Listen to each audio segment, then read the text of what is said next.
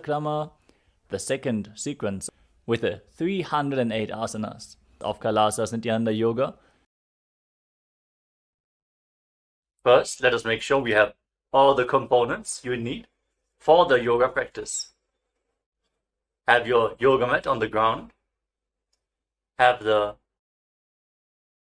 Panchapatra and Udani ready. 1 cup with a spoon with some water for the ritualistic cleansing. All the male bodies, please remove your upper cloth and apply the vibhuti on the 16 places over your body, as you can see on our acharyas. All the female bodies, you can apply it on your forehead. Wear the kumkum on your third eye, the Agnya chakra in between the eyebrows, and wear the Rudraksha mala around your neck. You can keep some weights at the side of the mat if you want to intensify the asana practice. And make sure you have 1 energized Shri Yantra on your yoga mat. Gaze at the yantra whenever possible.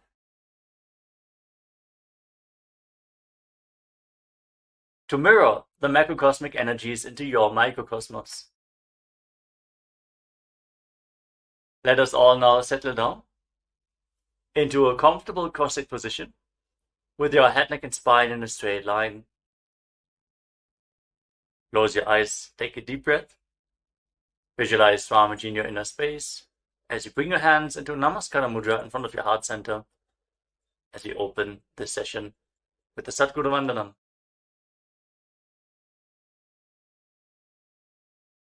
Nithyanandam Paramasukhadam Kevalam Jnanamurtim Dvandvatitam Gaganasadrisham Tattvamasyadilaksham Ekam Nityam Vimalamachalam Sarvadhi Sakshibhutam Bhavatitam Trigunarahitam Sadgurum Tam Namami. Next, we are going to chant the Shiva Mula mantra. Om Ham Haum Shivaya Namaha 11 times, invoking Paramashiva's presence for this ritual of Nithyananda Yoga. Please follow along internally. Om Ham Haum Shivaya Namaha. Om Ham Haum Shivaya Namaha. Om Ham Haum Shivaya Namaha. Om Ham Haum Shivaya Namaha. Om Ham Haum Shivaya Namaha. Om Ham Haum Shivaya Namaha. Om Ham Haum Shivaya Namaha. Om Ham Haum Shivaya Namaha. Om Ham Haum Shivaya Namaha. Om Ham Haum Shivaya Namaha. Om Ham Haum Shivaya Namaha. Let us now enter into the Tattvachamalam, the ritualistic cleansing. Take your Panchapatram and Udani. Keep your right hand in the Gokarna Mudra in the shape of a cow's ear. Take 1 Udani, 1 spoon of water, and pour it into your right palm. Each time the word Swadha is chanted, sip the water from the bottom of your palm and take another Udani of water into your hand for a total of 3 times. Om Atmatattvam Shodhayami Swadha. Om Vidyatattvam Shodhayami Swadha. Om Shivatattvam Shodhayami Swadha. Now wash your right hand with the water from the Panchapatram and wipe your lips twice with the bottom of your right thumb as we chant. Om Ham Hridayaya Namaha. Wash your hand again. With your index, middle and ring finger joined together, touch above the upper lip and below the lower lip. Then wash your hand again.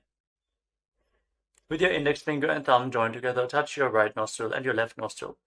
With your ring finger and thumb, touch your right eye, your right ear, and your left ear. Then wash your hand again. With your little finger and thumb, touch your navel, your right chest, and your left chest. And with all the tips of the fingers joined together, touch the crown of your head, the right shoulder, the left shoulder, and your heart center. Wash your hand again. Now place your right hand over the left and place both your hands on the right thigh. Sit straight, close your eyes and make a conscious resolution what you want to manifest in today's Nithyananda yoga session. Hold the visualization of what you want to manifest as we chant the Sankalpa mantra. ॐ ममोपात्त समस्त दुरितक्षयद्वारा भगवत् श्री नित्यानंद परमशिव प्रीत्यर्थं श्री नित्यानंदेश्वरी परमशिव शक्ति समेत श्री नित्यानंदेश्वर परमशिव प्रीत्यर्थं च शुभे शोभने मुहूर्ते अद्य ब्रह्मणः द्वितीय परार्धे श्री श्वेतवराह कल्पे वैवस्वतमन्वन्तरे अष्टाविंशतितमे नित्ययुगे प्रथमे पादे जम्बूद्वीपे भारतवर्षे भरतखण्डे मेरोः दक्षिणे पार्श्वे शकाब्दे अस्मिन् वर्तमाने व्यवहारिके प्रभवादीनां षष्ट्याः संवत्सराणां मध्ये शुभनाम संवत्सरे शुभायने शुभऋतौ शुभमासे शुभपक्षे शुभतिथौ शुभवासरयुक्तायां शुभनक्षत्र शुभयोग शुभकर्ण एवं गुणविशेषणविशिष्टायाम् अस्यां शुभतिथौ श्री कैलासोन्नतद्वादशान्तश्यामलापीठारूढ श्री मीनाक्षी सुन्दरेश्वराभिन्नस्वरूप परशिवपुत्ररत्नकुमार गुरुमन्यतुल्यावतार श्री पार्वती स्तन्यपानलब्ध दिव्यज्ञानविश्रुत सकलनिगमागमसारभूत द्राविड वेद प्रवक्त्रे श्रीमत्परमशिवकरुणासमधिगत मुक्तामय चतुरश्रयाण गीयमान छत्रचामर श्रीजिन्नकाहलादि समस्त बिरदावल्यलंकृत ज्ञानविज्ञानचक्रवर्ती सर्वजनसंघ सद्यो निर्वाण दीक्षाव्यजापवर्गवर्ष विश्राणजीमूत परमतकलभकेसरी शैव सिद्धांत स्थापनाचार्य श्री राजाधिराज पांड्य महाराज गुरु क्षपनशाक्यादि महांधकार निवारण ज्ञान भानु वीक्षणानर्हार्ह ध्वजोच्छेदनपूर्वक श्रीमदृषभध्वज स्थापक शैव समयकर्त्रे सर्वज्ञपीठारूढ़ श्री जगद्गुरु श्री ज्ञानसंबंध देशिक स्वामी वागीश सुंदर माणिक्यवाचक स्वामिनाम अवतारभूत श्री ज्ञानसंबंध स्वामी पुनरुद्धृत श्यामलापीठ सर्वज्ञपीठ तृणवद्युत्तर द्विशततम गुरु महासन्निधान अरुणगिरि योगीश्वर परंपरागत अरुणाचल सर्वज्ञपीठ गुरु महासन्निधान कैलास परंपरागत कांची कैलास सर्वज्ञपीठ त्रयस्त्रिंशदुत्तर द्विशततम गुरु महासन्निधान नित्योत्सव नित्यमंगल नित्यकल्याण नित्यरजित कैलास परंपरागत आदि कैलास नित्यानंदपीठ महासंस्थान महासिंहासन पीठ कर्त्रे साक्षात् श्री परमशिव समुद्भूत कैलास परंपरागत वैवस्वतमनु इक्ष्वाकु हरिश्चंद्र भगीरथ श्रीरामचंद्र शूरसेन इत्यादि अनवच्छिन्न सार्वभौम चक्रवर्ती परंपरागत चतुष्षष्टि योगिनी मंडित चतुष्षष्टि संप्रदाय प्रवर्तक मनुधर्म शासन सूर्यवंश प्राप्त सर्वज्ञपीठ सुरांगी साम्राज्य मूर्धाभिषिक्त चूड़ामणि साक्षात् श्री परमशिव समुद्भूत कपिल महागुरु पुनरुद्धृत महानिर्वाणिपीठ अष्टोत्तर सहस्र श्री महामंडलेश्वर साक्षात् श्री परमशिव समुद्भूत श्री महागणपति समारंभ अनवच्छिन्न पीठाधीश्वर गुरु परंपरा प्राप्त अटलपीठ अष्टोत्तर सहस्रतम अष्टोत्तर सहस्र श्री अटलपीठाधीश्वर धर्म मुक्ति स्वर्गपुर स्वर्णपीठ त्रयोविंश गुरु महासन्निधान कैलास परंपरागत आदिपीठ सर्वज्ञपीठ जगद्गुरु श्री कैलास पुनरुद्धारक श्री कैलास परमाचार्य श्रीमत् परमहंस परिव्राजकाचार्य वर्य सच्चिदानंद प्रणव स्वरूप श्रोत्रिय ब्रह्मनिष्ठ श्रीमज्जगद्गुरु श्रीलश्री भगवत् श्री नित्यानंद परमशिव श्री ज्ञान संबंध देशिक परमाचार्य स्वामिनां प्रीत्यर्थं तेषां पादारविन्दयोः भक्ति सिद्ध्यर्थं गुरुकृपा कटाक्ष सिद्ध्यर्थं क्षेमस्थैर्य वीर्य विजय आयुरारोग्य ऐश्वर्यानाम् अभिवृद्ध्यर्थं धर्मार्थ काम मोक्ष चतुर्विध बल पुरुषार्थ सिद्ध्यर्थं समस्त दुरितोपशान्त्यर्थं समस्त मंगल अवाप्त्यर्थं भगवत् श्री नित्यानंद परमशिव प्रसादेन सकुटुम्बस्य ज्ञान वैराग्य जीवन मुक्ति प्राप्त्यर्थं पूर्ण आरोग्य युक्त दृढ़गात्र यौगिक शरीर सिद्ध्यर्थं परमशिव शक्ति आविष्करणार्थं नित्यानंद योगाभ्यासं करिष्ये. Now wash your right hand once more. Om apa upasprisya. And keep your Panchapatam and Udani aside out of harm's way. The 108 asanas of KAILASA Nithyananda Yoga. We're now going to continue the sequence with the next asana. Now sit in a comfortable posture and place your hands on your knees in Bindu Mudra with index fingers and thumbs together. Relax and breathe deeply in Samana Kumbhaka. Fill your navel region with prana and hold your breath comfortably on and off. Visualize Swamiji in your inner space in Yatasana Ishtasana. Hold this posture for a few seconds. पर्यङ्कं तत्समाख्यातं यथसंस्थं यथा स्थितिः. And then in a cross-legged position with your hands on the knees in Bindu Mudra, start inhaling. We can cut this part out. In a comfortable cross-legged position with your hands on the knees in Bindu Mudra, start inhaling and exhaling as deeply as possible, as slowly as possible. Inhale and exhale as deeply as possible. Keep visualizing Swamiji in Samasana. इदानीं गर्भिणीनां योगाभ्यासो यथा लघु सुखप्रसवलाभाय प्रोच्यते प्राक्तनेपति दण्डपद्मभरद्वाज वीरवज्रसमानितो आसनानि सदा कुर्यात् सुदीर्घैरे च पूरकैः. Now place your left foot against your perineum and bring the right foot on top of the left foot. Keep your hands flat on your knees. Fix your gaze at the tip of your nose. Visualize yourself as a sage, liberated by the Supreme Pontiff of Hinduism. In Muktasana. निपीड्य सीविनीं सूक्ष्मां दक्षिणेतरगुल्फतः वामं याम्येन गुल्फेन मुक्तासनमिदं भवेत्. Now shift your gaze upwards towards your third eye. Maintain the position. Feel the stability of body and mind as you visualize Swamiji in Siddhasana. स्थानोस्यम्यमिदेन्द्रियोचलदृशा पश्यन् भ्रुवोरन्तरं चैतन्मोक्षकपातभेदजनकं सिद्धासनं प्रोच्यते. Now shift your gaze to the ground in front of you. Intensely contract the perineal floor. Pull your stomach in and up and lock your chin to the chest. Perform Mahamudra Bandha. Feel the grounding effect as you visualize Swamiji in Siddhi Asana. Lead the Kundalini Shakti up along your spine. वामपादुके इडीजानो सीवनिमधितासु कोठानो.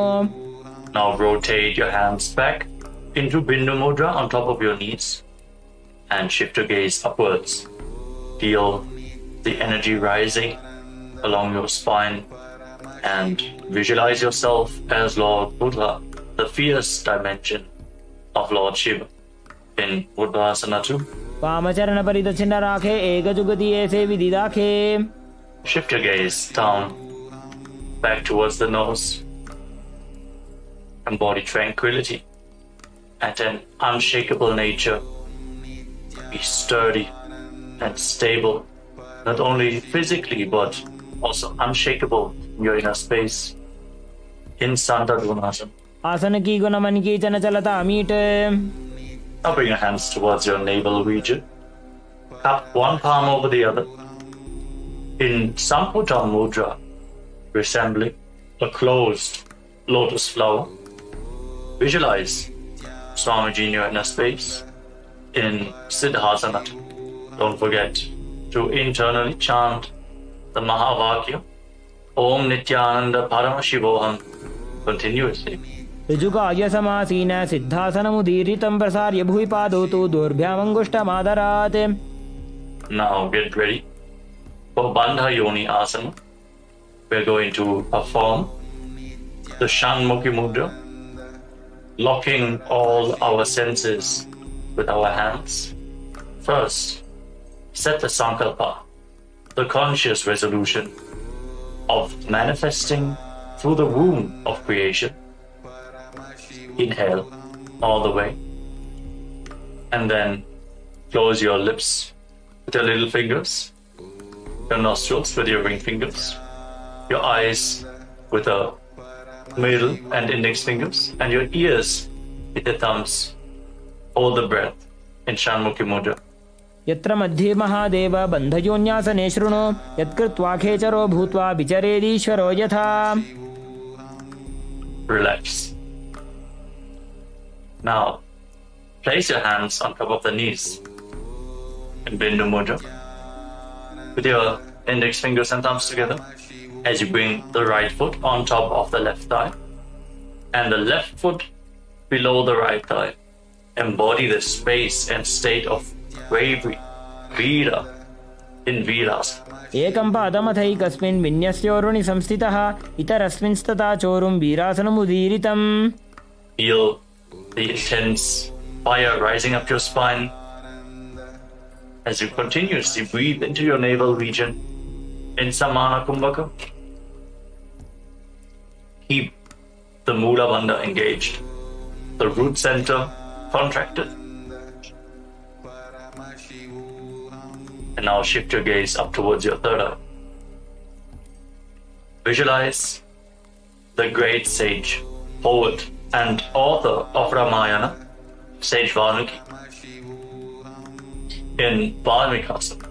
डाबा पग की पगथली पुनि एड़ी है जोज. Now place your hands flat on your knees. Shift the gaze to the tip of your nose and visualize the Yoni Mandala, the visual representation of Devi Paramashiva Shakti herself, the sacred yantra. As you hold the visualization in your inner space, mirror Devi's energy in your microcosmos. Breathe deeply and calmly in Joni Mudrasana. वामपाद की पगथली जाहि माहिली core. Maintain the posture. Hold the visualization, but shift your gaze upwards. Direct the energy flow up in Yoni Asana. योन्यासनं पर्वतेन योगं योगफले नीलं तत्कालफललं तावत् खेचरो यावदेव हि. Now bring the soles of the feet together in front, with the heels close to the perineum. Interlock your fingers around your toes. Pull your feet in and push your knees down to the ground. Open up your hips intensely. Focus your gaze at the tip of your nose and pull your stomach in and up in Uddiyana Bandha, the abdominal. Visualize Lord Birabhadra in your inner space with 8 arms and all the weapons in hand in Bhadrasana 3. गुल्फौ च वृषणस्यादः सीवन्त्याः पार्श्वयोः क्षिपेत् सव्यगुल्फं तथा सव्यदक्षगुल्फं तु दक्षिणे. Relax. Now place the left hand on your left knee. Cover your mouth with your right hand and close the left nostril with the index finger. Inhale through the right nostril all the way. Then close both nostrils, close the right nostril with the thumb and hold your breath as long as you can comfortably. Then exhale through the left nostril all the way and then again inhale through the left nostril as deeply as possible. Invert the breathing flow again and again, alternating the direction of in and exhalation. In Abhyantara Kumbhaka, curl your tongue backwards and up.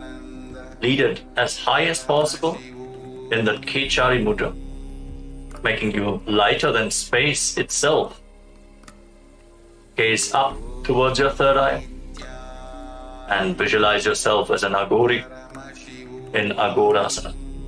पूर्व कहो विश्रिका जोजी वाही विधि जो की जैसो जी. Relax. Now, separate your heels. Keep your toes together and bring your elbows down on top of your heels. Rest your chin on your hands. Fix your gaze at the tip of your nose. Pull your stomach in and up. Perform Uddiyana Bandha as you exhale all the way and hold your breath in the exhaled state. On every exhalation, in Rechaka Kumbhaka, visualize yourself as a female elephant drinking water in Kanali Pavasana. ग्वाली पाव आसन कक्ष्यो है जैसे Yahoo में जाने विधि तैसे. Now rise up. Slightly lift your feet off the ground as you scoop your hands below the feet. Interlock your fingers in front and then lift your feet up towards your chest in Padasana as you gaze to the tip of your nose. Hold the balance. Be stable in your inner space. and visualize Swamiji in your inner space. Hold this position for a moment. ततोर्ध्वं रेचयेत् वायुं मृदुनिश्वाससंयुतम्. And now interlock your fingers around the toes from the top. You can set them down for a moment. And then again, pull your feet up towards your chest. Rest your chin on the toes. As you gaze to the tip of your nose and embody the state and space of a king in Gopichandasana. पूरव विधिपका का अंगूठा कंठकूपराशे. Now lower your legs down and once more scoop your hands below the feet. Interlock your fingers around the toes and bring your feet towards your chest.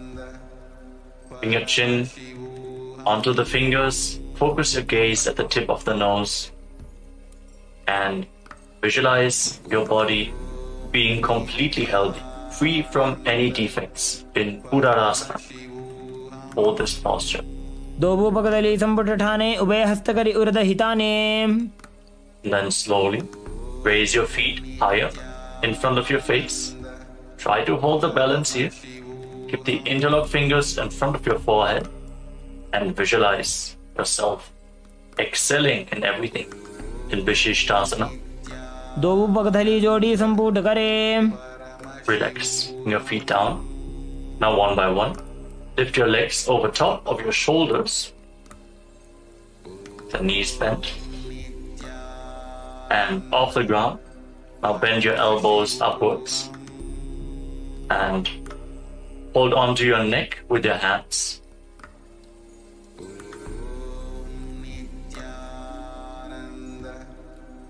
Visualize yourself as a cobra in Bhujasana. शिरासनं तु विज्ञेयं कक्षासनम् अतः परं ग्रीवासनं च परमं भुजासनमिहोच्यते. With your legs over top of your shoulders. Now bend your elbows downwards.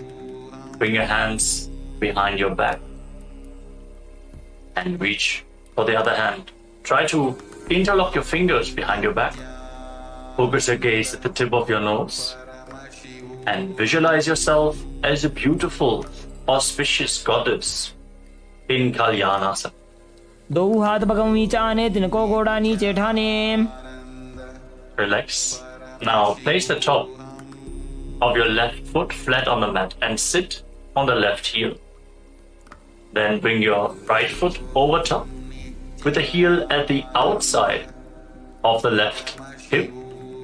Place your hands on opposite knees and gaze forward. Don't focus on any external objects. Only focus on the object within in Vaishnavi Mudra.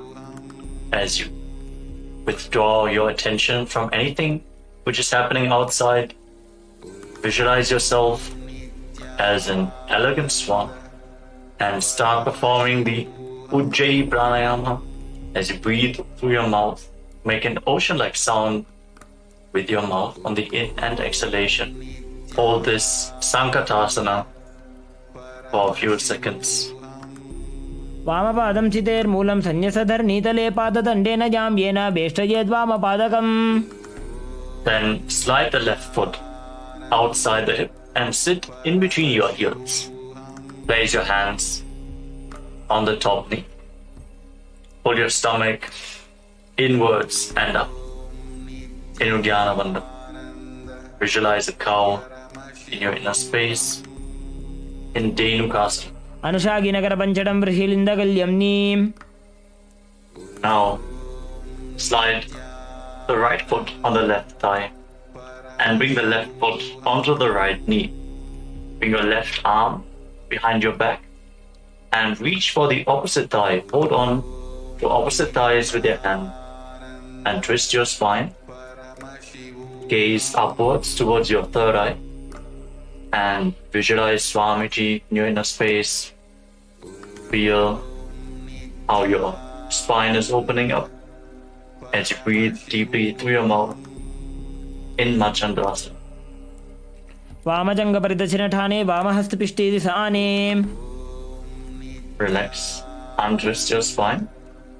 Now catch a hold of your big toes and lean forward and down with your legs in the same position. Try to bring your forehead to the ground, your navel close to your heels. Visualize Swamiji in Machandrasana. प्रथम जी मनोचरण जो ये वामजंग परि राखे सो जी. Rise up and now interlock your fingers. Place them on your left knee and engage all three wonders: the root lock, abdominal lock, and the throat lock together in Mahamudra Mantram as you visualize Swamiji, your Guru, in Guru Asana. पूर्वमूले इतरपादस्य कनिष्ठिका प्रदेशगुल्भं संस्थाप्य. Relax, free your legs. And now let us repeat the Sankatasana on the other side. Place the top of the right foot flat on the mat this time and sit down on the right heel. Stack the left knee over the right and place your hands on opposite knees. Gaze forward without any external distractions in Vaishnavi Mudra. Be completely focused on your inner space as you visualize yourself as a swan in Sankatasana. वामपादं चितेर्मूलं सन्न्यसधर्नीतले पाददण्डेन जाम्येन वेष्टयेद्वामपादकम्. Breathe deeply through your mouth, making an ocean-like sound from Jai Pranayama as you now slide the right foot outside the hip. Sit in between your heels. Bring both hands on the top knee. Pull your stomach in and up in Uddiyana Bandha. Hold the visualization of a cow in your inner space in Day2. अनुषागिनगर पंचडं वृषिलिन्दगल्यम्नि. Now bring the left foot on the right and place the right foot onto the left knee. Your right arm behind your back. Rotate your spine so you can catch a hold of the opposite thighs with your hands. If you cannot reach the thighs, just reach as far as you can. Twist your spine and breathe deeply. Feel how every single vertebra is slowly giving way, enabling you to reach further with every single breath. As you gaze to your third eye, visualize Swamiji in Machandrasana. वामजंग परिदर्शन Thane वामहस्तपिष्टे दिशाने. Now come back to the center. Catch your big toes with your hands and lean forward and down. Breathe deeply, opening up your hips and your back. Visualize Swamiji in Machandrasana. प्रथम जी मनोचरण जो ये वामजंग परि राखे सो जी. Rise up and interlock your fingers. Place them on the right knee this time as you perform Mahamudra Bandha. All the three bandhas engaged. Visualize Swamiji, your Guru, in Guru Asana. पूर्वमूले इतरपादस्य कनिष्ठिका प्रदेशगुल्भं संस्थाप्य.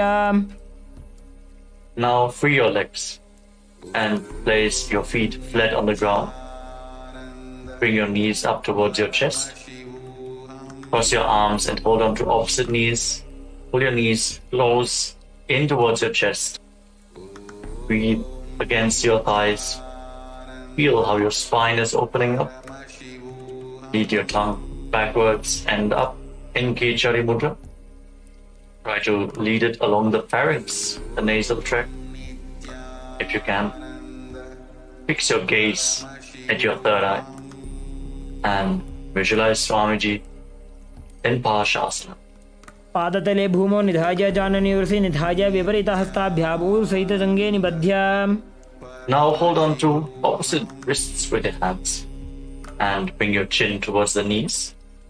Rest your chin on top of the knees. Hug your legs. Gaze to your nose and visualize yourself residing in an abode of bliss in Bodha Shukasana. Breathe deeply. दो बगदली भूपरिधरे कोरमाहिली ऐसे करे. And now bring your hands below the knees, in between the thighs and calves, and Hold on to opposite elbows with your hands. Pull your legs back in towards your chest. Gaze to the tip of your nose. Your tongue still pressed upwards towards the third eye. Engage your mudra. Hold the visualization of Swamiji in your inner space. Visualize his sweet smile in Purakatasana.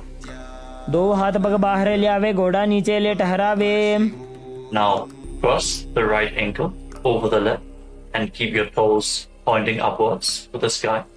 Fix your gaze at the tip of the nose and visualize Maharishi Sumati in your inner space.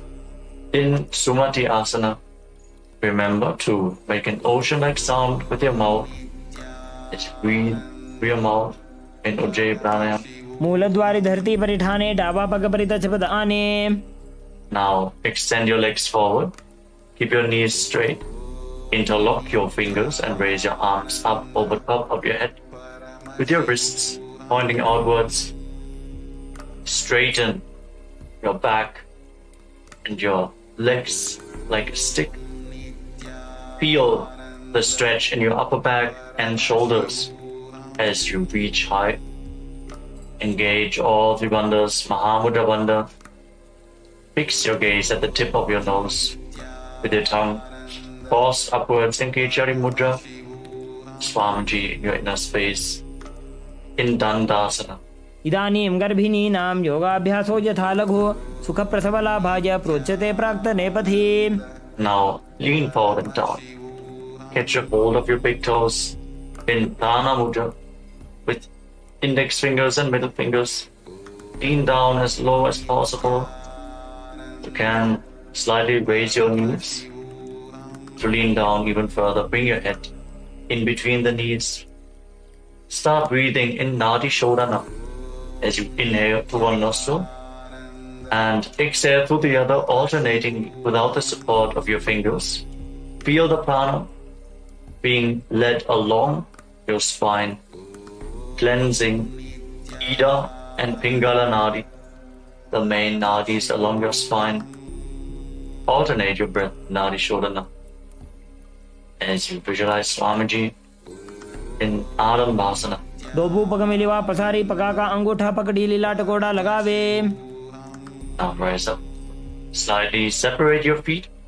Raise your knees and bring your hands below the shins, holding on to the soles of your feet from the outside. Lean down as low as possible. Stretch your lower back, your upper back. Open your hips. You can literally pull yourself down as you catch a hold of your feet. Breathe deeply, and with every exhalation, sink a little bit deeper into the stretch. Focus your gaze at your third eye. Take the energy upwards within your body. Visualize Swamiji in Vidokasana. प्रथम बेसी दो पाव पसारी कचक ऊर्ध को कुरुडो डारे. Now rise up and bring the heels together in front. The feet still extended away from your body. Lead your hands underneath the shins. Keep the palms facing up. Your elbows on the mat. Bring your chin onto your heels. Lean down as low as possible. Gaze towards the tip of your nose. And visualize Swamiji in Jalandhari Pavasana. दो एड़ी मैली के दीजिए हाथ पसारी. Relax. Rise up. Straighten your legs. And now lift one leg upwards behind your neck. You cannot bring the leg behind your neck. You can just lift it over your shoulder or pull it towards your chest. You can even just press it over the opposite knee. Then lean forward and down and hold on to the front foot with both hands. Breathe deeply as we are moving to Pratyahara Kumbhaka. Visualize how the prana is flowing upwards to 9 points of your body as revealed by Mahadeva himself. These points are the soles of your feet, the regenerative organs, your navel, the heart, the throat, the uvula, the center of your eyebrows, the top of the forehead, and the Brahmaranda, the crown of your head. Feel the prana flowing upwards in your body continuously as you visualize Swamiji in Urdhva Paschimottanasana. पश्चिमतानवत् संस्थितिं कृत्वा एकं पादं ग्रीवायां धृत्वा तिष्ठेत्. Your leg behind your neck. Now rise up and lean back all the way. Try to lay down on your back with the opposite leg extended forward. Catch a hold of the foot behind your head. Fix your gaze on the tip of your nose. Tensely open up your hips. Just straighten your body. Gaze to the tip of the nose. And visualize yourself as infinite or endless, an eternal one in Anantasana. उत्तानशयनी एकैकम्पायी ग्रीवायां विन्यस्य इतरहस्तेन पावाग्रं गृहीत्वा. Hold this posture for a moment and then roll onto your side, the side of the hand which is holding onto the foot behind your head. Rest on the side as you fix your gaze at the tip of the nose. Feel in complete control in Ankushasana. उत्तानशयित एकैकं पादं ग्रीवायां कुर्वन् इतरहस्तं कर्णमूले स्थापयेत्. Now you can release the leg from behind your neck. Lay down flat on your back and pull your knees up towards your chest and circle them with your hands. Rock your body from side to side. Relax after this intense stretch. Free up your back. Breathe calmly. Feel the prana flowing upwards within your body and pratyahara kumbhaka. And visualize Swamiji in Tridushasana. उत्तानशयनं जानुनी हृदये वष्टम्भ जङ्घासहित ऊरूनि करद्वये बद्ध्वा सव्यापसव्यं लोडयेत्. दृशासनं भवति. Now again, straighten your legs as we are going to repeat Urdhva Paschimottanasana on the other side. So now lift the other leg behind your neck. Lean forward and down. Hold on to the foot. Pull yourself down as low as possible. Visualize Swamiji in your inner space. Hold this posture. Feel the intense opening of the hips and back. Stretch the hamstrings. पश्चिमतानवत् संस्थितिं कृत्वा एकं पादं ग्रीवायां धृत्वा तिष्ठेत्. As you lean back, the leg behind your neck, holding onto the foot with the opposite hand. Straighten the other leg forward. Gaze the tip of your nose and feel that you are without beginning or end, infinite, Ananta in Anantasana. उत्तानशयनी एकैकम्पायी ग्रीवायां विन्यस्य इतरहस्तेन पावाग्रं गृहीत्वा. Now roll to the side of the hand which is holding onto your foot. Fix your gaze at the tip of your nose and relax, feeling in complete control in Ankushasana on the other side. Breathe deeply. उत्तानशयित एकैकं पादं ग्रीवायां कुर्वन् इतरहस्तं कर्णमूले स्थापयेत्. Now lay on your back as you one by one bring your legs up behind your neck.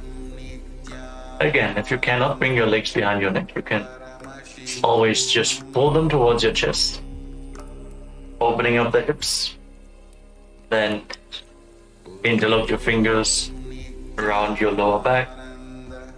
Gaze to the tip of your nose. And visualize Swamiji as you continue to breathe in Pratyahara Kumbhaka, in Yoga Nidra. पादाभ्यां वेष्टयेत् कण्ठं हस्ताभ्यां पृष्ठबन्धनं तन्मध्ये शयनं कुर्यात् योगनिद्रा सुखप्रदा. Now bend your arms upwards. Keep the legs over top of your shoulders and try to interlock your fingers around your neck. And as you keep gazing at the tip of your nose, visualize Lord Vishnu is blessing with it in Atma Ramasana. Atma Rama Asana Pratamasuddho Sove. Now relax. Lay down on your back and extend your arms out to the side at shoulder level. Pull your knees up towards your chest and keep the soles of the feet facing up towards the sky. Gaze the tip of the nose and visualize Swamiji in Kojikasana. दो हाथ छीदा सा करे तिनसो ube Sapa करे. Now lower down your lips and let's get ready for the Jatara bit. As you lay down on your back with your arms extended out at shoulder level, pull your knees to your chest and then drop one knee to the side and extend the opposite leg down. Now bend both your knees to the side. Feel the rotational stretch in your spine. Breathe deeply.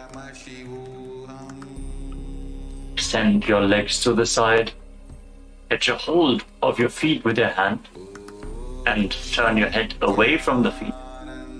Rotate your spine intensely.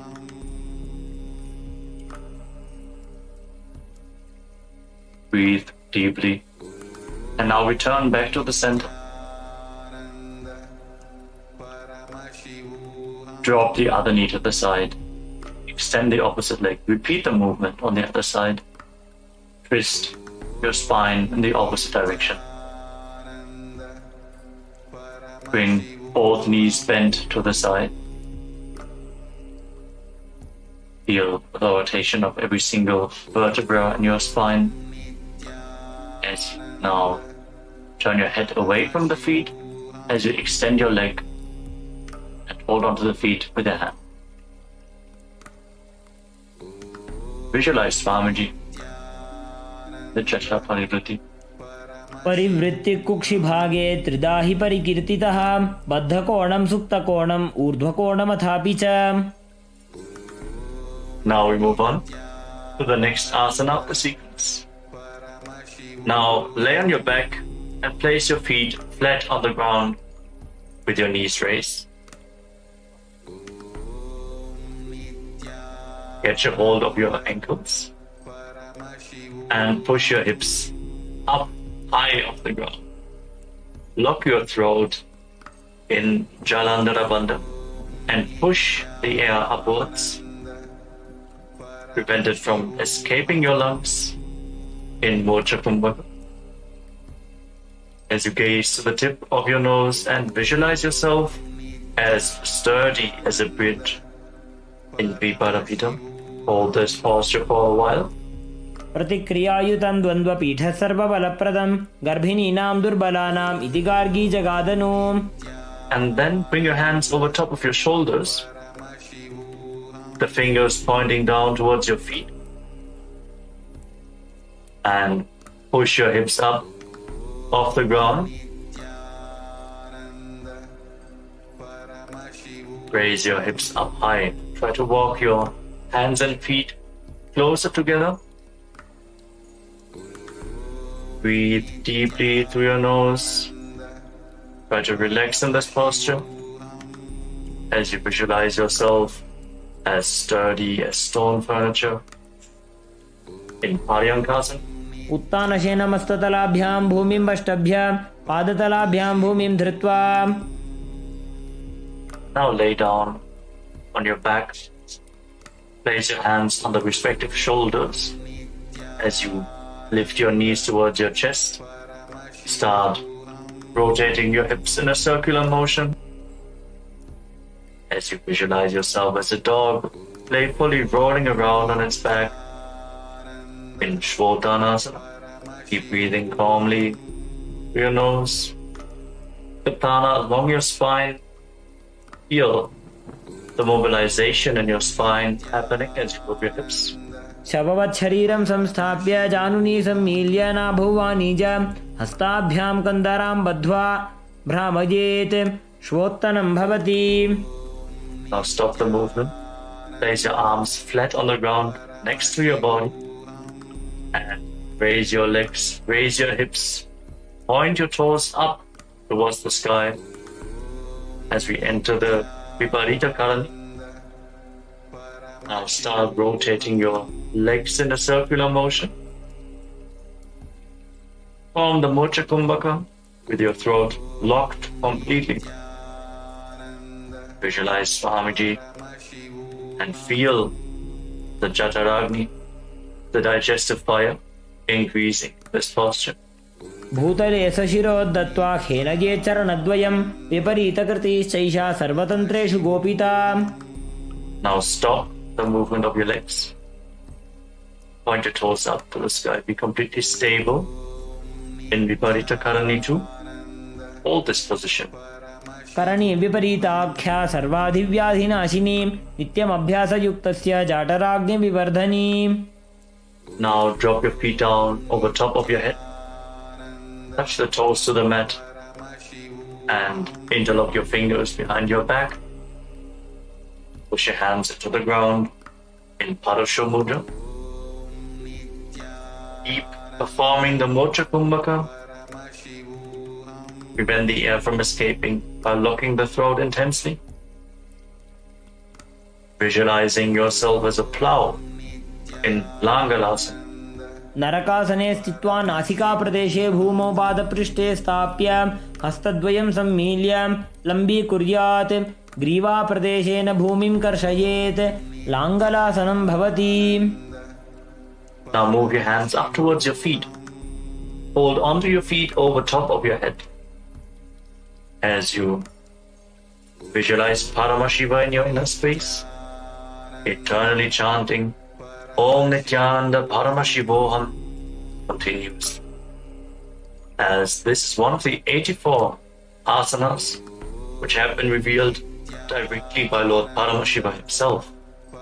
Shaita Paschimatanas. तानं शयित्वात् कुर्वीत शयितपश्चिमतानकम्. Now make sure that your hips are above the shoulder level and then separate your legs wide to the side. Keep holding onto the feet in Supta Konasana as you visualize Swamiji in your inner space. परिवृत्ति कुक्षि भागे त्रिदाहि परिकीर्तितः बद्धकोणं सुप्तकोणं ऊर्ध्वकोणमथापि च. Now join your feet back together. Catch a hold of your ankles and then roll onto your back, keeping your arms and legs straight. Visualize yourself as a chakra, a wheel in Chakrasana. Keep the Jalandhara Bandha engaged, your throat locked. शवासनस्तद्वौ पादौ कुर्यान्मस्तकतः परौ व्युत्क्रमेण ततः शीघ्रमेतत् सर्वस्य साधनम्. As you now lay down on your back, bring your legs vertically, pointing up towards the sky. Hold on to the big toes, your arms straight. Send your legs out of the side. Open up your hips. Feel the intense stretch. Slightly pull on the toes to move deeper into the position. Breathe firmly in Supta Prasadita Parangushtasana.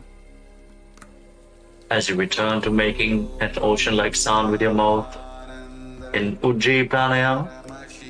उत्तानपादं क्रौञ्चं च मरीचिं वीरभद्रकं नटराजं त्रिकोणं च सुप्ताङ्गुष्ठप्रसारणे. Now join your feet back together.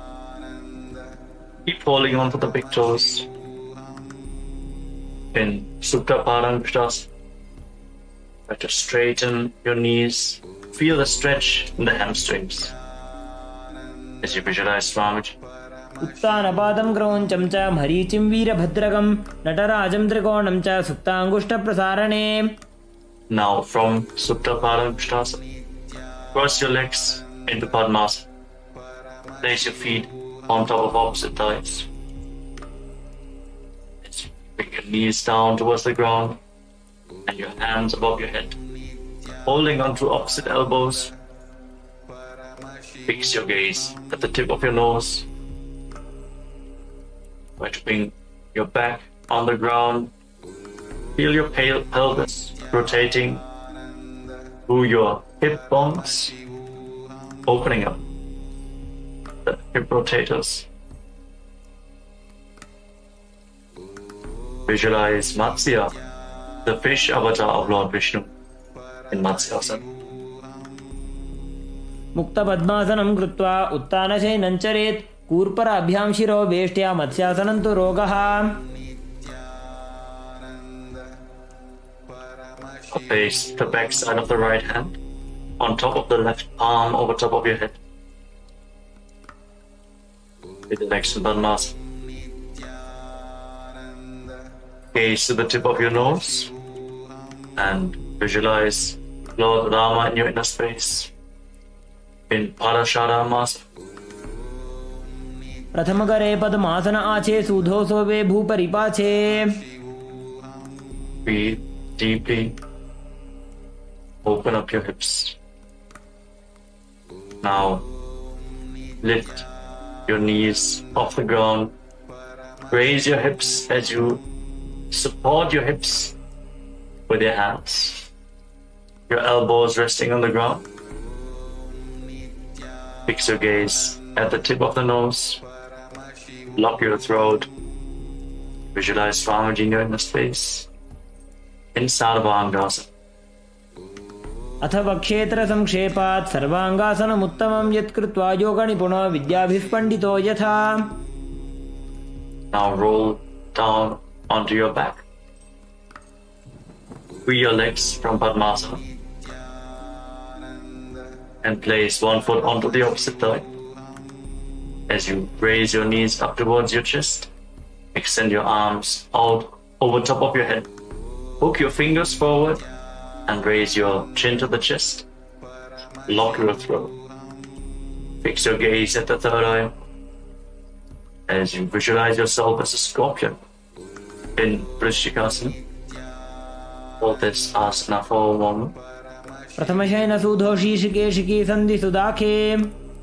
Now lower your arms and legs. Place the other foot on the opposite thigh. Get ready to repeat Vrishchikasana. Bring your hands over top of your head. Fingers hooked forward like the stinger of a scorpion. Gaze to the third eye in Vrishchikasana. प्रथमशयन सुधोषी शिकेशिकी सन्धि सुदाखे. Now lay down flat on your back and interlock your fingers around your neck. Lift your legs off the ground and start pulling one knee in towards your chest, back and forth without setting the feet on. Breathe deeply through your nose in Sahasrara Kumbhaka. Breathe the prana along your spine. Feel the mobilization of your spine in this posture. As you visualize Swamiji in your inner space, intensely engage your core. Mobilize the hips. Ease the body heat. उत्तानशयनं कृत्वा अङ्गुलिभ्यः कन्दरां बद्ध्वा कूर्परो मिलित्वा नितम्बेन भूमिं स्पृष्ट्वा. Place your hands next to your hips, flat on the ground. And now alternate, touching your ears with the respective knees again and again. Keep visualizing Swamiji in Maruttanasana. श्वोत्तानवत् संस्थिति कृत्वा जानुद्वयं पर्यायेन कर्णयोः संस्पृशेत्. Relax. Now place your feet flat on the ground. As you keep the knees raised, now stand up and lay back down again and again. Visualize yourself as a wolf in Vrikasana, the wolf posture. उत्तानशयनं कृत्वा पादतलाभ्यां भूमिं धृत्वा उत्तिष्ठेत् वृकासनं भवति. Now, as you lay down, kick your legs up and start rolling over again and again. Visualize Swamiji here in a space. Keep rolling backwards. Finally lay down in a prone position on your stomach. The hands at the side of the shoulders. उत्तानशयनं पादौ शिर उल्लङ्घ्य भूमौ स्थापयित्वा निब्जं भूयादि निब्जं शयनम्. Now contract your lips and make a whistling sound like a flute on the inhalation as you visualize yourself as a chariot carrying warriors into a battle for Dharma on your chariot back in Sanatasana. निब्जं शयनं कृत्वा नाभिं भूमौ निधाय स्तम्भद्धस्ताभ्यां भूमिमष्टभ्य ओष्ठौ निमील्य वेणुवत्संकृत्य तिष्ठेत् सरठासनं भवति. Now push your body off the ground into a plank position and jump your feet forwards in between the hands, back and forth. Feel yourself go beyond body and mind. Keep jumping in Dehalyulanganasana. हस्तद्वयं बद्ध्वा तन्मध्यचरणद्वयम् उड्डानैव बहिरानीय अथ नयेत् देहल्युल्लङ्घनं भवति. Rise up. Now lean forward and down. Place your hands on the ground and walk around on hands and feet as you visualize yourself as a wise 60-year-old elephant.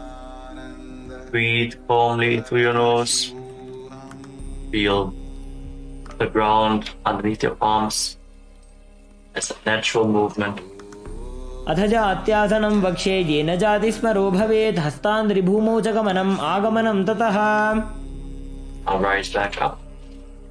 As you enter into the next Kalana of the sequence, stand in the Arimandi posture. Heels together, toes pointing outwards and your knees bent. Bring your elbows up to the shoulder level. Tilt your head back. Open up your chest and start rotating your arms around your body as you move your head in all directions.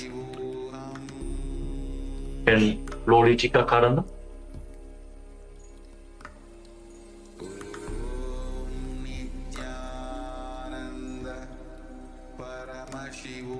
Now stand right on the mat. If you have a rope available, now tie your feet with a rope. Stand right on the mat like a rod. Some yogis stand like this for the whole night to experience the Kundalini awakening. Now keep your elbows close to your body, your hands on your thighs. Visualize the Kundalini Devi as rising and curling upwards around your body in Sarvasana. Feel the energy flowing upwards. अथ सर्पासनं वक्ष्ये वायुपानाय केवलं शरीरं दण्डवत् तिष्ठेत् रज्जुबन्धस्तु पादयोः वायवी कुण्डली देवी कुण्डलाकारमङ्गुले. Now from the standing position, lean forward and down and catch a hold of your toes from the front. Keep your hands in fists and walk around on the mat as a camel. Visualize yourself as a camel in Ushta-Sadhanasana. Keep breathing deeply through your nose. Body a camel walking around on your mat. उष्टिकनिष्ठिका प्रदेशेन भूमौ निधाय उपरिपादतले संस्थाप्य उष्ट्रवत् उष्ट्रसाधनं भवति. Now shift the grasp on your feet. Hold your toes from the side and walk around visualizing yourself as a horse in Ashvasana, the horse posture. मुष्टिकनिष्ठिका प्रदेशेन भूमौ निधाय उपरिपादतले संस्थाप्य अश्ववत् शरीरं चलनीयम् अश्वासनं भवति. Rise up. Stand with your heels touching, your toes slightly separate, and interlock your fingers behind your back in Parashu Mudra. Pull your hands down towards the calves as you lean back all the way. Open up your chest. Breathe deeply. Tilt your head back try to relax in this posture. Every inhalation, feel the expansion of the space between the bones, with the stretch in the muscles, and on every exhalation, sink a little bit deeper into the stretch. Visualize yourself as a soaring bird diving in Kapota Nitakasana.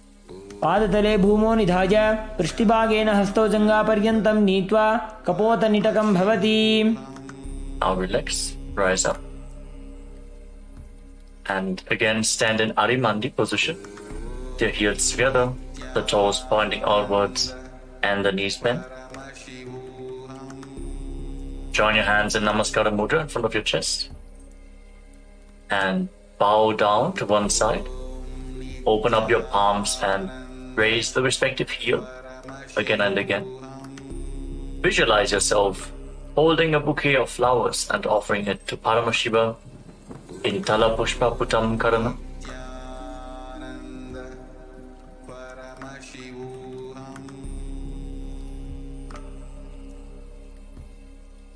Next up is Khadgasana. As you stand on the mat, fix your gaze at the tip of your nose and visualize yourself as a rhinoceros. Then lay down on your stomach and jump your feet back up towards the hands and stand. Extend your hands forward in Namaskara Mudra, resembling the horn of the rhinoceros. Visualize yourself as a rhinoceros. Khadgasana. नुजसरतमासनं कृत्वा पादतलाभ्यां भूमिं पष्टभ्य उत्तिष्ठेत् खड्गासनं भवति. Now, as you stand on the mat, you can hold on to some weights to intensify this asana. Now sit down or squat down as low as possible and stand back up again and again. Gaze to the tip of the nose.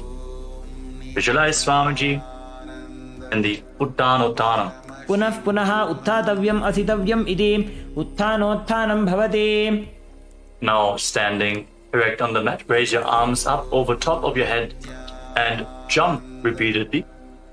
Jump up high, visualizing yourself as a mace in Musalasana. सरलं स्थित्वा ऊर्ध्वं बाहु नयेत् वारं वारम् उड्डानं कृत्वा नयेत् मुसलासनं भवति. Relax.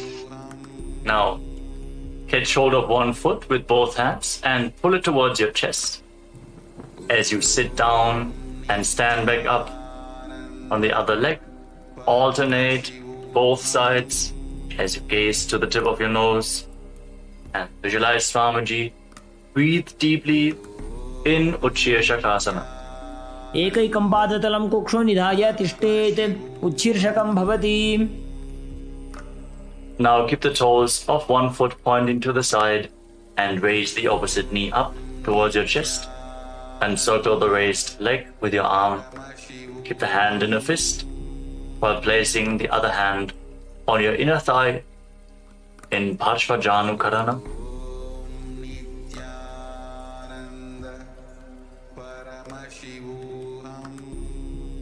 Now, again, catch a hold of the weights as you extend your arms out forward.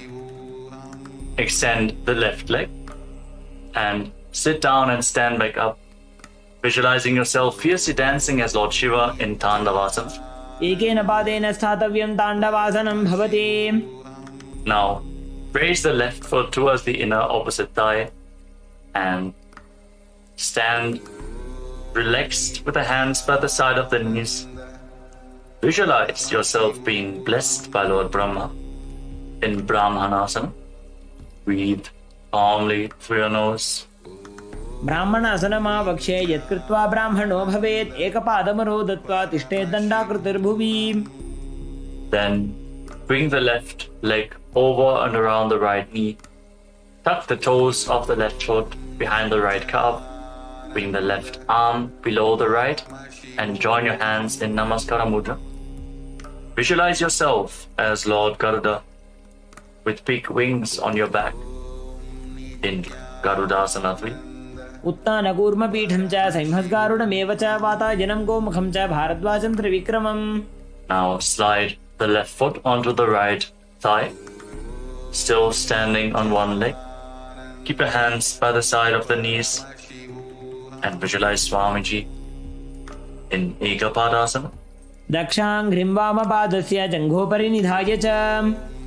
Now hold on to the left big toe with the left hand in Prana Mudra. Extend the leg out to the side. Keep the knees straight and start rotating on the standing leg, visualizing yourself as the North Pole Star in Dhruvasana, the pole star posture. एकेन हस्तेन दण्डरूपस्य एकस्य पादस्याग्रं धृत्वा इतरपादतलं भूमौ निधाय त्वरया भ्रमणं कर्तव्यं. ध्रुवासनं भवति. Now lift one leg behind your neck. If you can't lift it behind your neck, you can pull it towards your chest or cross it over top of the opposite thigh. Then stand erect on the mat. Sit down and stand back up. Perform the 3 steps of Lord Vishnu as you visualize Lord Vishnu in your inner space in Trivikramasana. ग्रीवायां पादं संस्थाप्य स्थातव्यम् उत्थातव्यं. त्रिविक्रमासनं भवति. Relax. Now point the left toes outwards and lift the right knee towards your chest. Repeat the Parshva Janu Karana.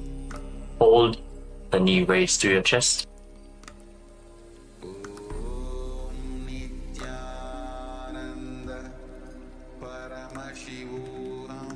Now get ready to repeat Tandavasana on the other side. Again, extend your arms forward. This time, raise the right leg. Visualize yourself dancing as Lord Shiva. As you sit down, stand back up in Tandavasana. एकेन पादेन स्थातव्यं ताण्डवासनं भवति. Now raise the right foot towards the inner left thigh with the heel close to the perineum. Hands by the side, visualizing yourself being blessed by Lord Brahma in Brahmanasana.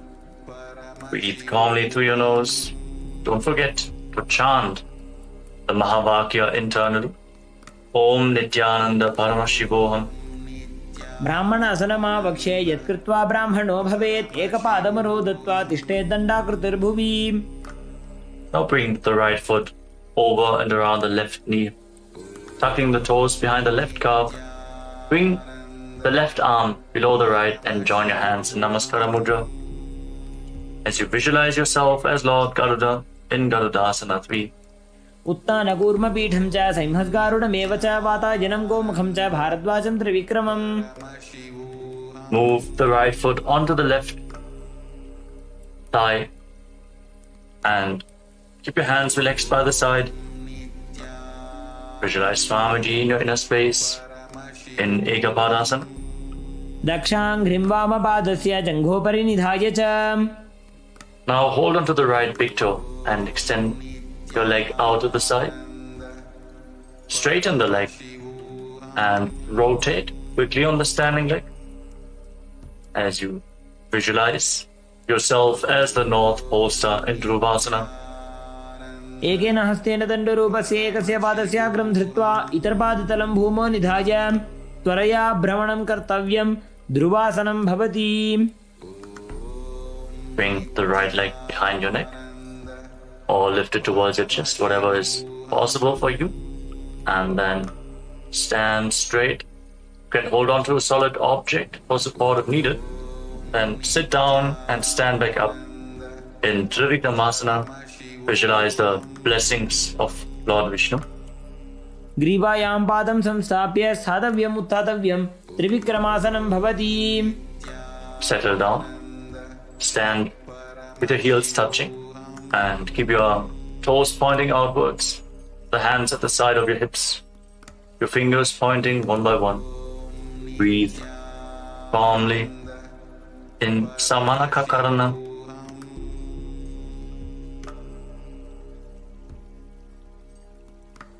Then squat down. Slightly separate your feet and bring your hands from the outside in between the legs. Interlock your fingers in front of your navel as you visualize Sage Goraknath, the founder of the Natha Yoga Hindu Sampradaya, perform the Jivachala Kumbhaka. As you inhale all the way, hold your breath, and by the force of your will, move the prana freely within your body. Move it upwards, downwards, through the limbs of your body. Lead your awareness through the different parts of your body and feel how the prana is following your guidance. Gain control over the flow of the prana within your body in Jivachala Kumbhaka as you perform Gorak Anjali Asana. प्रथम ही वो हो ये बाहुरी नीचो पुनि होवे. Now bring your hands behind your back. Maintain the squatting position. Visualize Swamiji in your inner space. Hold the balance in this posture. In Kanchi Asana. ऊरु मध्यात् हस्तौ निवेश्य नितंबं धृत्वा पादतलाभ्यां भूमिं वष्टभ्याम्. Now bring the heels together close to your perineum and hold your hands behind your back. Try to sit upright and gaze towards your navel as you visualize Bhagavan Kala Bhairava, the Lord of Time, in Bhairuvasana. दोबू पग की थलिया की माहिली core मिला जी फना पानी उकड़ मोड़ वैसे. Now separate your toes and join your hands in Anjali Mudra. Raise them behind your neck with the fingertips pointing down towards the ground. Your elbows separate around your head. Gaze through the nose. Visualize yourself as a ball. Just one of the 10 incarnations of Mahavishnu, Varaha in Varahasa. पागसली की माहिली core मिला जी फना पानी उकड़ वैसे. Now bring your hands into Prana Mudra. Catch onto the big toes and raise your hips up to the same level as your knees. Maintain the semi-squatting position. Engage your legs. Visualize Swamiji in Prapitasana. पार्श्वद्वय सम्मील्य स्थित्वा नितंबं जानुप्रदेश आनीय तिष्ठेत् प्रपीठासनं भवति. Now place your hands split on the ground, shoulder width apart. Bring your knees onto your arms, close towards your armpits. Raise your hips up and lean forward onto your arms.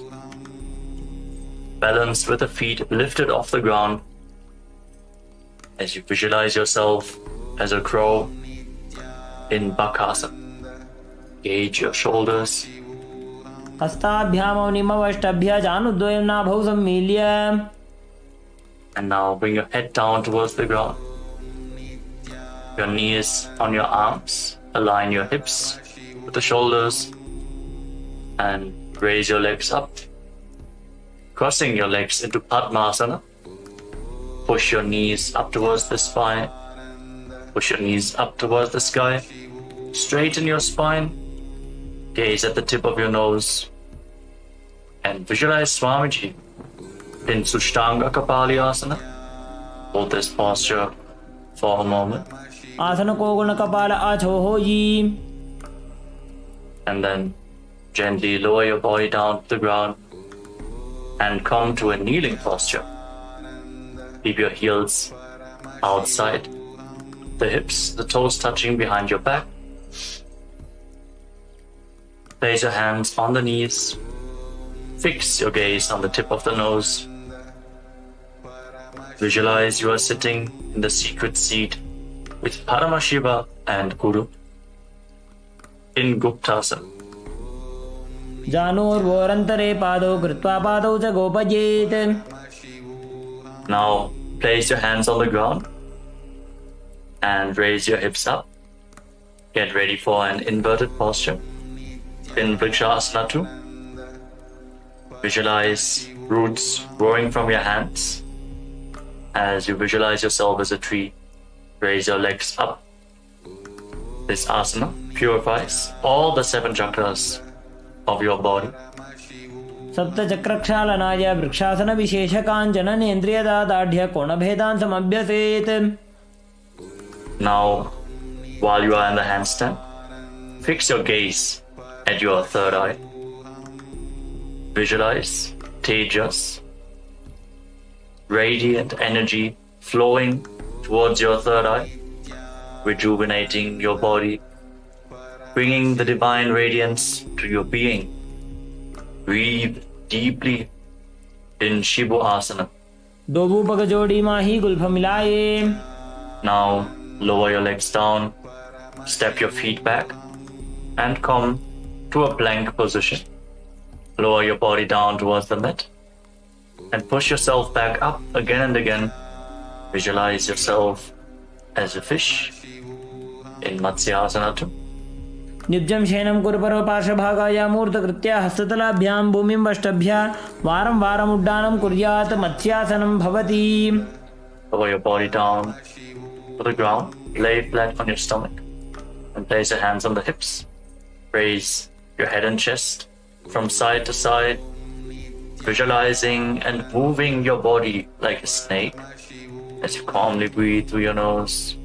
Mobilize your spine and your neck. Breathe deeply as you form Sarapasana 2. निब्जं शयनं कृत्वा हस्तौ नितम्बं संस्थाप्य पादौ दीर्घीकृत्य सम्मीलयन् उरसगन्तव्यं सर्पासनं भवति. Now bring your elbows down on the ground in front of you and rest your chin on the hands with the hands in Padma Mudra, the Lotus Mudra. Feel self-supported and completely independent as you keep the top of the feet flat on the ground. Relax in this posture. Open up your upper back and relax. कराभ्यां पङ्कजं कृत्वा तिष्ठेत् कुर्परया सुधीः मुखमुन्नमनुच्चायि निरालम्बनमासनं निरालम्बनयोगी स्यान् निरालम्बनमासनं निरालम्बनताध्यानं निरालम्बनमासनं. Now bring your hands flat on the ground in front of you and bend your knees, raise your feet. Then straighten your arms, push your upper back towards the feet as you visualize yourself as an umbrella protecting your guru from the sun rays in Chaturasana. Hold this intense stretch of your spine. अर्ध्यासनं स्थित्वा हस्ततलाभ्यां भूमिं वष्टभ्य उन्नजात् छत्रासनं भवति.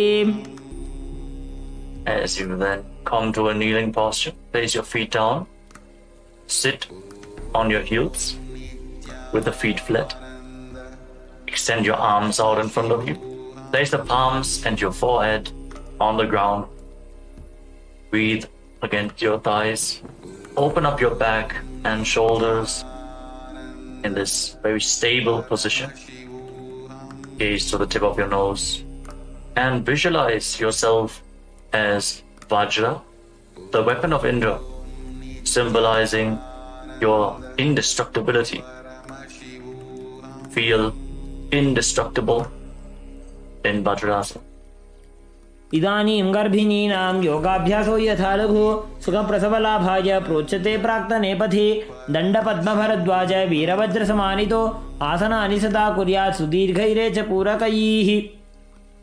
Now raise your hips, keep your hands on the ground, straighten your legs into Kajasana position, and now alternate striking the ground with your hands as you experience yourself as powerful as a ram in Meshasana. गजासन संस्थितो एकैकं बाहुं भूमौ ताडयेत् मेषासनं भवति. Now, with your hands on the ground, raise your hips and lift your legs off the ground into a handstand position. Lower your face down towards the ground slowly as you visualize yourself as unborn, existing for all eternity in Ajasana. गजासन संस्थितो पादद्वयम् अन्तराळे कृत्य मस्तकेन भूमिं स्पृशेत्. Now come to a kneeling position with the feet flat on the ground. Hold on to the toes and pull them towards your perineum. Then place your hands flat on the knees. Fix your gaze at the tip of the nose. Breathe through your mouth, making an ocean-like sound in Ujjayi Pranayama. Visualize Swamiji in your inner space as you perform Dhanantarasana. पूर्व विधि परिहाता की काकसी छो फणा शरा मोड़े पगा के अंगुली अग्रिमेढ़ लगावे. Now interlock your fingers up front and move your arms upwards, downwards, from left to right, in all directions, giving massage to various different joints and muscles of your body. Move the arms to the back and repeat the movement. As you visualize Swamiji in the Angamotanam. हस्तयोः अंगुलीर्बद्ध्वा हस्तयोर्मध्यात् सर्वमङ्गं निष्कासयित्वा तिष्ठेत् अंगमोत्तनं भवति. Now bring your heels outside the hips with the toes pointing to the side. Bring your thighs and calves down on the ground. Rest your hands on the knees as you visualize yourself as Lord Garuda, flying Lord Vishnu and Lakshmi on his back in Garudasana form. Feel the intense rotation in your hips. Settle down, try to sit on the ground. जंगोरुभ्यां धरां पीड्या स्थिरकायोद्विजानुना जानु परिकरद्वन्द्वा गरुडासनमुच्यते. Now bring your soles of the feet together behind your back as you separate the knees wide to the side. Hold on to your ankles with your hands and push your hips forward. Try to touch the tips, the front of your buttocks on the ground. As you gaze up towards your third eye, visualize yourself residing in the blissful space of a temple in Ananda Mandirasana. अथ वक्षे वीरनाथ आनन्दमन्दिरासनं यत्कृत्वा अमरो धीरो भवत्येवेह साधकः. Now cross your feet and sit on your heels. Bring your hands underneath your knees as you pull your stomach in and up in Uddiyana Bandha. Press your tongue flat against the palate of your mouth in Manduki Mudra as you visualize yourself as a frog. Perform Uddiyana Bandha. Pull your stomach upwards and inwards towards your stomach. Pull your stomach inwards and up towards your spine in Mandukasana 2. पृष्ठं संपीड्य गुल्भाभ्यां जान्वङ्गे सबलयाकृतिः हस्तौ पादतले क्षिप्तो मण्डूकं पाददोषहृत्. And now place your hands on the ground in front of you. Tuck your toes and sit on raised heels. Keep your thumbs touching in front. As you focus your gaze on the tip of your nose, stick your tongue out and exhale forcefully through your mouth again and again. Visualizing yourself as Lord Narasimha, the Lion Man avatar of Mahavishnu in Narasimhasana. दोवू फणा पानी होई वैसे AD Mailer गुदानी वैसे समशरीरनी काट हरावे NASA अग्रदृष्टि को ल्यावे. Relax. Now sit on raised heels and cover your mouth with your hands. Bring your thumbs beneath the upper teeth and close your mouth. Inhale through the right nostril and exhale through your mouth as per your capacity in Vishlaka Pranayama. Focus the gaze at the tip of your nose and visualize yourself as Devi, presiding over any and all minuscule fears you might have in Vishlakasana. दोवू पगागी एडी जोगी गोड़ा फणो वाणपुनी होई.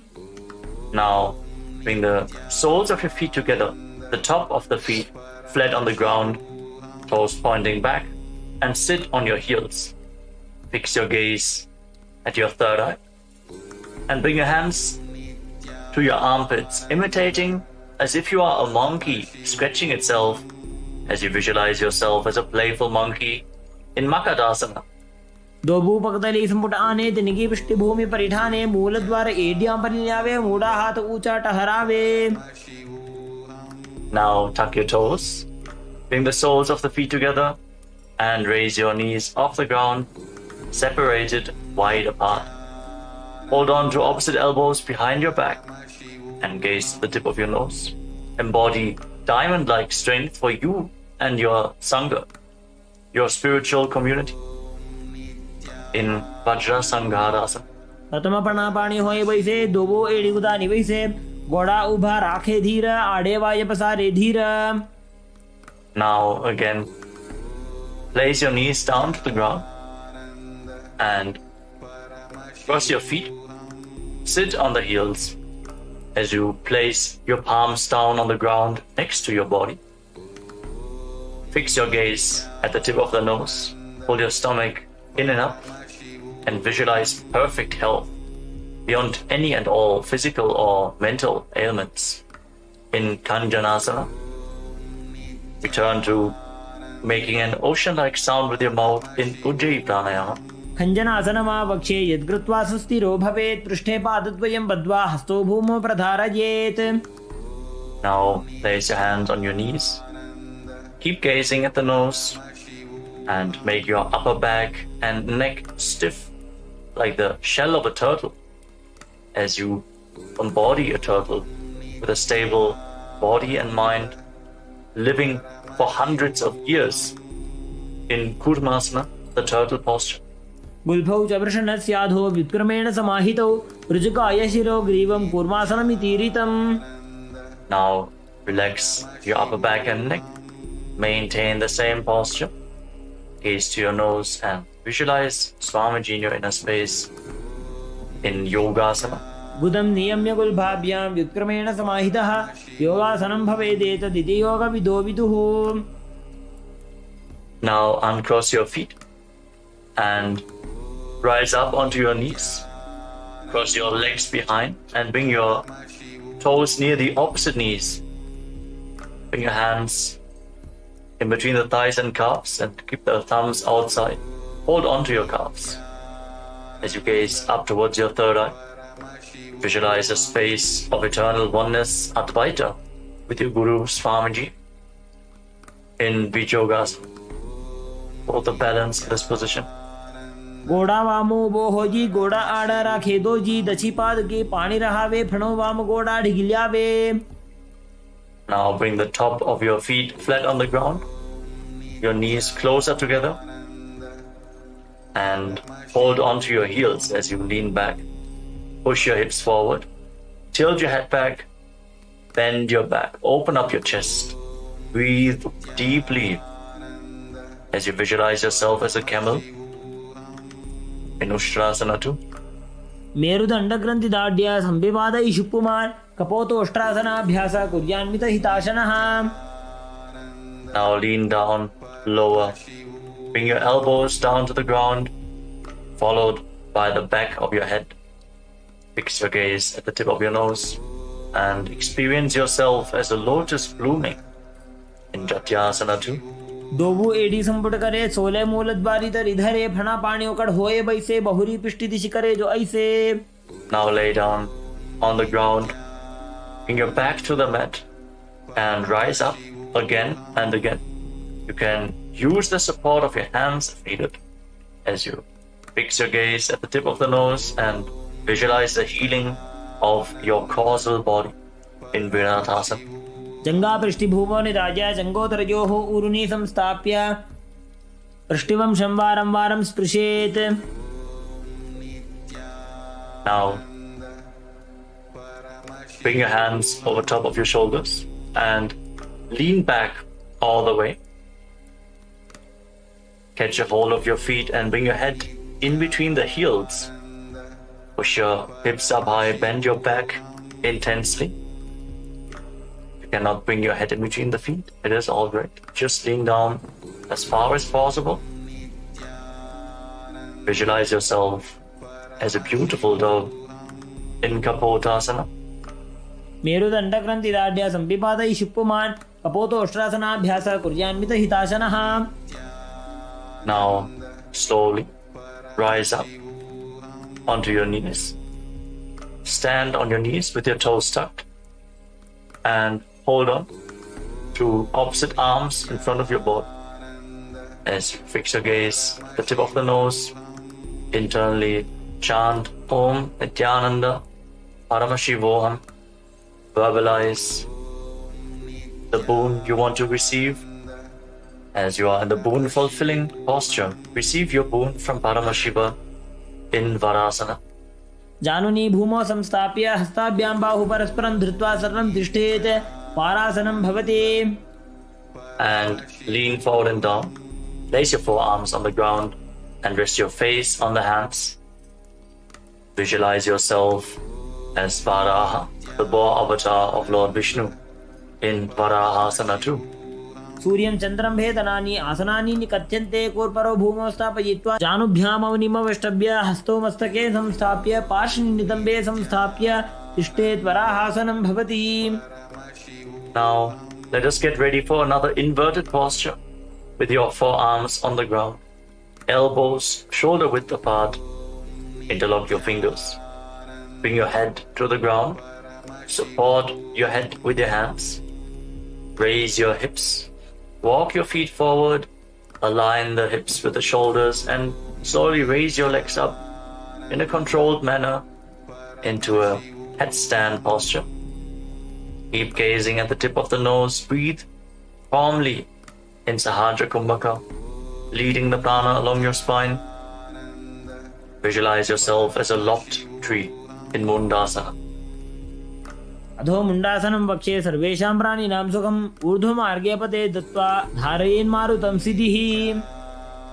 Now slowly lower your legs down and come to a kneeling posture.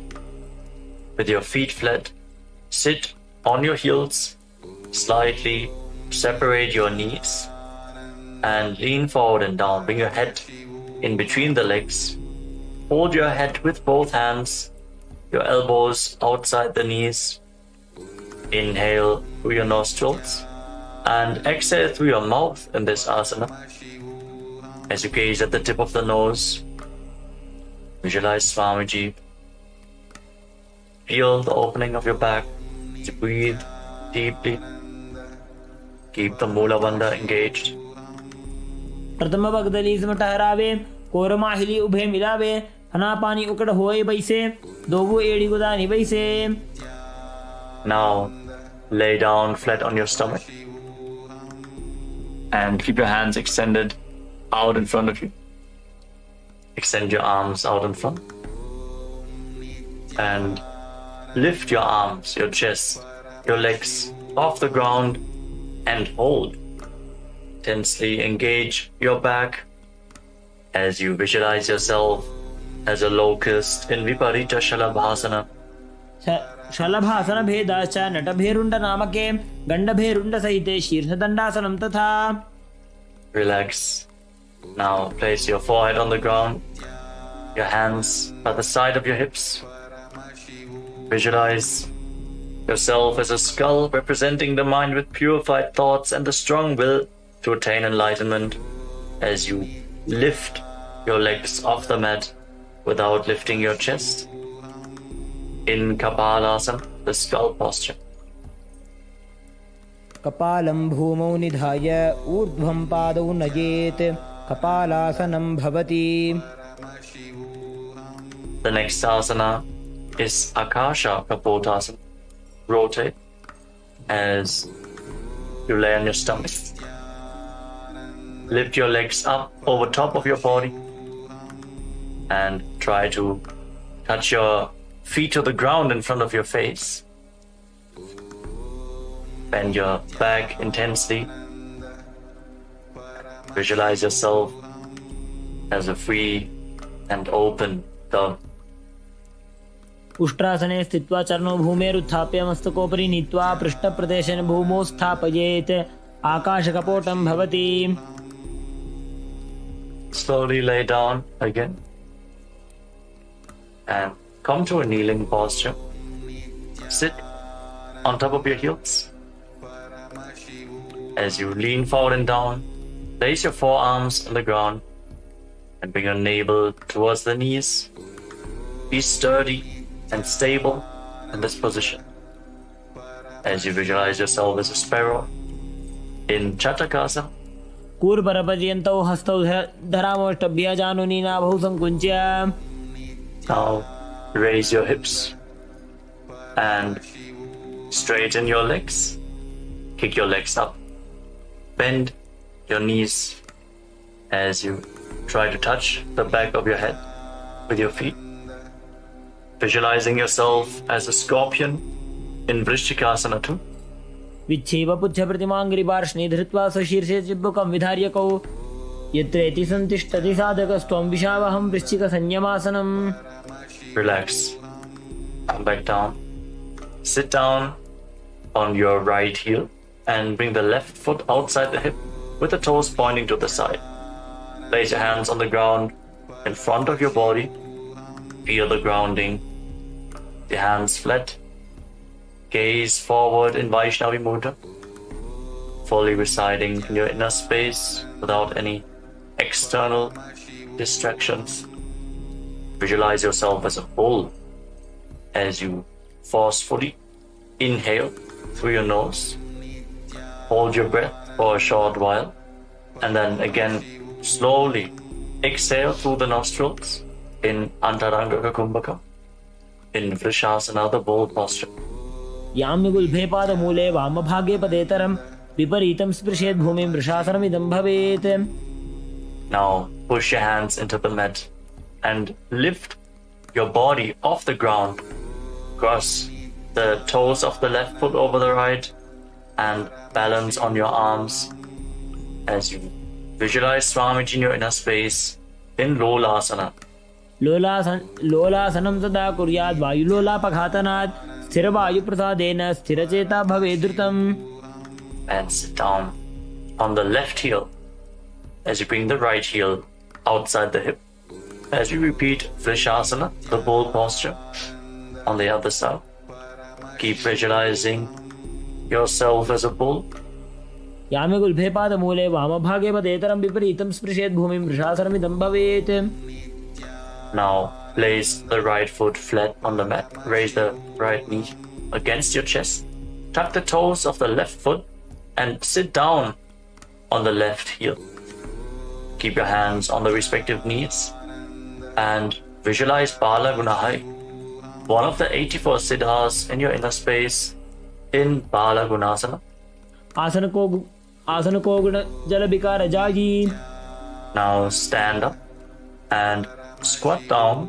Bring your hands through the legs from the inside out and hold on to your ankles from the outside as you squat down as low as you can. पाददये भूमौ संस्थाप्य जानुमध्ये कूर्परौ स्थाप्य हस्ताभ्यां गुल्पप्रदेशो धृत्वा तिष्ठेत् ग्रहासनं भवति. Now repeat Bala Gunasana on the other side. Tuck the toes of the right foot and sit on the right heel. Keep your left knee raised with the foot flat, hands on the respective knees, gaze forward, focused on your inner space as you visualize Bala Gunahai in Bala Gunasana. आसन को गुण जल विकार जागी. Now step both feet in and sit on raised heels. Keep your knees together and place your hands on the knees. If you have weights available, hold on to the weights. To intensify this asana, breathe forcefully through your nose in Utkatasana. पिजोस्ति यत ऊर्वजानो यत्रासने पादतलद्वयोपरि. Now cross your hands behind your back. Hold on to opposite elbows as you visualize Swamiji in your inner space in Vajra Sangarasana. प्रथम पणा पाणी होए जैसे दो वो AD गुदानी वैसे घोड़ा ऊभा राके थीया आड़े वाय पसारे धीर. Engage the perineal floor as you sit on raised heels. And now bring your hands flat on the ground. Step your heels on top of the hands. Squat down all the way. Keep your arms straight as you gaze to the tip of your nose and visualize you are able to consume and live off of air alone in Anilasana. दो हाथ भूमि पर ठाने कहुनी जाड़ी ना भी लगाने फना दो ऐसे विधि करे पिष्टि हथेलियां की परिधरे. Now place the back of your hands on the ground and step your feet on top of your palms. Wrap your hands around the feet like shoes and start walking around on the mat, visualizing that you are wearing padukas, performing a pada yatra all across India in padukasana.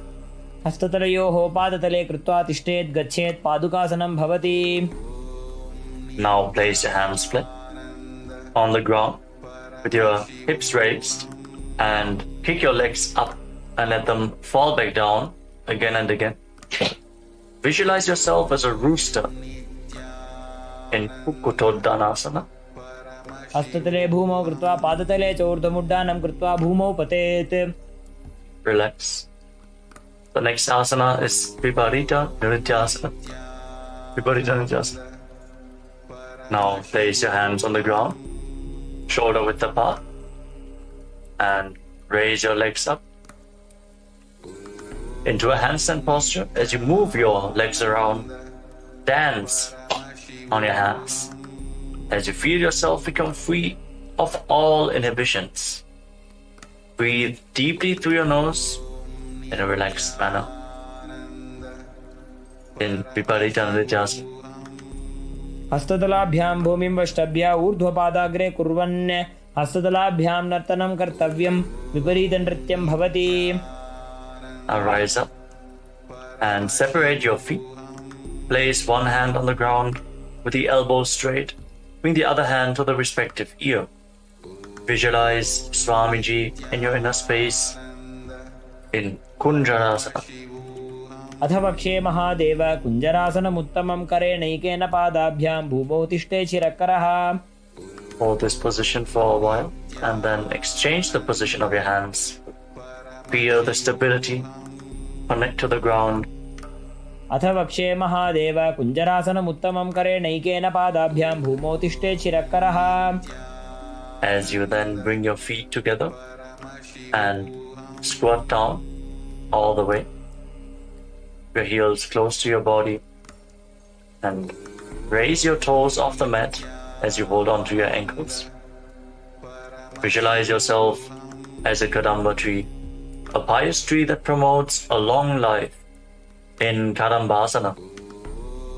पार्श्वभ्यां भूमिं वष्टभ्य हस्तद्वयेन गुल्भौ धृत्वा तिष्ठेत् कदम्ब भवति. Now bring your feet flat on the ground and hold on to opposite knees. Pull your knees in close to your chest. Breathe deeply against your thighs. Feel the stretching, the opening of your back as you extend your chest. Inhale and exhale deeply. Visualize any excess vata releasing, balancing within your system in Paramashivoham. द्वयोस्तु पादयोः पाणिं लात्वा स्वस्वनितम्बके जानुनि वक्षसि साधुर्बभ्रति करबन्धनैः. Now extend your legs forward and bring one leg behind your neck. You can bring the leg behind your neck, don't worry. You can either pull it towards your chest or bring it over your shoulder, cross it over the other thigh. Then bring your hands to the side and lift your body off the ground. Gaze upwards towards your third eye. Hold this position, visualizing yourself as a powerful source of energy in Chakrasana. पूर्वतानं चतुष्पादपीठं वज्रासनं तथा चकोरक्रौञ्च शलभभुजङ्गमपि वृश्चिकम्. Now rest your body down to the ground. Keep one leg extended and hold on to the big toes of your feet in Prana Mudra with index and middle fingers. As you pull the other foot towards your ear as if you're pulling a bowstring back, visualizing yourself as a bow in Dhanurasana. पादाङ्गुष्ठौ तु पाणिभ्यां गृहीत्वा श्रवणावधि. Now bring one leg over top of your shoulder and hook the other foot over top. Lean forward, extend your legs out to the side and balance on your arms as you visualize yourself as a flying crane in Ashtavakrasana. वासिष्ठमथ कौण्डिन्यमूर्धकुक्कुटमेव च अष्टावक्रमथोत्थानं मयूरं सेतुबन्धनम्. Relax. Come back down to the ground and keep one foot flat as you bring the other foot on top of the opposite thigh. The knee raised. Bring your shoulder underneath the raised knee with a hand flat on the ground, the other hand pushing the respective knee to the mat. Gaze towards your third eye and visualize that you are immortal, able to exist slowly from prana and pranasana. एतत् प्रभेदं वक्ष्यामि करोति यस्य चामरः एकपादमुरो बद्ध्वा स्कन्धेऽन्यत्पादरक्षणम्. Now bring the raised foot to the opposite hip and step the other knee over top. Bring your elbow around the raised knee, your hand below, and interlock your fingers around your back. Reach for the other hand behind your back. Gaze up towards your third eye and visualize the master of Hatha Yoga, the great sage Yogi Matsyendranath in Paramashivoham. पार्श्वाभ्यां धृत्यते यास्तु पार्श्वमत्स्येन्द्रमुत्तमम्. Now again, straighten your legs forward. And this time lift the other foot behind your neck, hands by the side, push yourself off the mat as you gaze to your third eye. And visualize yourself as a powerful source of energy in Chakrasana. Hold this position. पूर्वतानं चतुष्पादपीठं वज्रासनं तथा चकोरक्रौञ्चशलभभुजङ्गमपि वृश्चिकम्. Then sit back down on the ground. Now catch a hold of the big toes in Prana Mudra and pull the other foot towards your ear as if you're pulling a bowstring, visualizing your body as a bow in Dhanurasana 2. पादाङ्गुष्ठौ तु पाणिभ्यां गृहीत्वा श्रवणावधि. Now bring the leg over top of your shoulder and hook the opposite foot over top. Lean forward, find balance, lift your body off the ground and extend your legs out to the side, visualizing yourself as a flying crane in Ashtavakrasana on the other side. वासिष्ठमथ कौण्डिन्यमूर्धकुक्कुटमेव च अष्टावक्रमथोत्थानं मयूरं सेतुबन्धनम्. Balance on your arms. Come back down to the ground. Place one foot on the ground with the knee raised and bring the other foot on top of the opposite thigh, your shoulder beneath the raised knee, and gaze through your third eye. Visualizing yourself being immortal, able to live off of prana and pranasana. एतत् प्रभेदं वक्ष्यामि करोति यस्य चामरः एकपादमुरो बद्ध्वा स्कन्धेऽन्यत्पादरक्षणम्. Now bring the raised foot to the opposite hip, the other foot over top of the leg with the knee raised. Bring your arm around the raised knee, the hand below, interlock your fingers behind your back, gaze up towards your third eye, and visualize Sage Matsyendranath in Paramashivoham. पार्श्वाभ्यां धृत्यते यास्तु पार्श्वमत्स्येन्द्रमुत्तमम्. Feel the twist in your spine. Now extend your legs forward. Keep one heel at the perineum and lean forward and down, holding onto the front foot with both hands in Ardha Paschimottanasana. Perform the Jivachala Kumbhaka. Inhale deeply and hold the breath. Move the prana freely within your body. Control the flow of the prana within your system as you visualize Swamiji in your inner space. एकं पादं प्रसार्य एकं पादस्य पार्श्वनासीवनी सम्पीड्य हस्तद्वयेन प्रसारितपादाङ्गुष्ठं धृत्वा जानुपरिमस्तकं न्यसेत् अर्धपश्चिमतानं भवति.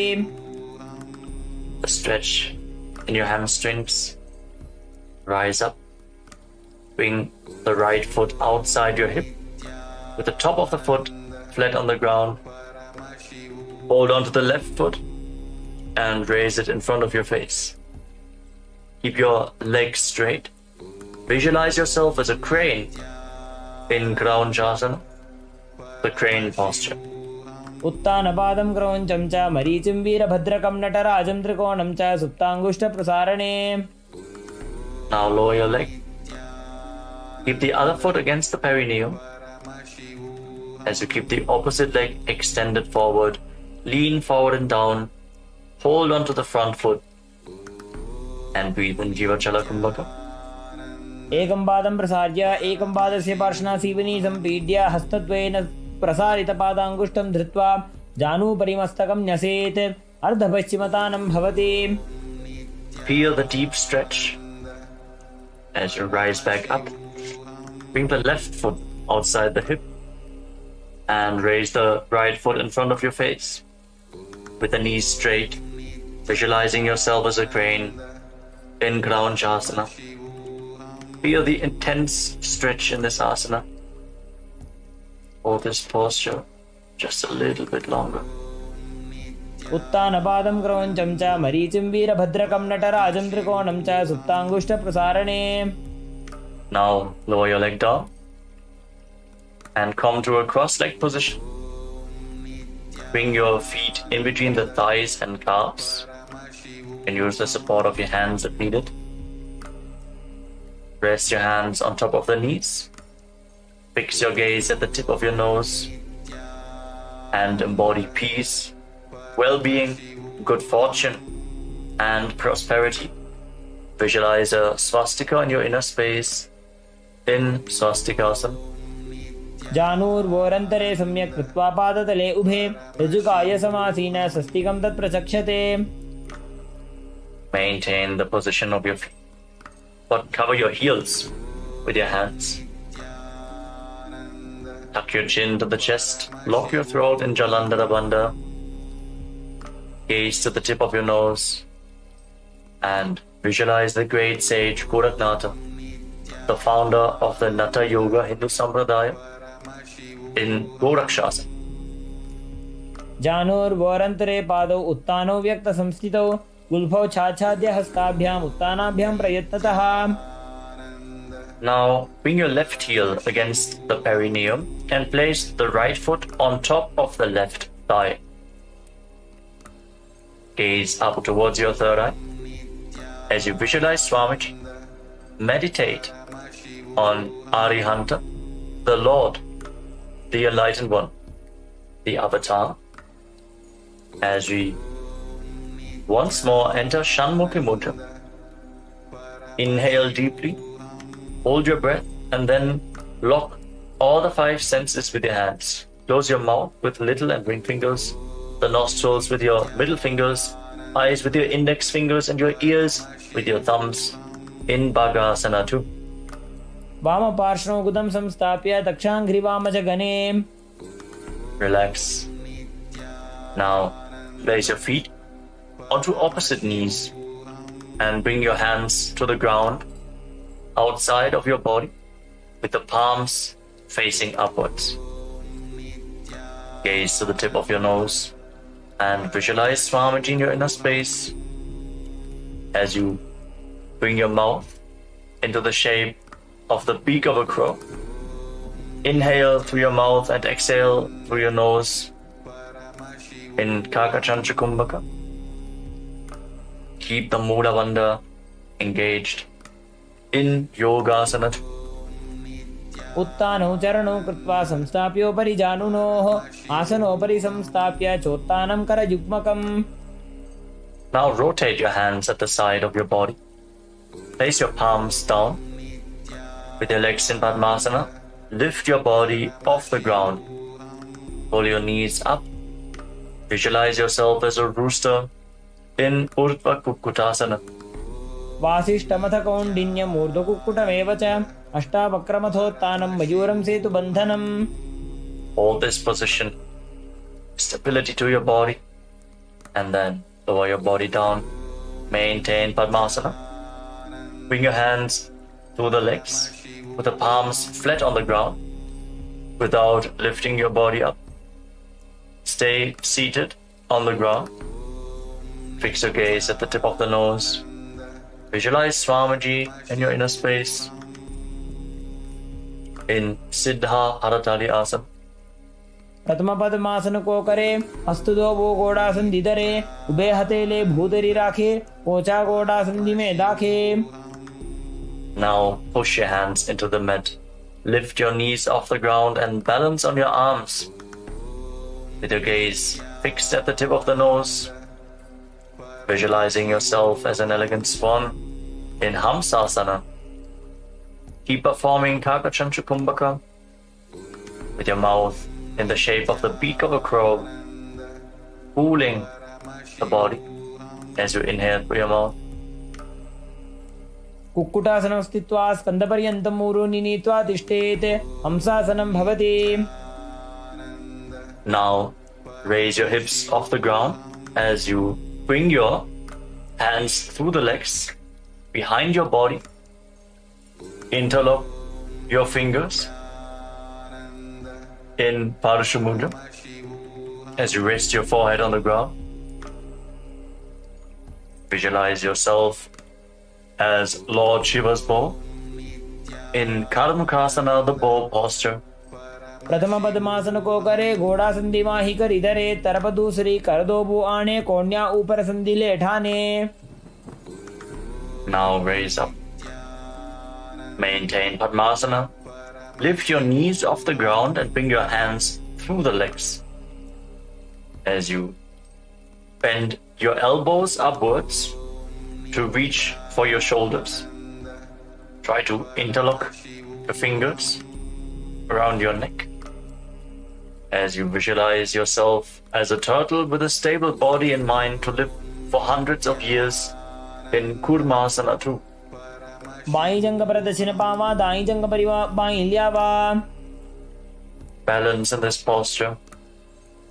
From the same posture now, tuck your chin to the chest and gaze towards the tip of your nose. Lock your throat. Jalandhara Bandha. Feel the intense stretch on your spinal cord as you cut through all the granthis, the knots in your energy channels. In Shiva's secret knot posture, Granthi Bedasana. अथ वक्षे नीलकण्ठ ग्रन्थिभेदासनं शुभं ज्ञात्वा रुद्रो भवे क्षिप्रं सूक्ष्मवायुनिषेवनात्. Now roll onto your back. Keep your hands in the same position and embody a turtle laying on its back as you fix your gaze at the tip of your nose in Uttana Kurmasana. कुक्कुटासनबन्धस्थं कराभ्यां धृतकन्धरं पीठं कूर्मवदुत्तानमेतदुत्तानकूर्मकम्. Now kick your body back up into Padmasana. Bring your hands through the legs. Place one palm on the ground and hold its wrist with the other hand. Push your body off the mat. Balance on one arm. Visualizing yourself as a rooster as you pull your knees up as high as possible in Pangu Kukkutasana. कुक्कुटासने स्थित्वा एकेन हस्तेन अन्यस्य मणिबन्धं धृत्वा. Lower your body down and exchange the position of your hands. Place the other palm flat, hold its wrist, and again lift your body off the ground and balance. Keep visualizing yourself as a rooster. कुक्कुटासने स्थित्वा एकेन हस्तेन अन्यस्य मणिबन्धं धृत्वा. Lower down. And as you maintain the lotus posture, Padmasana, bring your elbows onto your toes. Interlock your fingers in Parashu Mudra. Rest your chin on the fingers and press your thumbs against your throat. As you visualize, you have gone beyond all greed and cowardice in Grudasana. जानोर्वोरन्तरे पादौ उत्तानो व्यक्तसंस्थितौ गुल्फौ छाछाद्य हस्ताभ्याम् उत्तानाभ्यां प्रयत्नतः. Rise up. Now place one hand over top of the other and place your hands in your lap. Gaze towards the tip of your nose. Sit in a meditative space as you perform Mahamudra Bandha. Engage all three bandhas together. Lock the perineum. Pull the stomach in and up. and lock the throat. Lead the Kundalini Shakti up the higher energy centers and hold it there as you visualize Swamiji in your inner space in Padmasana 3. उत्तानो चरणो विधाय विधिवत् शक्तिस्थितो योगिरात्. Now bring your hands flat on top of your knees. Fix your gaze at the tip of the nose. Internally vibrate the Mahavakya Om Nithyananda Paramashivoham as you visualize Paramashiva in your inner space in Padmasana 4. एतत् पद्मासनं कुर्यात् प्राणवायु प्रसिद्धये शुभासनं सदा ध्यायेत् पुरजित्वा पुनः पुनः.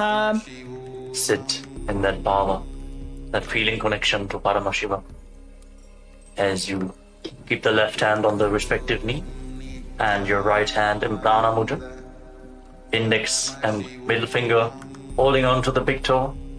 Hold the elbow back as if you're pulling a bowstring. Move the big toe round and round and visualize yourself as Paramashiva's bow. Repeat the movement on the other side as well. In Karmukasana 2. अधान्यासनमावक्ष्ये योगपूरकरक्षणात् कृत्वा पद्मासनं पाद अङ्गुष्ठजङ्घयोस्थितम्. Now bring your feet in closer to your body, sitting in Padmasana. As we get ready for Karmukasana 3. Now cross your arms behind your back. Hold on to the big toes in Prana Mudra. Reach for the opposite feet. As you gaze to the nose, engage all three bandhas. And visualize yourself as Paramashiva's bow in Karmukasana 3. कार्मुकासनमाक्षित्य उदरे पूरयेत् सुखं तदा वायुर्वसो याति कालेन सूक्ष्मवायुना. Maintain this posture. Lift your head and chest as you gaze to the tip of your nose.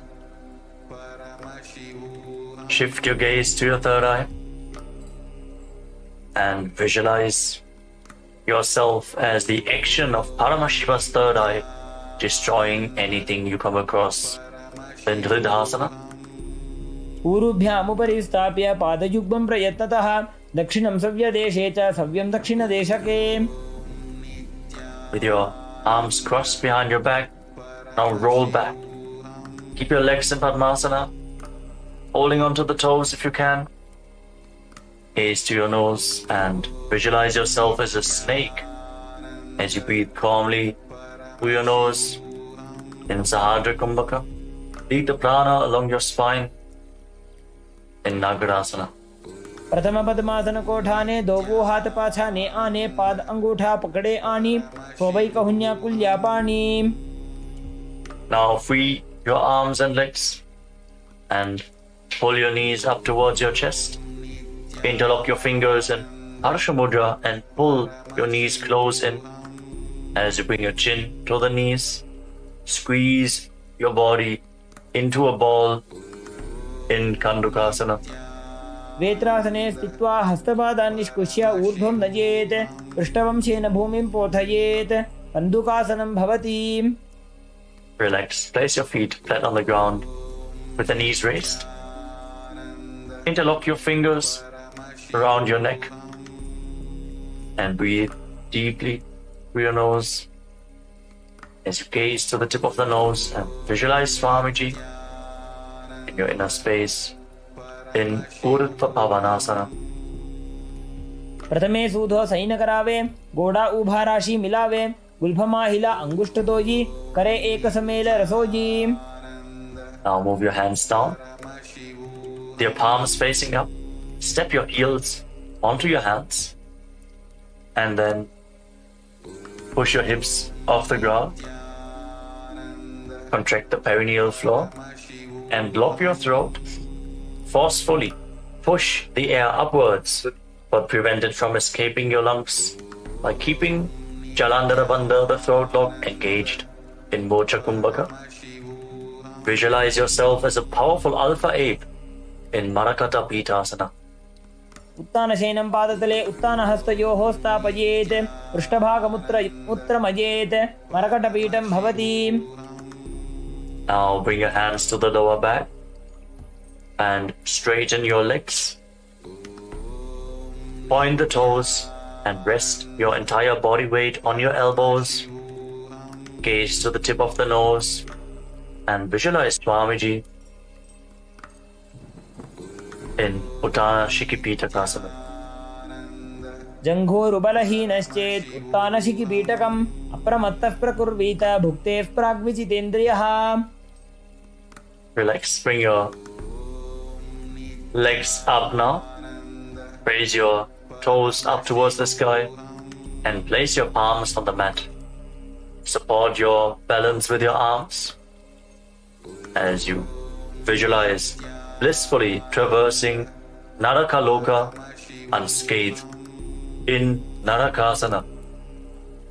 ग्रीवाकण्ठेन भूमिं विष्टम्भा पादाग्रद्वयमूर्धमुत्रयेत् नरकासनं भवति.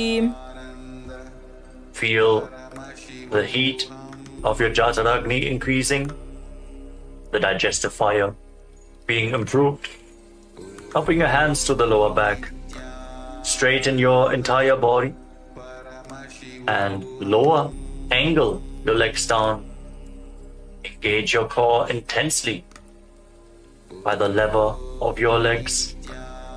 Visualize yourself as a boat crossing the ocean of samsara in Tiryan Naukasana. नौकावत् स्थित्वात् ऊर्ध्वं पादाग्रद्वयं नयेत् तिर्यन् नौकासनं भवति. Now again, bring your legs up. Place your arms flat on the ground. Make your body as straight as a flagpole. Feel the stability as you visualize yourself as the Kailasa flag, respected across all nations in Dvajasana, the flag posture. तिर्यन्नौकावते ग्रीवापृष्ठकूर्परीः भूमिं वष्टभ्य मस्तकलाक्षेण पादाग्रद्वयमूर्ध्वनयेत् ध्वजासनं भवति. Now lower your body down to the mat as we enter the final asana of this sequence, Vriddhasana. Keep your hands at the side of the body with your palms facing up. Relax completely as you pull the Kundalini Shakti up along your spine in Shakti Chalan Mudra, all the way from the Muladhara Chakra to the Sahasrara, from the root of your spine to the top of your head. Leave the body behind as you visualize your body is dead and Swamiji, the Supreme Pontiff of Hinduism, is liberating you. Internally vibrate with the Mahavakya Om Nithyananda Paramashivoham. Feel the energy spreading throughout your body as you sink lower and lower to the ground. Release every bit of tension left in your body. Remove any tiredness from your body. उत्तानं शववद्भूमौ शयनं तु शवासनं शवासनं श्रमहरं चित्तविश्रान्तिकारणम्.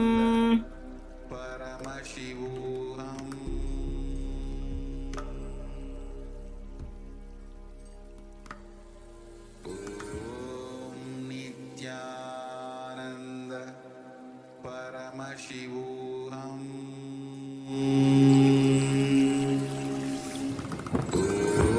Om Nithyananda Paramashivoham.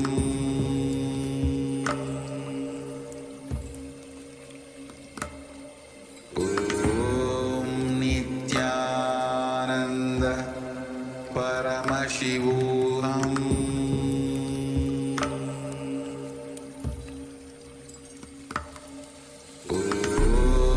Nithyananda Paramashivoham.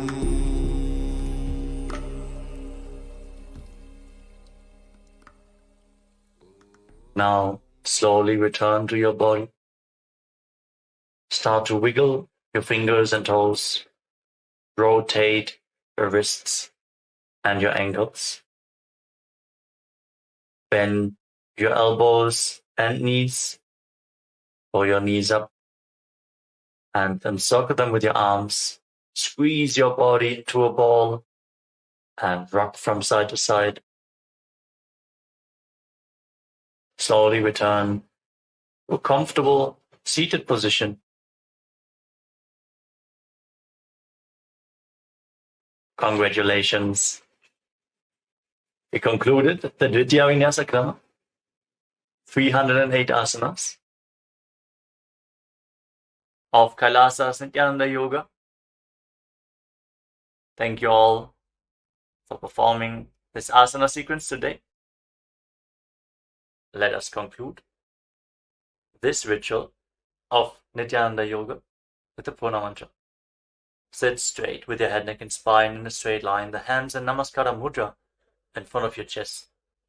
Close your eyes and visualize Swamiji in your inner space as we chant together. ॐ पूर्णमदः पूर्णमिदं पूर्णात् पूर्णमुदच्यते पूर्णस्य पूर्णमादाय पूर्णमेवावशिष्यते ॐ शान्तिः शान्तिः शान्तिः हरिः ॐ तत्सत् सर्वं भगवत् श्रीनित्यानन्द परमशिवपादुकार्पणमस्तु ॐ नित्यानन्दम्.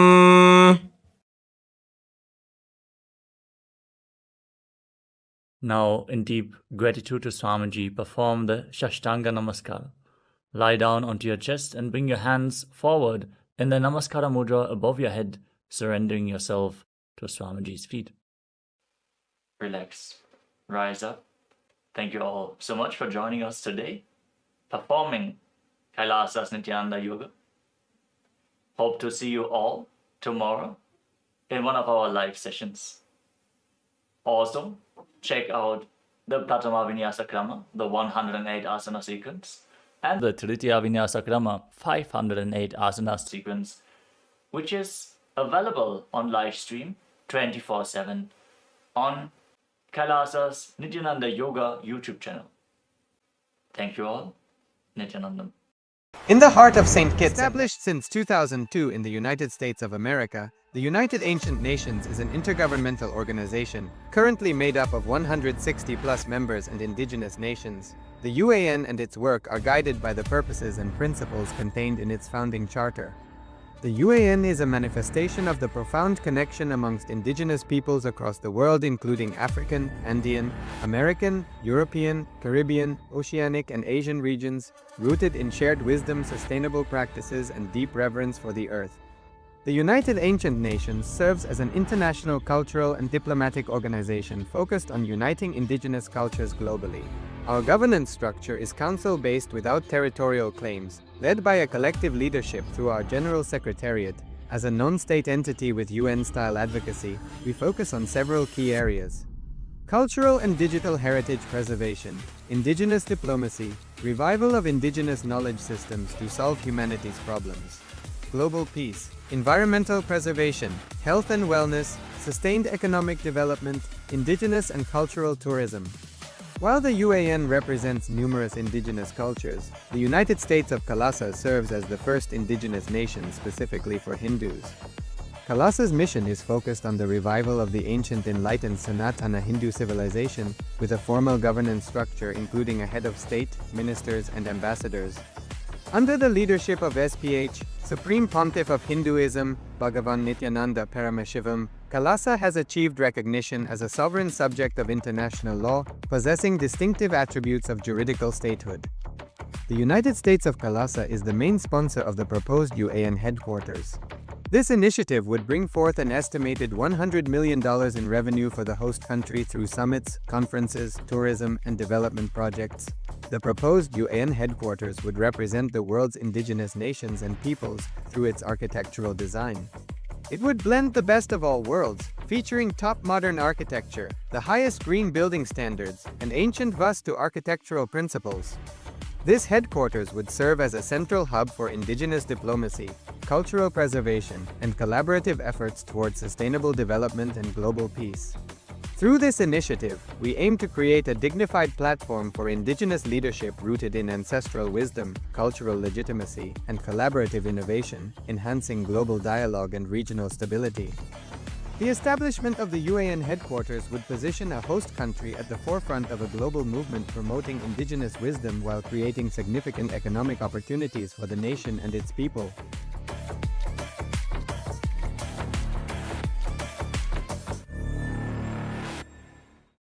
Established since 2002 in the United States of America, the United Ancient Nations is an intergovernmental organization, currently made up of 160+ members and indigenous nations. The UAN and its work are guided by the purposes and principles contained in its founding charter.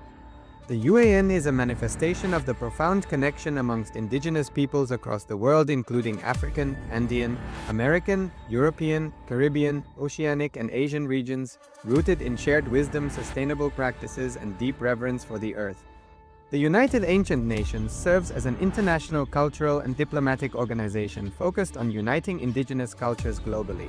Our governance structure is council-based without territorial claims, led by a collective leadership through our General Secretariat.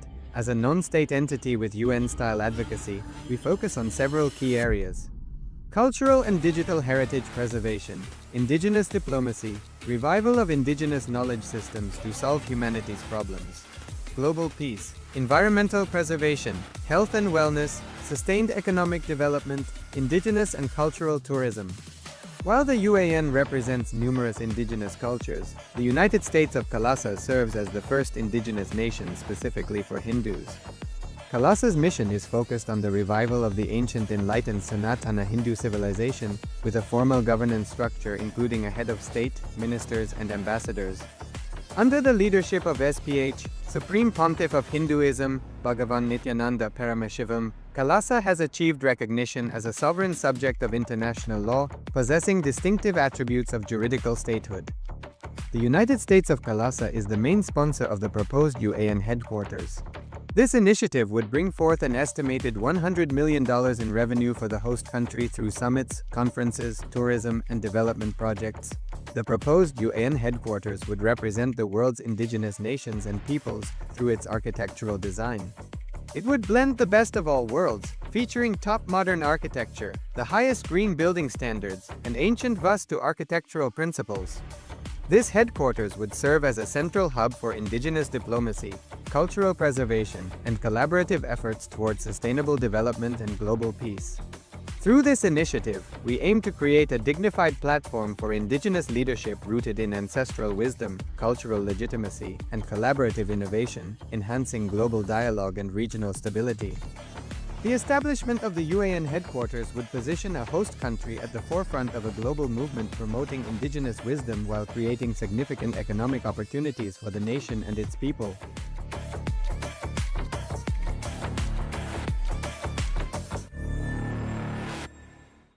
Established since 2002 in the United States of America, the United Ancient Nations is an intergovernmental organization, currently made up of 160+ members and indigenous nations. The UAN and its work are guided by the purposes and principles contained in its founding charter. The UAN is a manifestation of the profound connection amongst indigenous peoples across the world, including African, Andean, American, European, Caribbean, Oceanic, and Asian regions, rooted in shared wisdom, sustainable practices, and deep reverence for the earth. The United Ancient Nations serves as an international cultural and diplomatic organization focused on uniting indigenous cultures globally. Our governance structure is council-based without territorial claims, led by a collective leadership through our General Secretariat.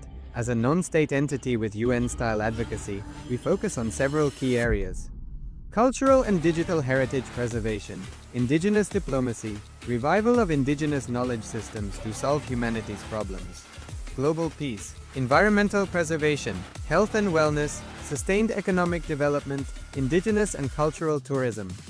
While the UAN represents numerous indigenous cultures, the United States of KAILASA serves as the first indigenous nation specifically for Hindus.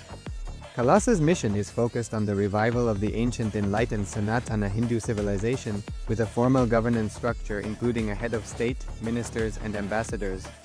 Under the leadership of SPH, Supreme Pontiff of Hinduism, Bhagavan Nithyananda Paramashivoham, KAILASA has achieved recognition as a sovereign subject of international law, possessing distinctive attributes of juridical statehood. The United States of KAILASA is the main sponsor of the proposed UAN headquarters. This initiative would bring forth an estimated $100 million in revenue for the host country through summits, conferences, tourism, and development projects. The proposed UAN headquarters would represent the world's indigenous nations and peoples through its architectural design. It would blend the best of all worlds, featuring top modern architecture, the highest green building standards, and ancient Vastu architectural principles. This headquarters would serve as a central hub for indigenous diplomacy, cultural preservation, and collaborative efforts towards sustainable development and global peace. Through this initiative, we aim to create a dignified platform for indigenous leadership rooted in ancestral wisdom, cultural legitimacy, and collaborative innovation, enhancing global dialogue and regional stability. The establishment of the UAN headquarters would position a host country at the forefront of a global movement promoting indigenous wisdom while creating significant economic opportunities for the nation and its people.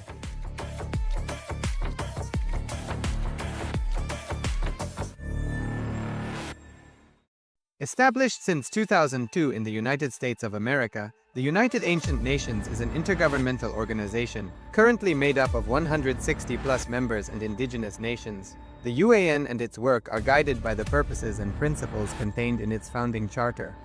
The UAN is a manifestation of the profound connection amongst indigenous peoples across the world, including African, Andean, American, European, Caribbean, Oceanic, and Asian regions, rooted in shared wisdom, sustainable practices, and deep reverence for the earth. The United Ancient Nations serves as an international cultural and diplomatic organization focused on uniting indigenous cultures globally. Our governance structure is council-based without territorial claims, led by a collective leadership through our General Secretariat. As a non-state entity with UN-style advocacy, we focus on several key areas: cultural and digital heritage preservation, indigenous diplomacy, revival of indigenous knowledge systems to solve humanity's problems, global peace, environmental preservation, health and wellness, sustained economic development, indigenous and cultural tourism. While the UAN represents numerous indigenous cultures, the United States of KAILASA serves as the first indigenous nation specifically for Hindus. KAILASA's mission is focused on the revival of the ancient enlightened Sanatana Hindu civilization with a formal governance structure including a head of state, ministers, and ambassadors. Under the leadership of SPH, Supreme Pontiff of Hinduism, Bhagavan Nithyananda Paramashivoham, KAILASA has achieved recognition as a sovereign subject of international law, possessing distinctive attributes of juridical statehood. The United States of KAILASA is the main sponsor of the proposed UAN headquarters. This initiative would bring forth an estimated $100 million in revenue for the host country through summits, conferences, tourism, and development projects. The proposed UAN headquarters would represent the world's indigenous nations and peoples through its architectural design. It would blend the best of all worlds, featuring top modern architecture, the highest green building standards, and ancient Vastu architectural principles. This headquarters would serve as a central hub for indigenous diplomacy, cultural preservation, and collaborative efforts towards sustainable development and global peace. Through this initiative, we aim to create a dignified platform for indigenous leadership rooted in ancestral wisdom, cultural legitimacy, and collaborative innovation, enhancing global dialogue and regional stability.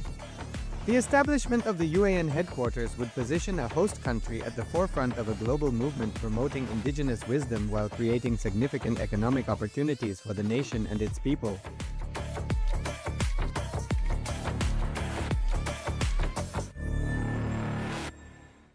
Established since 2002 in the United States of America, the United Ancient Nations is an intergovernmental organization, currently made up of 160+ members and indigenous nations. The UAN and its work are guided by the purposes and principles contained in its founding charter.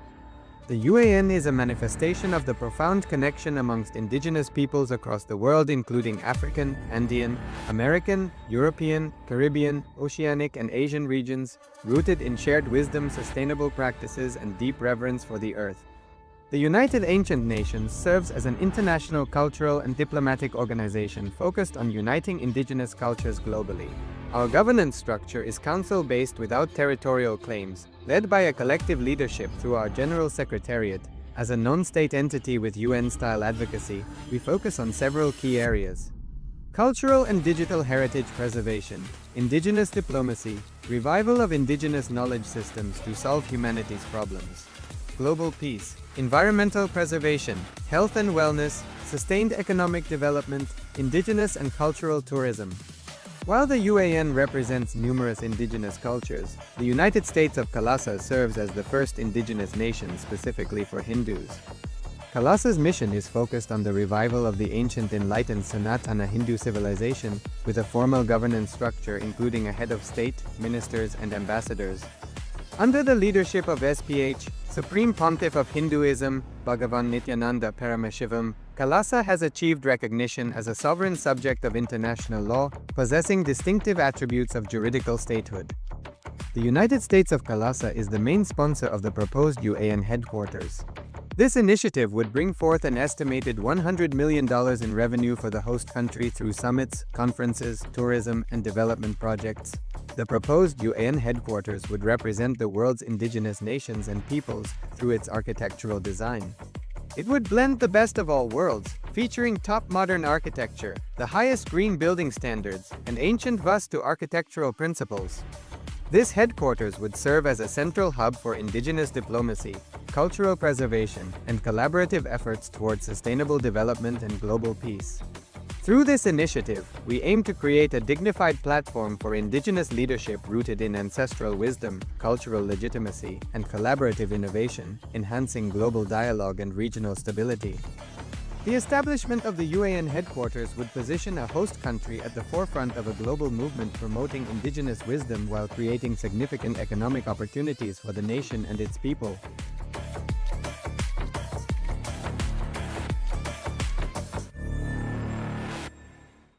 Established since 2002 in the United States of America, the United Ancient Nations is an intergovernmental organization, currently made up of 160+ members and indigenous nations. The UAN and its work are guided by the purposes and principles contained in its founding charter. The UAN is a manifestation of the profound connection amongst indigenous peoples across the world, including African, Andean, American, European, Caribbean, Oceanic, and Asian regions, rooted in shared wisdom, sustainable practices, and deep reverence for the earth. The United Ancient Nations serves as an international cultural and diplomatic organization focused on uniting indigenous cultures globally. Our governance structure is council-based without territorial claims, led by a collective leadership through our General Secretariat.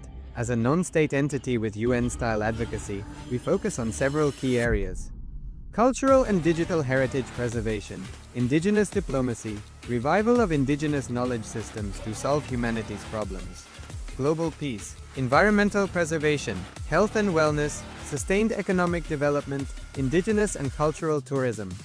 While the UAN represents numerous indigenous cultures, the United States of KAILASA serves as the first indigenous nation specifically for Hindus. KAILASA's mission is focused on the revival of the ancient enlightened Sanatana Hindu civilization, with a formal governance structure including a head of state, ministers, and ambassadors. Under the leadership of SPH, Supreme Pontiff of Hinduism, Bhagavan Nithyananda Paramashivoham, KAILASA has achieved recognition as a sovereign subject of international law, possessing distinctive attributes of juridical statehood. The United States of KAILASA is the main sponsor of the proposed UAN headquarters. This initiative would bring forth an estimated $100 million in revenue for the host country through summits, conferences, tourism, and development projects. The proposed UAN headquarters would represent the world's indigenous nations and peoples through its architectural design. It would blend the best of all worlds, featuring top modern architecture, the highest green building standards, and ancient Vastu architectural principles. This headquarters would serve as a central hub for indigenous diplomacy, cultural preservation, and collaborative efforts towards sustainable development and global peace. Through this initiative, we aim to create a dignified platform for indigenous leadership rooted in ancestral wisdom, cultural legitimacy, and collaborative innovation, enhancing global dialogue and regional stability. The establishment of the UAN headquarters would position a host country at the forefront of a global movement promoting indigenous wisdom while creating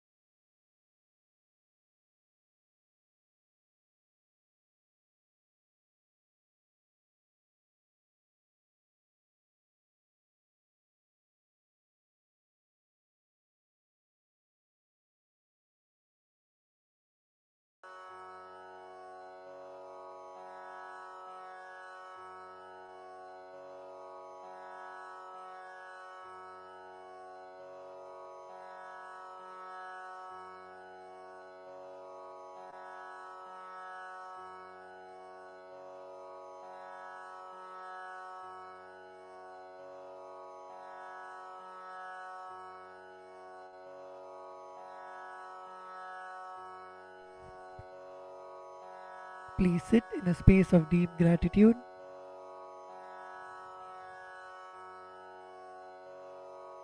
Inhale deeply and exhale.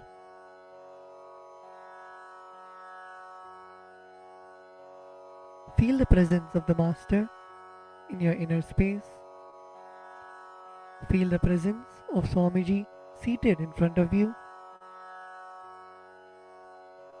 Feel the presence of Swamiji in the Guru Padukas, alive, radiating.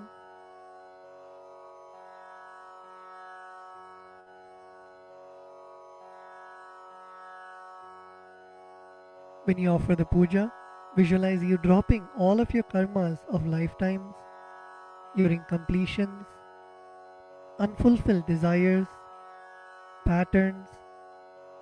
Visualize all of that being liberated by the Guru.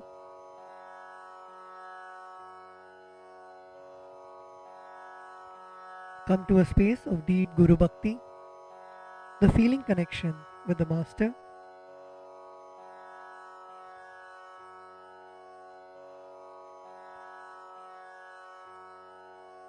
Let us now enter into the Pada Puja. We request all the Pada Puja participants to declare the following with integrity and authenticity. If you agree to this, please say yes loudly. I authentically cognize, which is internally process, understand and declare the truth that the cosmic energy exists. Yes.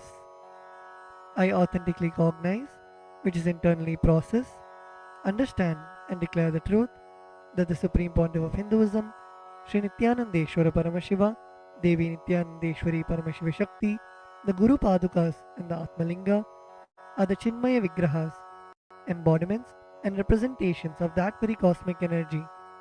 Yes, I authentically cognize, which is internally process, understand and declare the truth that whatever I offer during the Pada Puja and Paramashiva Puja will reach the cosmic source of energy directly. Yes, I authentically cognize, which is internally process, understand and declare the truth of Soham Asmi, that even when I worship, I am Him. Yes.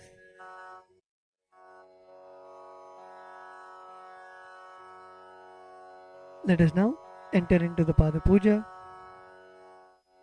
We begin with the Sadguru Vandanam, in which we offer our gratitude to our Guru, our beloved Swamiji. The meaning of the mantra we will now chant is, I surrender to that Sadguru who is the eternal bliss, the bestower of supreme happiness, the one who is the embodiment of wisdom, who is beyond duality, who is omnipresent, to whom the supreme goal is giving the enlightenment experience, who is eternal, pure, and unshakable, who is the silent spectator of all thought processes, who is beyond emotions, and the one who is without the three qualities called Sattva, Rajas, and Tamas. Now please take some flowers in your hands and close your eyes. Place your hands in the Atmanjali Mudra and offer the flowers at Swamiji's Padukas at the end of the mantra. Nithyanandam Paramasukadam Kevalam Jnanamurtim Dvandvatitam Gaganasadrisham Tattvamasyadilaksham Ekam Nityam Vimalamachalam Sarvadhi Sakshibhutam Bhavatitam Trigunarahitam Sadgurum Tam Namami.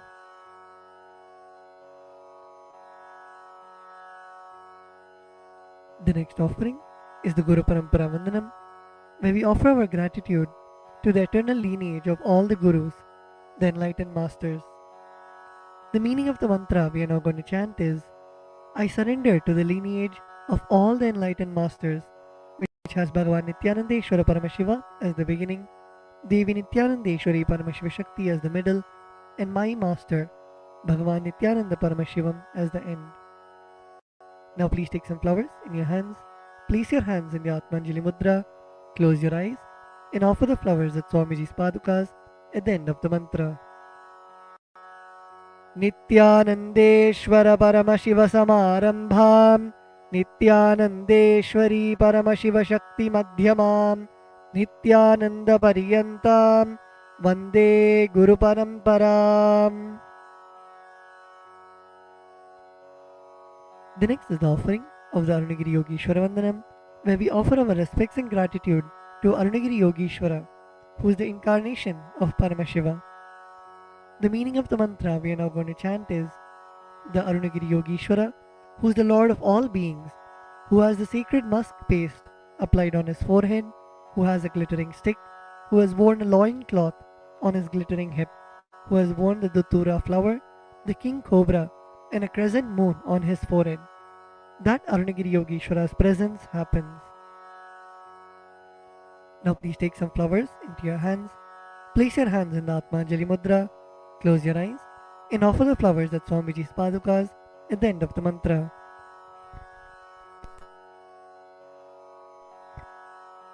Lalate Tripundri Nitilakrita Kasturi Tilakaha Spuranmaladhara Spurita Katikaupi Nasanaha Dadhano Dustaram Shirasi Phanirajam Shashikalam Pradipas Sarvesham Arunagiri Yogi Vijayate. The next is the Tattvachamanam, the ritualistic cleansing of the mouth. Now keeping your right hand in the Gokarna Mudra, pour an udharani of water into your right palm and sip the water from the base of your right palm each time the word Swadha is chanted. Om Atmatattvam Shodhayami Swadha. Om Vidyatattvam Shodhayami Swadha. Om Shivatattvam Shodhayami Swadha. Now at the base of your right hand thumb, wipe your lips twice from the right to the left. Om Ham Mridayaya Namaha. Wash your hands with an udharani of water. With the tips of your right hand index, middle and ring fingers touch above the upper lip and below the lower lip. Wash your hands. With the tips of your right hand index finger and thumb joined together, touch your right nostril and the left nostril. With the tips of your ring finger and thumb joined together, touch your right eye, right ear and left ear. Wash your hands with an udharani of water. With the tips of your little finger and thumb joined together, touch your navel center, the right chest and left chest. With all 5 fingers joined together, touch the top of your head, right shoulder, left shoulder and the heart center. Wash your hands with an udharani of water. The next mantra is Shuklam Varadaram. We chant this mantra invoking the energy of Mahaganapati, the remover of obstacles. The meaning of the mantra we are now going to chant is, I meditate upon the Lord Ganesha, who is clad in white garments, who is all-pervading, who is as bright-colored as the moon, who has a smiling, pleasant face, having 4 shoulders and hands, and who is the remover and pacifier of all obstacles. Now please take the akshata, the turmeric mixed rice in your hands, and a flower in your right hand. Keeping both your hands as fists, tap the sides of your forehead along with the mantra. Shuklam Baradharam Vishnum Shashivarnam Chaturbhujam Prasannavadanam Dhyayet Sarva Vignopashantage. The next is the pranayama, the regulation of the prana, the life energy. Now keeping the akshata in your right hand, open your little finger, ring finger and your thumb. Inhale through the left nostril while closing your right nostril. Hold your breath for as long as possible and exhale through your right nostril by moving your thumb away. And chant the Samhita mantras while you perform the inhalation, retention and exhalation. Om Hom Ishanamurdhaya Namaha, Om Him Tatpurushavatraya Namaha, Om Hum Bhagorhridaya Namaha, Om Him Mamdevuhyaya Namaha, Om Hum Satyojatmurteye Namaha, Om Ham Mridaya Namaha, Om Him Shirse Namaha, Om Hum Shikaye Namaha, Om Him Kavachaya Namaha, Om Hum Netrebhyo Namaha, Om Hastraya Namaha, Om Hom Ishanamurdhaya Namaha, Om Him Tatpurushavatraya Namaha, Om Hum Bhagorhridaya Namaha, Om Him Mamdevuhyaya Namaha, Om Hum Satyojatmurteye Namaha, Om Ham Mridaya Namaha, Om Him Shirse Namaha, Om Hum Shikaye Namaha, Om Him Kavachaya Namaha, Om Hum Netrebhyo Namaha, Om Hastraya Namaha, Om Hom Ishanamurdhaya Namaha, Om Him Tatpurushavatraya Namaha, Om Hum Bhagorhridaya Namaha, Om Him Mamdevuhyaya Namaha, Om Hum Satyojatmurteye Namaha, Om Ham Mridaya Namaha, Om Him Shirase Namaha, Om Hum Shikaye Namaha, Om Him Kavachaya Namaha, Om Hum Netrebhyo Namaha, Om Hastraya Namaha.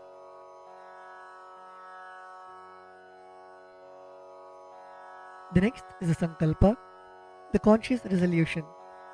When you make a conscious resolution in the presence of the Master, the power of the Master's presence itself will simply manifest it as reality. Please close your eyes.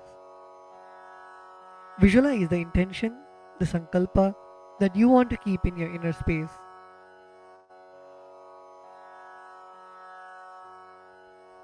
Visualize your feeling connection with the Master. Visualize anything that you want to happen as reality.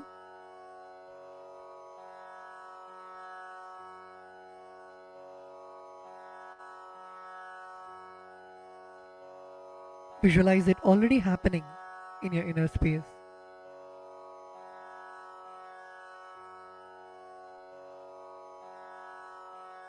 Now with this intention,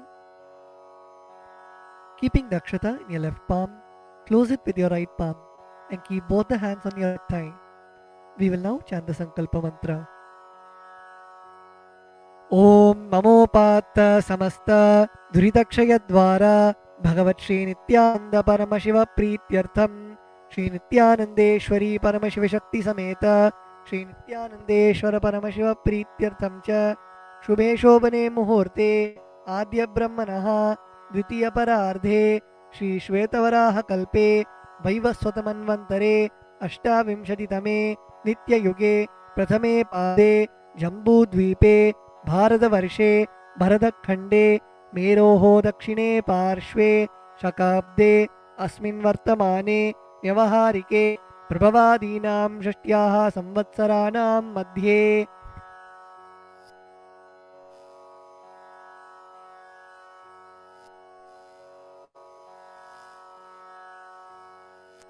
Vishwavasu Nama Samvatsare Dakshinayane Lakshmi Venkateshwar Rito Simhamase Krishna Pakshe Amavasyam Shubhadito Sthiravasari Yuktayam Maghanakshatra Parigayoga Kimstugna Karana Evam Gunavisheshana Vishishtayam Asyam Shubhadito Shri Kailasonnata Dvadashanta Shyamala Pitharudha Shri Meenakshi Sundareshwara Bhinna Swarupa Parashivaputra Ratna Kumara Gurumanya Tulyavatara Shri Parvati Sthanyapana Labda Divya Jnana Vishruta Sakala Nigama Kamasara Bhuta Dravida Veda Pravaktre Srimat Paramashiva Karuna Samadikata Mukta Maya Chadurashrayana Giyamana Chatra Chamara Shri Chinna Kahaladi समस्त बिरडावल्यलङ्कृत ज्ञानविज्ञानचक्रवर्ती सर्वजनसङ्ग सद्यो निर्वाण दीक्षा व्यापवर्गवर्ष विश्रानजीमूत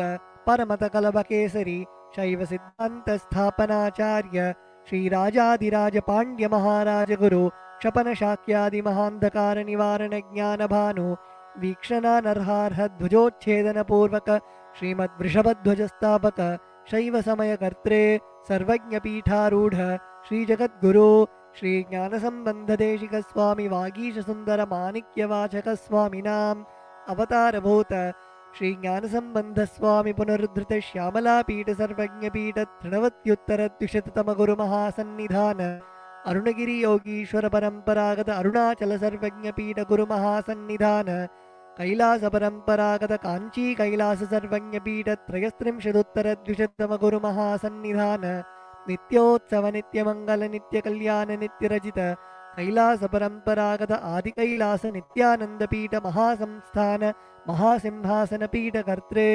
साक्षात् श्री परमशिव समुद्भूत कैलास परंपरागत वैवस्वतमनु इक्ष्वाकु हरिश्चंद्र भगीरथ श्रीरामचंद्र शूरसेन इत्याद्यनवच्छिन्न सार्वभौम चक्रवर्ती परंपरागत चतुष्षष्टि योगिनी मंडित चतुष्षष्टि संप्रदाय प्रवर्तक मनुधर्मासन सूर्यवंश प्राप्त सर्वज्ञ पीठ सुरांगी साम्राज्य मूर्धाभिषिक्त चूड़ामणि साक्षात् श्री परमशिव समुद्भूत कपिल महागुरु पुनरुद्धृत महानिर्वाणि पीठ अष्टोत्तर सहस्र श्री महामंडलेश्वर साक्षात् श्री परमशिव समुद्भूत श्री महागणपति समारंभ अनवच्छिन्न पीठाधीश्वर गुरु परंपरा प्राप्त अटल पीठ अष्टोत्तर सहस्र श्री अटल पीठाधीश्वर धर्म मुक्ति स्वर्गपुर स्वर्णपीठ त्रयोविंश गुरु महानिधान कैलास परंपरागत आदिपीठ सर्वज्ञ पीठ जगद्गुरु श्री कैलास पुनरुद्धारक श्री कैलास परमाचार्य श्रीमत् परमहंस परिव्राजकाचार्य वर्य सच्चिदानंद प्रणव स्वरूप श्रोत्रिय ब्रह्मनिष्ठ श्रीमद् जगद्गुरु श्रील श्री भगवत श्री नित्यानंद ब्रह्मशिव श्री ज्ञान संबंध देशिक परमाचार्य स्वामिनां प्रीत्यर्थम तेषां पादारविन्दयोः भक्ति सिद्ध्यर्थम गुरुकृपा कटाक्ष सिद्ध्यर्थम क्षेम स्थैर्य वीर्य विजय आयुरारोग्य ऐश्वर्यानाम् अभिवृद्ध्यर्थम धर्मार्थ काम मोक्ष चतुर्विध फलपुरुषार्थ सिद्ध्यर्थम समस्त दुरितोपशान्त्यर्थम समस्त मंगलावाप्त्यर्थम भगवत् श्री नित्यानंद परमशिव प्रसादेन सकुटुम्बस्य ज्ञानवैराग्य जीवन मुक्ति प्राप्त्यर्थम श्री नित्यानंदेश्वरी परमशिव शक्ति समेत श्री नित्यानंदेश्वर परमशिव अवतारभूत श्री सर्वदेव देवी स्वरूप भगवत् श्री नित्यानंद परमशिव प्रत्यक्ष पाद पूजां करिष्ये श्री नित्यानंदेश्वरी परमशिव शक्ति समेत श्री नित्यानंदेश्वर परमशिव पूजां च करिष्ये ओम अपौपस्पृश्य wash your hands with an udrani of water. The next is the Ghantanada. Now please take the bell in your left hand and hold it above your heart center and ring the bell as you chant the following mantra. Om Agamarthantu Devanam Gamanarthantu Rakshasam Ghantanadam Karomyado Devata Hwanalanchanam Ghanta Devatabhyo Namaha.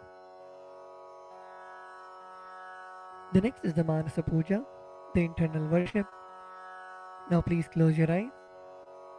Visualize the meaning of the mantra in your inner space.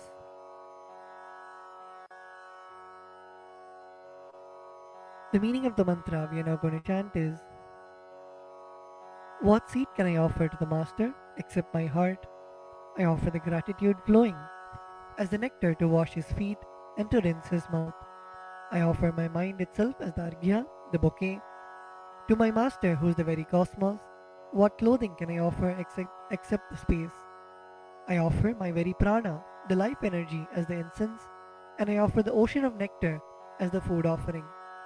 The principle of unstruck perennial sound is to be offered as the bell, the air as the chamara, the fan, the sahasrara as the umbrella, the principle of sound as the music, and the actions of the senses and the vagaries of the mind as the dance. I offer all the 7 chakras along with the Shushumna Nadi as a flower garland. The different kinds of flowers with which the Guru should be worshipped are the guilelessness, freedom from the ego, freedom from suffering when your desires are not fulfilled, freedom from arrogance, freedom from ignorance, freedom from deceit, freedom from hatred, freedom from agitation, freedom from jealousy and greed. And the Guru should also be worshipped with the flowers of non-violence, mastery over the senses, compassion, forgiveness, and enlightenment. Now please take some flowers in your hands and place your hands in the Kurma Mudra. Close your eyes and offer the flowers at Swamiji's Padukas at the end of the mantra. Requesting all the participants to look at the Acharya and perform the Kurma Mudra.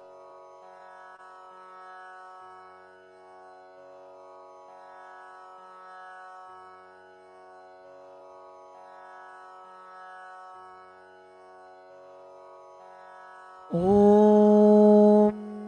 हृत्पद्ममासनं दद्यात् सहस्रारच्युतामृतैः पाद्यं शरणयोर्दद्यात् मनस्तु अर्घ्यं निवेदयेत् तेन अमृतेन आचमनीयं स्नानीयं तेन च स्मृतम् आकाशतत्त्वं वस्त्रं स्यात् गन्धः स्यात् गन्धतत्त्वकम् चित्तं प्रकल्पयेत् पुष्पं धूपं प्राणान् प्रकल्पयेत् तेजस्तत्त्वं च दीपार्थं नैवेद्यं स्यात् सुधाम्बुधिः अनाहतध्वनिर्घण्टा वायुतत्त्वं च चामरं सहस्रारं भवेत् छत्रं शब्दतत्त्वं च गीतकं नृत्यमिन्द्रियकर्माणि चाञ्चल्यं मनसस्तथा सुमेखलां पद्ममालां पुष्पं नानाविधं तथा अमायाद्यैर्भावपुष्पैः अर्चयेद्भावगोचरम् अमायम् अनहङ्कारम् अरागम् अमदं तथा अमोहकम् अदम्भं च अद्वेषाक्षोभकौ तथा अमात्सर्यम् अलोभं च दशपुष्पं विदुर्बुधाः अहिंसा परमं पुष्पं पुष्पमिन्द्रियनिग्रहः दयापुष्पं क्षमापुष्पं ज्ञानपुष्पं च पञ्चमम् इति पञ्चदशैर्भावपुष्पैः सम्पूजयेत् भगवन्तं श्रीनित्यानन्दपरमशिवम्.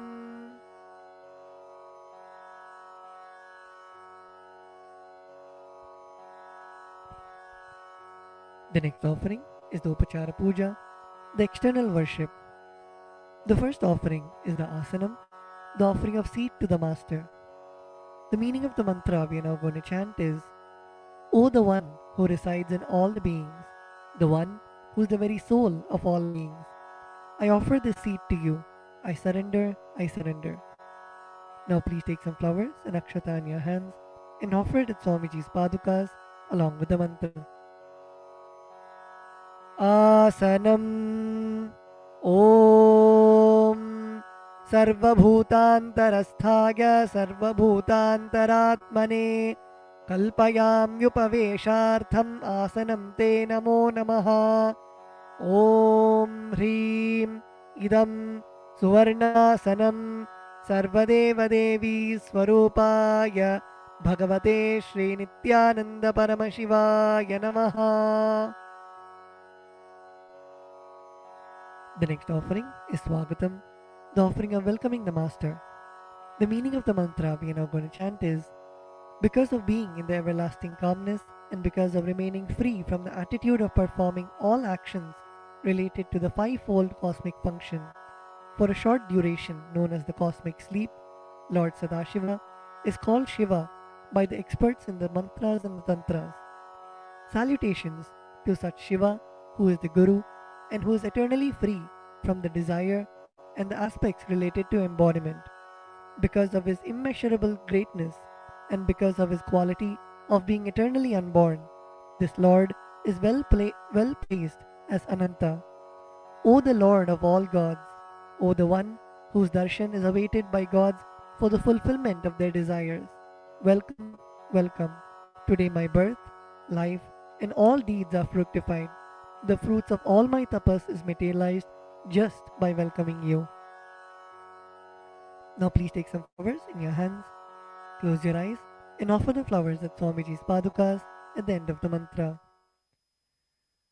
Swagatam Om Shantatvat Sarvakartritvat Bhavo Paratikaranat Shiva Ukto Mahatantra Mantra Vidbhis Sada Shivaha Tasmai Shivaya Gurave Vitaragakalaya Vai Ameyatvat Anantoyam Majatva Cha Prakirtitaha Yasya Darshanamichanti Deva Swabhishta Siddhaye तस्मै ते परमेशान स्वागतं स्वागतं प्रभो अद्य मे सफलं जन्म जीवनं सफला क्रियाः स्वागतं यत्त्वया तन्मे तपसां फलमागतम् ॐ ह्रीं सर्वदेवदेवी स्वरूप भगवत् श्री नित्यानंद परमशिव स्वागतं सुस्वागतं ते.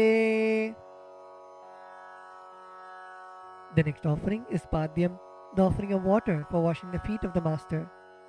The meaning of the mantra we are now going to chant is, I offer Padyam, that is the water for washing the feet of the Supreme God, the very devotion on whom brings about the ultimate bliss. Now please take the udharani of water in your hands and offer it at Swamiji's padukas along with the mantra. Padyam Om यद्भक्तिलेश संपर्कात् परमानंद संप्लवः तस्मै ते परमेशान पाद्यं शुद्धाय कल्पये. ॐ ह्रीं एतत्पाद्यं सर्वदेवदेवी स्वरूपाय भगवते श्री नित्यानंद परमशिवाय नमः. The next offering is Arghya, the offering of the traditional bouquet. The meaning of the mantra we are now going to chant is, O Maheshwara, please accept this arghya, this offering of the traditional bouquet, with water to welcome the guest, made of dhruva grass, a bilva leaf, a flower and a rice pellet, and kept in a beautiful conch. Now please take the conch in your hands and offer the arghya at Swamiji's padukas along with the mantra. Arghyaha Om दूर्वाक्षतसमायुक्तं बिल्वपत्रं तथा परं शोभनं शङ्खपात्रस्तं गृहाणार्घ्यं महेश्वर. ॐ ह्रीं एषो अर्घ्यः सर्वदेवदेवी स्वरूपाय भगवते श्री नित्यानंद परमशिवाय स्वाहा. The next offering is Achmaniyam, the offering of water for mouthwash. The meaning of the mantra we are now going to chant is, please accept this auspicious and sin-removing Ganga water offered by me as Achamaniyam, that is the water for mouthwash, offered by me with devotion to you. Now please take an udharani of water in your hand and offer it at Swamiji's padukas along with the mantra. Achamaniyam Om Mandakinyastu Yadvari Sarvapapaharam Shubham गृहाणाचमनीयं त्वं मया भक्त्या निवेदितम्. ॐ ह्रीं इदम् आचमनीयोदकं सर्वदेवदेवी स्वरूपाय भगवते श्री नित्यानंद परमशिवाय स्वधा. The next offering is Madhuparka, the offering of the nectarine drink. The meaning of the mantra we are now going to chant is, for the destruction of all negativities, I offer this Madhuparka, this drink which is full of nectar. Be pleased towards me, O Lord. Now please take the Madhuparka in your hands and offer it at Swamiji's padukas along with the mantra. Madhuparkaha Om Sarvakalmashanashaya Paripurna Sudhatmakam Madhuparkamimam Deva Kalpayami Prasidame. Om Hrim Esha Madhuparkaha सर्वदेवदेवी स्वरूपाय भगवते श्री नित्यानंद परमशिवाय स्वधा. The next offering is Gandhate to you, O healer of all the worlds. You are the purest among all the worlds. Now please take the Gandhatailam, the scented oil in your hands. Om स्नेहं गृहाण स्नेहेन लोकानां हितकारक सर्वलोकेषु शुद्धस्त्वं ददामि स्नेहमुत्तमम् ॐ ह्रीं इदं गन्धतैलं सर्वदेवदेवी स्वरूपाय भगवते श्रीनित्यानन्दपरमशिवाय निवेदयामि. The next offering is Naniyam, the offering of water for the sacred bath. The meaning of the mantra we are now going to chant is, please accept this cool, pure and clear water which is capable of seizing my mind for your sacred bath offered by me with devotion to you. Now please take an udharni of water in your hands and offer it at Swamiji's padukas along with the mantra as ring the bell as you do so. Snaniyam Om Idam Shushitalam Vari Shvacham Shuddham Manoharam Snanartham Te Maya Bhaktya Kalpitam Pratirihyatam Om Hrim Idam Snaniyodakam Sarvadevadevi Swarupaya Bhagavate Shri Nithyananda Paramashivaya Nivedayami. The next offering is Vastram, the offering of the sacred cloth. We will now be repeating the meaning of the mantras and the mantras together, requesting all the participants to please sit straight. Sit with your head, neck and spine in a straight line. And when you chant, chant from your stomach as loudly as you can.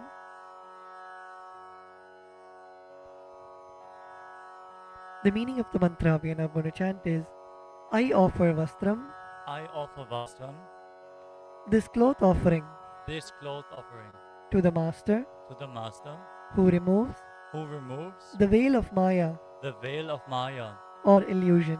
or illusion, The Master the Master, who is the true who is the true light of enlightenment, light of enlightenment, who does not have a veil of Maya a veil of Maya, and has and has the very space the very space as the dress. as the dress. Now please take the offering of clothes in your hands and offer it at Swamiji's padukas along with the mantra. Vastram Vastram Om Om Maya Maya Chitra Chitra Patachanna Padhachanna Nija Nija Guhyo Kuhyo Rutejase Rutejase Niravarana Niravarana Vijnaya Vijnaya Vasaste Vasaste Kalpayamyaham Kalpayamyaham Om Om Hrim Hrim Idam Idam Vastrottariyam Vastrotarayam Sarvadeva Devi Sarvadeva Devi Swarupaya Swarupaya Bhagavate Bhagavate Shri Nithyananda Shri Nithyananda Paramashivaya Paramashivaya Nivedayami. Nivedayami. The next offering is Abharanam, the offering of the sacred jewelry. The meaning of the mantra we are now going to chant is, I offer I offer this golden ornament this golden ornament to you, Master, to you, Master, who, who by the very nature, by the very nature has has a very a very gracefully gracefully beautiful body, beautiful body, and who is the repository of all powers. of all powers. May you be pleased. May you be pleased. Now please take the jewelry in your hands and offer it at Swamiji's padukas along with the mantra. Abharanam Abharanam Om Om Swabhava Swabhava Sundarangaya Sundarangaya Nana Nana Shaktya Shaktya Shrayayate Shrayayate Suvarnam Suvarnam Bhushanam. Bhushanam. Tubhyam Tubhyam kalpayami kalpayami prasidame prasidame Om Om Hrim Hrim Idam Idam Suvarnabharanam Suvarnabharanam Sarvadeva Devi Sarvadeva Devi Swarupaya Swarupaya Bhagavate Bhagavate Shri Nithyananda Shri Nithyananda Paramashivaya Paramashivaya Nivedayami. Nivedayami. The next offering is Gandha, the offering of the sandalwood paste. The meaning of the mantra we are now going to chant is I neither know I neither know what your body is, what your body is, nor do I know nor do I know what your actions are. what your actions are. Please accept Please accept and smear this and smear this sandalwood paste sandalwood paste offered by me. offered by me. Now please take the sandalwood paste in your hands and offer it at Swamiji's padukas along with the mantra. Gandhaha Gandaha Om Om Shariram Shariram Tena Janami Tena Janami Cheshtam Cheshtam Naivacha Naivacha Naivacha Naivacha Maya Niveditan Maya Niveditan Gandhan Gandhan Pratigrihya Pratigrihya Vilipyatam Vilipyatam Om Om Hrim Hrim Esha Gandhaha Esha Gandaha Sarvadeva Devi Sarvadeva Devi Swarupaya Swarupaya Bhagavate Bhagavate Shri Nithyananda Shri Nithyananda Paramashivaya Namaha. Paramashivaya Namaha. The next offering is Pushpam, the offering of the fragrant flowers. The meaning of the mantra we are now going to chant is please accept Please accept these blissfully these blissfully fragrant fragrant different kinds of flowers different kinds of flowers which are taken which are taken from the forest of Turiya, from the forest of Turiya, that is, the space of the space of ultimate restful awareness. ultimate restful awareness. Now please take some flowers, smeared with sandalwood paste in your hands, and offer the flowers at Swamiji's padukas along with the mantra. Pushpam Pushpam Om Om Turiyavana Turiyavana Sampannam Sampannam Nana Nana Gunamanoharam Gunamanoharam Ananda Ananda Saurabham Saurabham Pushpam Pushpam Grihyatam Grihyatam Idamuttamam Idamuttamam Om Om Hrim Hrim Etani Etani Sachandana Pushpani Sachandana Pushpani Sarvadeva Devi Sarvadeva Devi Swarupaya Swarupaya Bhagavate Bhagavate Shri Nithyananda Shri Nithyananda Paramashivaya Vaushate. Paramashivaya Vaushat. The next offering is Bilva Patram, the offering of the Bilva leaves. The meaning of the mantra we are now going to chant is I offer you, I offer you, O God of all gods, O God of all gods, this holy Bilva leaf this holy Bilva leaf, in which dwells in which dwells the goddess of richness, the goddess of richness, and which is and which is so much loved so much loved by Lord Shiva. by Lord Shiva. Now please take the Bilva leaf smeared with sandalwood paste in your hands and offer it at Swamiji's padukas along with the mantra. Bilvapatram. Bilvapatram.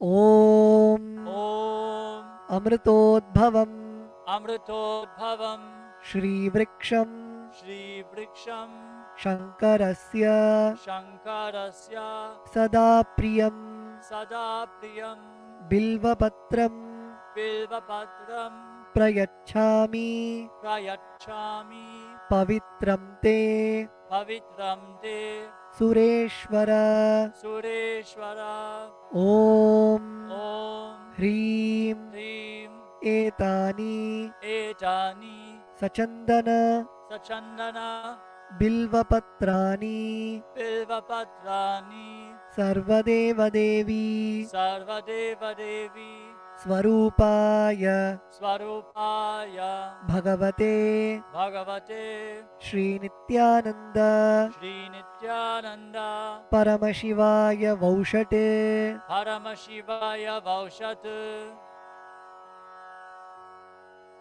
The next offering is Tulasi Patram, the offering of the Tulsi leaves. The meaning of the mantra we are now going to chant is: let this offering Let this offering of Tulsi leaf of Tulasi leaf be unto the be unto the Supreme Soul Supreme Soul who has who has unlimited forms unlimited forms and who is and who is the bestower the bestower of all boons. of all boons. Now please take the Tulsi leaf smeared with sandalwood paste in your hands and offer it at Swamiji's padukas along with the mantra. Tulasi Patram Tulasi Patram Om Om Namaste Namaste Bahurupaya Bahurupaya Varadamurtage Varadamurtaye Paramatmane Paramatmane Swaha Swaha Om Om Hrim Hrim Idam Idam Sachandana Sachandana Tulasi Patram Tulasi Patram Sarvadeva Devi Sarvadeva Devi Swarupaya Swarupaya Bhagavate Bhagavate Shri Nithyananda Shri Nithyananda Paramashivaya Namaha. Paramashivaya Namaha.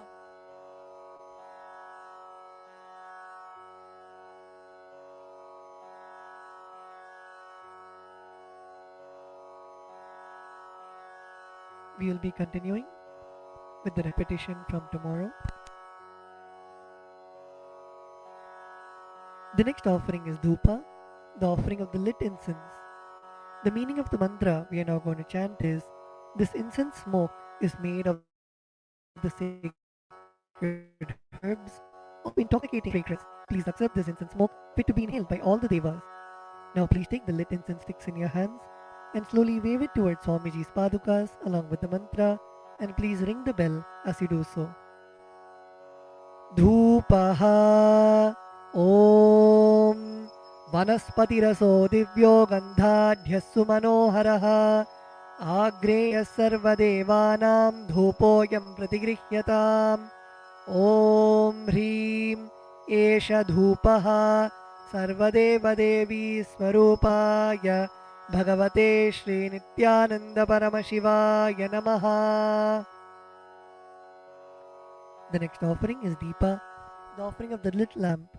The meaning of the mantra we are now going to chant is: please accept this light of inner and outer worlds, which is very bright and removes darkness from everywhere. Now please take the lit lamp in your hands and slowly wave it towards Swamiji's padukas along with the mantra, and please ring the bell as you do so.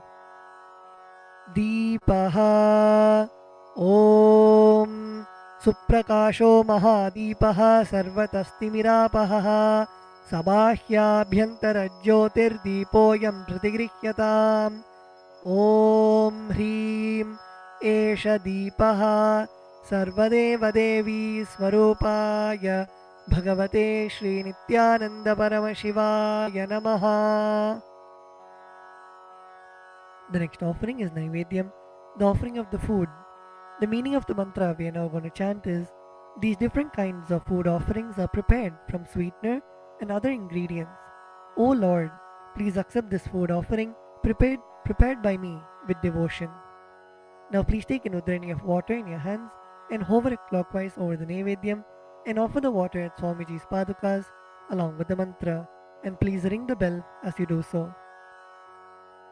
Naivedyam Om Naivedyam Vividham Deva Sharkaradi Vinirmitam Maya Niveditam Bhaktya Grahana Parameshwara Om Hrim Idam Shopakarna Naivedyam Sarvadeva Devi Swarupaya Bhagavate Shri Nithyananda Paramashivaya Nivedayami.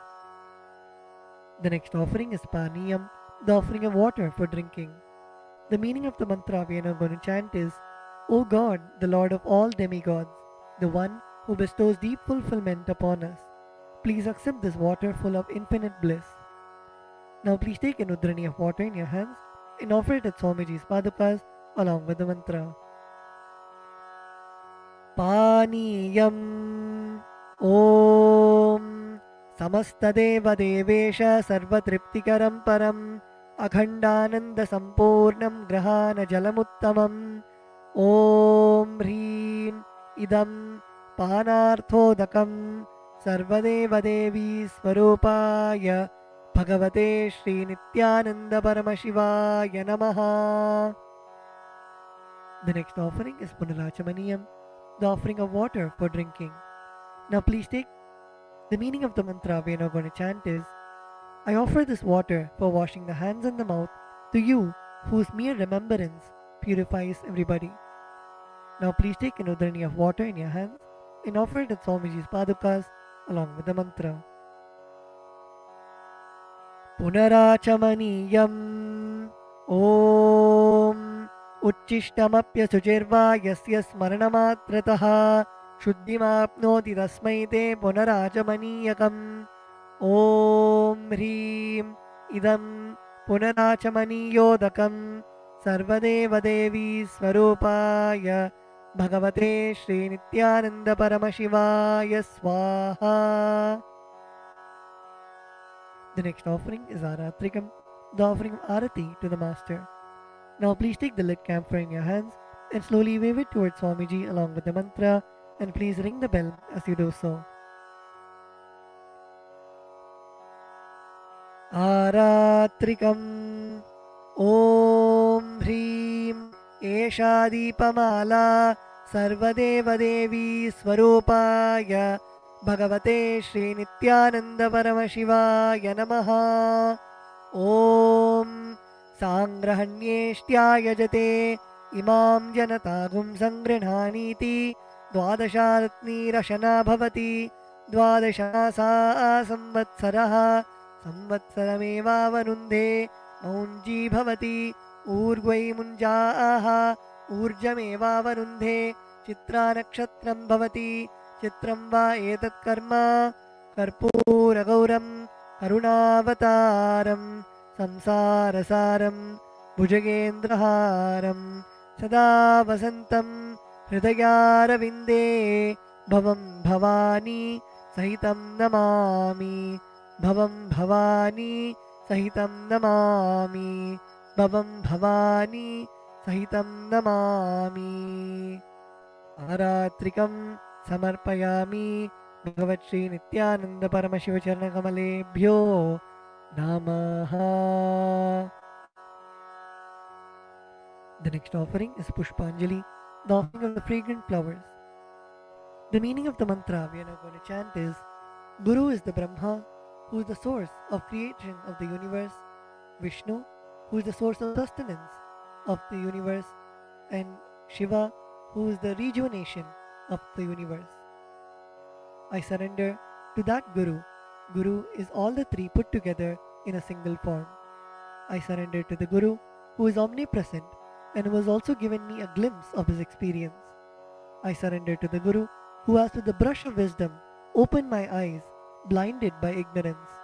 I surrender to the Guru, who by giving the knowledge about the self has burnt my karmic baggage of so many births. I surrender to the Guru, who is the Lord of the cosmos, who is the Guru of the cosmos. My soul is the same soul which is in all the beings. I surrender to Dakshinamurti, the primal Guru, who manifests himself differently in the form of Ishvara, doer of supreme happiness, the one who is the embodiment of wisdom, who is beyond duality, who is omnipresent, to whom the supreme goal is giving the enlightenment experience, who is eternal, pure, and unshakable, who is the silent spectator of all thoughts, and who is beyond emotions, and who is beyond the three qualities called Sattva, Rajas, and Tamas. Now please take a few flowers in your hands and close your eyes till the end of the mantra and offer the flowers at Swamiji's Padukas at the end of the mantra.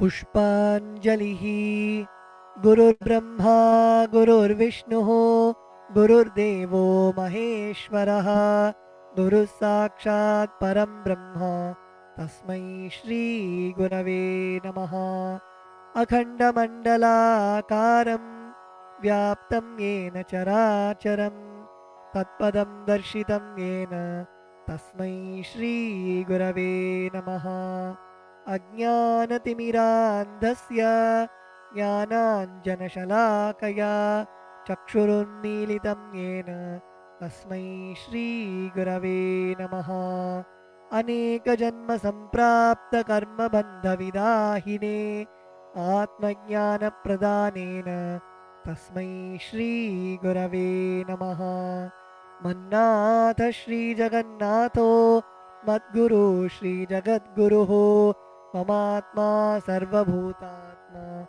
Tasmai Shri Gurave Namaha Ishvaro Gururatmeti Murti Bheda Vibhagine Vyomavadvyapta Dehaya Dakshinamurtaye Namaha Nithyanandam Paramasukadam Kevalam Jnanamurtim Dvandvatitam Gaganasadrisham Tattvamasyaadilakshyam Ekam Nityam Vimalamachalam Sarvadi Sakshibhutam Bhavatitam Trigunarahitam Sadgurum Tam Namami Pushpanjalim Samarpayami Bhagavat Shri Nithyananda Paramashiva Charnakamalebhyo Namaha Om Nithyanandam.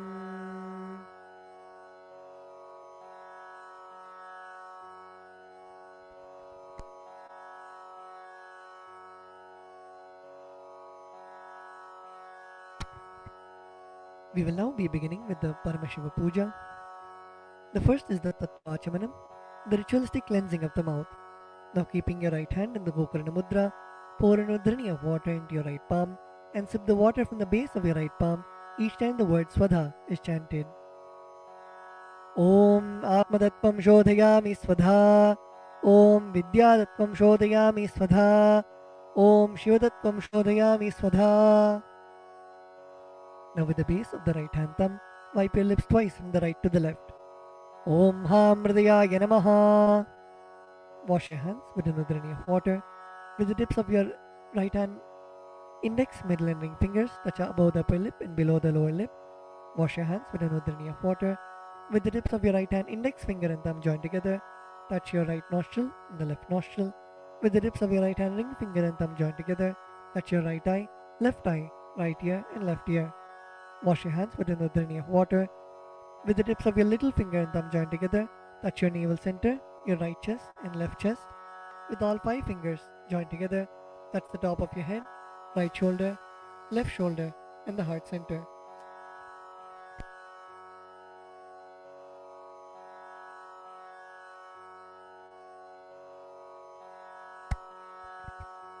The next is Sakalikaranam, invoking Bhagavan Paramashiva inside our own body. Please close your eyes. Visualize Bhagavan Paramashiva's energy radiating throughout your body. Visualize Swamiji's presence in your inner space. We will now be invoking Bhagavan Paramashiva in every part of our body, filling us with the space of Sohamasmi, that even when I worship, I am him.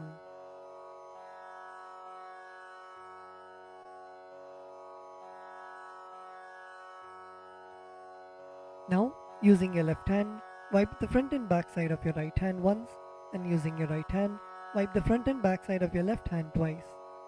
Om Hastraya Namaha. Now bring your hands in a Namaskara Mudra in front of your third eye. Om Ham Shaktaye Vaushate. Now keeping your palms together, bring your thumbs to the center of your palms. Om Ham Shivasanaye Namaha. Om Ham Shivamurtaye Namaha. Now with the tips of your thumbs, touch the tip of your little finger and move your thumbs down towards the base of your little finger.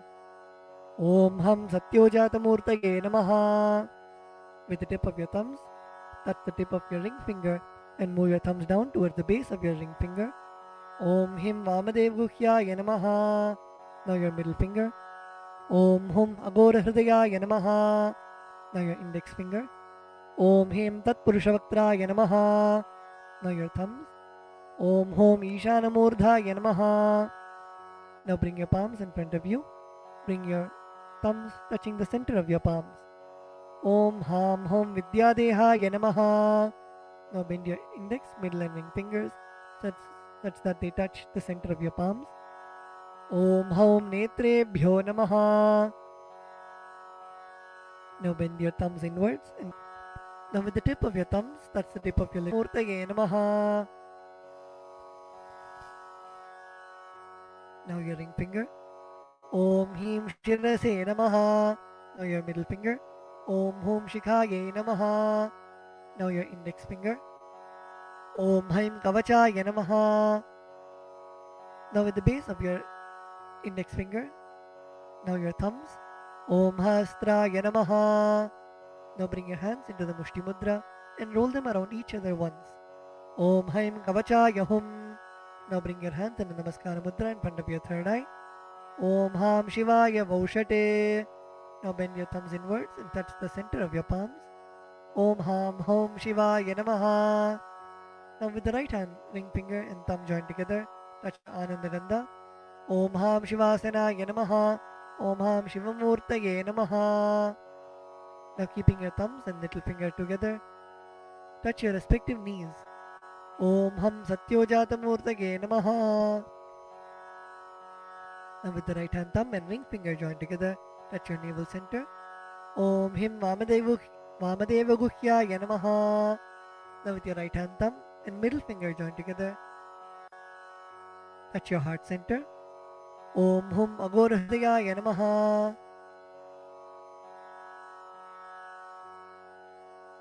Now with your right hand thumb and index finger joined together, touch above your upper lip. Om Him Tat Purushavaktraya Namaha. Now with the tip of your right hand thumb, touch the top of your forehead. Om Hom Ishanamurdhaya Namaha. With your right hand thumb and ring finger joined together, touch your Ananda Gandha. Om Ham Hom Vidyadehaya Namaha. With the tip of your right hand index, middle and ring finger, touch your right eye, third eye and left eye respectively. Om Hom Netrebhyo Namaha.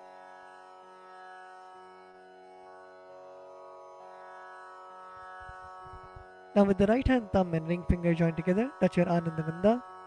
Om Ham Hom Shivaya Namaha. With your right hand, little finger and thumb joined together, touch your heart center.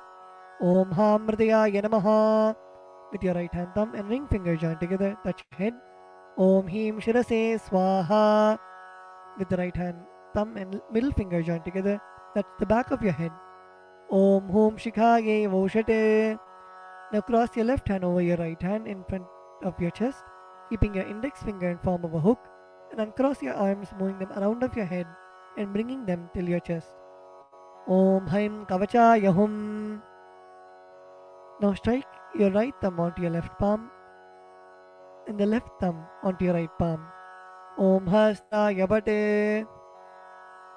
Now with your right hand, index finger and middle finger, strike your left palm thrice. Om Hastraya Humpate. Using your right hand, index finger and thumb, snap in all the 10 directions around you. the 8 directions in down and up. Om Hastraya Pate.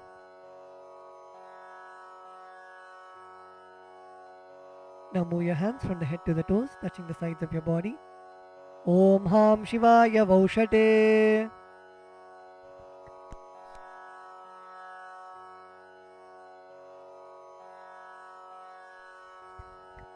The next is Samanya Arghya Stapana, energizing the water with which you worship Bhagwan Paramashiva. Now please mix some akshata, flowers and sandalwood paste into the water in the Panchapatram. Cover the mouth of the Panchapatram with your palm and chant Om 7 times internally.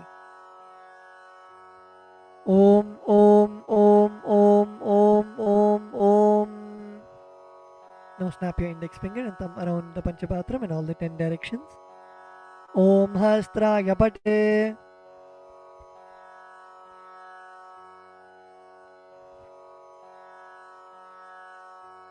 Now keeping your right hand in the Avakuntana Mudra, rotate your index finger around the Panchapatram once. Om Haim Kavachaya Hum. Now show the Dhenu Mudra to the water in the Panchapatram. Om Ham Shivaya Vaushate. Next, we'll be entering into the Avahana, invoking Bhagwan Paramashiva into our Atmalinga. Now offer a flower to your Atmalinga. Om Ham Shivasanaya Namaha. Now please take some flowers in your hands and place your hands in the Atmanjali Mudra, and we will now be chanting the Dhyana Shloka, meditating on the form of Bhagwan Paramashiva in your inner space. Lalate Tripundri Nitilakೃತ Kasturi Tilakaha Spuranmala Spurita Kadikopi Navasanaha Dadhano Dustaram Shirasi Panirajam Shashikalam Pradipas Sarvesham Arunigiri Yogi Vijayate Indhuni Papanchamuka Hastadashayuktam Shulamrigatankama Sivajrama Bayam Syat Pashavaradangkushamanijjalana Vame Shweta Kamalasana Sadashiva Swarupam. Om Ham Shivamurtaye Namaha. Om Ham Om Shivaya Namaha.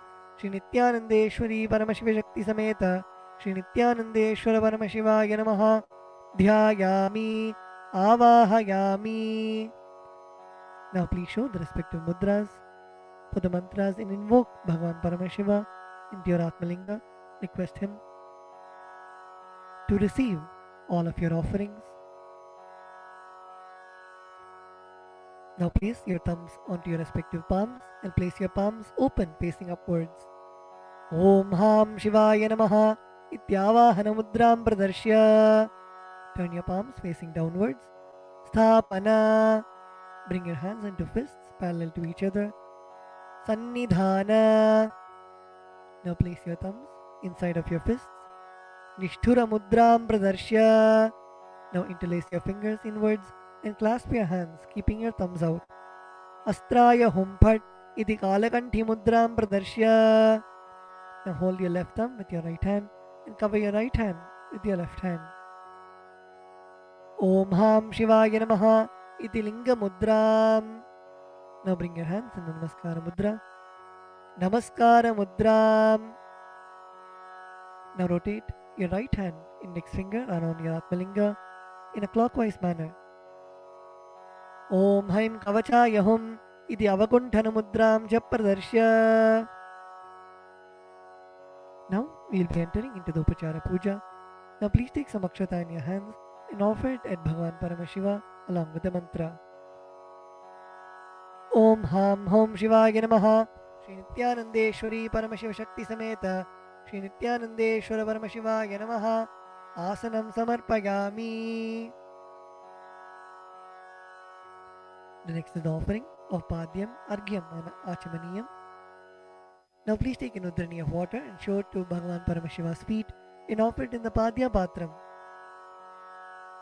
Om Ham Shivaya Namaha. Now please take an udrani of water and show it to Bhagwan Paramashiva's mouth and offer it in the Achamana Patram. Om Ham Shivaya Svadha. Now please take an udrani of water and show it to Bhagwan Paramashiva's crown and offer it in the Arghya Patram while chanting the mantra. Om Ham Shivaya Swaha. Shri Nithyanandeshwari Paramashiva Shakti Sameta Shri Nithyanandeshwara Paramashivaya Namaha. Padyachamanargyam Dattva. The next offering is Naniyam, the sacred bath for Bhagavan Paramashiva. Now please take the water in your hands and offer it onto Bhagavan Paramashiva as you chant the following mantra, and please ring the bell as you do so. Om Ham Hom Shivaya Namaha. Shri Nithyanandeshwari Paramashiva Shakti Sameta Shri Nithyanandeshwara Paramashivaya Namaha. Snanam Samarpayami. Now please take an udhrani of water and show it to Bhagavan Paramashiva's mouth and offer it in the Achamana Patram. Om Ham Shivaya Svadha. Snananantaram Achamaniyam Samarpayami. The next offering is Vastram, the offering of fresh clothes to Bhagavan Paramashiva and Paramashiva Shakti. Now please take some akshata in your hands and offer it to Bhagavan Paramashiva along with the mantra. Om Ham Hom Shivaya Namaha. Shri Nithyanandeshwari Paramashiva Shakti Sameta Shri Nithyanandeshwara Paramashivaya Namaha. Vastre Yagnopavita Uttari Abharanartham Akshatan Samarpayami. The next offering is Gandha, the offering of the sandalwood paste.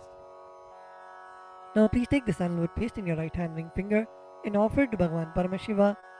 On top of the sandalwood paste, please offer the kumkum at the end of the mantra. Om Ham Hom Shivaya Namaha. Shri Nithyanandeshwari Paramashiva Shakti Sameta Shri Nithyanandeshwara Paramashivaya Namaha. Gandhan Dharayami.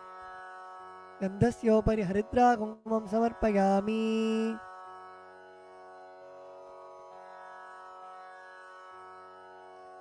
The next offering is Ashtapushpa Puja, the offering of flowers to Bhagavan Paramashiva. Now please take some flowers in your hands and offer the flowers to Bhagavan Paramashiva each time the word Namaha is chanted. Om Bhavaya Devaya Namaha. Om Bhavasya Devasya Patne Namaha. Om Sharvaya Devaya Namaha. Om Sharvasya Devasya Patne Namaha. Om Ishanaya Devaya Namaha. Om Ishanasya Devasya Patne Namaha. Om Pashupate Devaya Namaha. Om Pashupate Devasya Patne Namaha. Om Ugraya Devaya Namaha. Om Ugrasya Devasya Patne Namaha. Om Rudraya Devaya Namaha. Om Rudrasya Devasya Patne Namaha. Om Bhimaya Devaya Namaha. Om Bhimasya Devasya Patne Namaha. Om Hater Devaya Namaha. Om Hatto Devasya Patne Namaha. Om Ham Hom Shivaya Namaha. Shri Nithyanandeshwari Paramashiva Shakti Sameta Shri Nithyanandeshwara Paramashivaya Namaha. Ashtapushpa Pujam Samarpayami. The next is the offering of Bilva Patram, the offering of the Bilva leaf. Now please take the Bilva leaf, smear with sandalwood paste in your hands, and offer it to Bhagavan Paramashiva. Om Ham Hom Shivaya Namaha. Shri Nithyanandeshwari Paramashiva Shakti Sameta Shri Nithyanandeshwara Paramashivaya Namaha. Bilva Patram Samarpayami. The next is the offering of Dhupa, the offering of incense to Bhagavan Paramashiva. Now please offer a flower on the bell. Om Hastraya Namaha. Now sprinkle some water on the incense stick stand. Om Hastraya Pate. Now offer a flower on the incense stick stand. Om Hamrdayaya Namaha. Now please take the lit incense sticks in your hands and slowly wave it towards Bhagavan Paramashiva along with the mantra, and please ring the bell as you do so. Om Ham Hom Shivaya Namaha. Shri Nithyanandeshwari Paramashiva Shakti Sameta Shri Nithyanandeshwara Paramashivaya Namaha. Dhupam Agrapayami. Now please take an udharani of water and show it to Bhagavan Paramashiva's mouth and offer it in the Achamana Patram. Om Ham Shivaya Svadha. The next offering is Deepa, the offering of lamp, offering of the lit lamp for Bhagavan Paramashiva. Now please sprinkle some water on the Deepa. Om Hastraya Pate. Offer a flower on the Deepa. Om Hamrdayaya Namaha. Now please take the lit lamp in your hands and slowly wave it towards Bhagavan Paramashiva along with the mantra, and please ring the bell as you do so. Om Ham Hom Shivaya Namaha. Shri Nithyanandeshwari Paramashiva Shakti Sameta Shri Nithyanandeshwara Paramashivaya Namaha. Deepam Darshayami. Now please take an udharani of water and show it to Bhagavan Paramashiva's mouth and offer it in the Achamana Patram. Om Ham Shivaya Svadha. The next offering is Naivedyam, the offering of food for Bhagavan Paramashiva. Now please sprinkle some water on the Naivedyam. Om Hastraya Pate. Please offer a flower on the Naivedyam. Om Hamridayaya Namaha. Now please take an Udhrani of water and hover it clockwise over the Naivedyam and offer the Udhrani of water in front of Bhagavan Paramashiva at the end of the mantra. Om Ham Hom Shivaya Namaha. Shri Nithyanandeshwari Paramashiva Shakti Sameta Shri Nithyanandeshwara Paramashivaya Namaha. Naivedyam Nivedayami. Now please take an Udhrani of water and show it to Bhagavan Paramashiva's mouth and offer it in the Achamana Patram. Om Ham Shivaya Svadha. The next offering is Tambulam, the offering of beetle leaves. Now please take some akshata in your hands and offer it to Bhagavan Paramashiva along with the mantra. Om Ham Hom Shivaya Namaha. Shri Nithyanandeshwari Paramashiva Shakti Sameta Shri Nithyanandeshwara Paramashivaya Namaha. Tambulam Samarpayami. The next offering is Aratrikam, the offering of Arati to Bhagavan Paramashiva and Paramashiva Shakti. Now please sprinkle some water on the Karpura Arati plate. Om Hastraya Pate. Please offer a flower on the Karpura Arati plate. Om Hamridayaya Namaha. Now please take the Karpura Arati in your hands and slowly wave it towards Bhagavan Paramashiva along with the mantra, and please ring the bell as you do so. Om Ham Hom Shivaya Namaha. Shri Nithyanandeshwari Paramashiva Shakti Sameta Shri Nithyanandeshwara Paramashivaya Namaha. Karpura Nirajanam Sandarshayami. Now please take a flower in your hands and hover it clockwise over the flame and offer it to Bhagavan Paramashiva along with the mantra Rakshandharayami. The next offering is Pushpanjali, the offering of fragrant flowers. Now please take some flowers, a durva grass and akshata in your folded hands and offer it to Bhagavan Paramashiva at the end of the mantra. Om Ham Hom Shivaya Namaha. Shri Nithyanandeshwari Paramashiva Shakti Sameta Shri Nithyanandeshwara Paramashivaya Namaha. Pushpanjalim Samarpayami. The next is the Gayatri Mantra. Now please hold the Yajnopavita with your right hand and chant the Gayatri Mantra 11 times internally.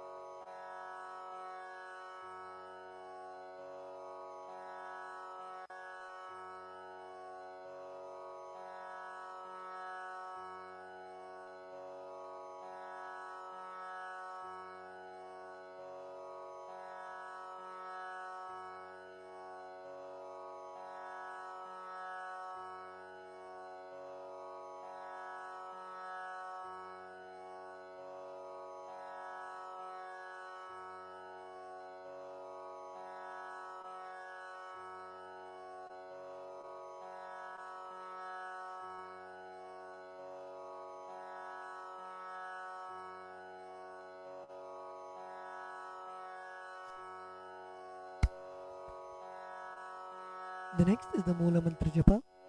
Please close your eyes and chant the Shiva Mula Mantra 11 times internally.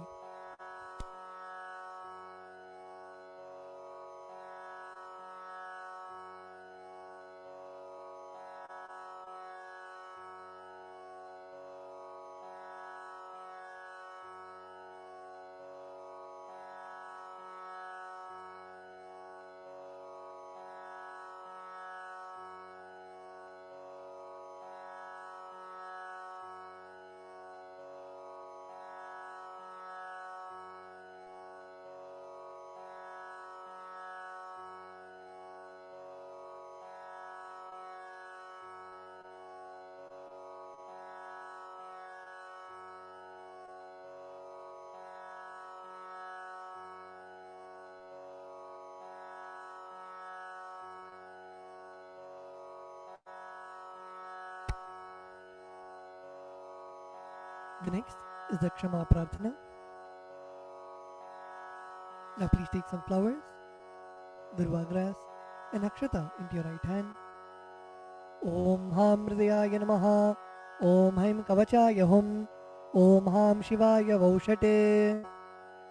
Now please keep your hands in Dodbhava Mudra and pour some Samanya Arghya water on your hand and let the water flow through your index finger onto the left side of Bhagavan Paramashiva at the end of the mantra. Om Yat Kinchit Karma Devesha Sada Sukrita Dushkritam Tanme Shivabadasthasya Bhunkshakshabaya Shankara Shivo Data Shivo Bhokta Shiva Sarvam Idam Jagate Shivo Yadati Sarvatra Yashiva Sohamevatu. Om Ham Hom Shivaya Namaha. The next is the Twachanam, the ritualistic cleansing of the mouth. Now keeping your right hand in the Gokarna Mudra, pour an udharani of water into your right palm and sip the water from the base of your right palm each time the word Swadha is chanted. Om Atmadattvam Shodhayami Swadha. Om Vidyadattvam Shodhayami Swadha. Om Shivadattvam Shodhayami Swadha. Now with the base of your right hand thumb, wipe your lips twice from the right to the left. Om Ham Hridayaya Namaha. Wash your hands. With the tips of your right hand index, middle and ring fingers, touch above the upper lip and below the lower lip. Wash your hands. With the tips of your right hand index finger and thumb join together, touch your right nostril and left nostril. With the tips of your ring finger and thumb join together, touch your right eye, right ear and left ear. Wash your hands with an udharani of water. With the tips of your little finger and thumb join together, touch your navel center, right chest and left chest. With all 5 fingers joined together, touch the top of your head, right shoulder, left shoulder and the heart center. Wash your hands with an udharani of water. Let us now offer our gratitude at the lotus feet of our beloved Swamiji and end with the Purna Mantra. Om Purnamadav Purnamidam Purnat Purnam Dachyate Purnasya Purnamataya Purnamevavashishyate. Om Shanti Shanti Shantihi. Harihi Om Tatsat. Sarvam Bhagavat Shri Nithyananda Paramashiva Padukarpanamastu. Om Nithyanandam.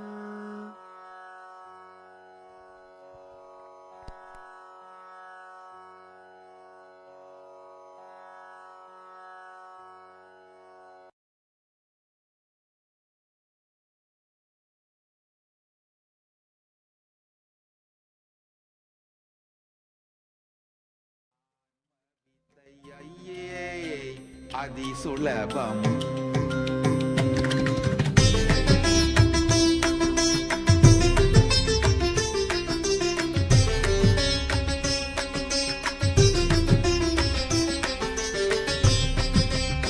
Established since 2002 in the United States of America, the United Ancient Nations is an intergovernmental organization, currently made up of 160+ members and indigenous nations. The UAN and its work are guided by the purposes and principles contained in its founding charter.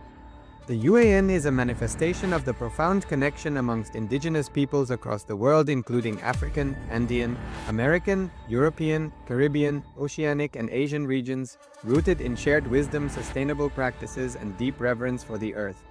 The United Ancient Nations serves as an international cultural and diplomatic organization focused on uniting indigenous cultures globally. Our governance structure is council-based without territorial claims, led by a collective leadership through our General Secretariat. As a non-state entity with UN-style advocacy, we focus on several key areas: cultural and digital heritage preservation, indigenous diplomacy, revival of indigenous knowledge systems to solve humanity's problems, global peace, environmental preservation, health and wellness, sustained economic development, indigenous and cultural tourism. While the UAN represents numerous indigenous cultures, the United States of KAILASA serves as the first indigenous nation specifically for Hindus. KAILASA's mission is focused on the revival of the ancient enlightened Sanatana Hindu civilization, with a formal governance structure including a head of state, ministers, and ambassadors. Under the leadership of SPH, Supreme Pontiff of Hinduism, Bhagavan Nithyananda Paramashivoham, KAILASA has achieved recognition as a sovereign subject of international law, possessing distinctive attributes of juridical statehood. The United States of KAILASA is the main sponsor of the proposed UAN headquarters. This initiative would bring forth an estimated $100 million in revenue for the host country through summits, conferences, tourism, and development projects. The proposed UAN headquarters would represent the world's indigenous nations and peoples through its architectural design. It would blend the best of all worlds, featuring top modern architecture, the highest green building standards, and ancient Vastu architectural principles. This headquarters would serve as a central hub for indigenous diplomacy, cultural preservation, and collaborative efforts towards sustainable development and global peace. Through this initiative, we aim to create a dignified platform for indigenous leadership rooted in ancestral wisdom, cultural legitimacy, and collaborative innovation, enhancing global dialogue and regional stability. The establishment of the UAN headquarters would position a host country at the forefront of a global movement promoting indigenous wisdom while creating significant economic opportunities for the nation and its people.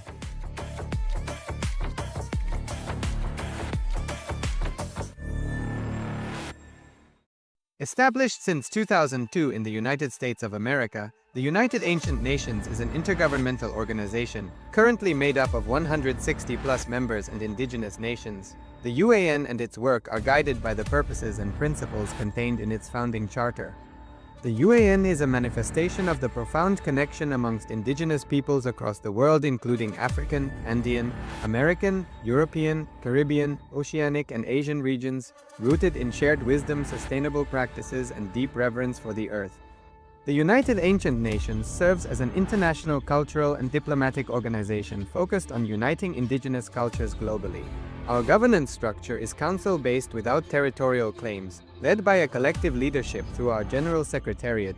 As a non-state entity with UN-style advocacy, we focus on several key areas: cultural and digital heritage preservation, indigenous diplomacy, revival of indigenous knowledge systems to solve humanity's problems, global peace, environmental preservation, health and wellness, sustained economic development, indigenous and cultural tourism. While the UAN represents numerous indigenous cultures, the United States of KAILASA serves as the first indigenous nation specifically for Hindus. KAILASA's mission is focused on the revival of the ancient enlightened Sanatana Hindu civilization, with a formal governance structure including a head of state, ministers, and ambassadors. Under the leadership of SPH, Supreme Pontiff of Hinduism, Bhagavan Nithyananda Paramashivoham, KAILASA has achieved recognition as a sovereign subject of international law, possessing distinctive attributes of juridical statehood. The United States of KAILASA is the main sponsor of the proposed UAN headquarters. This initiative would bring forth an estimated $100 million in revenue for the host country through summits, conferences, tourism, and development projects. The proposed UAN headquarters would represent the world's indigenous nations and peoples through its architectural design. It would blend the best of all worlds, featuring top modern architecture, the highest green building standards, and ancient Vastu architectural principles. This headquarters would serve as a central hub for indigenous diplomacy, cultural preservation, and collaborative efforts towards sustainable development and global peace. Through this initiative, we aim to create a dignified platform for indigenous leadership rooted in ancestral wisdom, cultural legitimacy, and collaborative innovation, enhancing global dialogue and regional stability. The establishment of the UAN headquarters would position a host country at the forefront of a global movement promoting indigenous wisdom while creating significant economic opportunities for the nation and its people.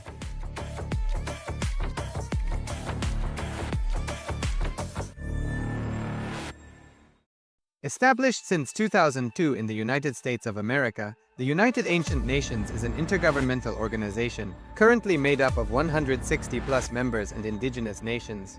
The UAN and its work are guided by the purposes and principles contained in its founding charter.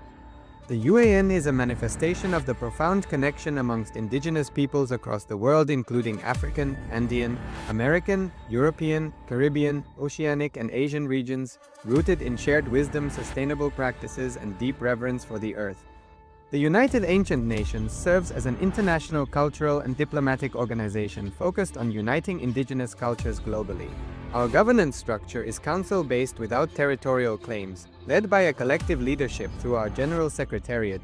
As a non-state entity with UN-style advocacy, we focus on several key areas: Cultural and digital heritage preservation, indigenous diplomacy, revival of indigenous knowledge systems to solve humanity's problems.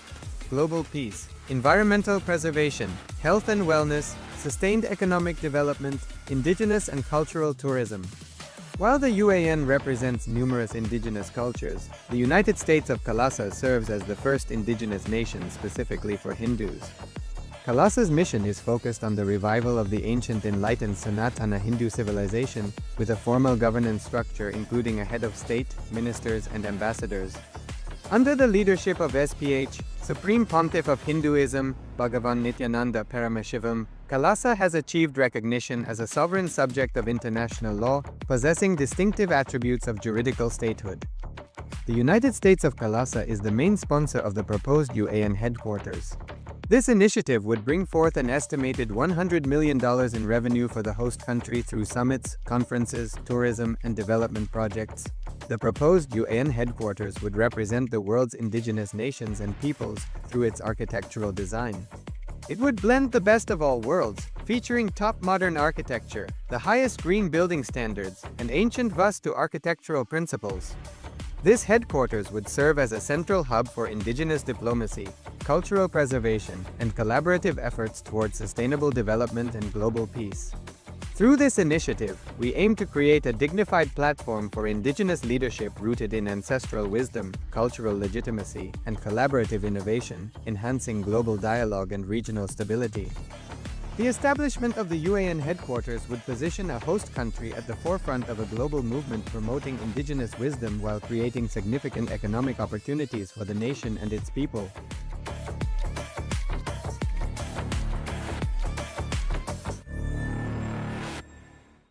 Established since 2002 in the United States of America, the United Ancient Nations is an intergovernmental organization, currently made up of 160+ members and indigenous nations. The UAN and its work are guided by the purposes and principles contained in its founding charter.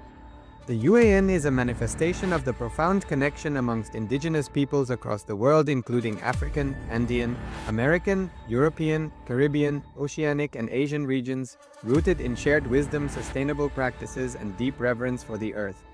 The United Ancient Nations serves as an international cultural and diplomatic organization focused on uniting indigenous cultures globally. Our governance structure is council-based without territorial claims, led by a collective leadership through our General Secretariat. As a non-state entity with UN-style advocacy, we focus on several key areas: cultural and digital heritage preservation, indigenous diplomacy, revival of indigenous knowledge systems to solve humanity's problems, global peace, environmental preservation, health and wellness, sustained economic development, indigenous and cultural tourism. While the UAN represents numerous indigenous cultures, the United States of KAILASA serves as the first indigenous nation specifically for Hindus.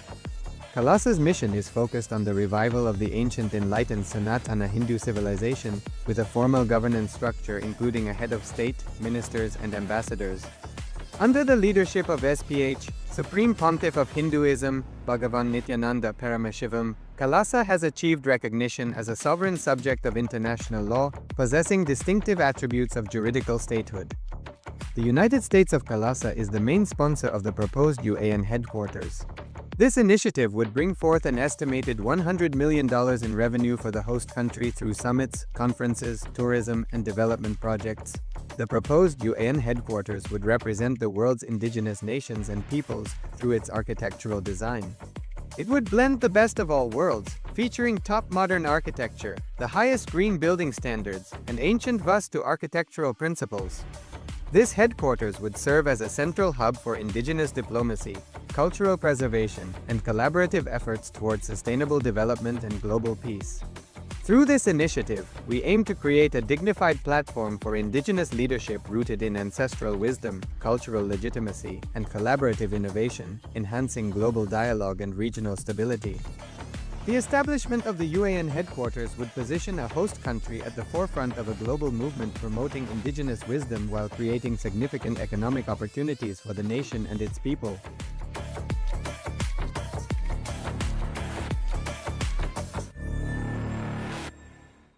Established since 2002 in the United States of America, The United Ancient Nations is an intergovernmental organization, currently made up of 160 plus members and indigenous nations. The UAN and its work are guided by the purposes and principles contained in its founding charter. The UAN is a manifestation of the profound connection amongst indigenous peoples across the world, including African, Andean, American, European, Caribbean, Oceanic, and Asian regions, rooted in shared wisdom, sustainable practices, and deep reverence for the earth. The United Ancient Nations serves as an international cultural and diplomatic organization focused on uniting indigenous cultures globally. Our governance structure is council-based without territorial claims, led by a collective leadership through our General Secretariat. As a non-state entity with UN-style advocacy, we focus on several key areas: cultural and digital heritage preservation, indigenous diplomacy, revival of indigenous knowledge systems to solve humanity's problems, global peace, environmental preservation, health and wellness, sustained economic development, indigenous and cultural tourism. While the UAN represents numerous indigenous cultures, the United States of KAILASA serves as the first indigenous nation specifically for Hindus. KAILASA's mission is focused on the revival of the ancient enlightened Sanatana Hindu civilization with a formal governance structure including a head of state, ministers, and ambassadors. Under the leadership of SPH, Supreme Pontiff of Hinduism, Bhagavan Nithyananda Paramashivoham, KAILASA has achieved recognition as a sovereign subject. Almost all the masters, they agree on one point: body is energy. Your being is energy. Your being is the Shakti Spurana, the energy fountain. Then where we are missing? Continuously we are hearing, you are energetic, you are energetic, you are energetic. Then where are we missing? What is happening? Why are we not feeling? And not only that, it is not that we have not experienced the energy. We have experienced till the age of 7. Till the age of 7, we have experienced the intelligence. We have felt the energy. We were alive without even thinking, without even bothering, without even worrying about anything. Full of energy, bubbling with energy. So much of life has radiated even in our being. There was a time when we were so alive, so active, so expressive, so energetic. Then how we are missing that energy? Why are we feeling so low when we are trained by the modern day society, when we are conditioned by this modern day society? Let us look little deep into it. Where something has gone wrong, where we threw the wrong bitch out of the window. Throwing wrong bitch out of the window is the major problem. Where did we do that? We have 3 layers of body. Don't think you have only 1 layer of body as you all think. You have 3 layers of body. First thing, the physical body which you have now, which you are handling. The second thing, mental body or subtle body, which you are using at the time of dreaming. When you dream, every night you create a new body. That is why you feel associated with that body. For example, you are sleeping in India. You dream as if you have gone to some other country. You are dreaming yourself as if you are walking in some other country. How can you travel or how can you experience something without having body? In the dream, you create a body which is made of the same stuff in which dreams are made. Now you create a body which is made of the same stuff in which the world is made, matter. That time you assume one more body which is made of the same stuff which is created in the same dream stuff, and you associate yourself with that body. That's what I call mental body. The third thing, causal body. That's the important thing. The experience which you undergo at the time of deep sleep. The energy which rejuvenates you. The body which rejuvenates you. Which again energizes you. Sleep is one of the automatic mechanisms to rejuvenate your body. Your body's own intelligence. It just takes you inside, comforts you, rejuvenates you, and sends you back again to go on work, to express. Now understand these three things: physical body, mental body, and causal body. Physical body, subtle body, causal body. These three words. The problem is, we have only physical body under our control. For example, if you are 100%, all these three body put together, you are 100%. But by nature, only 33% is under your control. Only the physical body you keep under your control. Subtle body and the causal body, both are not under your control. It's like you have 100-acre land, only 33 acres you are using. Other 33 are left. They are not under your control. You are not using them. Because of this, two problem happens. One is you are not able to use your full personality. You are not able to use all the 100-acre.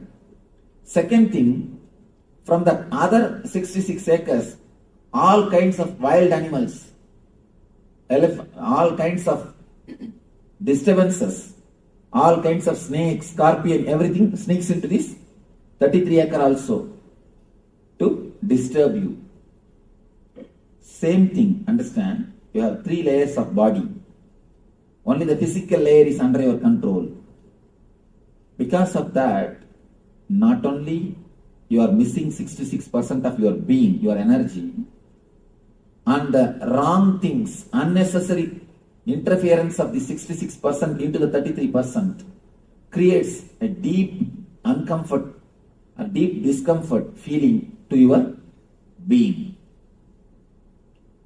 Whenever these three bodies don't fall in ease with each other, don't feel in ease with each other, don't feel comfortable with each other, the diseasiness creates disease. Diseasiness between these three bodies only creates disease.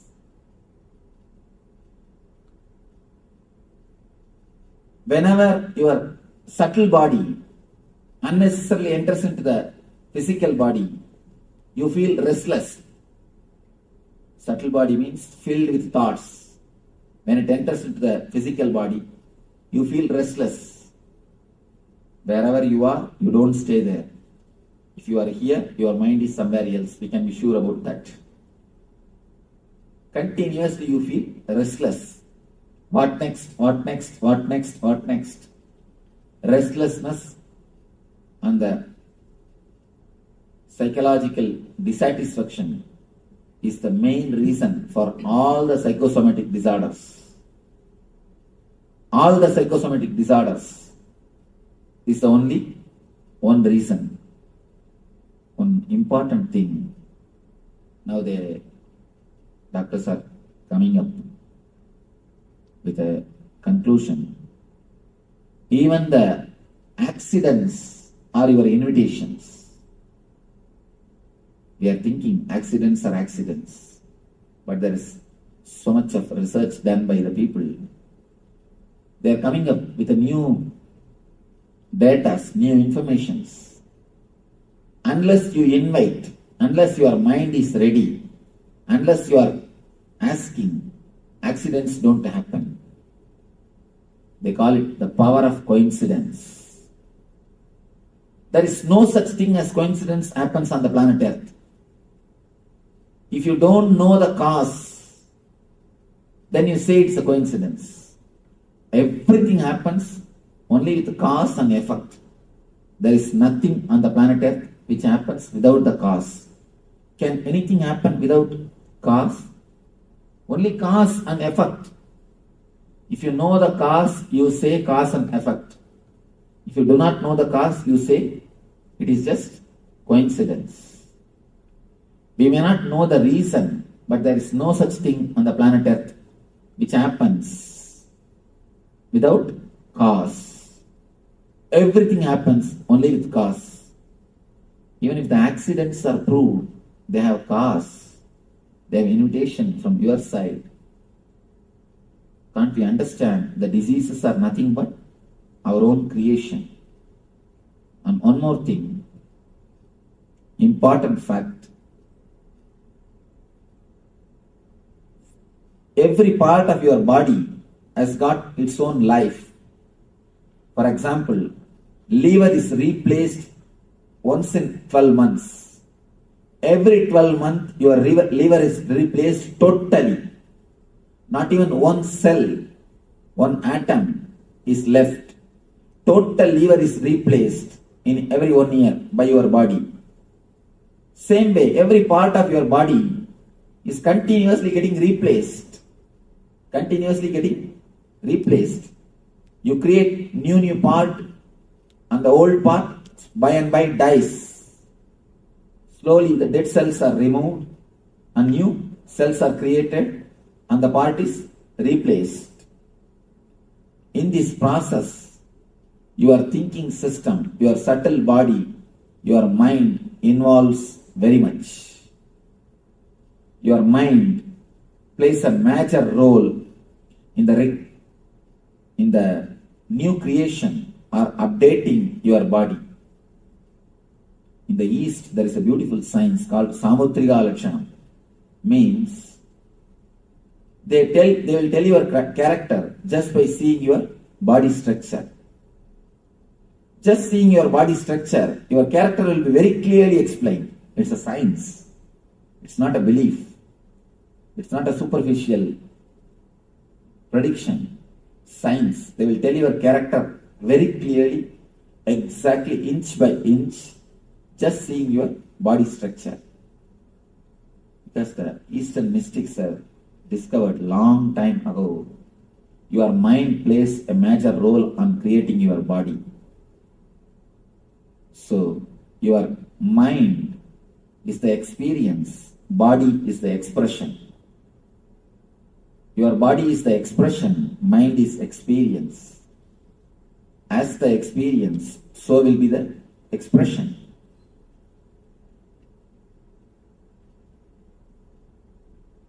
Your mind is the master which creates your body. Your mind plays a major role in creating your body. It is your body which is the expression of your mind. I think after the end of every session, you will have a gap. Remember, recall and take notes. If you take notes, then I will have to wait. After every session, you will have a small gap. You can remember and take notes. Few people used to tell me, Swamiji, we forget by the time. If you will forget within half an hour, then what is the use of class? What is the need of even attending the discourse? Anyhow.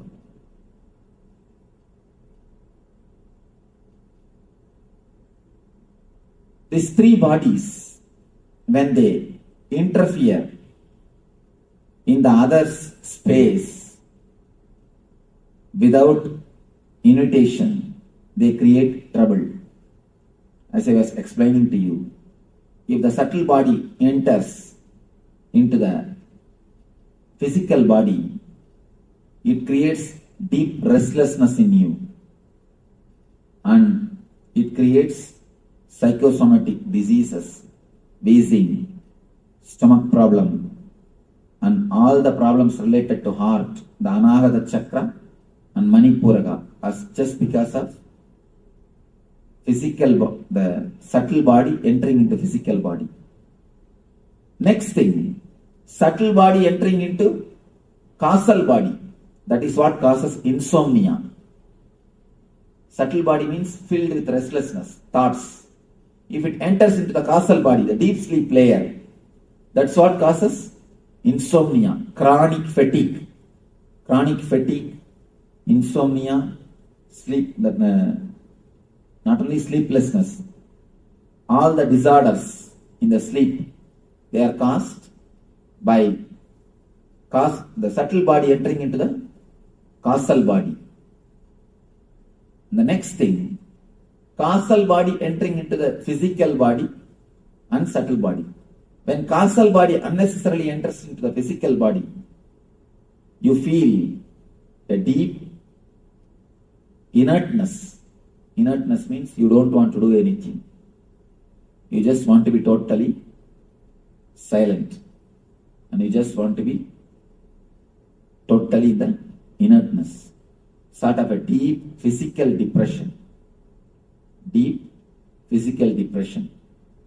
And whenever the causal body enters into the subtle body without invitation, again you feel a deep mental depression. Deep physical depression and deep mental depression. These two are caused by causal body entering into physical and subtle bodies. One important thing you need to understand. Human being is the only animal who feels tired after taking rest. We are the only animal who feel tired after taking rest. If you ask the people, why are you tired? So tired of taking rest. Whole night we would have slept, but we feel tired. No other animal on the planet Earth, no other animal feels tired early in the morning. You can see birds chirping and flying. Calf, even if it has no work, just it will go around. And dog, it will go around the house and see its boundaries. And there is no other animal which does not have, which gets disturbed so much, or which is away from the nature. We are the one and only animal who get tired after taking rest. Because the causal body is not total when you rest. Important thing, doctors are now declaring. In America, nobody sleeps more than 14 minutes maximum. Any average human being, he sleeps only 14 minutes maximum. After every 14 minutes, he comes out, he is thrown out. He comes to the dream state and wanders in the dream state, then he falls into the deep sleep. Deep sleep, just for 14 minutes, he is thrown out, he wanders in the dream state, the mental restlessness again goes back to deep sleep and comes out. Not more than 14 minutes. You have any question? Something you are telling?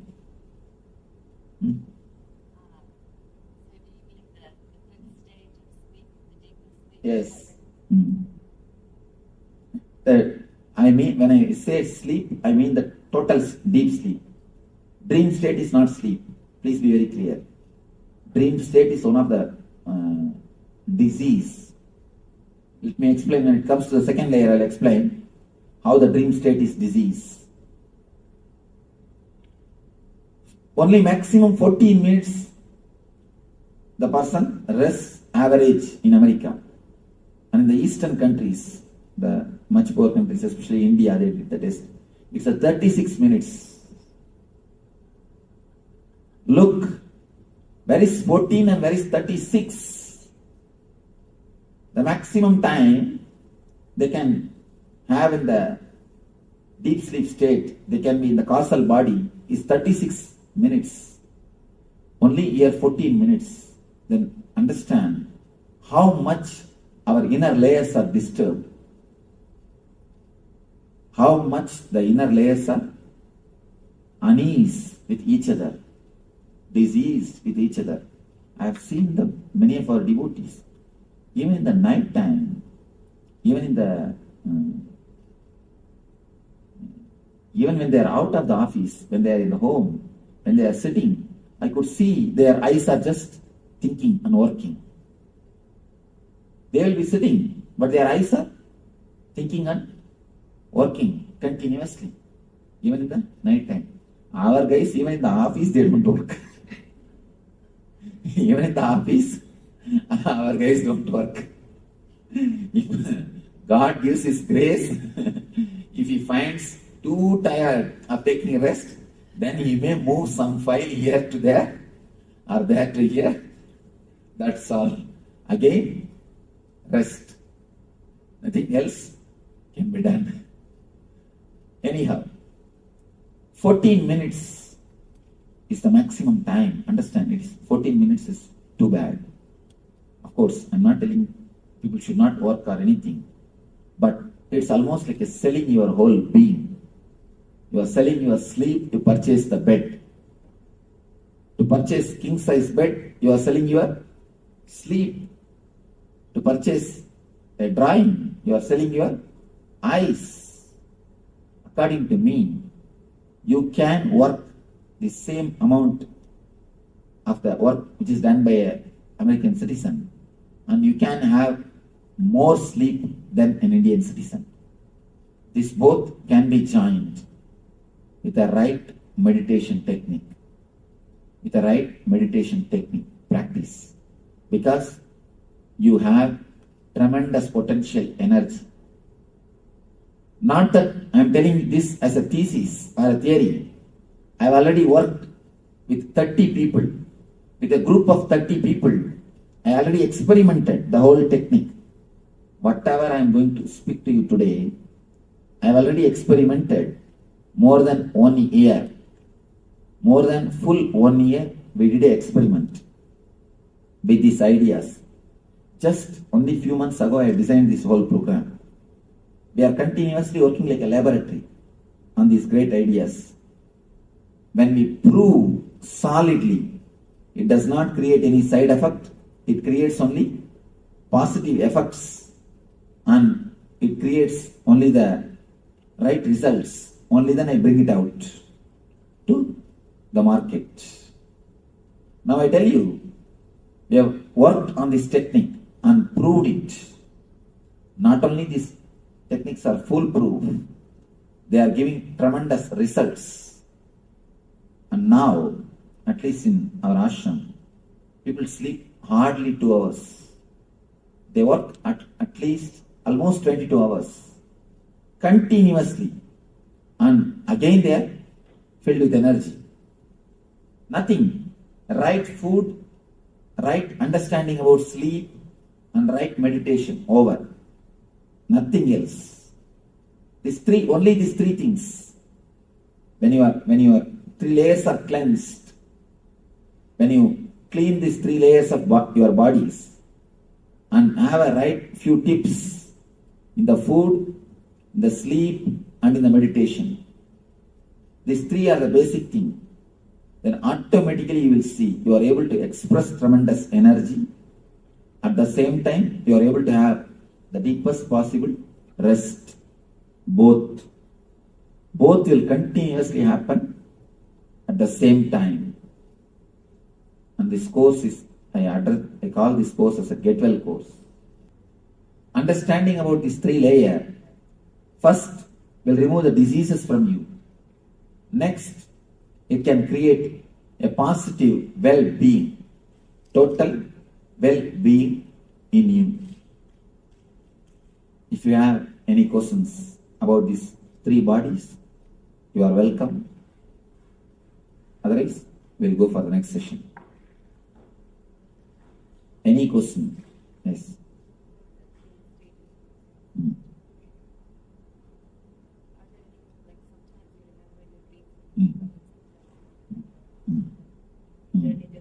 whenever you remember your dreams in 4-color, whenever you remember your dreams in clear 4-color, please understand, clear 4-color, it is not dream, it is vision. Whenever you are not able to remember the color, whenever you feel, there are many people who feel, will my dream come true? Will my dreams have got some significance? Are they something spiritual? So try to remember it. When you remember, if you remember it with 4-color, be very clear it is vision, because dreams don't have color. Be very clear. If you remember it by 2-color or just by words, then forget about it. They are just simple dreams. They are getting released. Dreams are like a safety valves in the steam engine. The steam boiler or steam engine, if the pressure of the steam becomes too much, they will have a safety valve which will automatically open and release the steam. Release the extra pressure. Same way, if your being is filled too much with desires and fears, naturally your safety valve opens and you release it. That releasing safety valve is only the dream. Dreams are nothing but safety valves. But instead of removing the heat, instead of reducing the steam, we are always extending the time of the safety valve being open. We work in the other way. If you try to work to reduce the heat supply or the steam supply, then naturally you will see you don't need your safety valve to work too much of time. But we do not know how to reduce the steam supply to that steam boiler, how to reduce the heat. That is why too much of time the safety valve keeps itself open. Too much of time the safety valve is made to work. If the safety valve is made to work too much of time, you feel a deep tiredness. You would feel a deep lethargic feeling. And you feel too many diseases entering into your being.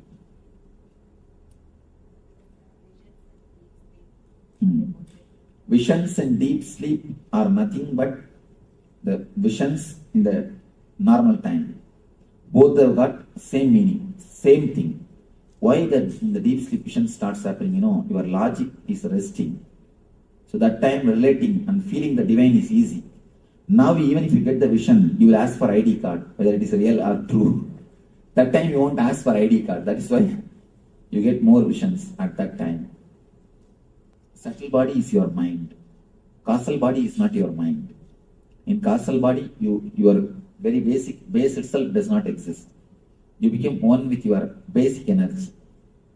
So in causal body there is no mind. Only in subtle body there is mind.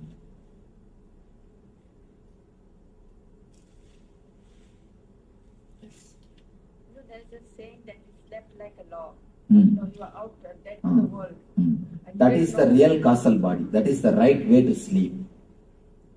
If you lie down in one pose and next day morning you are in the same pose, means you are healthy. You are healthy. Totally healthy. Kids, see the kids. They sleep like a log. And not only that, if a grown-up man, if he sleeps, you can see his eyeballs moving. But kid's eyeballs will never move. Of course, if it is moving, you are training him or training her. You are doing something and she is getting molded. He or she. When you are in deep sleep, your eyeballs will never move. What does color of dreams mean? You see color in the dreams. What does that mean? 4 colors. When you remember your dreams, if you can remember the dreams in 4-color. 4-color means as you are seeing the world now.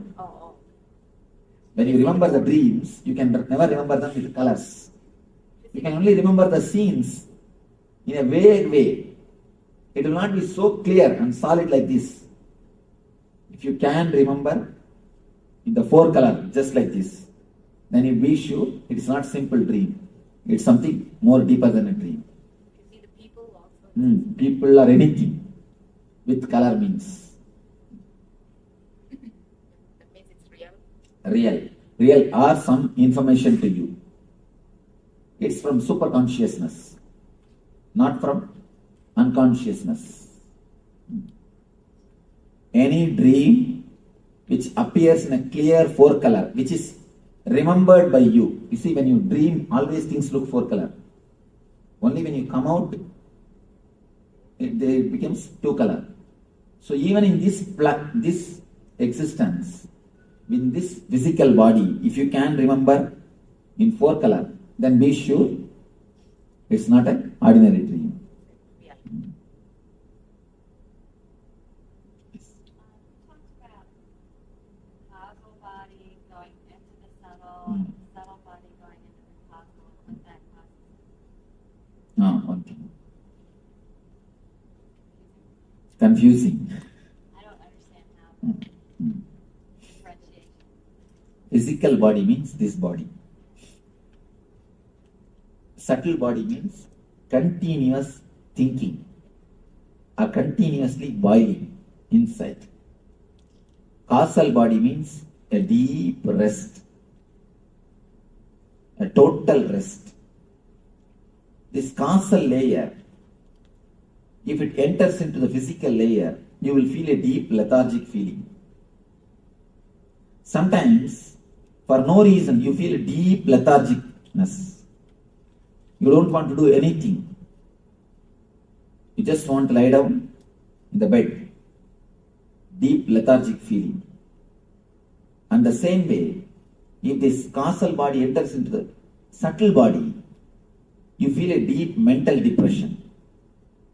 If the causal body enters into the physical body, you feel physical depression.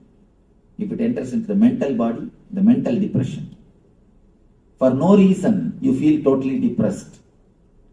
You will search, you will find for some reason, you will not find any reason, there will be no reason. But you are feeling totally low. It means the causal body is entering into subtle layer, subtle body. For example, imagine 3 circles. Can you make a 3 circles? Yes. Not one on the other, separate.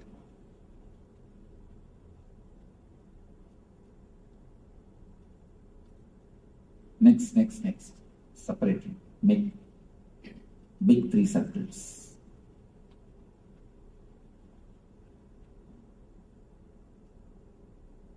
Little this side. Little you need to come this side. Because so much of space is there. Use only upper portion. Below, lower portion I will have to put the table cover.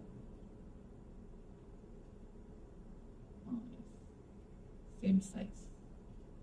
Next.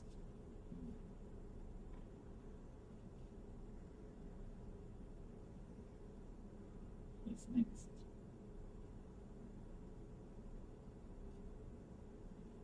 Yes. Right, you can write physical, mental, subtle.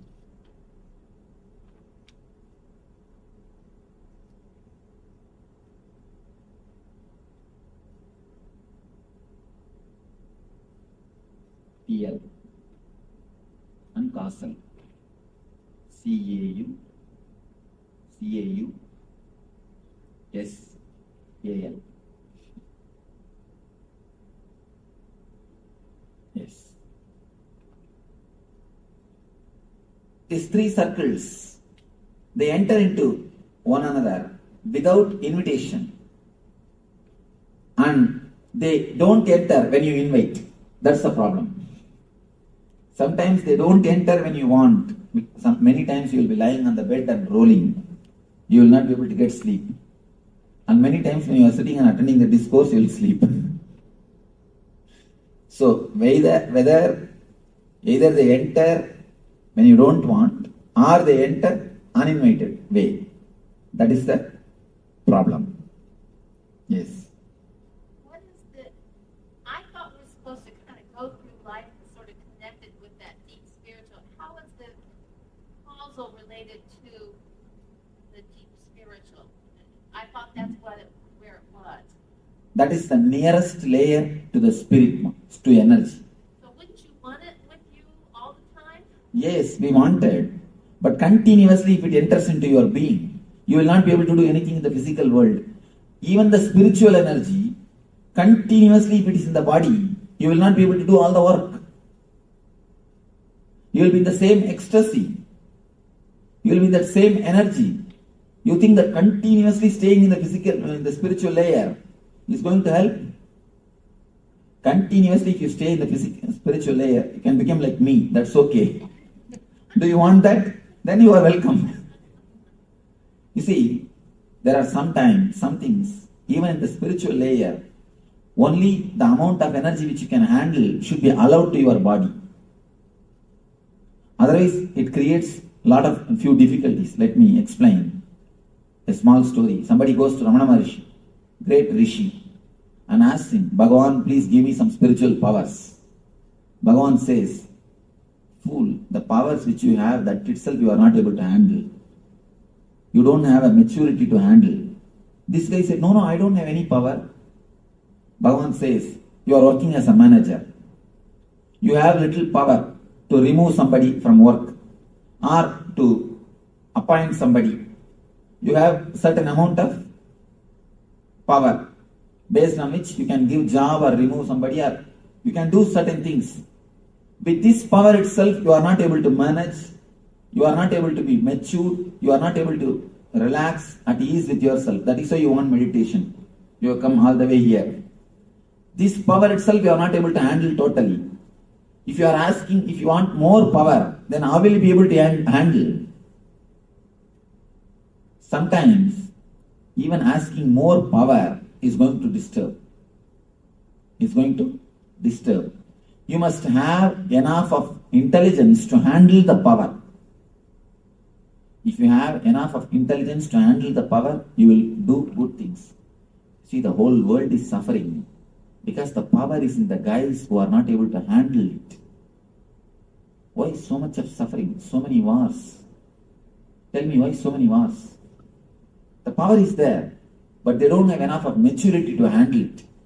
That is why we go and hurt others. And then they have to hurt us. You understand?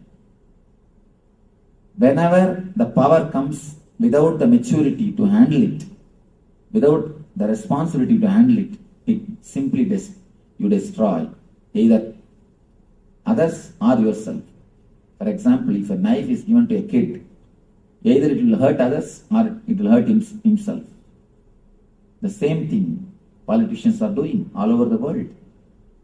All over the world. I do not know what these guys are going to do because all the nations have piled up atomic weapons which can burn the planet Earth 700 times. 3 months ago report, I do not know now. Now it may be even 750 times or 740, 760 times, I don't know. Just 3 months ago, I read a report which says we have atomic weapons piled by all the nations. We can burn the planet Earth 700 times.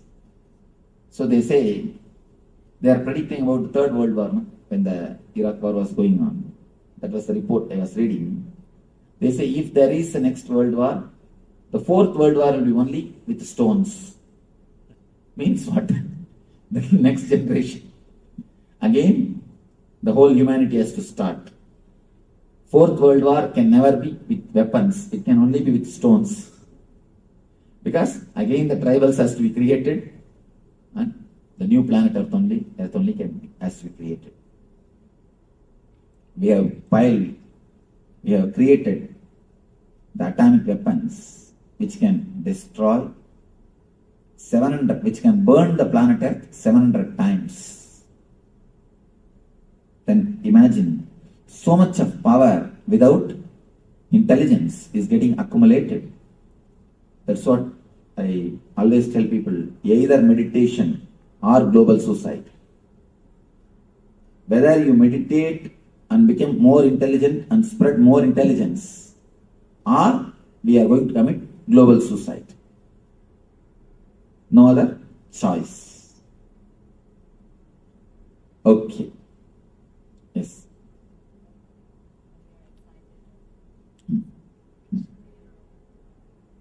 restless. The subtle body enters into physical body. Subtle body enters into physical body. That's why you get restless, excited, and not knowing what to do, disturbed. That is the thing. And when subtle layers enters into causal body, insomnia. You will be lying on the bed, you will not be able to sleep, rolling on the bed. That's what? Insomnia. A deep restlessness in the sleep. Okay. So, you will have a small break. Then we will come back and enter into the next session.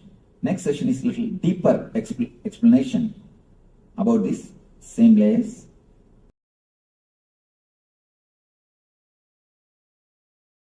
Drop the idea that somebody else's body is beautiful. As long as you have the idea some other body is beautiful, you will continue to struggle. Even after death, you will worry what dress they are going to put on me, I don't know. You will write a will and create life insurance. Anyhow, when you have the idea somebody else's body is beautiful, even after death, you cannot relax. Even after death, you cannot relax. Understand, your body is beautiful. Your body is enough. You are beautiful unto yourself. This is the way God has chiseled you. This is the way God has created you. This is a masterpiece from the master of the universe. You can never be intelligent than the whole. Can you be intelligent than God? Can you be intelligent than the whole? Part can never be intelligent than the whole. Craving or seeing, thinking somebody else is beautiful will make you as a split personality.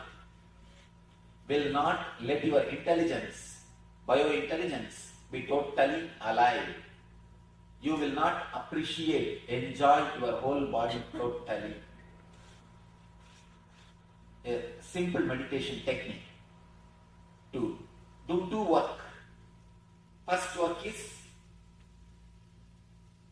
to cleanse the energy blockages. Throughout your body there are so many energy blockages. Like a blood clot, there is a thing called energy clot. The energy blockages. If you can remove these energy clots, energy blockages, naturally your inborn healing tendency will be awakened. You will have your healing, the innate healing habit will be awakened. The quality of self-healing, the power to heal yourself will increase. That's the first step. Second step, awakening the intelligence, part by part. How are we going to do? There is an idea in Patanjali. Every part of your body is independently breathing, inhaling and exhaling. It's very strange, but true. Every part of your, don't think you are breathing only through nose. Through nose you take the air. Through the whole body you take the air energy. Prana does not mean air. Prana means air energy. Please be very clear.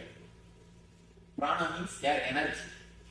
According to Patanjali, every pore takes the prana and sucks the prana and leaves the apana. It does the breathing, inhaling and exhaling. It takes the ether directly from the cosmos. Actually, I had my own doubt. Is this true? I met a yogi who was under the ground in Uttar Karnataka. He stayed under the ground in a closed, tight container for 1 full year. 1 full year, no food, no water, no air. He stayed inside one full year. After the 1 full year, when he came out, suddenly actually when he came out, he had my darshan. Strange, I never knew him. He had my darshan. He came to the ashram to see me and to have a blessings. When he came, I asked him, how did you manage to do this? How are you able to do that? He said, this is the Sutra Swami. This is the Patanjali used only. Then I understood, even for modern women, it is alive. Then later on, I started scanning the technique consciously. Then I was able to understand, when ordinary plant can produce energy directly from sun, why not your body? It is intelligent. It has got intelligence. When you can awaken this intelligence, naturally you will take, food intake will be less. You will do meditation technique, which is 2-step. Which has got 2-step. First step is from the toe to head, step by step, we will tense and release the energy blockages, energy clasps. We will concentrate on it, tense, maximum pressure, create the maximum pressure in every region, so that the whatever energy clouds are there, let them be evaporated. Create the pressure as if you will burst. We will go from toe to head, cleansing the energy clouds, and then from head to toe, inhaling and exhaling. That is going to be very tricky. You should visualize, if I say head, you are expected to visualize only this top portion, crown portion is inhaling and exhaling. Breathe through that area. Feel you are inhaling the prana, exhaling the prana through that region. Every pore, every hair hole, every pore is inhaling and exhaling. Feel your head is shrinking and expanding through inhaling and exhaling. Visualize it step by step. Then eyes. Visualize you are inhaling the prana, exhaling the apana through eyes. Then ears. Step by step. Continuously visualize.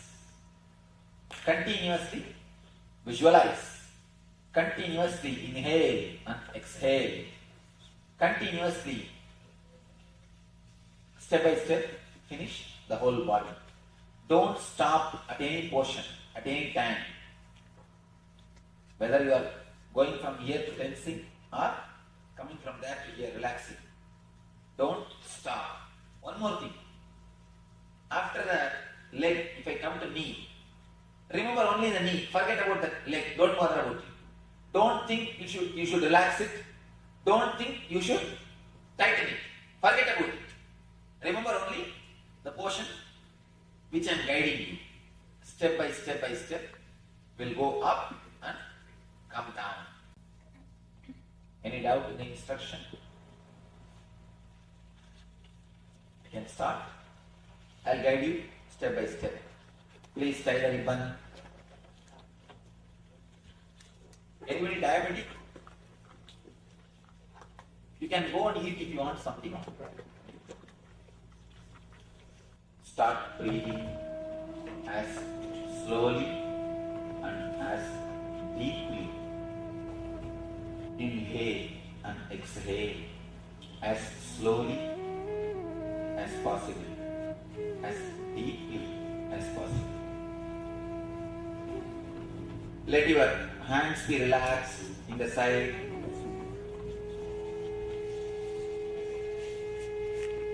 Start breathing as slowly and as deeply as possible.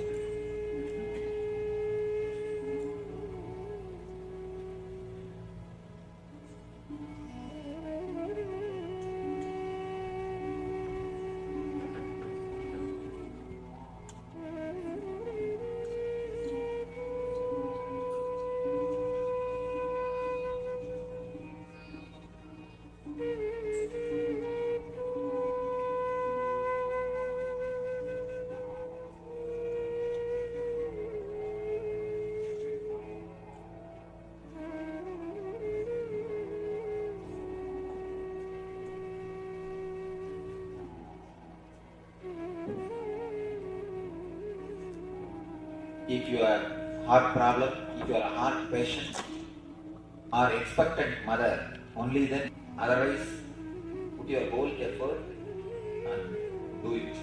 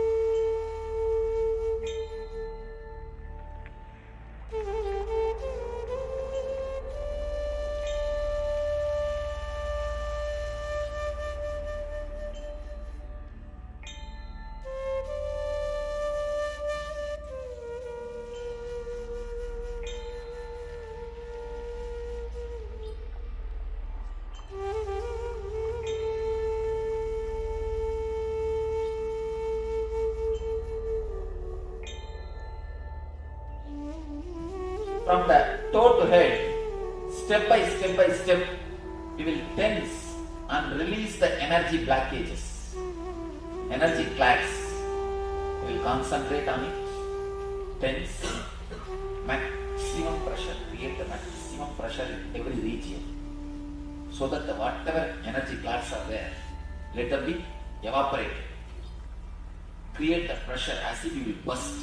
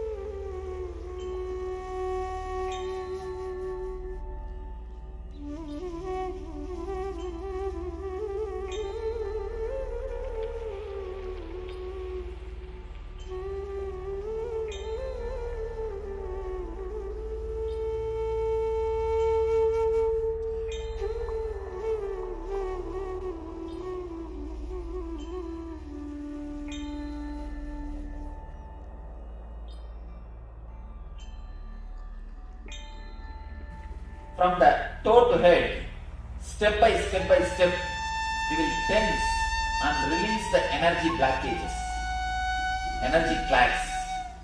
We will concentrate on it, tense, maximum pressure, create the maximum pressure in every region, so that the whatever energy clasps are there, let them be evaporated. Create the pressure as if you will burst.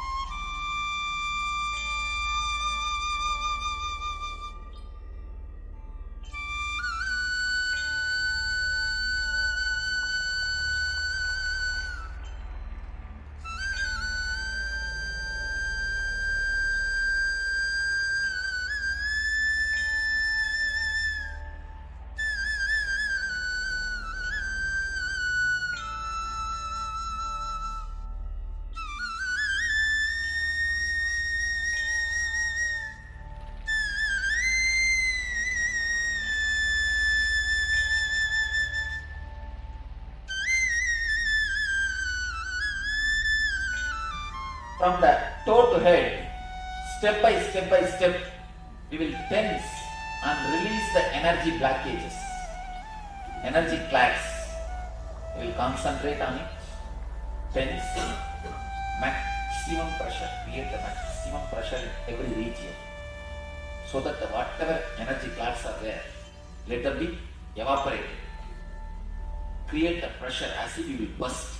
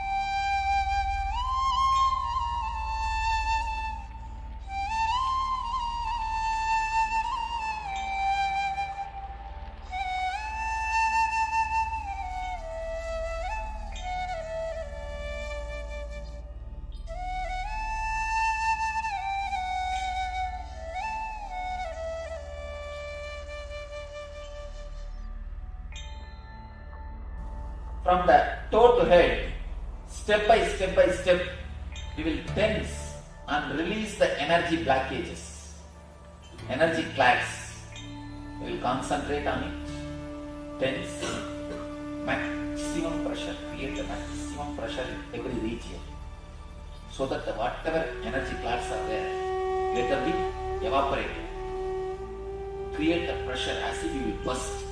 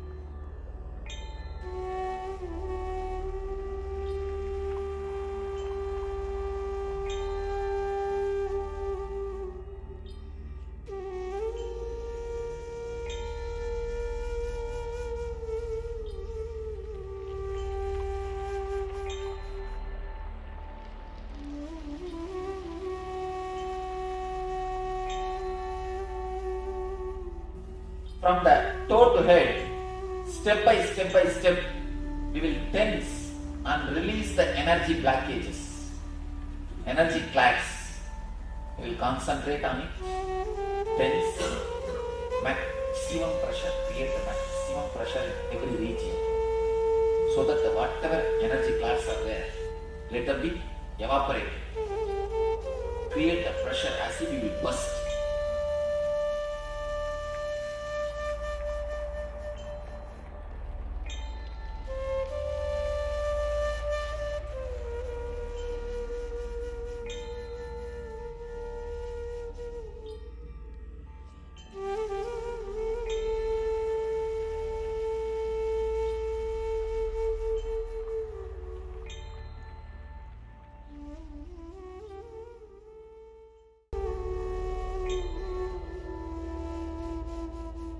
Visualize it, step by step. Then eyes. Visualize you are inhaling the prana, exhaling the apana through eyes. Then ears. Step by step. Continuously visualize. Continuously visualize.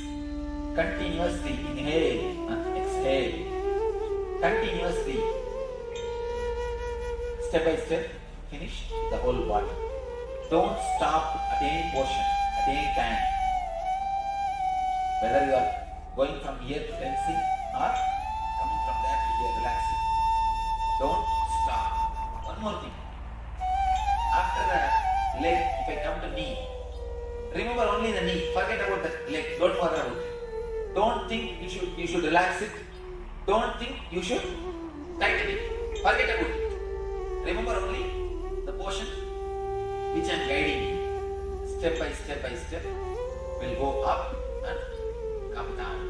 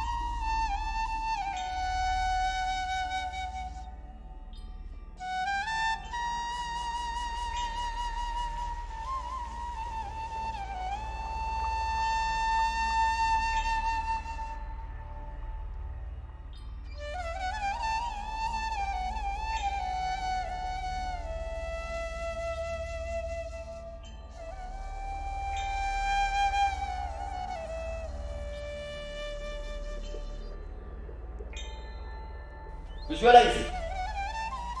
Step by step. Then eyes. Visualize.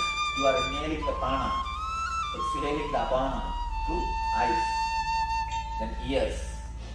Step by step by step. Continuously visualize.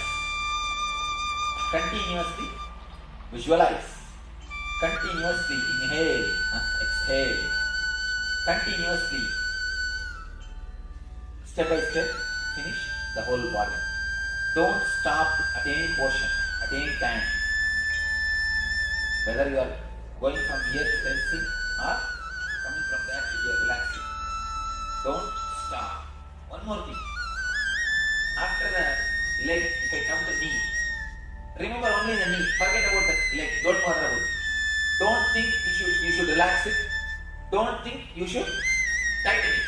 Forget about it. Remember only the portion which I am guiding you. Step by step, will go up and come down.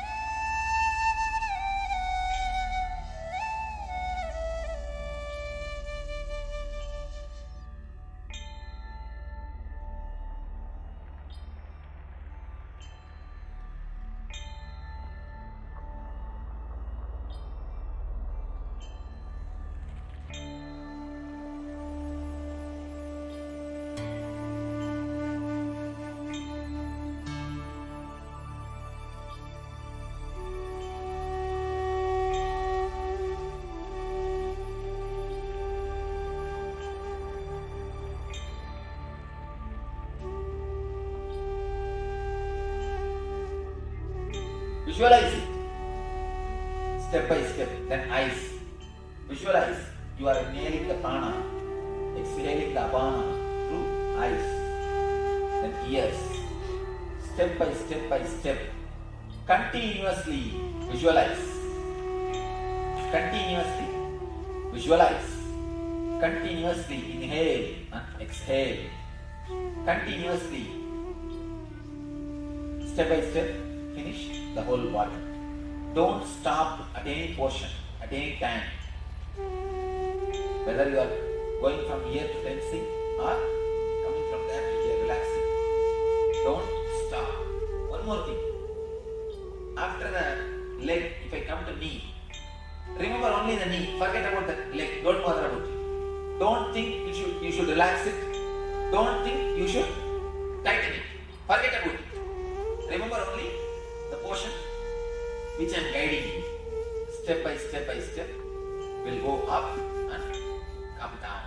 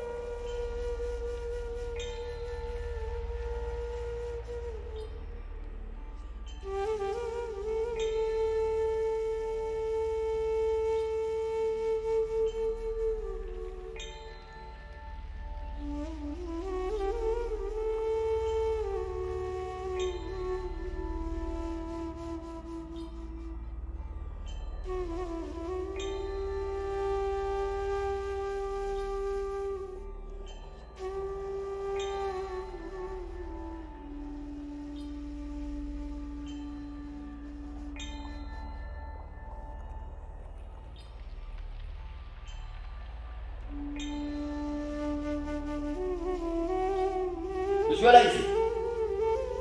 Step by step. Then eyes. Visualize. You are inhaling the prana, exhaling the apana through eyes. Then ears. Step by step by step. Continuously visualize. Continuously visualize. Continuously inhale and exhale. Continuously. Step by step, finish the whole body. Don't stop at any portion, at any time. Whether you are going from here to tensing or coming from there to here relaxing. Don't stop. One more thing. After the leg, if I come to knee, remember only the knee. Forget about the leg. Don't bother about it. Don't think you should relax it. Don't think you should tighten it. Forget about it. Remember only the portion which I am guiding you. Step by step by step will go up and come down.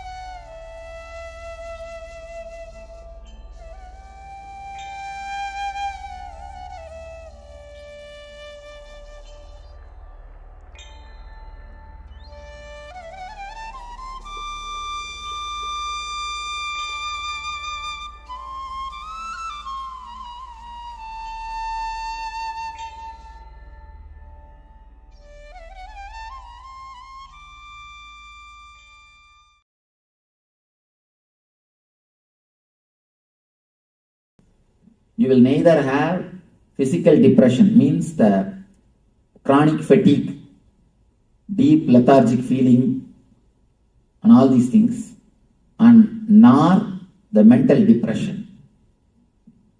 The more you are depressed, less you will sleep. Understand? People always think, depressed people always sleep, Swamiji. No. The more you are depressed, less you will sleep. Because at the time of causal body, the subtle body will enter into causal body.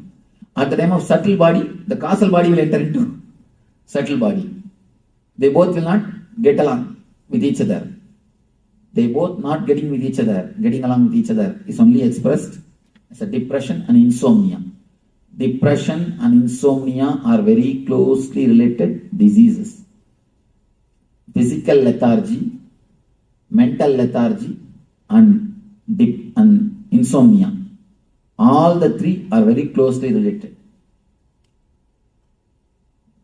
We should mainly concentrate on one thing. Beef is the food which will create total physical lethargy. Our country is suffering because of beef mainly. Beef is the food which will create total physical lethargy. So naturally, mental lethargy. Next is depression. Obesity, depression, insomnia. All the three problems are connected to the same root, which is the major problem of these countries. All these three. Am I right? These three is the major problems which we are facing. No? 60% is obesity.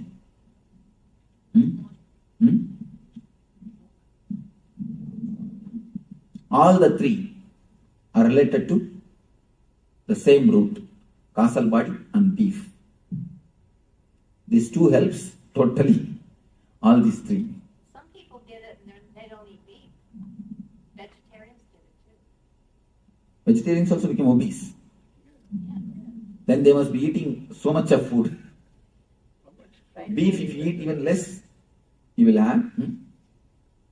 The quantity may be too much. I am telling about one or two reasons. There are many other reasons. I am telling about the major reasons. Especially on this causal body. That fear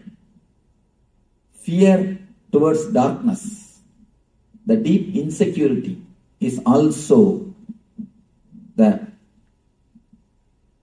disturbance of causal body. If you are totally eased with the causal body and totally relaxed into the causal body, you will not have continuous insecure feeling. So much of insurance companies will not be necessary. So much of insurance company means what? Continuous feeling of insecurity. Not truth. These are all insights. So many insurance companies. It shows we are in deep insecurity. In India, hardly 2% of the population goes for even life insurance. Even the life insurance. Leave about anything else, which is basic. Car insurance and all, we can't imagine. At least I have not heard. I have 3 cars in the ashram.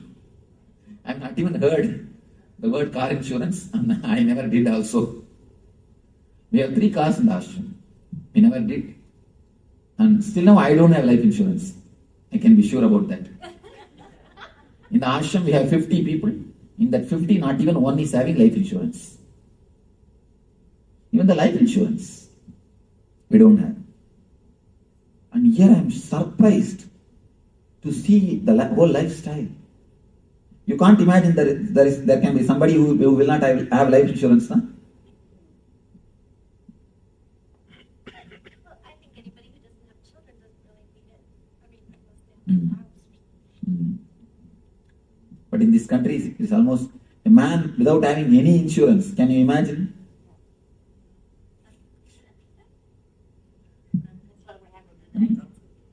Huh? Without health insurance, that is what? Huh? What insurance? car insurance. You can't even drive. Law. See, how laws are created. Collective thinking. Anyhow, but I am surprised to see. Now, I am not blaming. It's a good in a way because people are helped them. Even if some accident, it's not that India is not having accidents. So much of accidents is there are happening, and nobody is there to help. Here, at least you are getting helped by the insurance company. That is okay. But I am telling the mental setup. The mental setup. But the way, you see, you must take insurance and do everything, all the outer world things, nothing wrong. But we must work to remove the insecurity also. That we have forgotten. Apart from taking insurance and making all the security for the life, you should start working on the mind also to remove the insecure feeling. That we have not done it. That is the place we failed. And the East, they did everything to remove the insecure feeling, and they forgot to make the security for outside. Both miss one item. I think both can be brought together. Anyhow, now, very simple but highly effective meditation technique to make ease and relaxed feeling into the causal body. With this meditation, if any of you have the insomnia or depression problem, do this meditation at least for 21 days. You can simply fall into sleep and you can simply come out like a fresh flower. Coming out of sleep like a fresh flower is what I call health. Health means when you get up from your bed, your steps towards, from your bed to your bathroom, your steps should not be steps, it should be more like a dance. Then you are healthy. Then you can be sure you are healthy. You are alive. You are vibrant. If you fall totally into sleep, you will come out totally fresh and alive. So some comment? Something?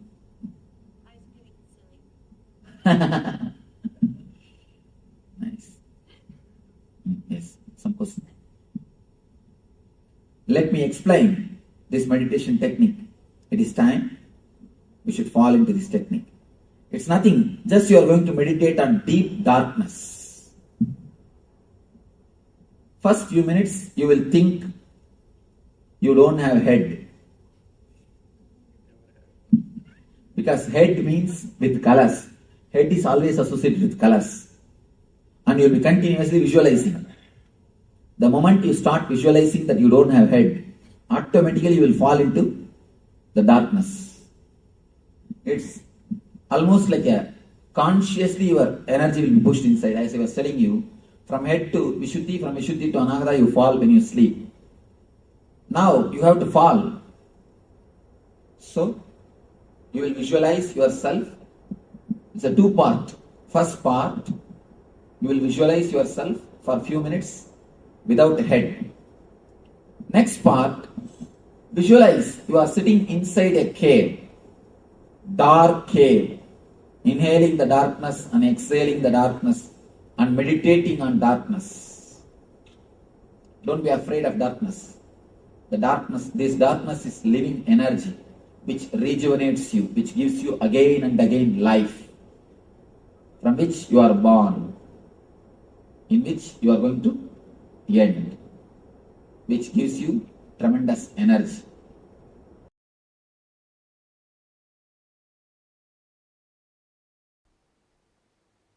So first Nitya Kriya for digestion, Jadaragni Kriya.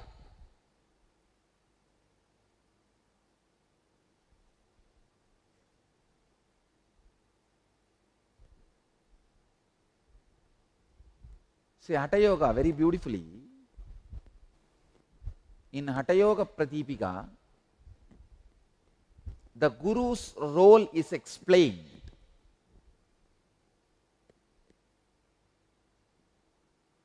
Let me describe that and move to Kriya now. Supta Guru Prasadena Yata Jakrati Kundali Tada Sarvani Batmani Vidyante Krantayopicha.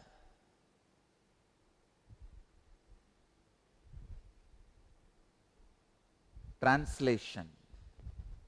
Indeed, by Guru's grace, this sleeping Kundalini is awakened. Then all the lotuses, chakras, and knots, grandhis are opened. Supta Guru Prasadena Yata Jagardi Kundali Tada Sarvani Batmani Vidyante Krantayopicha.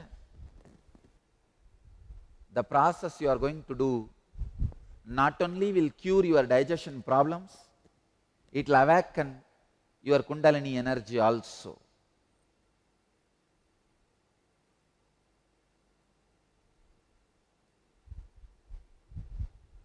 Next verse.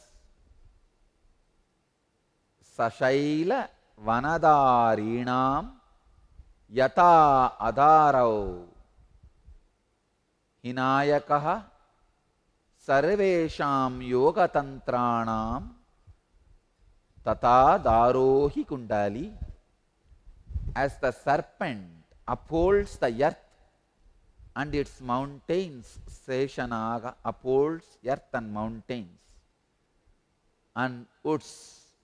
So Kundalini is the support of all yoga practices.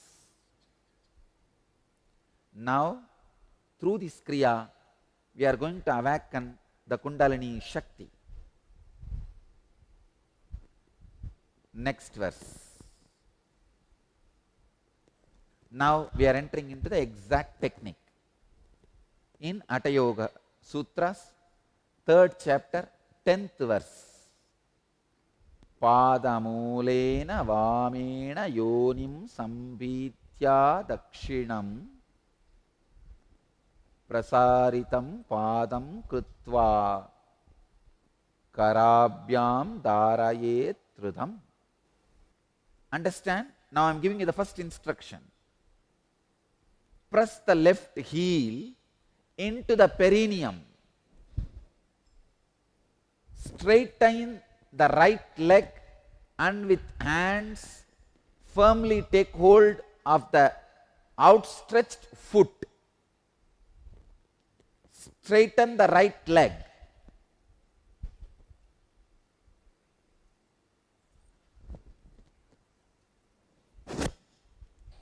Please understand?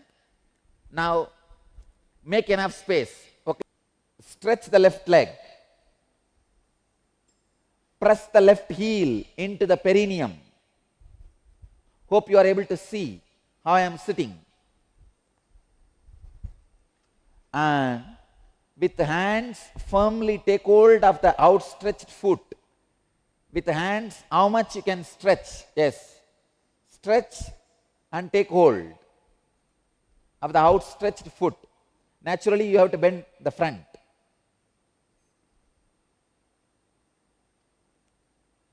You may have to bend the front. Do it as much as you can.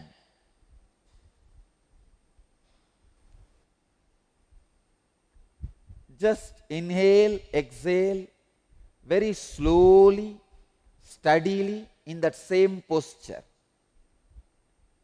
Inhale and exhale slowly and steadily in that same posture 11 times.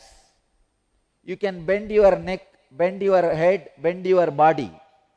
You can even bend your knees little bit, no problem.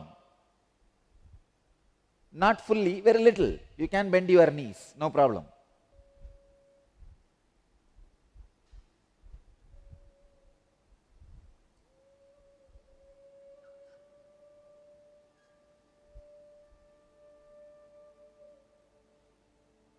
Inhale and exhale at least 11 times very smoothly. in a relaxed way. Om.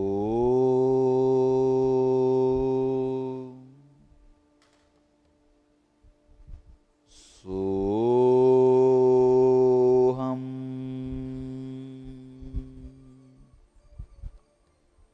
Hamsam.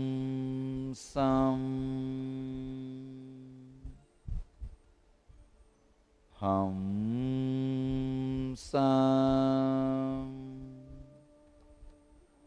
Hamsam.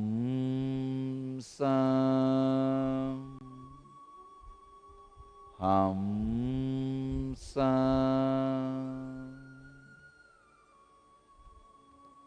Now come back. Look up. Let you be sitting in the same position. Your heels into the perineum, straight right leg, but you can look up, look straight. You can leave your hands now. Next instruction, next step. Kante pantam samaropya dharayet vayum urdvataha yata danta hatas sarpo dandakarakaha prajayate. By locking the throat and retaining the breath, the prana rises straight, just like a snake beaten with a stick becomes straight. Understand? Now you can support with your left hand your body and make your body straight. Your right hand can be on your knees, relaxed way. Your left hand, just like how I am sitting. Put the left heel exactly on the perineum. It has to go inside completely. See how it has gone inside.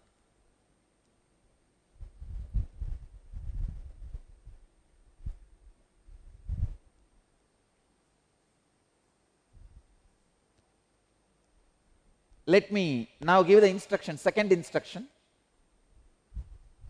Lock the throat and retain the breath. How? Just turn the tongue. Turn the tongue and lock it. Turn the tongue and push it up. That is locking the throat. Now, turn the tongue and lock the throat. Do not allow inhaling and exhaling as long as you can. When you feel you can't hold anymore, allow the inhaling and exhaling. Again, lock.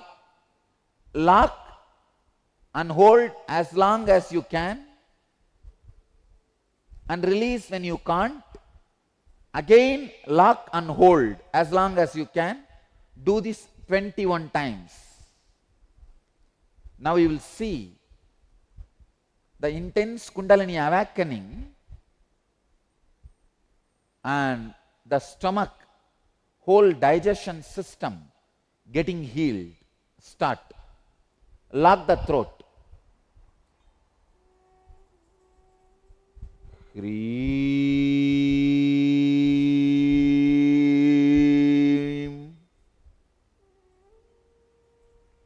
Hreem.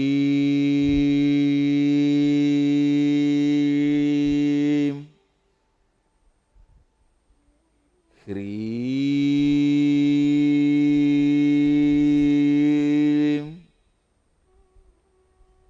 Hreem.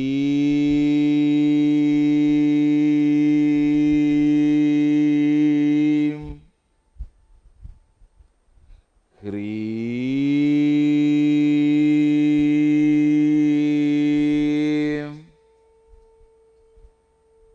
Hreem.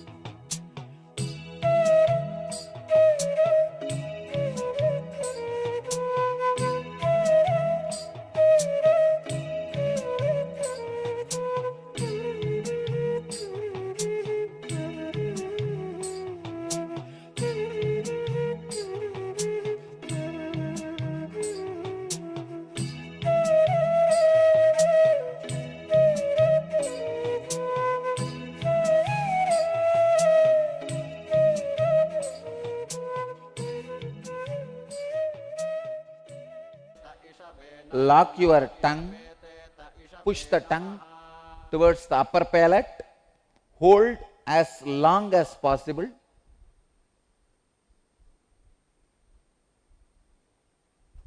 When you feel you can't hold anymore, relax, exhale slowly and gradually, not quickly, and again hold.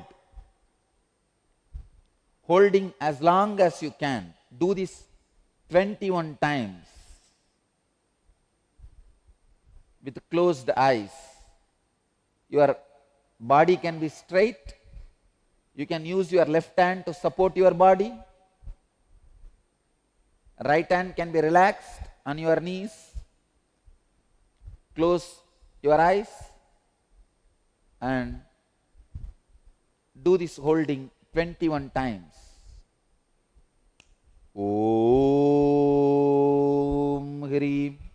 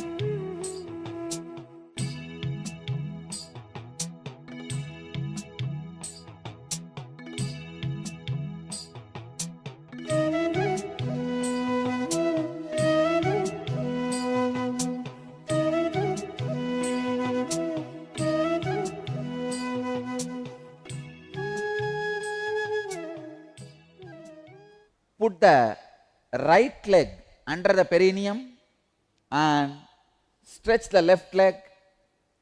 Do the same. Let me give you the sutra. Chandrangedu samabhyasya suryange punarapyaset yavat tulya bhavet sankhya tato mudram visarjayet. After practicing on the left side, practicing on the right side, when the number of rounds is even, discontinue and release the mudra. Please understand? Now put the right leg under the perineum, stretch the left leg, and now again turn the tongue and lock it in the upper palate. Hold as long as you can. When you feel you can't hold anymore, exhale slowly. Don't exhale quickly, slowly and steadily. Hold as long as you can and exhale slowly, steadily. Do this 21 times again.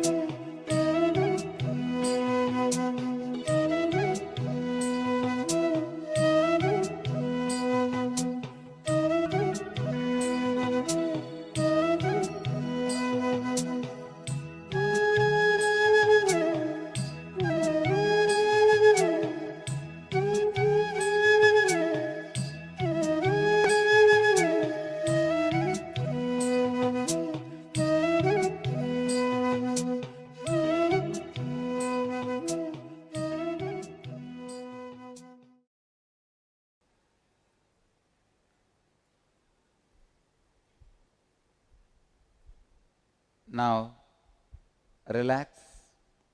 Inhale and exhale in a normal way for 3 times.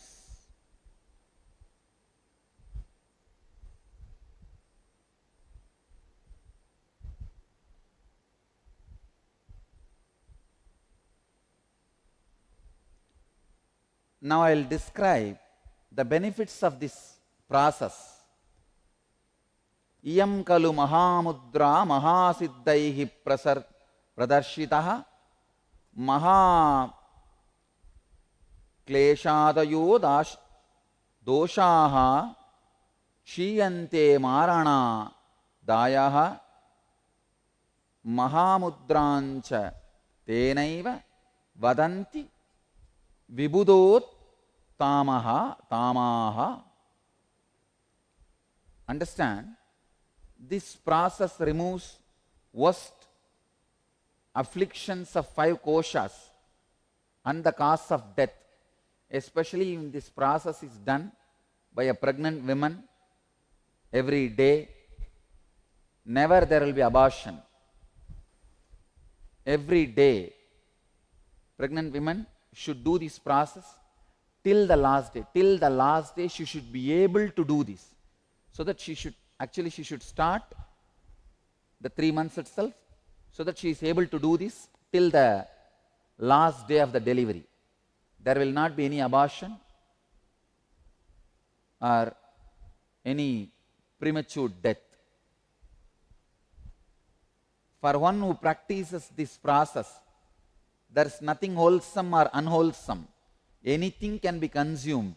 Even the deadliest of poison is digested like nectar. I am not saying drink poison, no.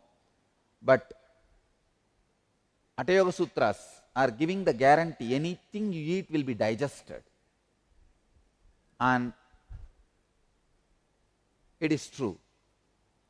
Nahi patyam apatyam va rasaha sarvepi nirasaha apibuktam visham goram piyusham abhijiryati. Means there is no patya apatya. Anything you eat will be digested. Next verse. Shayakushta kudavarta klumajirna purohamaha tasya doshaga kshayam yanti mahamudram tu yobhyaset. Abdominal disorders, constipation, indigestion and leprosy are alleviated by the practice of this process. Hatha Yoga Pratipika, 3rd chapter, 17th verse. Now, 18th verse. Katiteyam mahamudra mahasiddhikaran ranam gopaniya prayatnena nadeyayasya kasyachit. Thus Mahamudra has been described as the giver of great siddhis. It must be kept secret and not disclosed to anyone. Hatha Yoga Pratipika, 3rd chapter, 18th verse. Thus this process has been described as the giver of great siddhis. It must be kept secret and not disclosed to anyone. Understand? This instruction, it should not be disclosed to anyone, is given so that there is no wrongdoing. If somebody does it wrong, it can create some disturbances or side effects, after effects. That's why they don't want this to be disclosed to everybody. If you are sitting in front of my eyes or in front of the two-way conferencing, the final step, sit straight, internally bring both your eyeballs to your brow center and turn the tongue and press the tongue towards the upper palate. Understand? Let me give you the sutra and the instruction. Kapala guhare jiva, kapala guhare jihva, pravishta viparitaga, bruvor antargata drishtihi mudra bhavati kechari. Kechari mudra is turning the tongue backwards into the cavity of the cranium and turning the eye inwards towards the eyebrow center. Turn the tongue backwards and press it towards the upper palate and bring your both eyes, turn them inwards towards the brow center.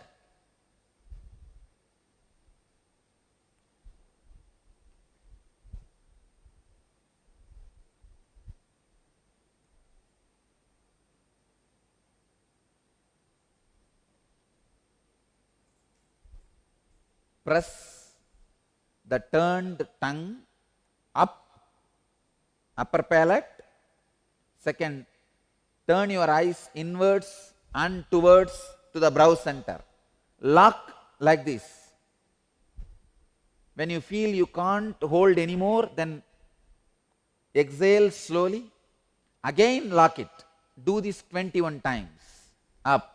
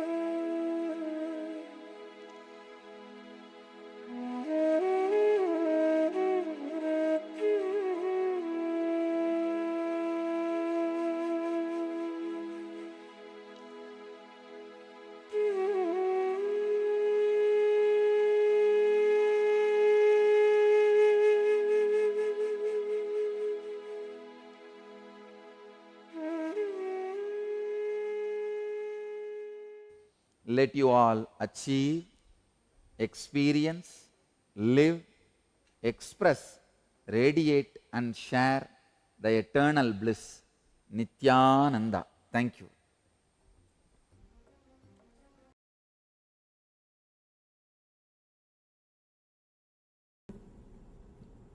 Yes.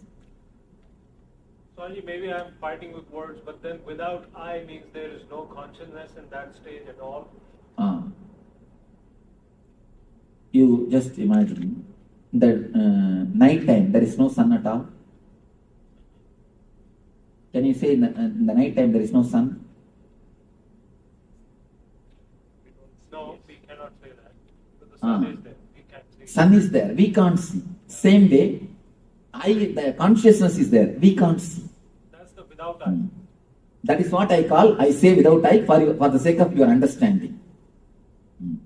We can't say. There is no space where there is no I.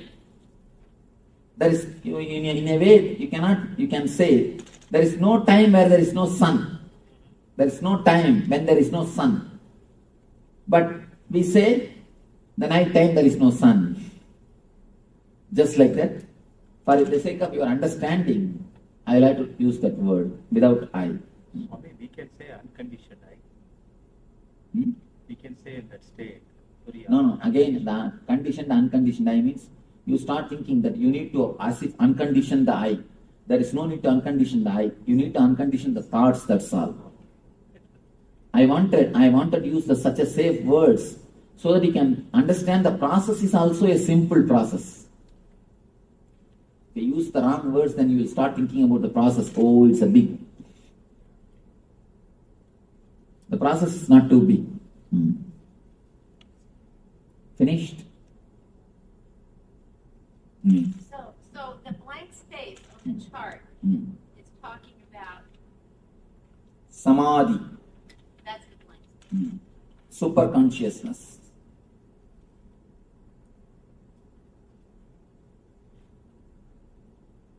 Let me explain about the physical body. Enough. Don't take notes. If you take the moment you bend for the notes, I stop speaking. After every session's gap, you can take notes.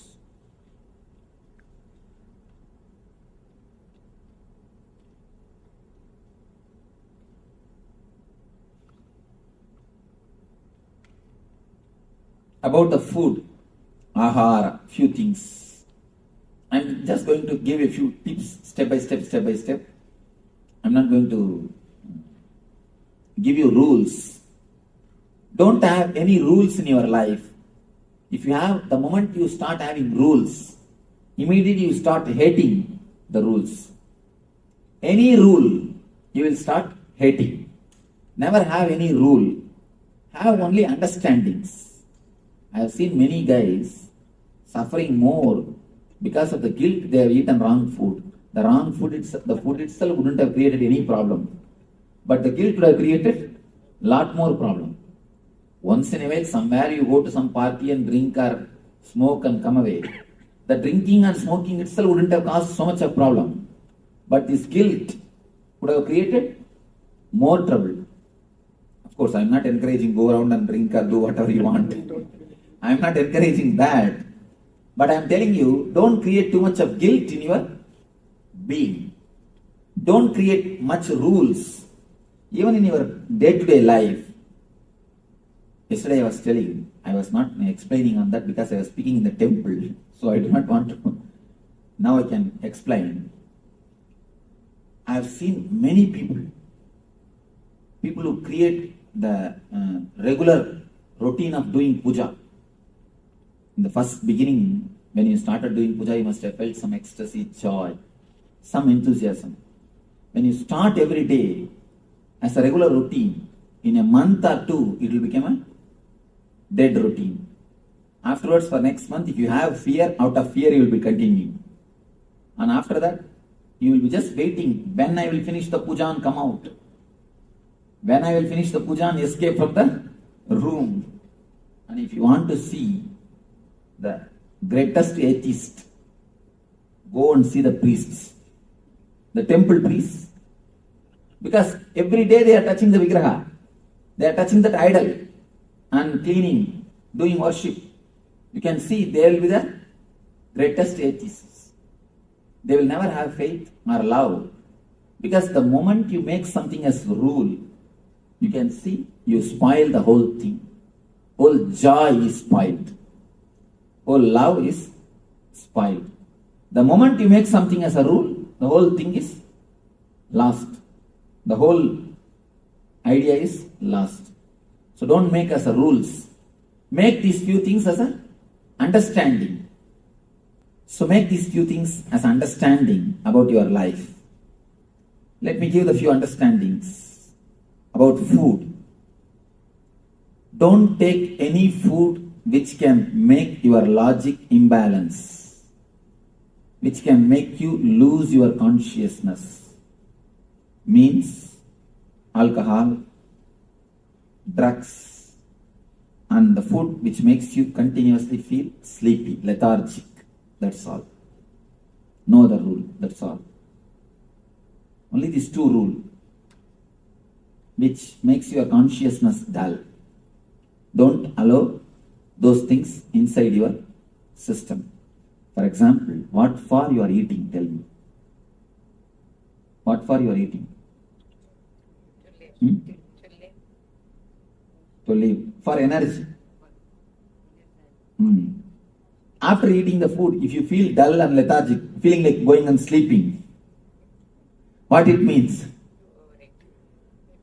Overeating or wrong food? Sugar. Overeating or Sweets. wrong food. So, don't allow the food inside your system which immediately makes you feel like sleeping. Basic thing. There is no need for anything else. The second thing, when you eat, don't entertain restlessness in your being. And don't eat the food cooked by the people who are restless by themselves. Here comes little difficulty. Here comes little difficulty. First thing, in understanding and in practicing. First, let us understand why. There is a beautiful saying from an enlightened master. When you cook, don't think you put only your ingredients. You put your thoughts also and cook. Your thoughts are also added when you cook. When you cook, your thoughts are also added. That's the important thing you need to notice. And there's one more thing, beautiful thing. A Zen story. A king goes to a master and asks the master, Master, I know that you are always living in joy and ecstasy and bliss. You are so alive, bubbling. What is the reason? What is the technique you practice? Please guide us. Please teach us. Master said, technique. I eat when I eat, I sleep when I sleep. That's all. The king cannot understand. What are you talking? What do you mean by it? Master says, I eat when I eat. I sleep when I sleep. Do you do that? King says, yes, everyone does. When we eat, we eat. When we sleep, we sleep. Master says, no. Look when you eat. The time of your eating only, you will start doing all sorts of brooding over about the past, planning for the future. You will be either worrying about the future or worrying about the past. You never eat relating to the food. Relating to the food is one of the important things because the food is going to become part of your being. You are going to eat. It is going to become just part of your being. It is going to become your own self. But you never bother, you never care to relate with the food. First thing, eating with the hand itself is a technique to relate with the food. Eating with the hand is a wonderful way to relate with the food. Eating with, not only that, there are 10 energy centers in your both hands. The fingers, tip of the fingers. 10 energy centers. Those 10 energy centers make your body adjusted or prepares your body to the food when you touch the food. When you touch the food, actually, even if the person who is having wrong thoughts, even if he cooks, even if there are wrong thoughts in the food, it will be cleansed. Food will be prepared. The energy of the food will be adjusted for your own body energy. So instead of touching the food directly by mouth, touch it by hand. According to me, wash both hands and put both hands and eat through both hands. You may ask, what are you teaching, Swamiji? But you do not know. You do not know the value of it. Only when you know the consciousness or a spiritual background, you will understand. In Zen, if you are taking a cup of tea, you are supposed to hold the cup of tea with whole hand, both hands. And all the 10 fingertips has to touch the cup. Then only you are allowed to drink.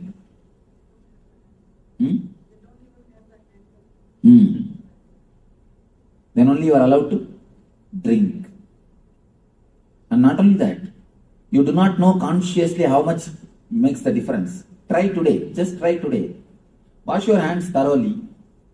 Put both your hands and feel the food and take the food little by little and put the food in the mouth and nicely enjoy, relish, deeply enjoy and swallow. Don't just grab the food. If you grab the food, you do not even know the quantity. And it will go inside so much, you will not even know the quantity. See, when I say, this all looks very simple. But eating is the habit, your basic habit. Everyday activity. One more thing, people come and tell me, Swamiji, I don't have time to do meditation, I don't have time to do dhyana, I don't have time to do puja. I tell them, don't bother at all. Just convert your eating into meditation, that's enough. If you practice these few basic things, the very eating itself will become meditation. The very eating will become meditation. You can't say, I don't have time to eat. Do you say? You eat properly. So, instead of saying, I don't have time to meditate, convert the eating into meditation. Let the eating itself become a meditation. Start eating in a very meditative way. Put both the hands and, if possible, sit with closed eyes for 1 or 2 minutes and don't bother about any other work. First, don't watch TV or don't do anything else when you eat. Put both hands. Feel almost you are praying. Be in the mood of prayer. Be in the same mood of meditation. And start putting the food inside your body. You will see your whole being is totally different. And not only that, your body will automatically inform you when to stop. At particular time you will stop. You will never overeat. No animal suffers the obesity. We are the only animal who suffer obesity problem. Have you seen any animal suffering obesity problem? In India, cows will be tied just near the straw. Straw will be 24 hours, it will be available to them. But they will never overeat. They never suffer overeating. If 1 or 2 animals overeat, means maybe a habit from you. They picked up from us. You are keeping the pet food always for the dogs. Have you seen any dog overeating?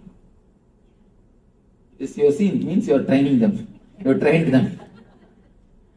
And you see, now I am surprised. The pet animals here, they catch cold. In India, I have never seen any animal catching cold. I have never seen. Here, because too much when you take care, it becomes almost like you. All the attitudes of human beings are picked up by the pet animals. No wild animals catches cold. No wild animals suffer so much of disease like pet animals. These poor guys, because you are giving food, they take your mental setup also. They pick up your mental setup. They pick up your attitude, your lifestyle, your everything, and it suffers. I have not seen any wild animal suffering the loneliness, but all pet animals suffer loneliness. Leave them alone and go. So, they pick up your attitude. That is the reason they may be overeating. Not by nature. Anyhow, understand these few things about eating. Just avoid the food which creates lethargic feeling and the imbalance of consciousness. Next, try to eat with the present moment. About the sleep, few things. Two kinds of people are there in the planet Earth. One is called sun-oriented. Another one is moon-oriented. People who are moon-oriented, they can remain awake even till late night. Till early morning, they can be fresh, energetic, alive. But early morning, they can't be active. They need sleep. They must sleep early morning, around 4 to 6. And there are another group which has to go to bed early. But the early morning they can be alive, fresh, active. The early morning, if you are alive, active, you are sun-oriented. In the night, if you are alive and active, you are moon-oriented. Identify yourself, whether you are sun-oriented or moon-oriented, Chandramani or Sauramani. Identify yourself. If you are sun-oriented, never miss the 10 to 12, that time. If you are moon-oriented, never miss the 4 to 6, that time. And second, now I understand. Hari is telling only 2 hours. No, I said I get both. You see, I ask people whether you are Chandramani or Sauramani. Swamiji, I feel both the time. Then you are Avamani. Then it is Avamana. Chandramana or Sauramana or Avamana. Avamana means bad, shame on you. See,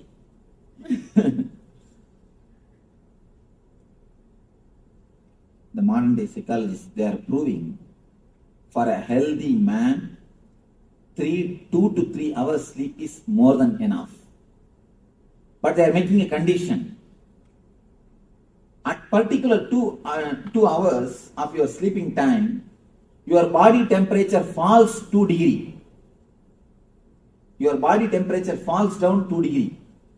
If you can identify that 2 hours and sleep, you will never fall sick. You will never fall sick. And I want to tell you an important thing. Don't take up any job. Don't take up any work which disturbs that 2 hours. If you are a Chandramani, if you are a moon oriented, early morning 4 to 6 is the time you are supposed to sleep. If you are sun oriented, 10 to 12 is the time to sleep. Please don't miss that 2 hours. Don't take up any job because it's a question of your life. The sleep and food is question of your life. Don't take up any job. Don't sit and watch movie. Of course, golf can't be played in the night. No? It's being played in the other side of the world, yeah. Anyhow, golf is never played in the night. No. Because such a big area cannot be lit. That's good. Anyhow. So never do anything in that time. First thing, identify whether you are Chandramani or Sauramani, whether you are sun-oriented or moon-oriented. Identify. Identifying is very simple. 3 days, try this and try that. And with which process you are more fresh, you are that. That's all. and both gives you dullness means only God has to save you. Go immediately. Pray to God. Always some one thing makes you feel more fresh, more alive. One more thing, never take any decision in the opposite time. One important thing I want you to know, just like female having periods, male also has got periods. Male also has got their own periods. The problem is they are so insensitive, they can't understand. For male, it is every 27 hours. For female, every 27 days. For male, every 27 hours. Every 27 hours, 3 hours they fall in low mood and come out. That 3 hours, if you take any decision, it will be failure. It will be failure.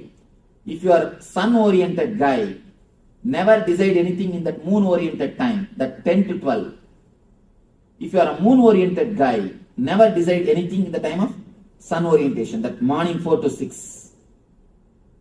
These are all subtle but highly powerful tips. Understand? Very subtle. It may look very simple, but you do not know the way in which your whole existence is going. And I want you to know the power of sun and moon on your body, on your system. Then you will understand. Whenever the Purnima and Amavasya happens, the ocean starts. Purnima Amavasya means full moon and new moon day. Full moon and new moon day. Do you understand? And I request you one thing. Whenever I use some Sanskrit terms, I don't give English translation. Please ask me. Don't just wait. Sometimes I am so habituated to speaking to the Indian crowd, I forget to give the English translation. So, immediately stop and ask me. Never think I may look like a fool. If you ask, you may look like. If you don't, you will be. So,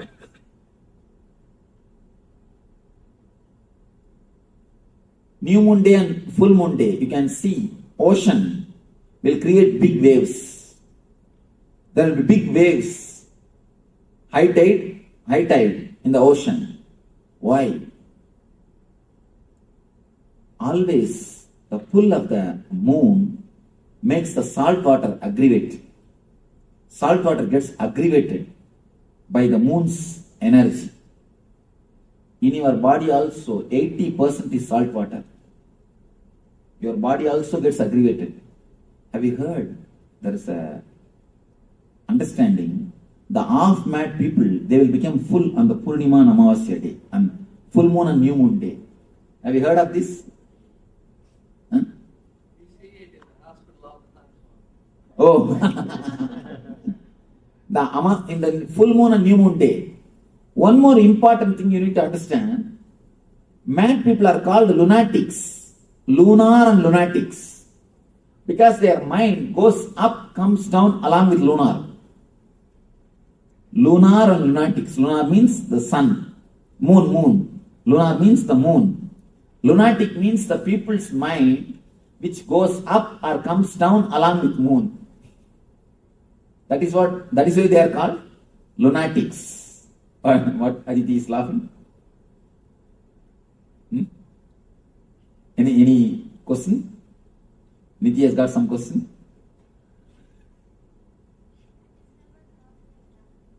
You remember? That is why I am here, you are there. Lunar and lunatic. Along with the moon, you go up and come down. And one important thing, Nile river is worshipped as a god by these Egyptians, Egyptian kings. They worship Nile river as a god. Nile river is the only river which has got live history, the live recording of everyday water level for last 4,000 years. You know, there is a recorded history of Nile river for last 4,000 years. For last 4,000 years, every day, what is the water level? There is a record, clear record, written record. Nile is the only river which has got a clear written history of everyday water level. You will be surprised. And one more thing, why I say about this, one more important thing. Based on that water level itself, we are able to come to a clear conclusion what type of the moon energy was playing. You can understand based on this, the water level or the mood of the river, you could understand, you can clearly find out the eclipse, the solar eclipse, solar eclipse, lunar eclipse, all these things. Now the people who work on astronomy, they are shocked to find the coincidences.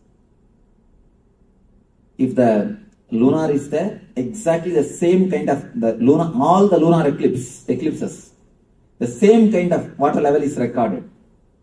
All the solar eclipse, the same kind of water mood is recorded.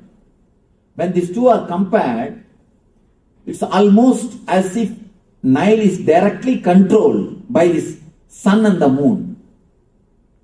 They say a clear-cut view, not even once or twice it misses. A clear-cut view, we can predict very clearly when flood will come and when flood will not come. What is wrong call? When flood will come and when flood will not come. We have such a deep association with sun and the moon. So find out whether you are lunar oriented or solar oriented, whether you are sun oriented or moon oriented, and arrange your sleep time according to that. Never sit and watch cricket. Never torture your body at that moment.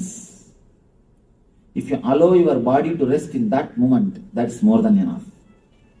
That's more than enough. Naturally, you will see you are continuously recovering. Your physical body, your health comes back to normal well-being, normal health. And third thing about pain. Pain means all diseases. It's an important thing. When the shoe fits, leg is forgotten. When the belt fits, belly is forgotten. When the chain fits, neck is forgotten. If you are remembering the chain, it means, if you are remembering the neck, it means the chain is not fitting. If you are continuously remembering the belly, belt is not fitting. If you are continuously remembering the legs, shoe is not fitting. If it fits, you will forget. The same is the logic. If you forget your boundary, you are healthy. If you forget your boundary, you are healthy. If you are constantly remembering some part of your body, it means what? You have some pain or disease in that area. For example, if you are remembering knee continuously, what it means? What it means? Pain. You have deep problem. You have pain in the knee. If you are continuously remembering the back, means your back is hurting. If you are continuously remembering the tooth, you are doing dental meditation instead of transcendental meditation. You are doing dental meditation. So, if you remember something constantly, some portion of your body, means it is not fitting. It is not falling in tune with your body, with your being. And you are remembering some portion means why you are made to remember. Actually, what is happening at the time of pain? At the time of pain, only one thing happens. Your attention is requested by that part of the body. We don't live throughout the body. Understand one important thing. You don't live with your whole body. If you hate some activity, immediately you hate that portion connected to that activity also. If you hate to do some work, immediately you hate the body connected to do that work also. Why you are laughing? No, that's true. If you hate to write or read, you start hating the eyes, you start hating the hands. Why do you think so many kids have to wear specs? Why do you think they get all the eye problems? When you hate to do some job, automatically, naturally, you start hating that part of the body also. You start hating that part of the body also. Here I have to tell you a small incident. It's even though it's awkward, I have to tell because it is such a truth. It's such a deeply connected truth. I have to tell this. One of our devotees, she attended NSP. She stays in America only, in America. She had a tumor on the spinal cord. A big tumor. You can see, you can even feel that's such a big tumor in the spinal cord. For last 12 years, more than 12 years, she herself is a person who is in the medical field. Because of that, she underwent surgery also. Even after the surgery, it again came back. Nothing could be done. It is there, it is there, it is there. In our meditation camp, we have a session like opening and telling about your guilts. We work on the people's guilt. What all the guilts you have from the past memory. One by one we bring it out and I explain about the guilts. In that session, she suddenly started weeping profusely. And she said, I have a deep guilt because I have been abused when I was 6-7-year-old girl. When she was very young, she has been abused. And not only that, again the same man who is her own relative exploited her when she became little elderly person also.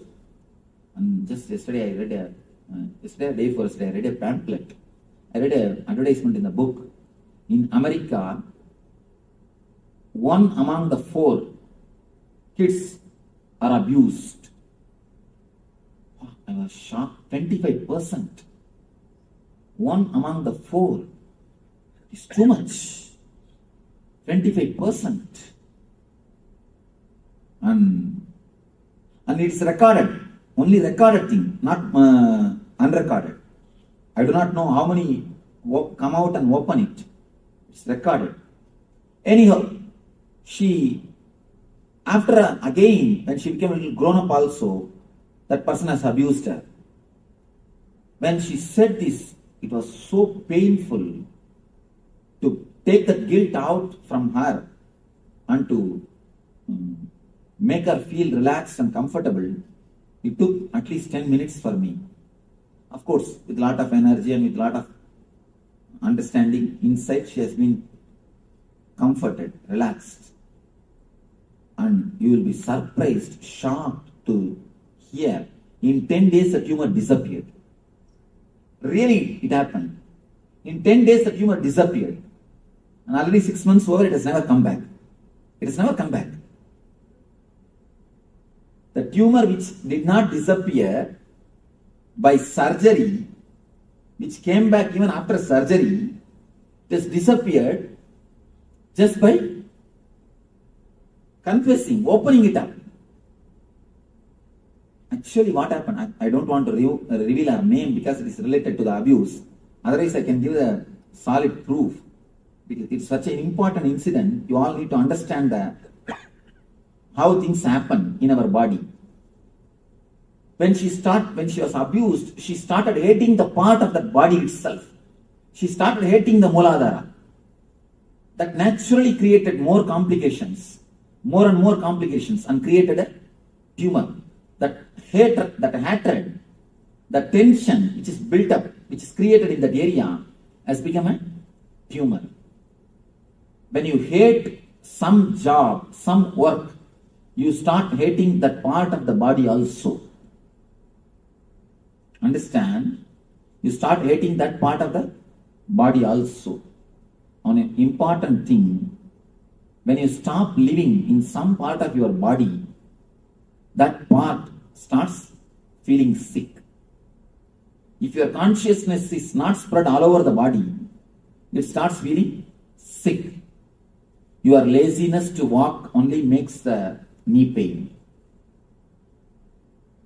Your low self-confidence to live only creates arthritis. These are all basic things. Don't think your disease and your mind are totally independent of each other. It is totally dependent on each other. There is a beautiful book, You Can Heal Yourself, by a doctor. Her name is Louise L. Hay. One of the, according to me, I think if she is in India, she would have been recognized as an enlightened one. If she is born and brought up in India, she would have been recognized as an enlightened one. This lady, one important thing I want to tell about this book. There is an understanding in Ayurveda and Yoga Sutra. How the Ayurveda and Yoga Sutra meet with each other. How the mental setup and the chakras are relating with each other. Ayurveda and Yoga shows how the emotions are related to diseases. And this lady, I do not know whether she read that Yoga Sutra or she studied Ayurveda, because I don't find any reference of Yoga Sutra or Ayurveda. In her own research, she has actually fought cancer and overcame. She herself healed her cancer by her mind power. And you will be surprised, she quotes exactly, line by line. And she is a doctor. Because of that, she has got the chance to work with so many patients. Our researches, our findings she's recording, I'm shocked. So clearly she records the mental setup, exact mental setups which creates the diseases. And exact mental setups which creates the uneasy feeling. And exact remedy for it. The unchanging or changing the mental setup. Changing the pattern, changing the mental setup, only we call it mantra. Mantra or syllables. Now, I want you to understand one important thing. All your disease is nothing but low consciousness. Low degree of consciousness. Some part of your body never receives enough of your attention or consciousness. You never live in that portion. Either you don't want to live, or you are not aware that you are supposed to live. When you don't live throughout your body, when you don't live with your whole body, you can be sure, you can be very clear that that portion will start suffering. That part will start asking for your attention. A small, simple technique which you can practice in the house. Whenever you get pain, whenever you get any pain, headache or knee pain or stomach pain, when you get a headache, don't start giving headache to others. First, analyze. When we get, what we do immediately? We start sharing. First, lie down, close your eyes, travel in the area where you have pain. Drop the word pain, just travel.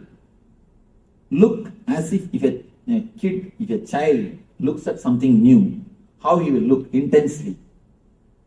How he will look something new. The same way, with the same intensity, with the same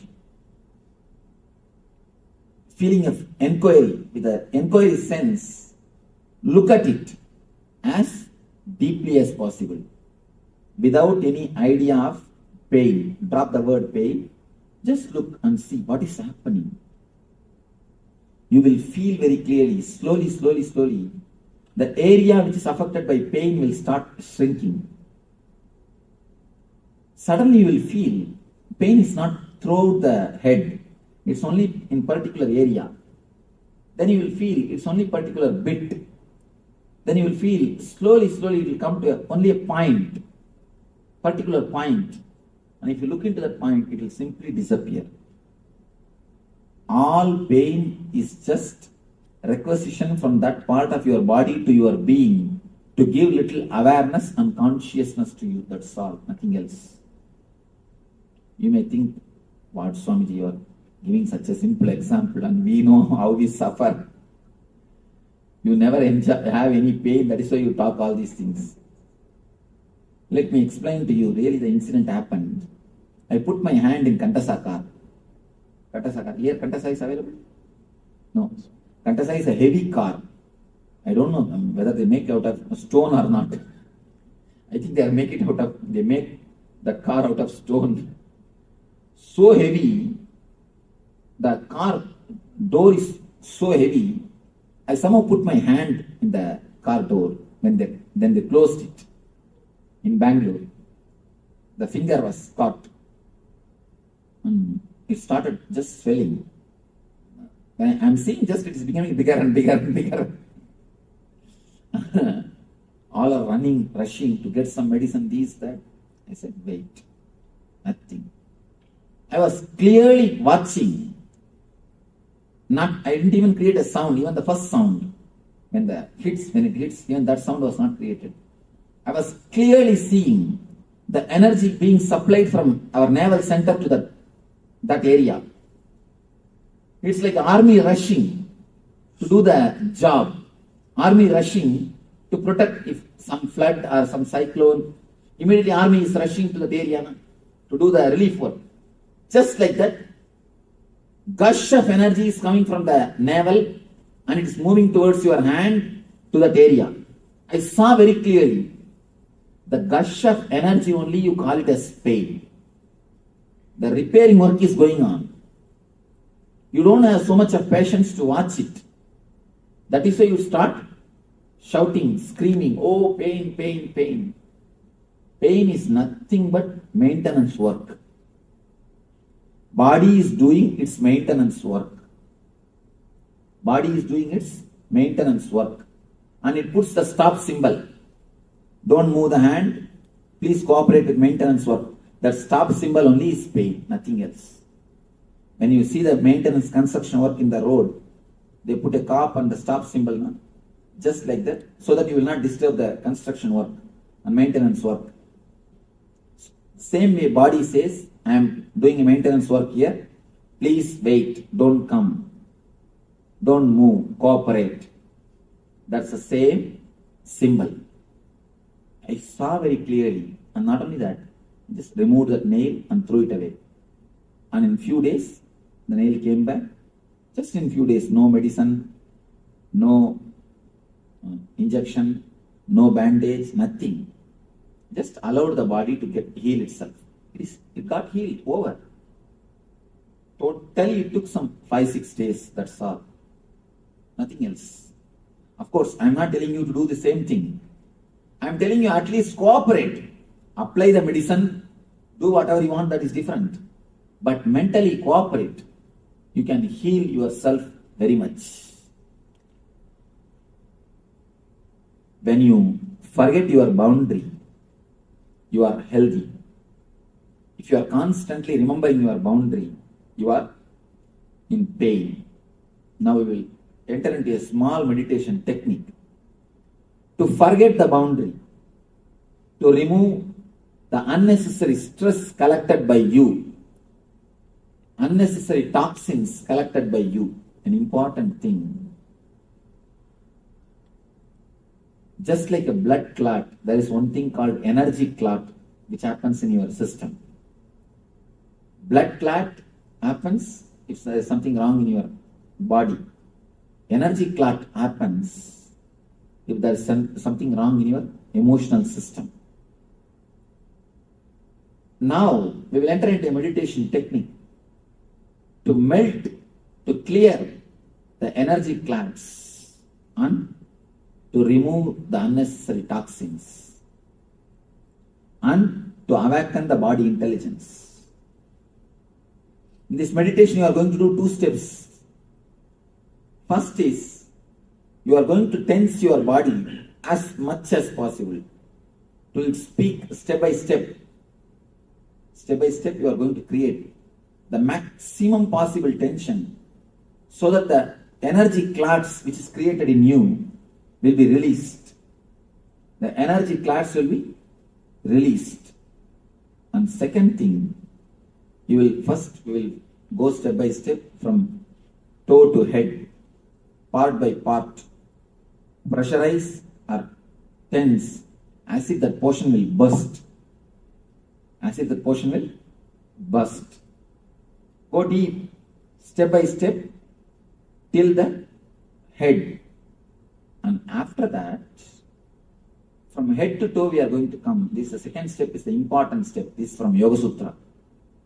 This step is important technique from Yoga Sutra.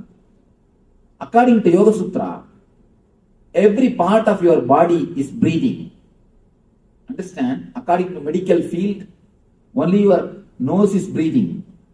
According to Yoga Sutra, every part of your body is breathing. Every part of your body is intelligent to take the prana shakti directly from the air.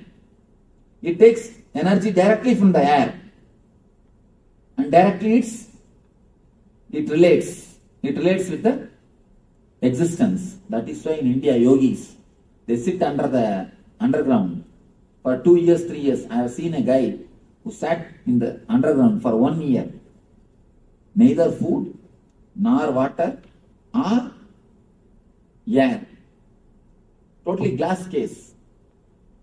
Tight sealed glass case. He sat under that 1 year. I asked, how at least he breathes? He said, we don't know, Swamiji. Then he came to the ashram, our ashram. He's after all a yogi, not enlightened. So he heard about me and he came to take my blessings. Then I asked him, how do you do this?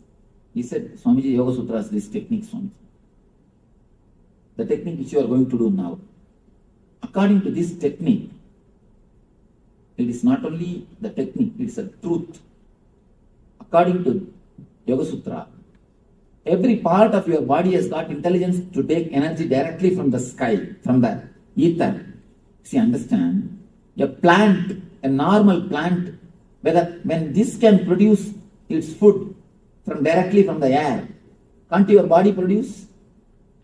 Your body is much more intelligent system. Much more intelligent system. Can't it produce? It can. Only thing, we have not made our body alive. We have not allowed our body to do it. We have not given so much of understanding to our body to do it.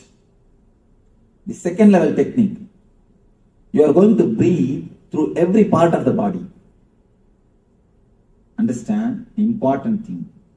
Your head should breathe separately, inhale and exhale.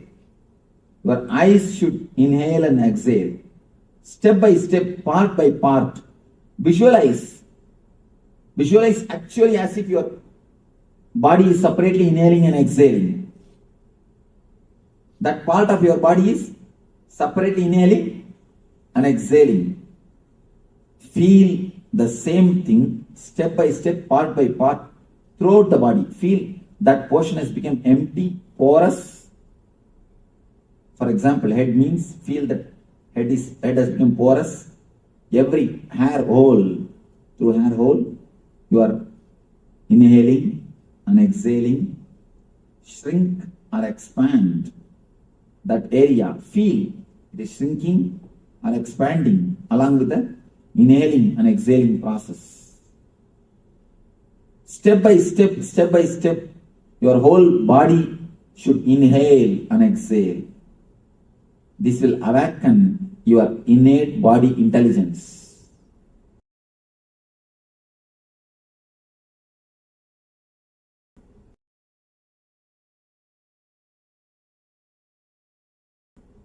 two-step. First step which you need to understand, tensing and cleansing. By tensing, you are cleansing toxins and energy clots. Next thing, by inhaling and exhaling, breathing through every part of your body, you are awakening the intelligence, innate intelligence of body. You are awakening innate intelligence of your physical system. Close your eyes and first thing, this technique has to be done lying. In the second part, you will lie down. First part, you can stretch your leg and sit comfortably.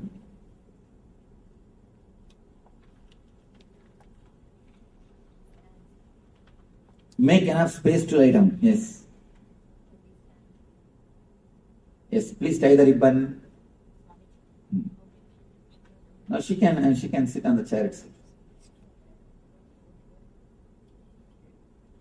Anybody heart patient or underwent any surgery in last 3 months? What?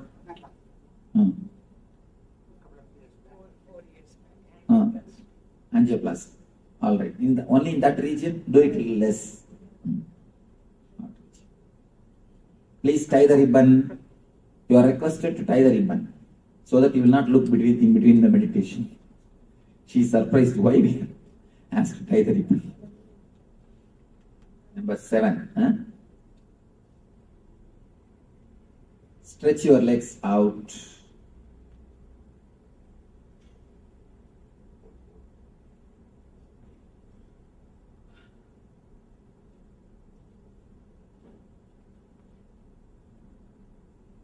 Start inhaling and exhaling as slowly as possible, as deeply as possible.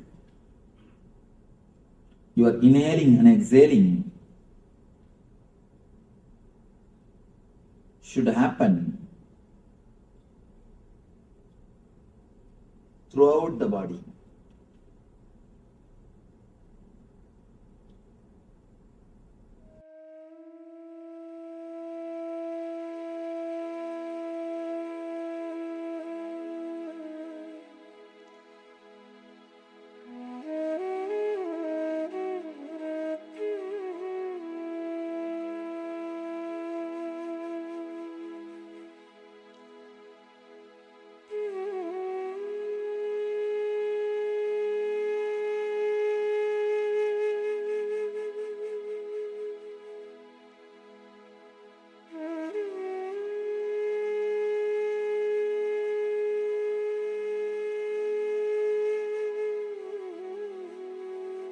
First step which you need to understand, tensing and cleansing. By tensing, you are cleansing toxins and energy clots.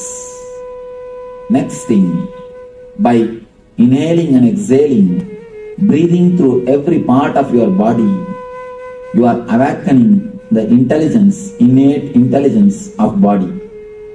You are awakening innate intelligence of your physical system.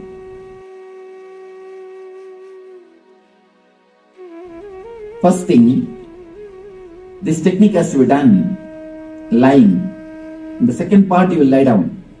First part, you can stretch your leg and sit comfortably.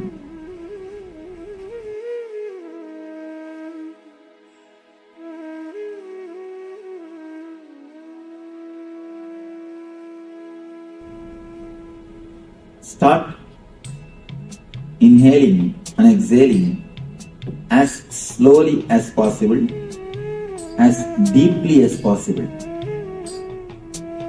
You are inhaling and exhaling should happen throughout the body.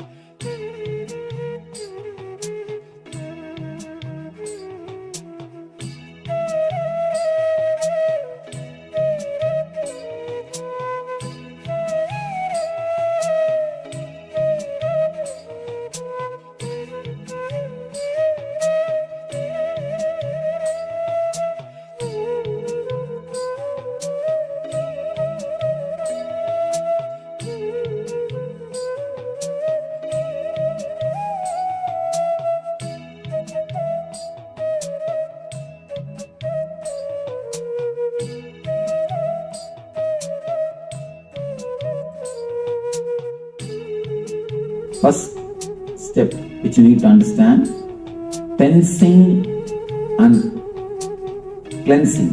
By tensing, you are cleansing toxins and energy clots.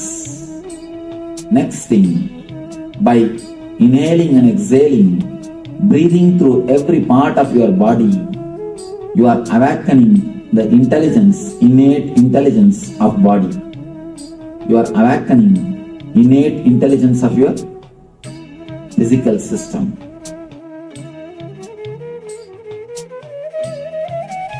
First thing, this technique has to be done lying. In the second part, you will lie down. First part, you can stretch your leg and sit comfortably.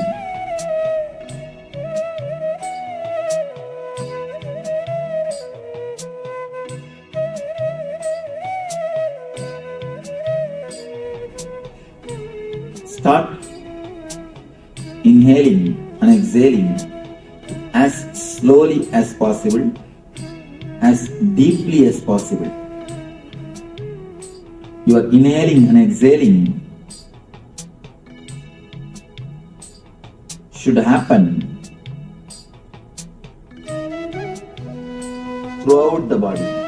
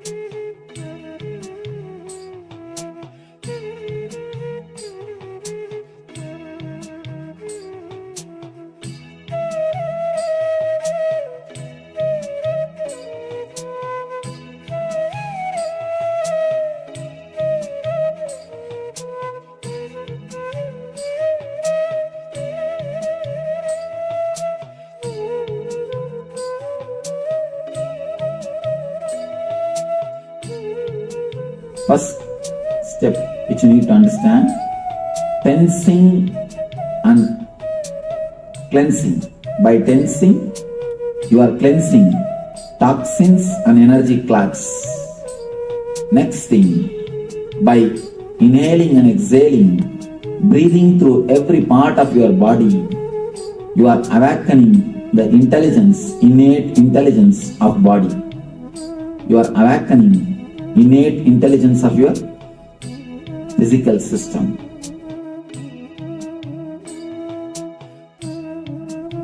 First thing, this technique has to be done lying. In the second part, you will lie down.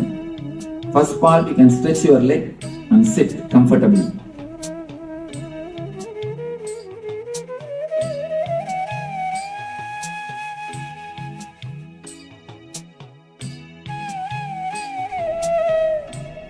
Start inhaling and exhaling as slowly as possible, as deeply as possible.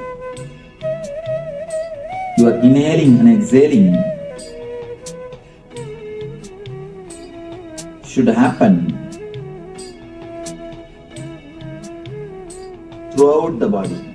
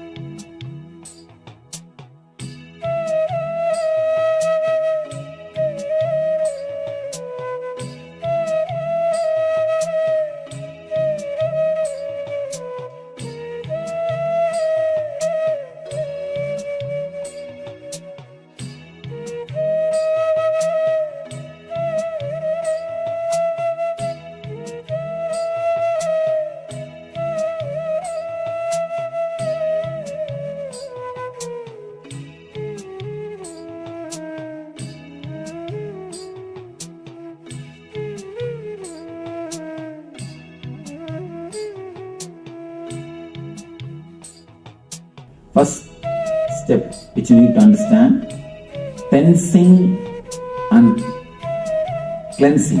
By tensing, you are cleansing toxins and energy clots.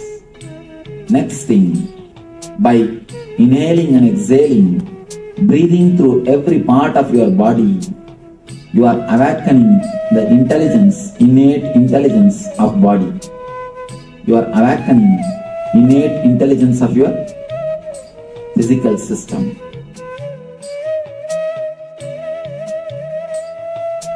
First thing, this technique has to be done lying.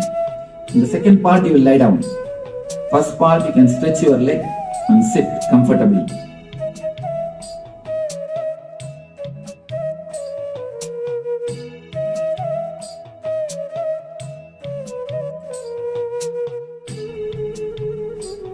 Start inhaling and exhaling as slowly as possible, as deeply as possible. You are inhaling and exhaling should happen throughout the body.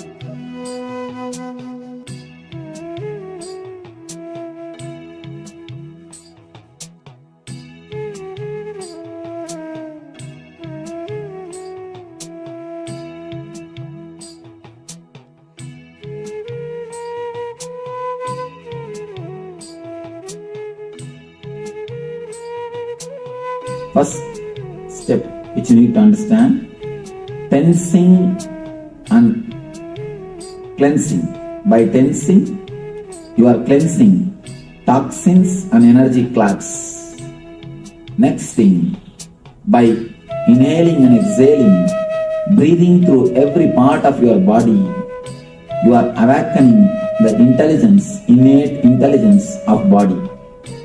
You are awakening innate intelligence of your physical system.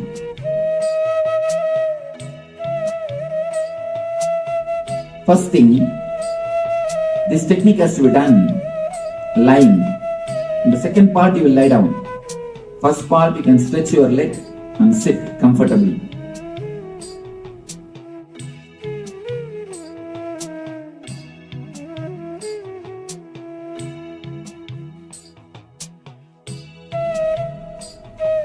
Start inhaling and exhaling as slowly as possible, as deeply as possible.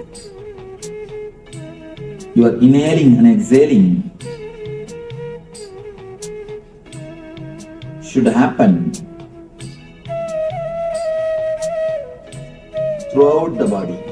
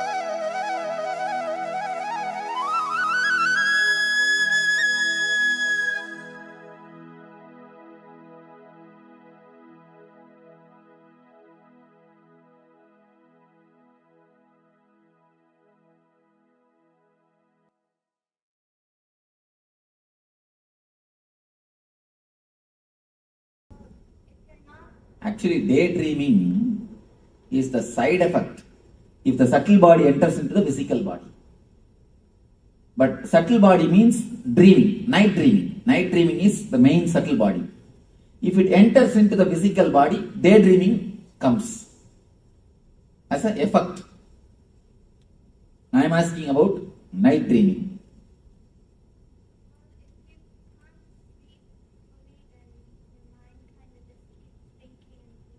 All right. Let's go to Aditi.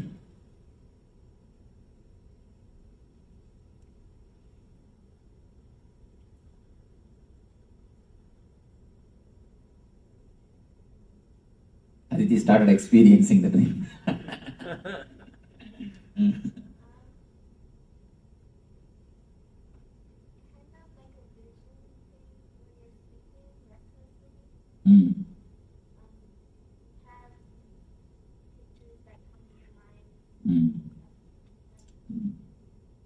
Okay. Stuff means when these kids use the word stuff means that much only I know. That kind of stuff, Swamiji, that's all. It means more than that there is no words. Alright, let us go to Manisha. Tell me why dreams are coming.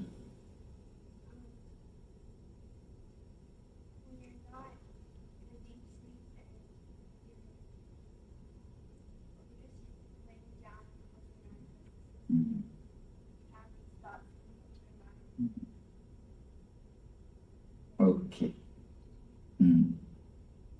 Some more understanding. We will go to number 6. Yes. Can you pronounce your name? Jackie. Okay. You mentioned earlier something about like a pressure valve, letting off the steam. I think it is processing. That's right. Cynthia?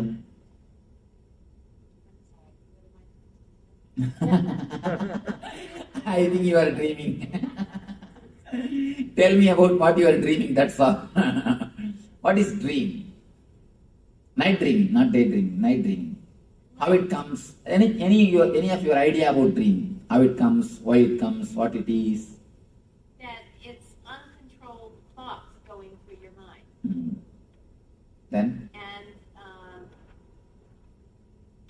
imaginings of,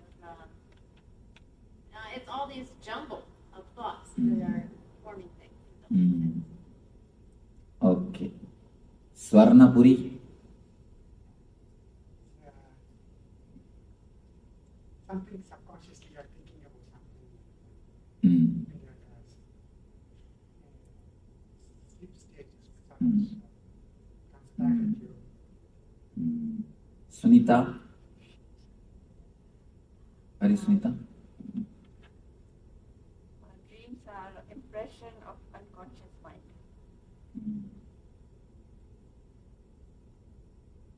Something from Hari? Hari wants to tell something? Oh. No, your hands are raised. Dreams for me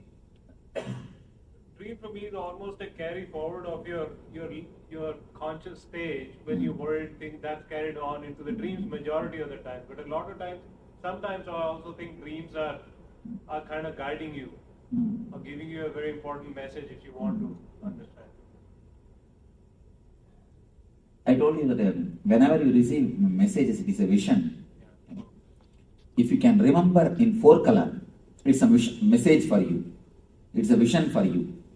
If you remember by 2 color, it is a dream. What is 4 color mean? When you get up, morning when you get up, and try to remember the dream, what you saw. If you remember vividly, including the colors, if you, for example, if you have seen the wall, are you able to remember the paint color? If you see a person, are you able to remember the dress color? If you have seen some animal, are you able to remember the color of the animal?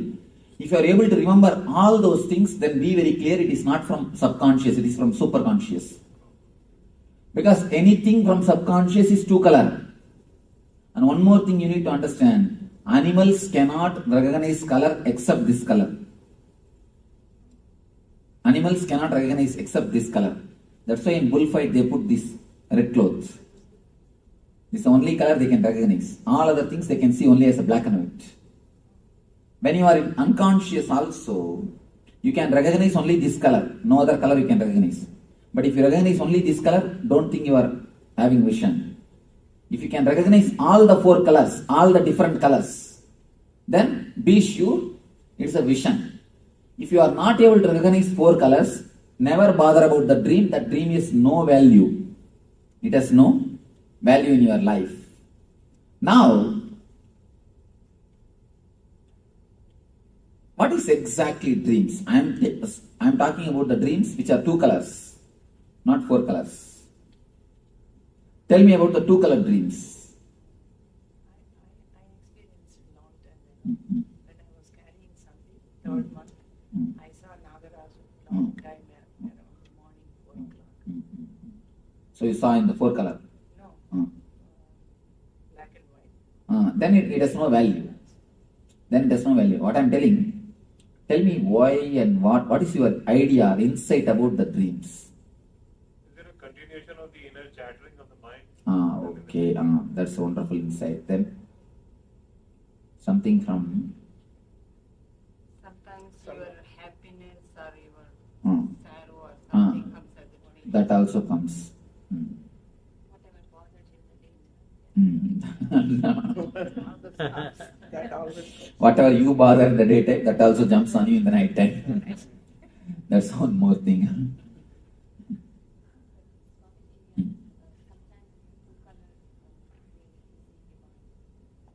No. Two-color dream divine means just a memory. It is nothing solid. Whenever divine or any vision appears, it always comes as a four-color. You will remember vividly. Why is it sometimes I've had dreams and it's like they would foretell the future or something, but they were in black and white. They will be in black and white. Yeah. It can never be. Because I have, as deeply as possible, I have analyzed the dreams, and not only that, when a person becomes enlightened, he never gets dreams. I have no dreams. Even the people who did research in Oklahoma, they were shocked to see that there is no random movement in the eyeballs continuously. The doctors first said, person cannot be alive without dreams, Swami. I said, if you want, you can do whatever experiment you want on me, but I am not getting dreams at least for last 4 years. The moment I became enlightened, from 2000 January 1st till today, no dreams. Totally no dreams. I said, you do whatever experiment you can. If you have any machineries, I invite, you are welcome, but I don't have dreams. Then when they were doing the experiments, they were shocked. How can mind be so silent? How can mind be so calm? I tell you, from my own authority, because I have crashed the dreams, I know the whole infrastructure of dreams. If it is black and white, then somewhere it clicks. Maybe it has worked out by clicking, not as an intuition. See, sometimes you get 10 thoughts. If one works out, you think, oh, that day itself I thought. You don't bother about all the 9 which did not work out. You understand? You think all the 10 possibility, and some one possibility has to work out.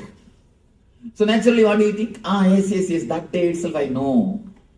You imagine all the 10 possibility, and if one works out, you connect that with that which worked out, and you say, oh, I had the dream. No. You should understand, all the other possibilities also your thought.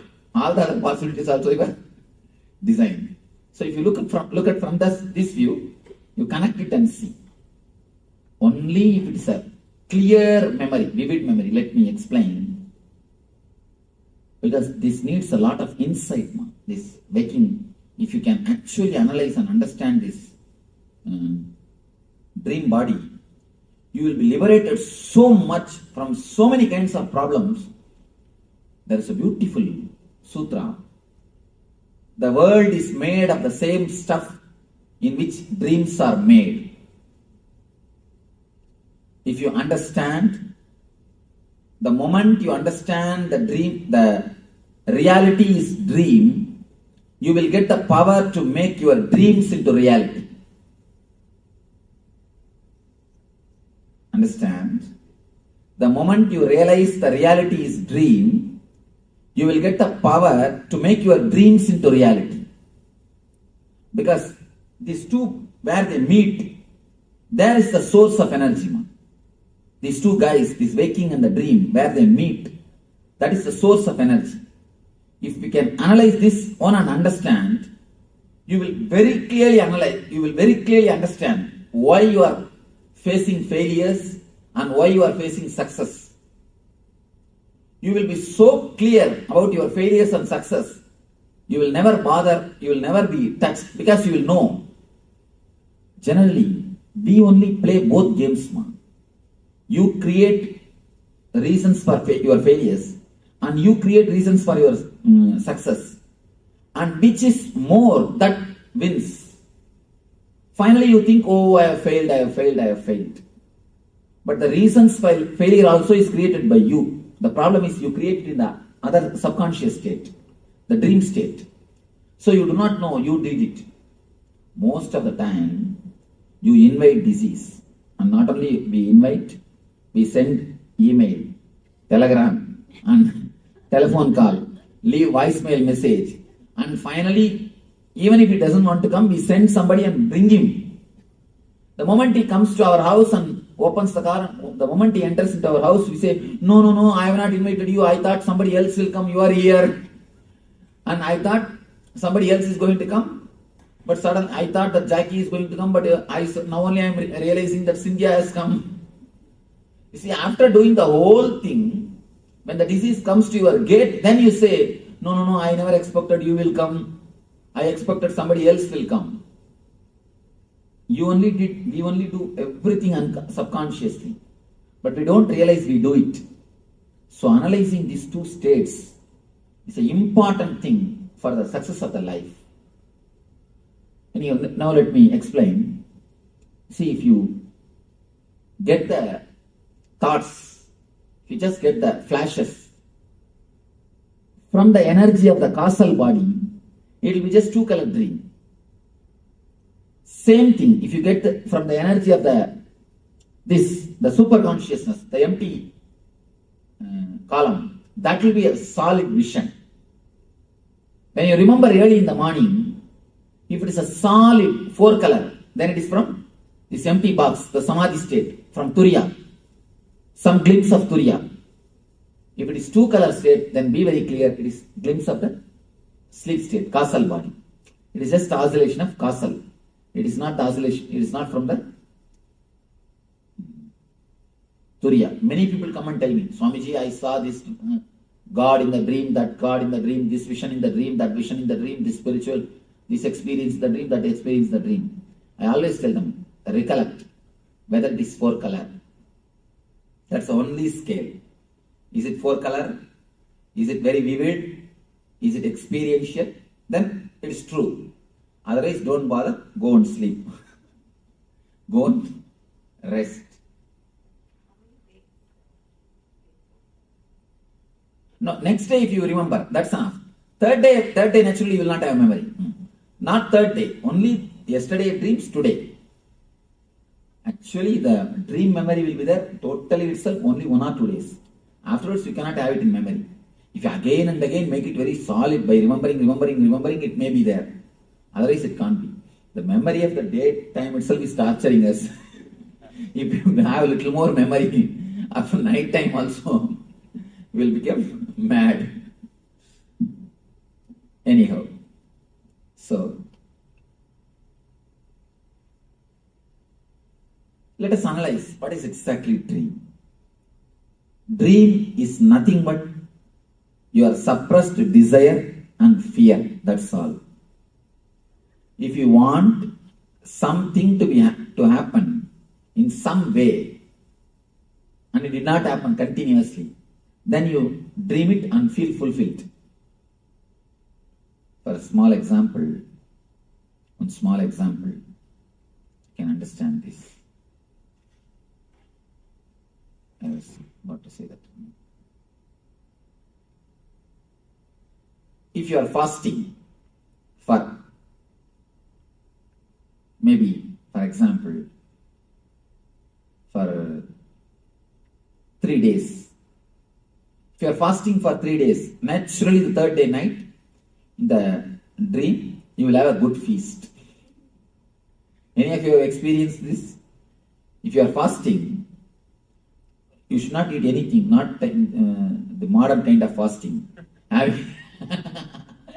The modern kind of fasting is a wonderful fasting. Having 2 liter milk, a little bit of banana, and few bhaji, and telling, oh, I am fasting, Swamiji.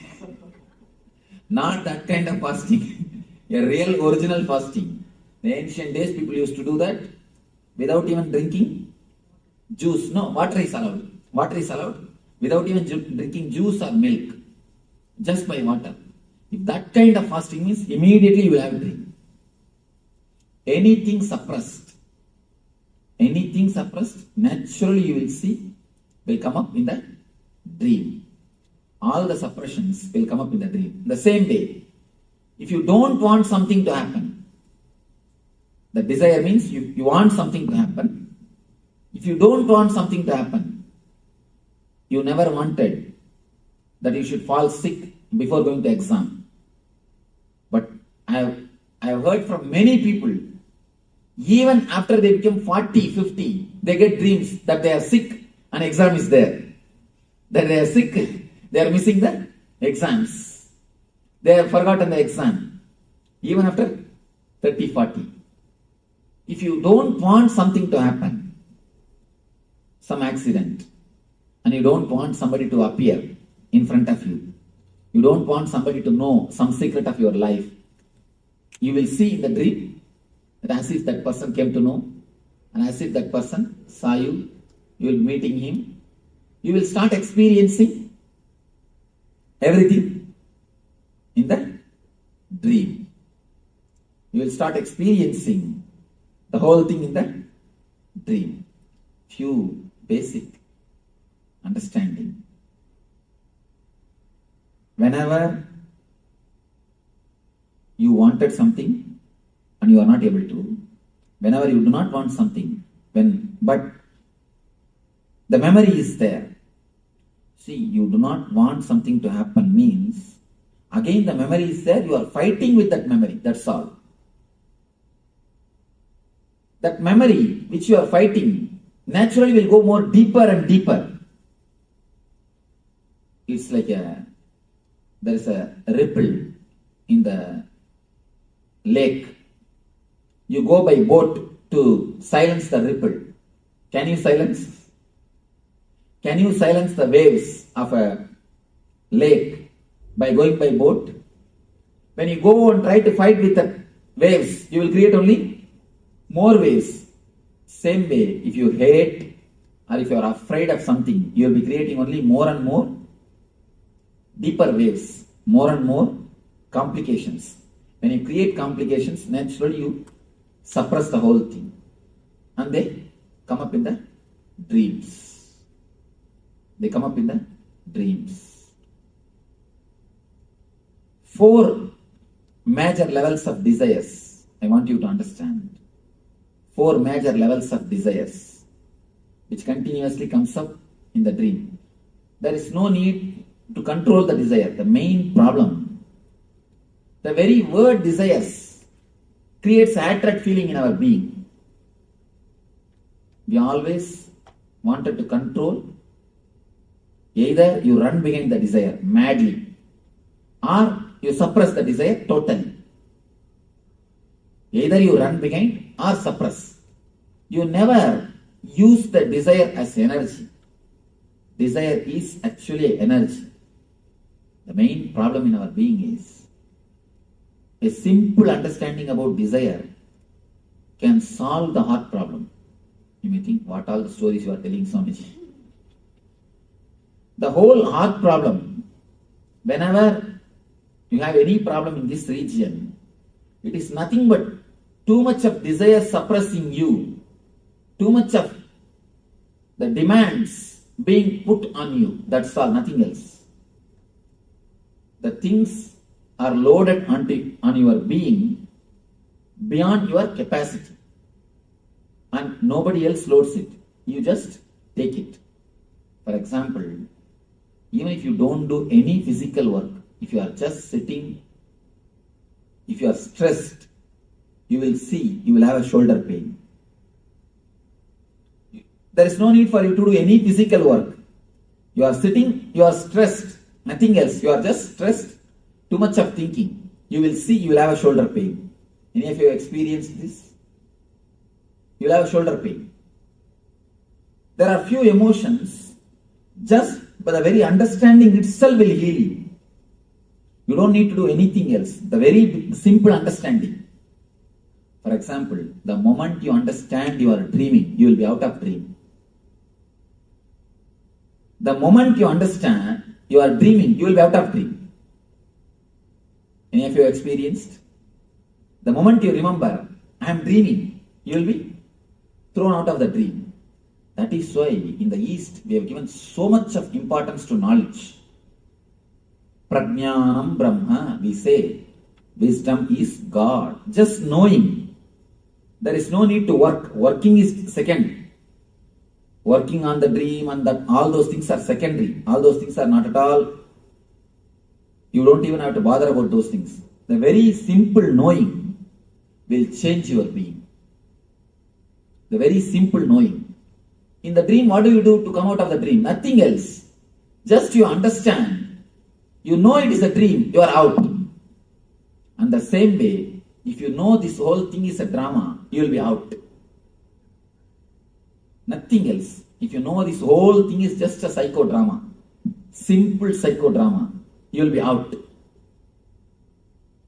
The problem is, we are afraid to know this is a psychodrama because our whole life is based on this only.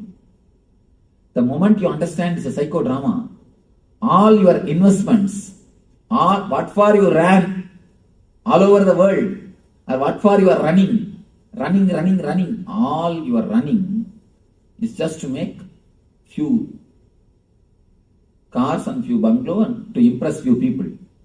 But suddenly if God gives you intelligence, the whole thing is just psychodrama. What will happen? There is a beautiful saying by this Bertrand Russell. This guy says, no, oh God, please leave my dreams unto myself. Please don't take that away. Do whatever you want. I'm not asking you to fulfill my dreams. But please don't take them away from me. It is too much. Too much to live without dreams. This guy has become later on a big atheist. Have you read any book? Bertrand Russell? This guy has wrote a book that God is dead. God is dead is declared by Nietzsche. He wrote a book, Why I am an atheist. Why I am not a believer. This guy. Anyhow, he prays, please God, don't take my dreams away from me. He says, living with the truth, living with the reality is too much. It proves that what for I am running, everything is just waste. According to him, it's a terrible fear. I tell you honestly, if you can understand the truth, if you can face the truth, you will be able to run beautifully. Because you know whether you win or lose, there is nothing to bother. You will enjoy very running itself. Only two things in the planet Earth. Either you enjoy the running and the reaching, or you don't enjoy both. That's all. Please be very clear. There are few ultimate laws. Either you enjoy the path and goal, or you don't enjoy path and goal both. There is no question of enjoying only the goal, not the path. We always think, no. When I achieve that, I will enjoy, relax. Not now. Now let me suffer. Now let me do something. Now let me put up with the situation. Now let me work. Now let me not bother anything. I will enjoy, I will achieve and then I will enjoy. Never. If you are not enjoying the very process itself, be sure you are not going to enjoy the goal. Because the path is made of the same stuff in which the goal is made. The goal is made of the same stuff in which paths are made. So whether you enjoy this and that, or you don't enjoy this and that both. So according to me, look deeply into this and understand dreams are the world, what you call as reality, what you feel as reality, what you think as reality is made of the same stuff in which dreams are made. One small story from Ramakrishna. One enlightened person is living in the householder life. You can sit in the chair if you want. You are not comfortable? Huh? No, you are bending this. I thought. Or you can? Maybe I will. Yes. Or you can sit comfortably, stretching your legs out, nothing wrong. See, she is comfortable. That's what women, you see, they are very comfortable. You see, if you want to learn how to do any work as lazily as possible, you can learn from them. Any work, how to do it without moving much of the body or any other. Because they have to handle too many things now. They have to handle too many things. So small things. They know how to do the work without moving the body much comfortably. They have expertise in moving their husband's body. So you don't agree with that? It means get some ladies and take training. See, actually it's intelligence.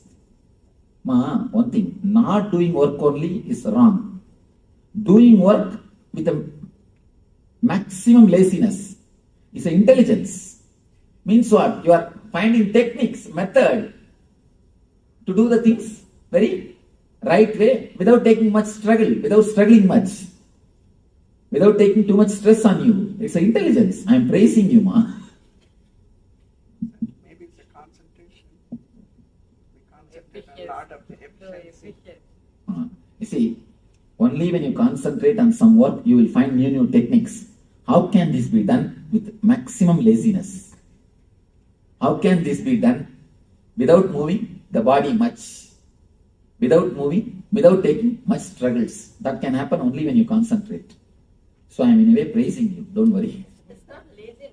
It's not laziness. Then what other names you want to give? Well, how can you do it in the least amount of time or, things like that. But it's not laziness. You see, you can say it in polite, beautiful terms. All right. You can decorate with all polite, beautiful terms. But because I am that type of guy, I never move my body and just sit. You can see in my room, I'll be just sitting and doing the whole thing. I'll have my books nearby. Everything will be very near. Nothing will be too long because I won't even move the body too much. Because I am like this type of person, I know you can use it better terms, but it's nothing but a laziness with intelligence. All right. This small story I was telling, one grihi, householder but enlightened person. Suddenly he lost his son. He was not weeping at all. The whole family was weeping and wailing and crying. His wife started yelling at him. You fool, you have no brain, you have no sensitivity, you have no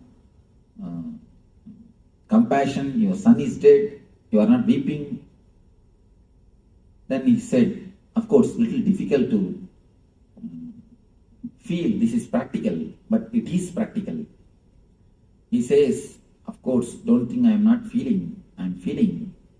Don't think I am not feeling compassionate, I'm insensitive, I am feeling, but I am worrying. Yesterday night in dreams, in my dream I had 7 sons. I lost all of them when I woke up. Should I cry for them or cry for this one son? That is what I am thinking. There's one more small story in Zen Buddhism. This will give you much deeper insight. One Zen master, early morning he woke up from his bed and started weeping, started crying. All disciples gathered, "Arey, you are enlightened man, why are you weeping? What happened? You are not supposed to cry. What happened?" He said, no, I dreamt as if I have become butterfly. This guy said, what is that? It's an ordinary dream. Now you are all right. You are out. Why should you weep for that? This guy says, no. I do not know whether I dreamt I have become butterfly or that butterfly is dreaming now it has become a master. I do not know what is happening. Whether I dreamt that I have become butterfly or that butterfly is dreaming that it has become me. How to find out? Tell me, what is the scale? How to find out? Cynthia, tell me. Answer this question. Now we are going to have a good time. Tell me, Now I give you a theory. I propose a hypothesis that the conversation which is happening between you and me, you attending SSP is a dream, I say. What do you see about? How can you reject? How can you fool this? How can you prove that this theory is wrong? I can't prove it's wrong. You are really intelligent. You escaped. Anybody else? Any argument? Because you're seeing in four colors, how can you say this is not reality? When you see the dream, what do you say? What do you feel? No, you asked that how can you say this is not reality, right? Right now what's happening? When you see a dream also, you see only in four colors. You won't remember when you come to this state. When you see it only in the four color. Then how can you say that's not reality?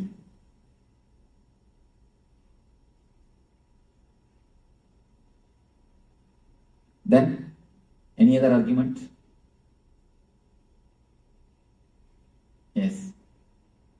Well, every day I wake up and I'm me, and then one time I dream I'm a butterfly. Now please understand, every time you wake up, you say you are you. Okay, no, nothing wrong. You are you only. I am not telling you are not you. It is based on the time idea. Am I right? Yes. Time, lifespan of your idea, that idea. In the dream, in one dream itself, you live your whole lifespan. You understand? Many times, you are dreamed only for 8 hours. But in the dream itself, you are born, you are growing, you are grown and finished. So, how can you say, now you are having the continuity and there you don't have continuity? There you don't have continuity because you finish it. The time span, based on time span, you can't decide. Because the very time idea itself is totally different between dream and the reality. So, in the reality, what you say, this question is based on the time-space gap. Am I right? Time-space relationship. So, the time-space relationship itself is wrong.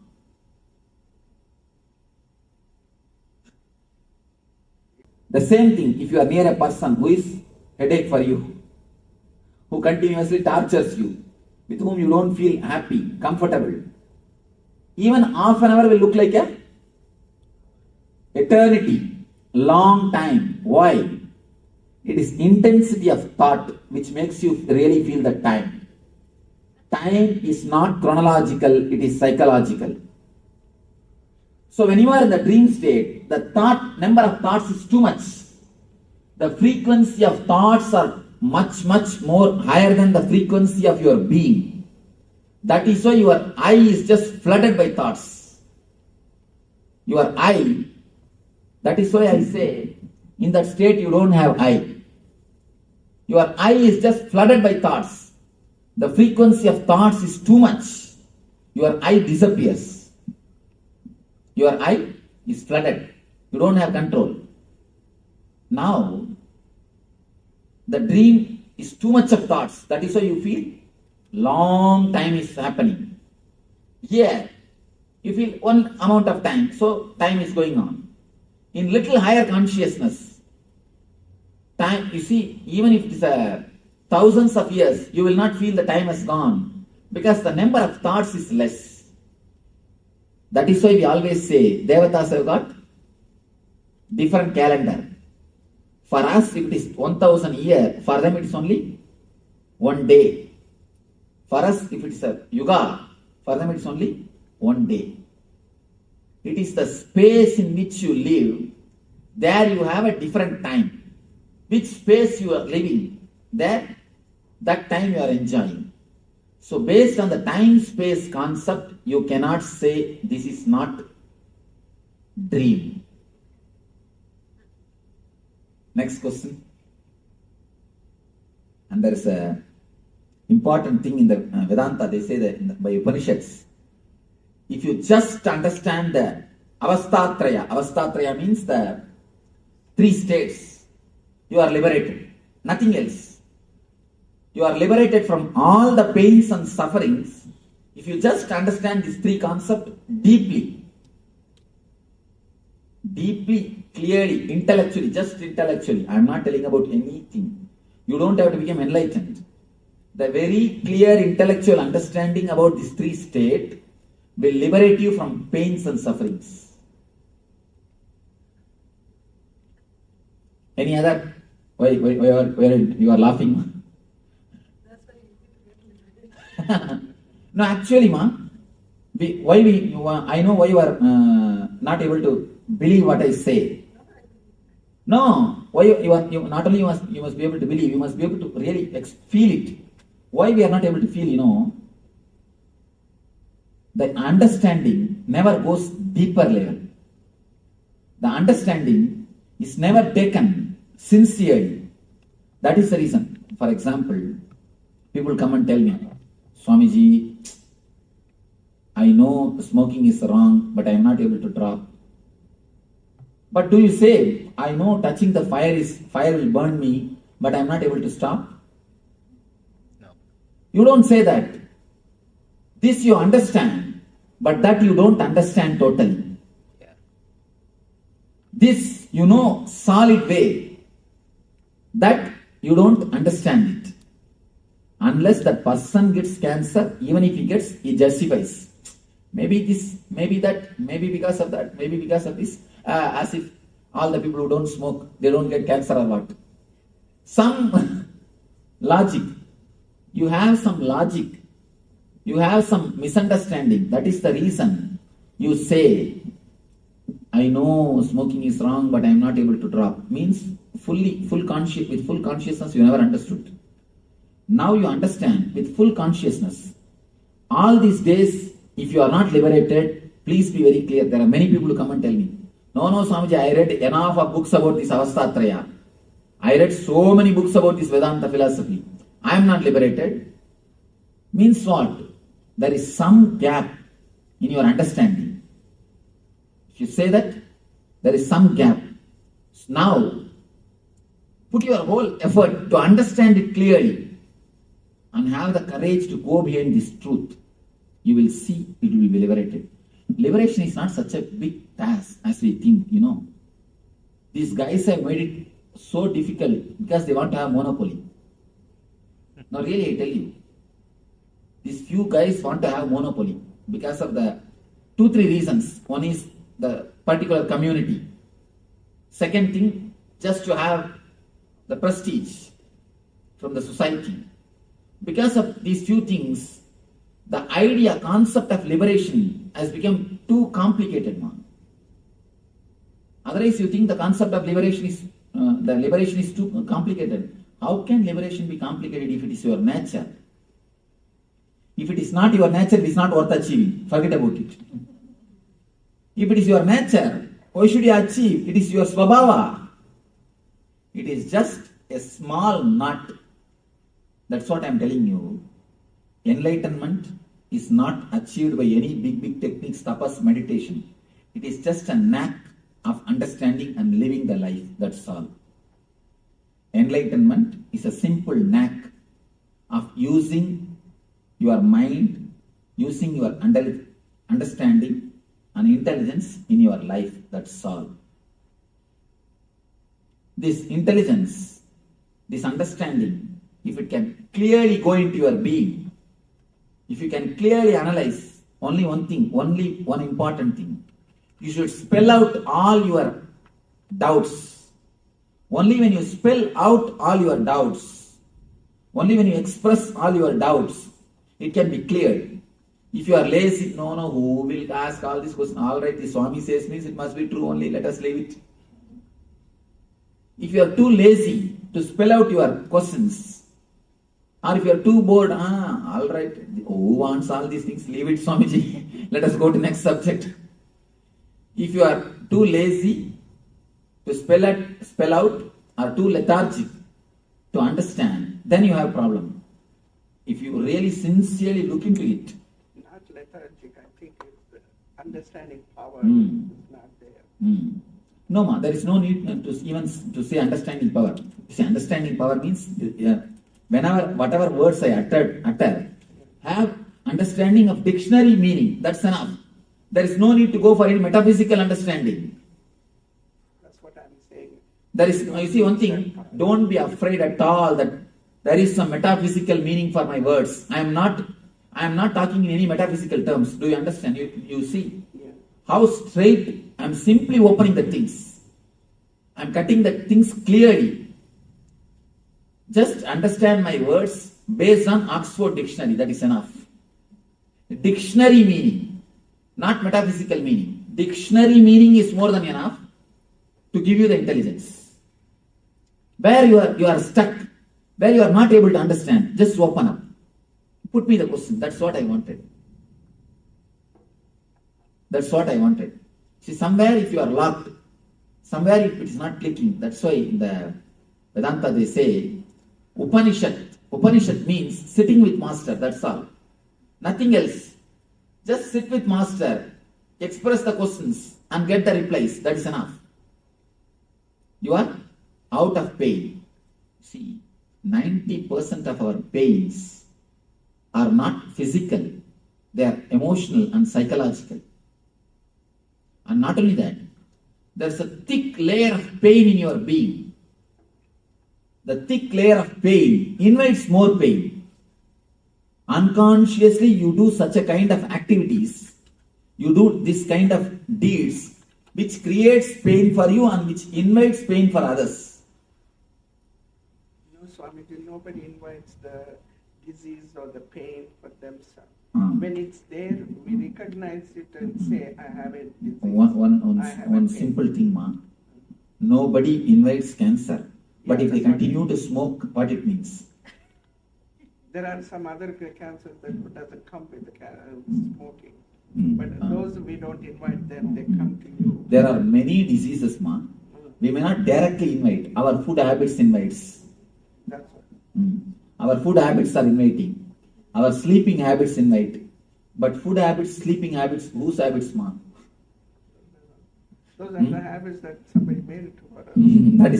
That is what now I am telling. Now it is time for Maybe us to. My mom fed me that and my mom made me to sleep that time. That is what now I am telling. Now it is time to liberate ourselves and create our own setup, our own understanding for ourselves. May not be, you may think it is too late. There is nothing too late. We can surely help ourselves. Yes, some question you want. I'm embark. So what you're saying is that all suffering comes from misunderstanding? Yes.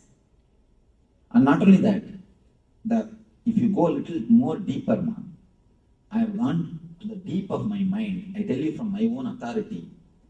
Suffering itself is nothing but the word suffering, ma. Are you saying suffering is illusion? No, I don't even want to bring the word illusion. Then you will tell, no, there is no suffering. What do you say? There is no suffering, Swamiji. There is suffering for us. I am not telling that the suffering is illusion. The word suffering, if you can slowly go deep from where that word is coming, if you can just pluck that word from the root and throw it away, there will not be suffering. Let me explain to you a simple incident which I have seen in my life.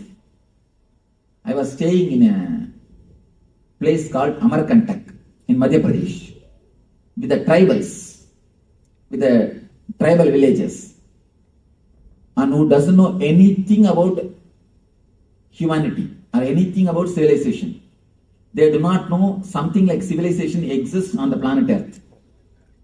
They have never seen anything of civilization. I was living with them.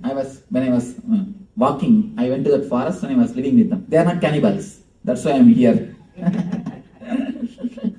There's a small story about the cannibals. The South African cannibals, the president of cannibals, wrote a beautiful letter to Pope. Last time you sent 3 missionaries. They are really humble. They are really very good. They are really loving, caring, and very tasty also. So, They are not cannibals. If you can send them some more. They are not cannibals. I was staying with them. One day suddenly, they have a village temple. For the whole village, they have a temple. I was staying in the temple only. One day suddenly, in front of the temple, they made a small hut. And one lady came, pregnant lady. I could see that she will give birth to a child within 2-3 days. She came and entered that hut. After half an hour, I was just sitting there in one corner of the temple. After half an hour, she just walked out with a baby. I was shocked. No pain, no sound, no medicine, no assistant, no help. She just walked out with a baby. And she's just laughing with the baby and she walked out. She has cleaned her body and cleaned the baby's body and she walked out. I was shocked. But how to ask her? So I kept quiet. After a week or 10 days, I was staying there for some more time. Again, they made a hut. Actually, next day itself, they removed this old hut. Again, they made a hut. One more lady came. She gave birth to a child. Next day, in half an hour, she came out with a child. Now it is too much. I thought I should ask somebody. I asked one guy, what is this? Will they not have pain? No assistance, no help is given? Just pain. What it means? Why? I asked their president. He's little open type. I asked him, what is happening? Why she's not having any pain or no assistance?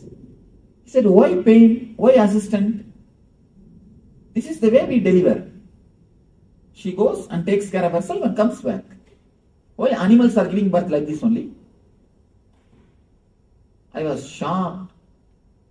Then, after I became enlightened, I scanned the whole incident. I wanted to understand. I meditated upon that whole incident. I meditated. Actually, in the nearby area only I became enlightened. So after that, I meditated and even went back to the village just to bring that memory and understand the truth of it. Then I realized, if you are not conditioned for the word suffering, you never suffer. You never suffer. Now, then I understood that deep secret. After the age of 7, whatever words is uttered by your mom, dad, friends, you pick up all those words. When they say headache, I'm stressed out, I'm gone, keep quiet, I have a headache, I have this, I have that. You just pick up all those words and you start repeating all those words. The more you repeat those words, the more emotions, energy that word gains. More the word gains the momentum, more it has got impact on you. I was shocked. It is just a rut created by our own being. It is just a rut created by our own being. First, you pick up those words from elders. You start repeating mentally at the age of 7, unconsciously. And when you repeat naturally, you will see the effect of that words in you. When you see the effect, you start believing more that you have pain, you have suffering. More you believe, the more the word gains the momentum. The more the word gains the momentum, more suffering. More suffering, more belief, more momentum. More suffering, more belief, more momentum. The same cycle goes on, goes on, goes on. If you look little deep, that is what now they are doing in the hypnotherapy. In the hypnotherapy, they hypnotize a person and they put a burning charcoal in his hand and they say, you are not getting burned, you are having a beautiful flower in your hand, you are having rose in your hand, you are having a beautiful flower in your hand, you will be surprised. Not only the person never gets burned, when they remove that charcoal, the rose smell is there in the hand.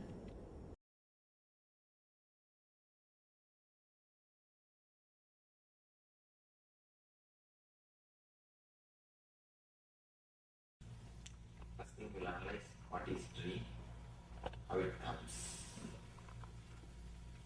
Dreams come, different kinds of dreams. How, why, any idea? Dream? That's something that you do every night, probably daytime also. Important. Actually, we do it in the daytime also. It's a bit complicated, but I think from my experience, sometimes if you eat certain foods and you go to bed, you have very strange dreams. Or you observe deeply. Even the food is associated with your dream. Please understand, what is said is truth. The certain kind of food you will have always the same type of nightmare. That's true. And if you just fast for 3 days, some vrata do, you will have a good feast in the dream. You will have a wonderful feast in the dream. I think dreams come when you have found things that have happened during the day or thoughts that you have had that come alive in your dream. Anybody who has got any insights about their dreams, why, any idea, any special idea about the dreams, you are welcome. Sometimes I fear my dreams and sometimes can't remember them. Yes, I'll answer why. Can you say anything about dream? Some of the dreams come, some of the things, like the relations you see tonight, the next day it does happen. Some of them don't have any meaning and they come and go. And, some of the things they say that it is more basically the subconscious thing. And whatever you are thinking about, it will give you your problems are coming in your dreams. And the other people, some of the things I was reading about this is like a parallel world. It does happen. It's true. And sometimes they don't come true. Some of the things, they don't come true. So I don't know exactly how to interpret these dreams. I think part of the dream is completely what's happening, and part of the dream is I am confessing. Most of the time, dreams come true. Sometimes I have noticed I play all the characters in my dreams and act out things, but I am everybody that is in the dream, and it is me. And other times, I don't know if I'm just partially awake or I will be in the middle of the dream or sort of something will make me wake up and I will say, oh, well, that's not finished. I need to go back, and I'll go back. I will go back into the dream and start doing it again, but then I forget how it ends because I go into a deeper sleep or something. When you remember, I am only playing the character of all the persons in the dream, you will wake up from the dream. Have you observed? Mm-hmm. Now let us analyze. Dream is nothing but the expression of whatever you suppress. Your suppressed desire and fear. You suppress these two things. Whatever you suppress, when the steam pressure becomes too much, there is a safety valve which automatically opens and steam is released, the pressure is in a manageable limit. Same way, if your suppressions are too much, if you have suppressed the desire and the fear too much, it comes out automatically and gets released. First thing about the dream. Next thing, we are all bothered out to find out right dream or wrong dream. An important thing you need to understand, any dream, if you can remember it with 4 colors, it is not dream, it is a vision. Early morning when you remember, if you can remember in colors, see, this is very subtle technique. When you see the dream, you will always see only in colors. If you can remember the colors clearly, be very clear, it is something related to vision. It is bringing some message. It is the ray of light from superconscious. It is not dream. If you see any divine personalities, master, God, guru, try to remember. If it is in multicolor, then be very clear it is a vision. But if it is just 2 color or black and white, forget about it. It is nothing to do with vision. It is a usual dream. It is a usual just dream. So, what is the purpose of vision? It teaches you? It can teach you, it can bring you intuition, it can give you more clarity or some information about the incident. Anything it can be. Some person. It comes from our own subconscious?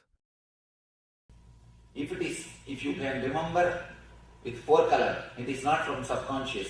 It is a ray of light from superconscious. If it is just 2 color, when you remember, then it's a subconscious. What do you mean color? Like if I see you in my dream, I remember your orange robe. Is that one color? Not only orange robe. Yeah. Are you able to remember the other things, colors of the other things?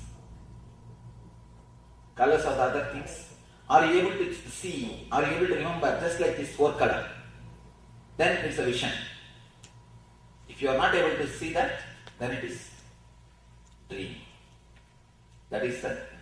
Do the visions always have to make sense? Because I cannot remember right now if they are in color or not.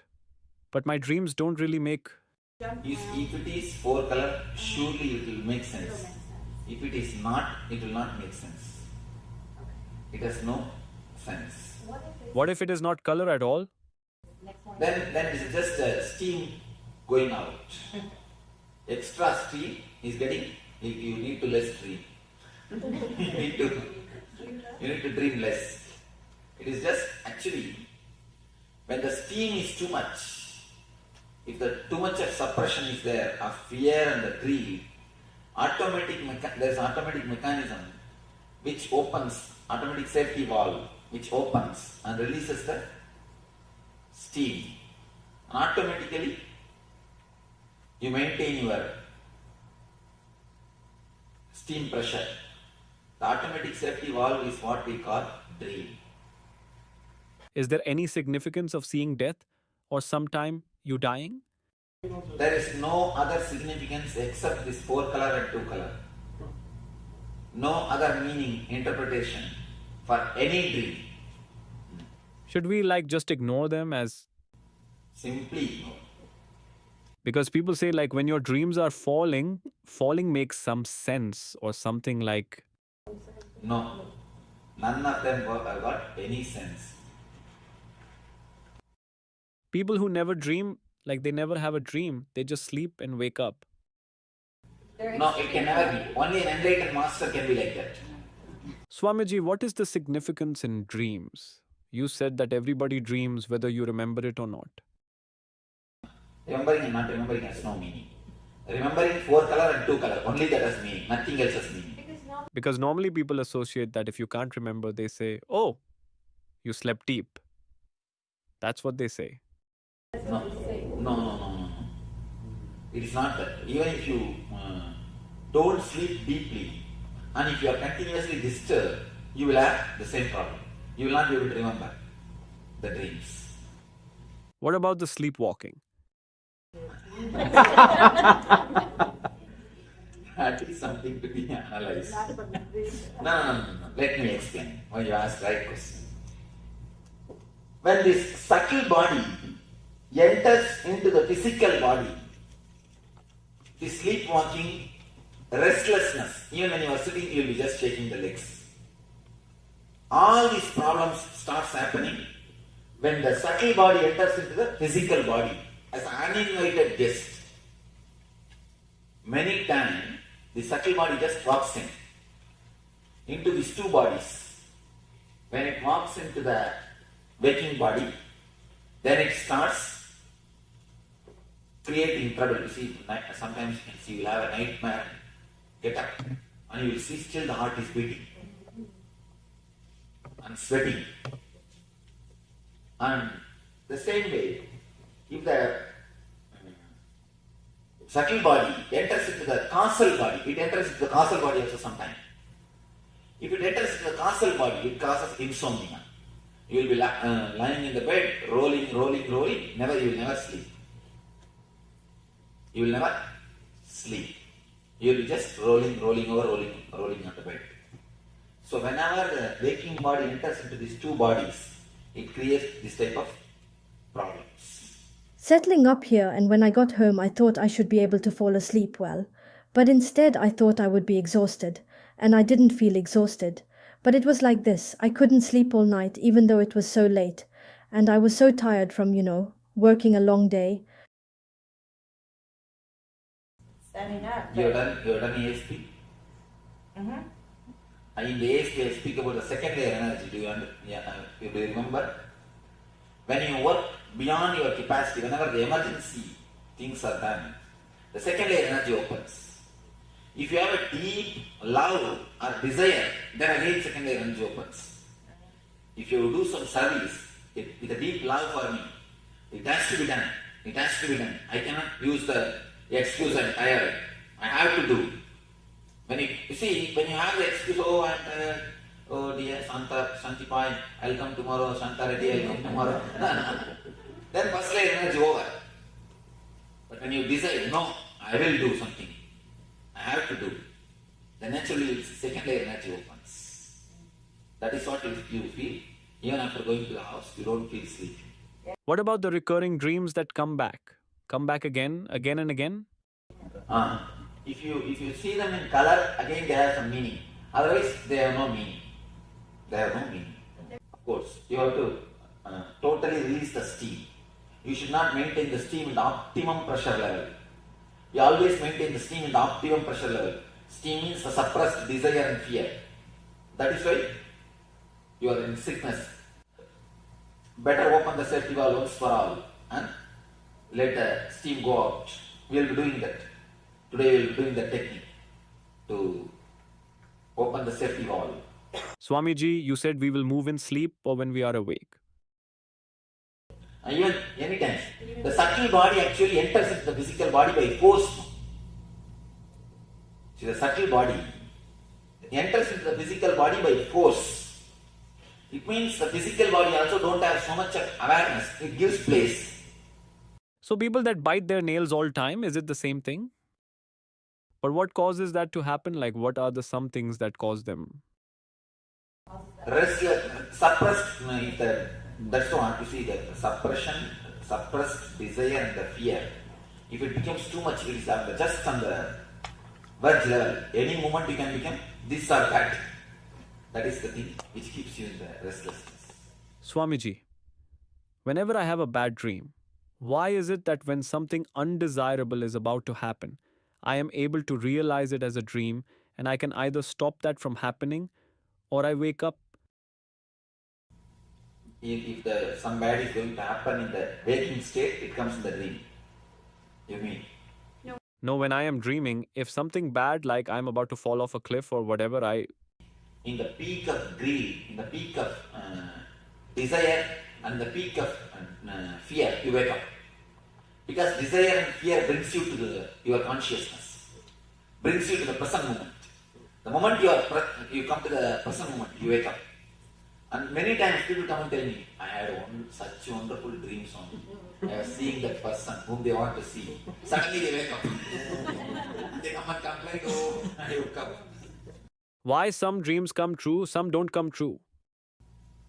That's what. If you can remember in the fourth color, it will come true. Otherwise, it won't come true. It will never come true. Any two-color dream will never come true.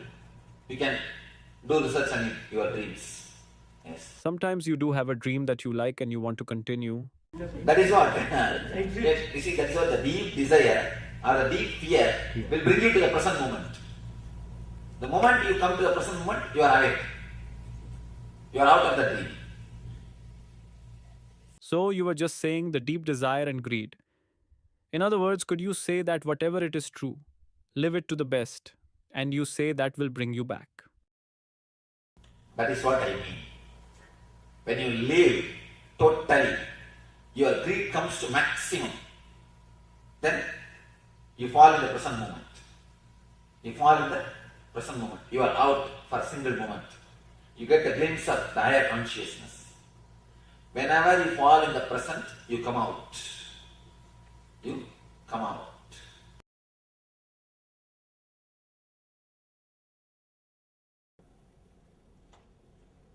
We will enter into the second session, which is related to dream body.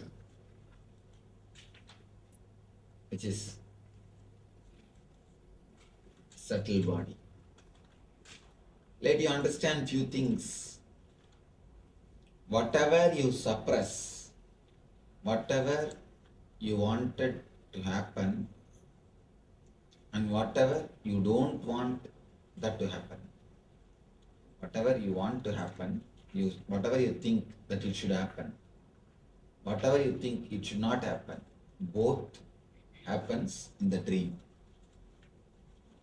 Whatever you think you want to happen, the desire, the greed,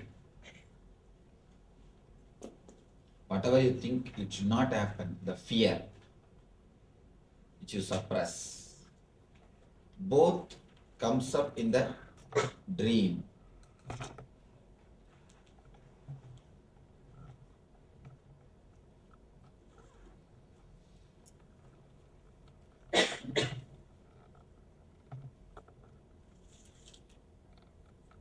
It's like a steam boiler. Your mind is like a steam boiler. Whatever you suppress, if the pressure becomes too much, there is a safety valve. That is what we call dream. You just dream and the pressure comes to normal. The moment when the pressure is normal, no more problem, no more dreams, no more fear. You run your life normally.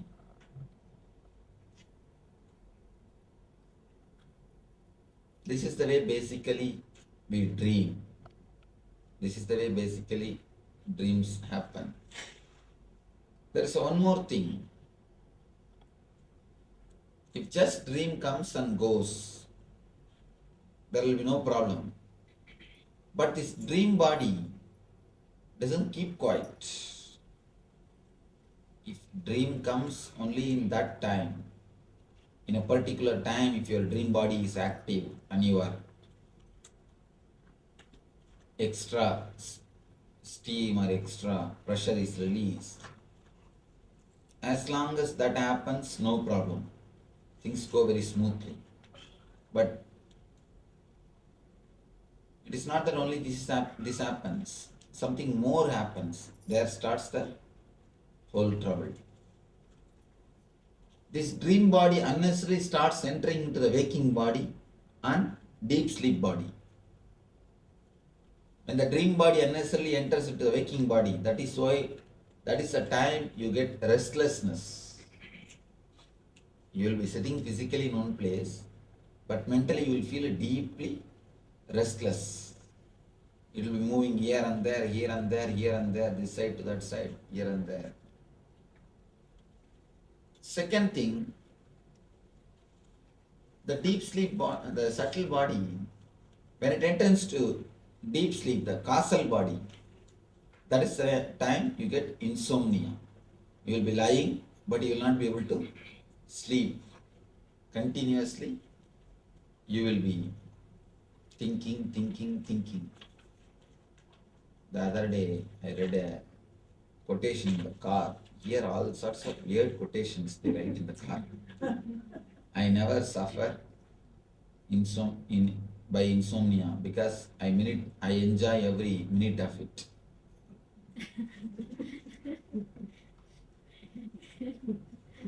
I think the guy not only is having insomnia problem, must be having insanity problem.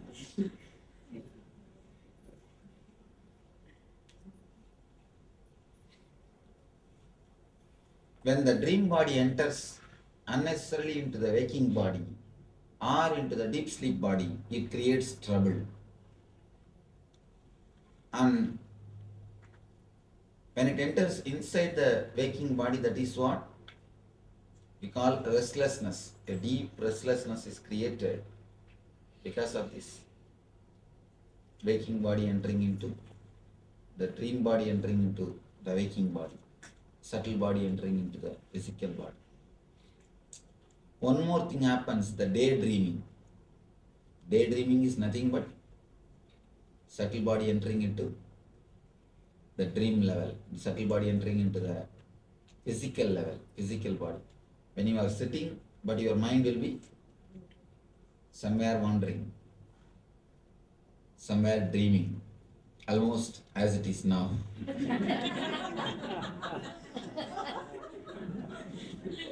Almost as it is now. Because, be very clear, none of us experience a total waking consciousness.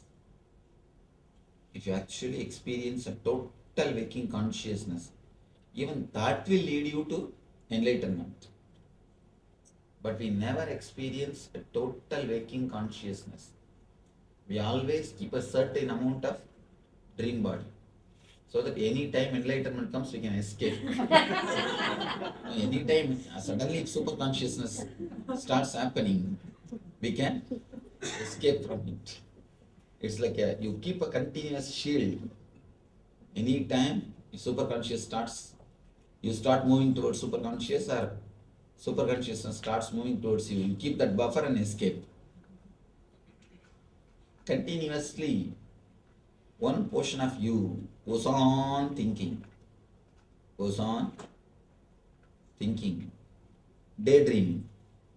If the height of the daydreaming is too much, then depth of the night dreaming also will be too much. The amount which it interferes with the physical body, the same amount it will interfere the deep sleep level. If you have too much of daydreaming, you will naturally have too much of night dreaming. Only these two, three important things, if you know about the dreams, that's enough. First thing, verify whether it is color or black and white. Whenever you want to know the meaning of the dreams. If it is 4 color, understand, then it is a dream from superconscious, dream from samadhi, not from conscious or deep sleep. Whenever it is just a 2 color, you don't remember the dream at all. You don't remember anything, just some vague pictures are seen. 2 color, black and white. Then be very clear, it is from conscious state, waking state. Whenever it is just words, if you are introvert, you can understand, not even 2 color, just few words will be coming up. You will be dreaming in words. Whenever it is words, it is just from causal body. You need little more sleep, that's all, nothing else. You need little more sleep. Don't bother at all about that type of dreams. These 2 dreams has no base. There is nothing to know, nothing to bother. Only these 4 color dreams has got some meaning in your life. These 4 color dreams has got some vision, some intuition in your life. One more thing. Can we sleep without dream? Yes, we can. And that is one of the healthy way of how to be. If you can sleep without dreaming, you will have a perfect health, not only physically, even mentally. Or if you can sleep so deeply that early morning you don't remember your dream, again you have perfect health. The more you are out of dream state, the more you have health. If we remove the dream part or the subtle body from our 4th state, if you can remove the dreams, you will never go through the dream and causal body. You will directly fall into superconsciousness. There will be no 3-4 differences in your state at all. In your whole 3 state, there is only one thing. There is only one border line which creates all these 4 states. An important thing. The fourth state is not created by two lines. No, it is created by just one line.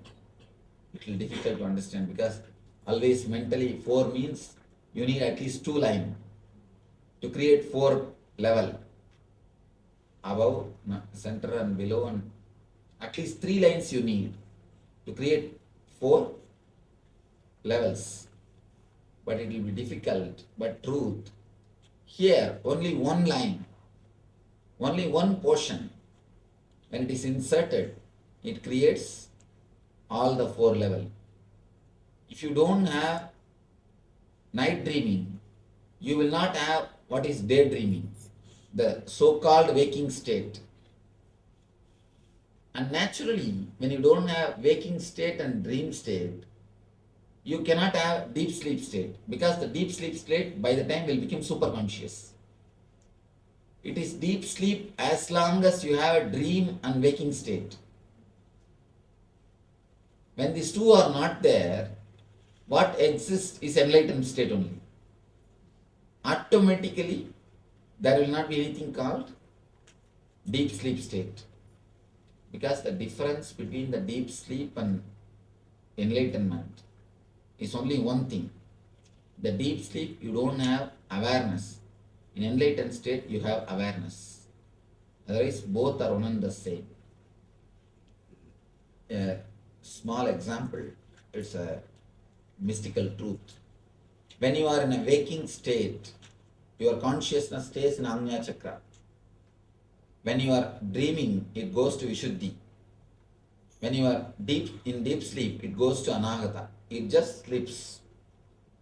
That is why you can never sleep if your neck is straight. Even lying on your bed, try, just keep your neck straight. You can never fall asleep. Unless you relax your neck, you can never fall asleep. And if you relax your neck, you don't have to do anything. Now itself you will fall asleep. If you relax your neck, immediately you will fall asleep, here itself. If you don't relax your neck, even in the deep sleep state, even if you lie down, you can't fall asleep. You will not be able to sleep. Deep sleep state, it goes to Anahata. And just a small turn, Anandagandha. This is the area where Anandagandha Chakra is there. In the enlightened state or Samadhi state, it goes to Anandagandha. That's all. Very small turn. From here it goes to Anahata, here Anandagandha. That's all. Anandagandha is what we call, of course, if you are a healer, you know what is Anandagandha. It's one space, one chakra, where all the 7 chakras collapse. If you fall into Anagata, you will sleep. If you fall into Anandagandha, you will meditate. That's why so many people, they feel like sleeping when they go into meditation. Somebody was asking, I felt like continuously yawning. So, when you travel towards sleep and meditation, sleep and enlightenment, majority distance is same.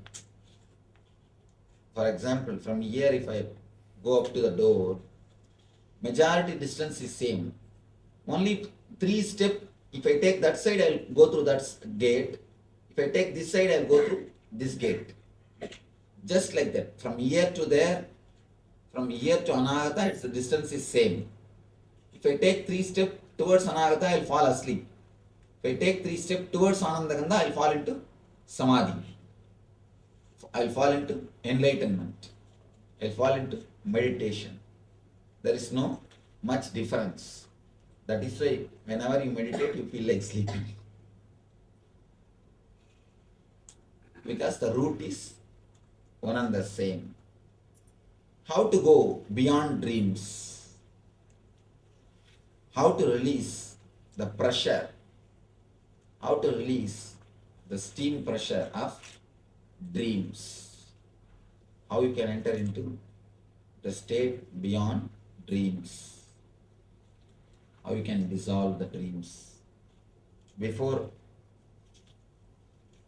entering into the meditation, some questions which I have not answered.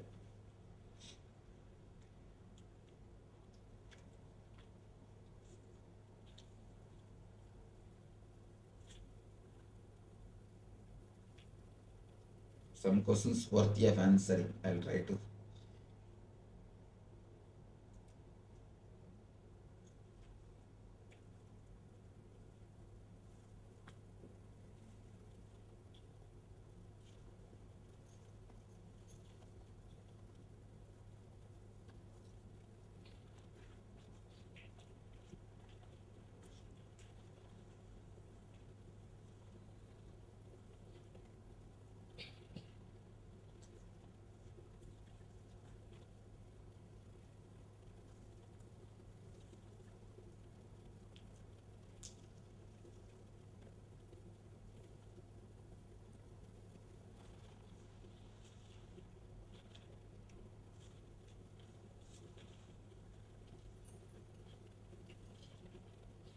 My sense of reality is changing.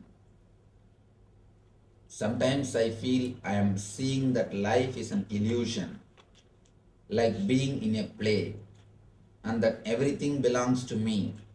So just act as God tells.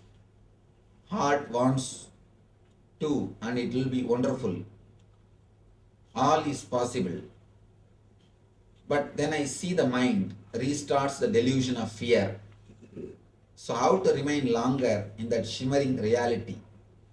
Even physical objects look different, less dense.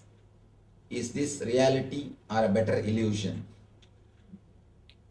See, the moment you feel good, feel wonderful, even if it is reality, why do you bother? Even if it is illusion, why should you bother? When it is joyful, why don't you let it be there? The doubt, is this reality or a better illusion, is the first disturbance. Why? You don't enjoy that state. Second thing, don't try to possess that state. When it happens, relax. Don't have the fear. When it may go away. It may suddenly move, it may go away. Don't bother. Even if it goes, don't worry. Will it go or will it stay? Relax. You will see that it will start staying in you.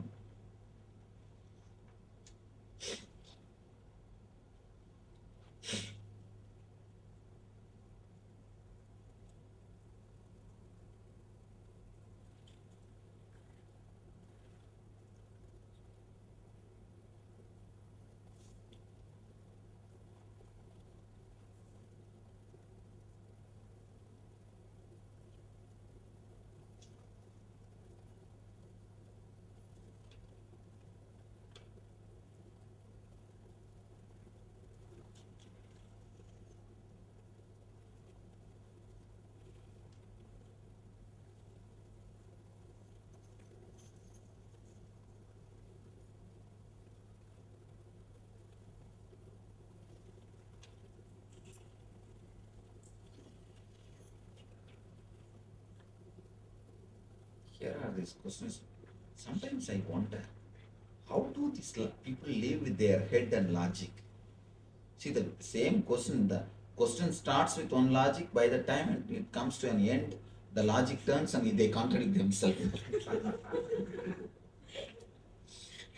I am surprised. There are few questions. You can't answer that question. You have to answer the questioner himself.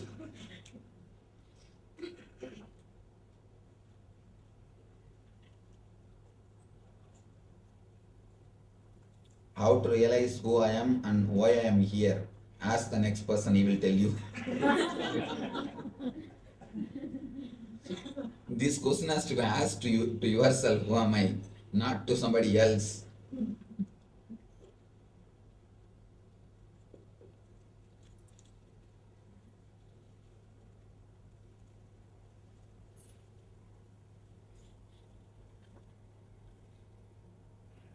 Usually I have no dreams, but recently I had very distressing dreams. How do I find out why? There is no need to find out why. Find out how to come out, how to stop having the dreams with so much of stress. Now we will be doing a meditation to reduce the steam pressure in the dream body, to reduce the steam pressure in the dream layer.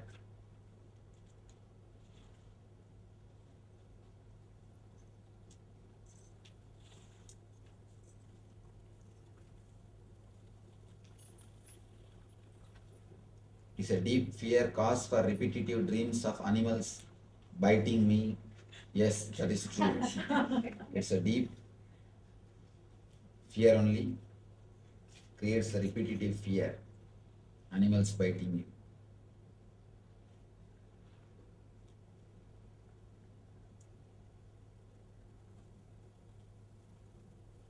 If vision can guide us, what will guide people who does not identify it or who does not get vision?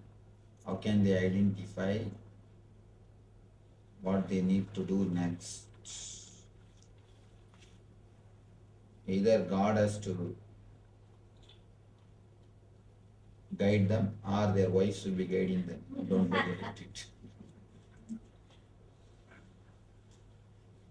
In my dream, I always enjoy myself, no worrying at all. Is it good or bad? It is good.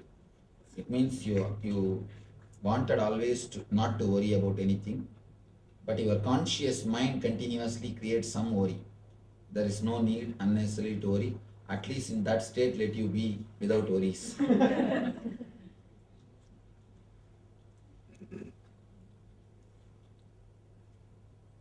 Our waking life is also a dream, then are all these people just illusions, including you? Yes. No, it is 4 color.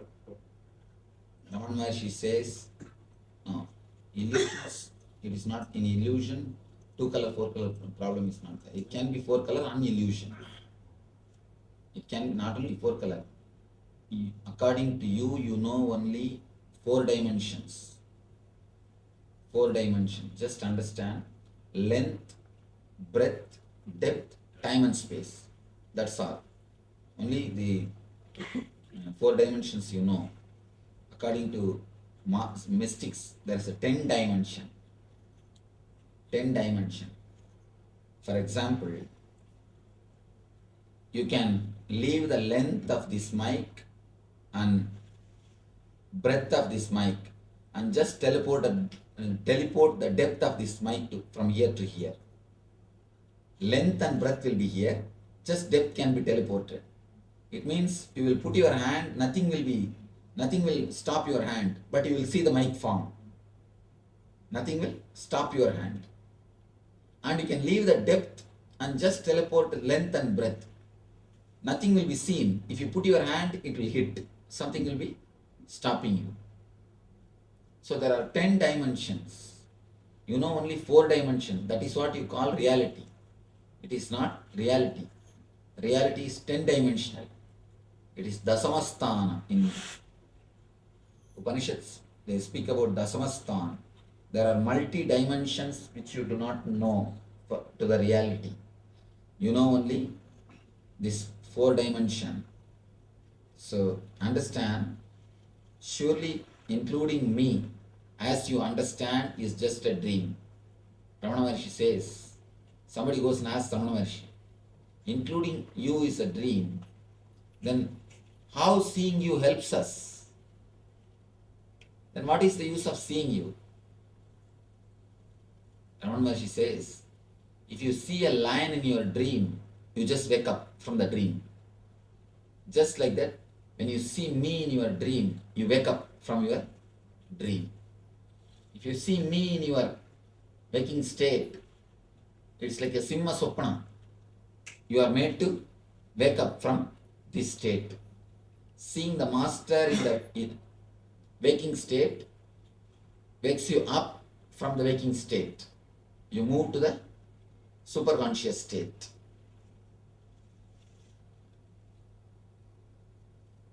Ramana Maharshi never had dreams. Can you remember any of your other lives and can you tell us about them? I have already spoken about my past life. There's a book coming, Echoes from Laughing Temple. Read that, you will have a clear detail. Is it important to be vegetarian? It will help your growth. Can a human be reborn as an animal? These are all I have answered in that uncommon questions to uncommon answers to common question. If the future can be seen, how can it be changed? If one person sees the future and then another changes it, then the first person did not see the future correctly.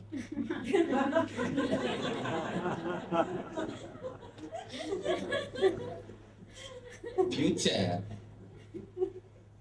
as on now, see, future means you project from the past actually. If you just see somebody's past, almost you can identify his future, how it will be. Because future means you don't create from somewhere else. You create the future from the same stuff which you call as past. That's why you create the same rut, undergo the same trouble, same thing. Nothing much will be different. Only when a master interferes in your life, he changes the whole thing. So if you go to an ordinary person, when he predicts only the real future. But when a master comes, he just changes it. It is like a time shaft. If you go to an ordinary guy who does prediction, he sees the time shaft, what is printed, and he says. And if you suddenly meet a master, and if he erases, how can the person who predicts can be responsible? So he is not responsible for it.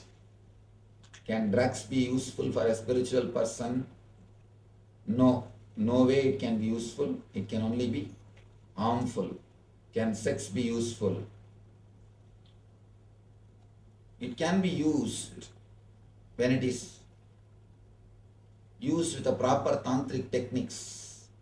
But as on now, it is very difficult to get a proper tantric techniques. All the tantric techniques available now and all the tantric masters at least available now are like astrologers. Astrology is great shastra, but astrologers are, just like the tantra is a great shastra, but the tantrics have spoiled it. Can you see auras? Do you see unusual things? I can see auras, but I don't see unusual things. I see usual things. You see actually unusual things. Only you see unusual things. I see only the usual things.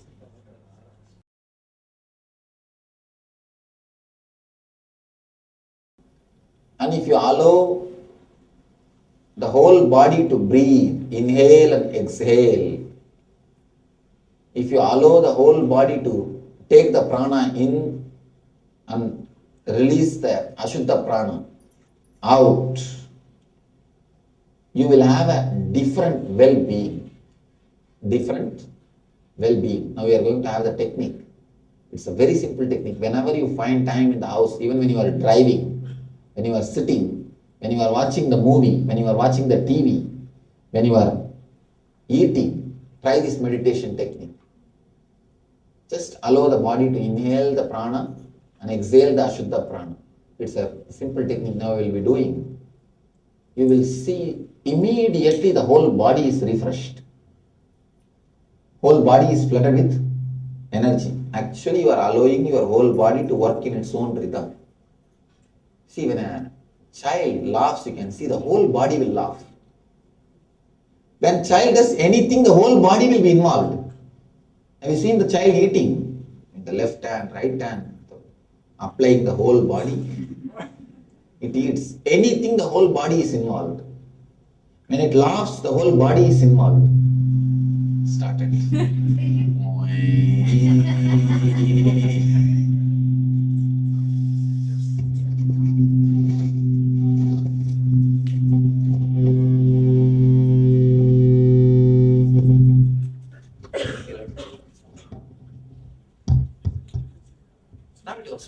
See. As long as it is held in the hand,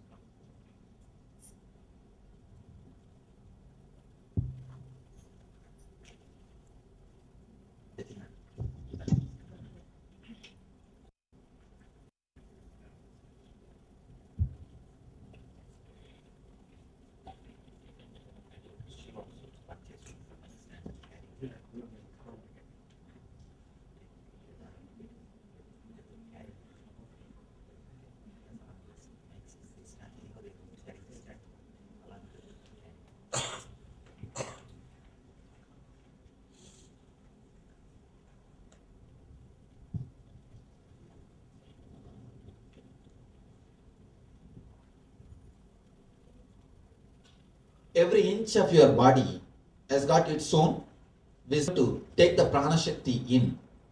One more thing, prana does not mean air.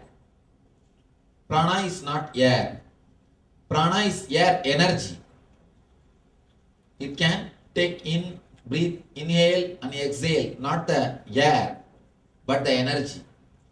Energy which you gain through the air. What are the reasons we don't breathe? First thing, we don't live throughout our body. Why we don't live throughout our body? 2-3 reasons, 2-3 main things. Why we don't live throughout our body? First reason, an important reason. The moment you start thinking somebody else's body is beautiful, you stop living inside your body totally. The moment you create a supermodel for you, if you are a male, you will have some actor, foolish fellows photograph in your room and go on doing this. And wanted to look just like him. Go on dressing him like him. Dressing like him. If you are a female, you have some actors, Miss Universe or Miss World or something, continuously applying the lipstick just like her. Continuously painting the face like her, or continuously trying to dress like her.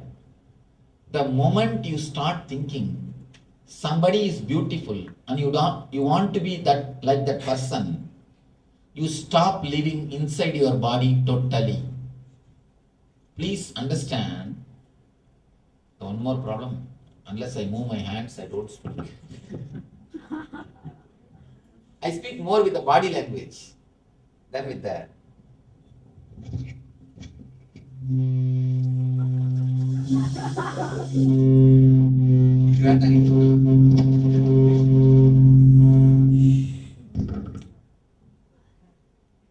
the moment you start thinking, I think we are able to hear. The moment you start thinking that somebody else's body is beautiful than your body, you stop living through your body. You stop living inside your body. An important thing. I'll come here.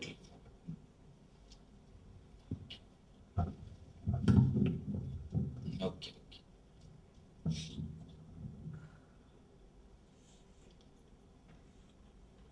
The moment you start feeling somebody else's body is beautiful, you should look like somebody else, you stop living with the whole area of your body.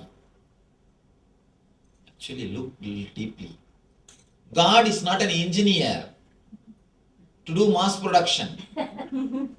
God is not an engineer to do mass production. He is an artist. He paints every one of you. He carves every one of you. He creates every one of you. If God is an engineer, then we can have mass production. But engineer fools, you can see. Only they can do the mass production. God is not an engineer. He never has got his own mold. Just forge, chop, chop, chop. No. God is a painter. God is an artist. Every one of you are painting from him. That is why you are unique and different. If you try to look like somebody, if you try to be like somebody, what you are trying to do? You try to create a copy. You think God is a fool. That's why he made me like this. He made her beautiful. Let me also look like her. Never think God is a fool. Everybody is unique. You are beautiful unto yourself. Where is the scale of beauty? Tell me. Where is the scale of beauty? No. You are beautiful unto yourself. Every individual is beautiful unto themselves. God is an artist. You can never improve upon his painting. The moment you want to improve upon his painting, the moment you want to do final touch upon his carving, the moment you want to do something more in his art, naturally you are in trouble. It is painted by him, it is carved by him, it is creation by him. You are enough unto yourself. You are beautiful unto yourself. The people who have the idea that I am not beautiful, she is only beautiful or he is only beautiful. I tell you one thing, even falling in love with the opposite person is alright. If you are a male and if you fall in love with some actress, it's okay. But never fall in love with an actor. Because you will start chiseling your body, seeing him. You will try to have the same type of dress. You will try to have the same type of things which he is having. Never have a role model. Never have a role model body. Please be very clear. If you have the role model body, I can be sure you will never live happily with your body. Even if you have finished after 12 years of all foolish gym, you will find some corner, it's little lacking. You will find in one corner, something is lacking. You will try to chisel that corner. You are enough beautiful unto yourself. See, if you want to do gym and if you want to do yoga, exercise for your own health, that's perfectly alright. That's nothing wrong. But not for the sake of to look like somebody else. As long as you have an idea that somebody else is beautiful, you will never be peaceful inside your body. You will never be happy inside your body. That is why even though you live inside your body, you never have a deep love for your body. You never have deep love for your body. Your body is just a utility for you. Even if that person is happy, even if that person is beautiful, what can you do about it? It is his body. You can't enjoy through his body. Can you enjoy through his body? No. Only he can enjoy the world through his body. You can enjoy only through your body. Understand, God is a painter. God is an artist. God is a creative guy. He is not an engineer. If God is an engineer, then we also can have mass production. No, God is not an engineer. You are beautiful unto yourself. The moment you drop this foolish fighting inside your being, which is continuously happening unconsciously, thinking somebody else is beautiful, somebody else is looking good, I should look like him, I should look like her, I should cut my hair like this, that's what I'm telling. I always tell people, like a hairstyle, we should have a nail style also. We should cut these guys' hands and fingers to look like somebody else. If you cut yourself, if you alter yourself, if you do to look like somebody else continuously, unconsciously you will start hating your body. You will stop residing inside your body. You will stop residing inside your body. You will not live inside your body. First thing, understand, your body is beautiful unto itself. You are enough unto yourself. You are beautiful for yourself. Where is the scale? Tell me. Where is the scale? In early times in China, they used to believe if your legs are very small, you are very beautiful. So women used to wear the steel shoes. Shoes made out of iron in the young age itself. At the age of 10, 11, they will put that shoes. And women will have very small leg. Even if they are 25, their legs will be just 15-year-old, 14-year-old. It's like a bonsai. Have you seen the bonsai banyan tree and bonsai trees? Just like that. Your legs will have only that size. And in the tribal area, people used to believe, in Amazon tribal area, they used to believe the more your lower lips are hanging, the more beautiful you are. And they used to put a big ring on it. Big ring means don't think this size ring, this size ring. Almost like a car wheel, they will hang on the lower lip. And it will be hanging like a dog. Poor guys. And beauty has got their own, people have got their own ideas about beauty. The moment you drop the idea of beauty and you start enjoying your whole body, A new grace enters into your being.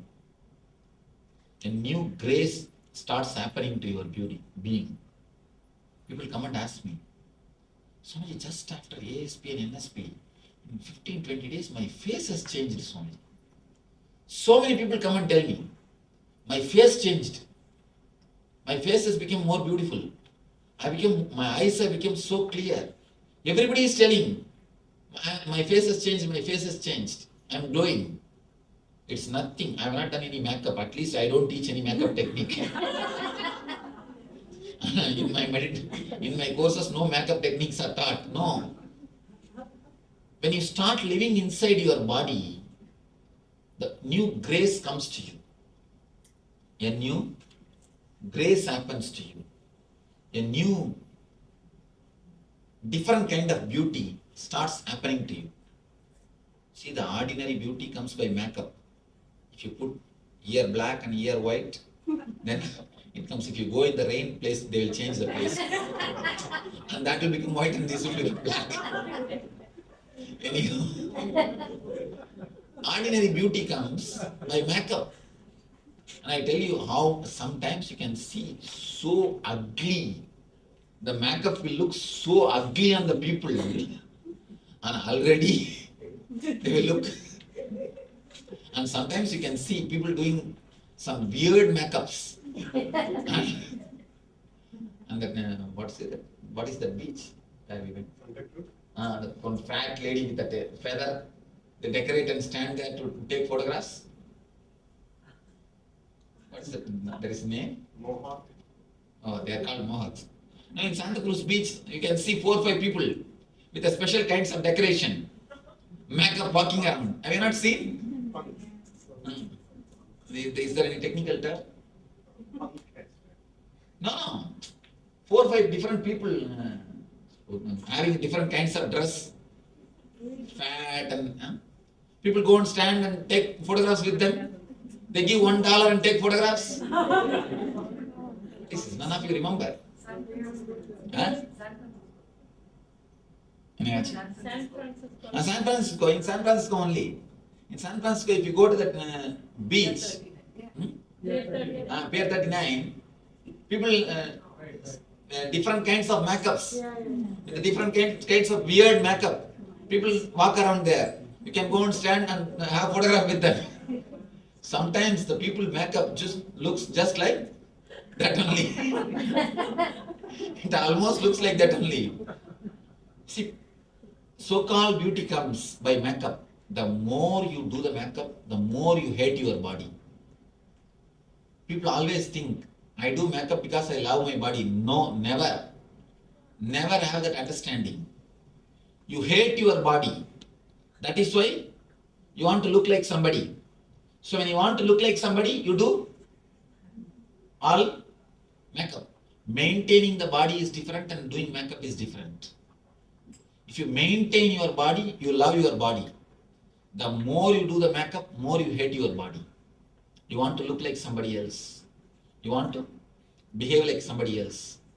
Stop that foolishness, which is in your unconscious mind. The moment you understand that I don't have to look like somebody else, I am enough unto myself, you will have such a deep peace and calmness and relaxed feeling, the easiness inside your mind and inside your body. You will have such a deep, cool feeling flowing all over your body. Continuously you will have that coolness. The moment you relax into your body, the moment you say, there is no need for me to imitate somebody else's size. My size is enough. This is the way I am. This is the way I am beautiful. What is the wrong? There is no scale. In India, Buddhas are always carved as a very masculine, small hip and the broad chest. In Japan, Buddhas are always carved as with a big belly. Because belly is considered to be the beauty in Japan. In Japan, you can see all Buddhas are with big belly, laughing Buddha, all Buddhas. But in India, Buddha means very masculine, like an athlete. Understand? It is just social concept. Don't internalize the social concept to destroy your body, your immune system. The more you hate your body, the less is the immune system works. The more you are happy with your body, the more you are relaxed with your body, the more active your immune system. Just for the sake of society's rubber stamp, you are beautiful, you are ugly. Do you want to destroy your health? It is an unconscious process. The more you are away from the body, naturally, more you suffer. What do you think as pain? Understand the pain. If you are not giving enough of your awareness and attention to your knee just begs your attention, begs your awareness, begs your consciousness, begs your energy. That is what is knee pain. Most of you never live with the whole body because of this idea. This idea is a cancer, understand? The idea that somebody else is beautiful and you are ugly is a cancer in your mind. That is the potential cancer. That is the seed of the cancer. Drop that idea first. Never have model. That is why I always tell people, even if you fall in love with some actress, nothing wrong. You will have at the most only some crazy dreams. You don't disturb your health at least. You may do something, but you will never disturb your health. But falling in love with some male, if you are a male, and if you are a female and female, and feeling continuously that person is beautiful, I should look like that person, my body should become like that person, is a cancer for your being. The root of the cancer starts in your being. Never do that, because that disturbs your whole immune system. Please understand, it's a very important thing, which is the main reason for the disturbed prana flowing. If you drop this only one thing, that somebody else is beautiful, some other body is beautiful, naturally you will start loving your body, you will start living in your body, you will start becoming more aware of your body.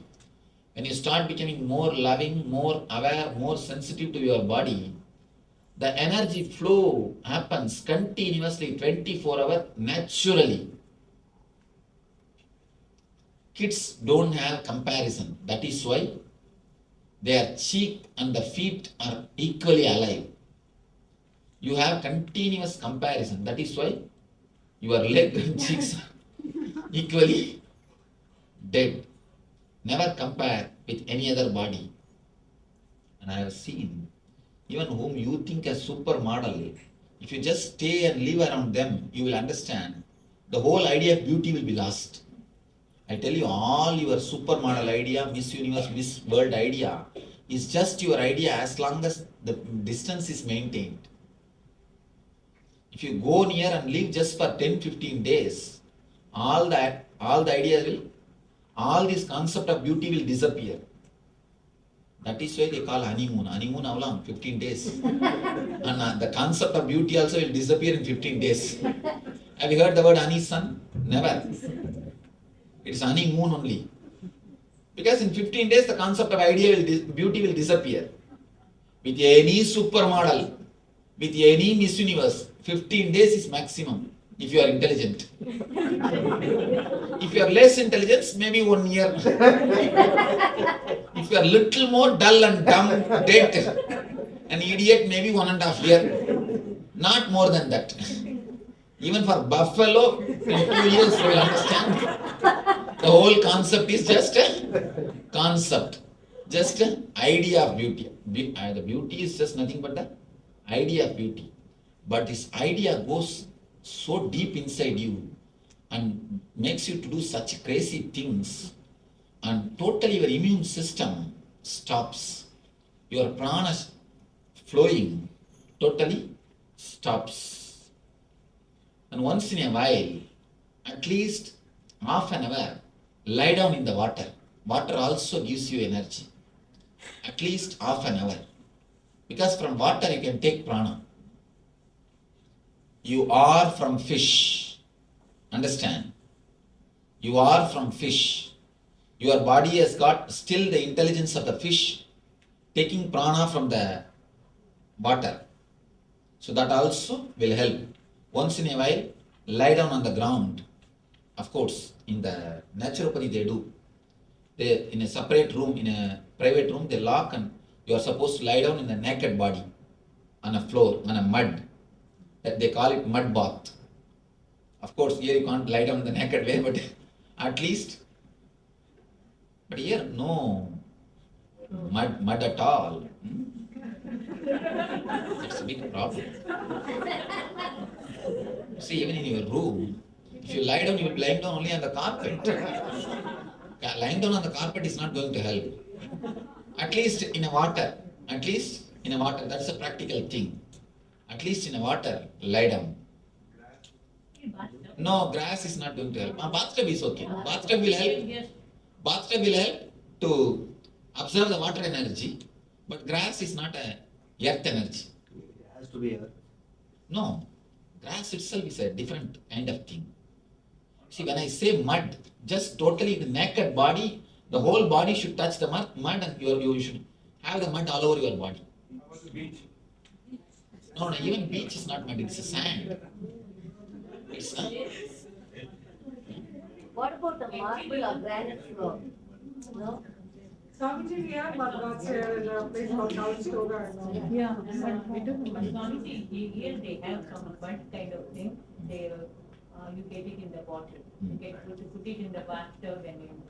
one thing, no artificial things. It should be totally natural, especially the snake hole. That mud is the best, but not with snake. Just What about that flower no. that they put in the pot? That mud. No, not anything artificial will not work. Anyhow, at least have these two. Have at least lie down in the water so that your body can take the water energy. These 2-3 tips. First thing, mentally relaxing, mentally falling into your body. Again and again emphasize, falling in love with your own body. Falling in tune with your own body. Not continuously working on somebody's sizes or somebody's beauty. These 2 things. First, stop interfering your pains, your reequipping process, regeneration process, and start encouraging your innate immune system, innate immune healing capacity.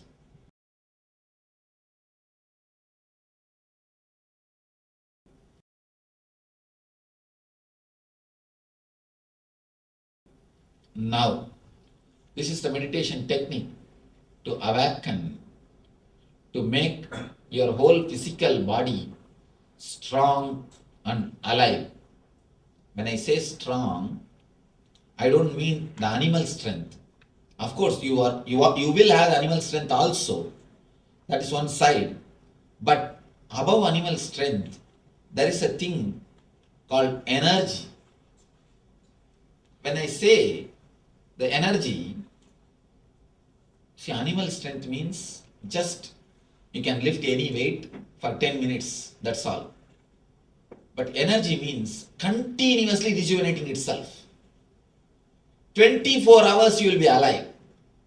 You will never feel tired, dull. This is the 2 difference. Understand the difference between these 2 words, energy and strong. Being strong is not more than enough. Beef and all this type of food gives you strength. You are very strong. I read a quotation in some vehicle. 1 week without beef, 7 days without beef makes 1 week. Week, W-E-E-K. Beef advertisement. I was thinking, surely it is not true. Never think it is true. Surely it is just your idea. See, elephant. it's a vegetarian. There are so many animals who are vegetarian and more active, more alive. And you can see elephant, even though it has got its own energy, strength, you can see a calmness overall in its lifestyle. See the tiger, see the lion, you can see a deep restlessness continuously in them. Either they are asleep or they are putting somebody into sleep. That's all. That is the way they live. Now, it is time for us to enter into a meditation technique of physical body. It's a two-level technique. First thing, you are going to tense your body step by step from legs to toe. By tensing every part, step by step, you are going to create the maximum awareness. Whatever toxins you have collected, stress you have collected, energy clads you have done, you created, you are going to melt everything. You are going to clear everything away. All the toxins, all the tension, all the stress will be cleansed. Whatever toxins you have accumulated, actually, just like a blood clot, there is a thing called energy clot.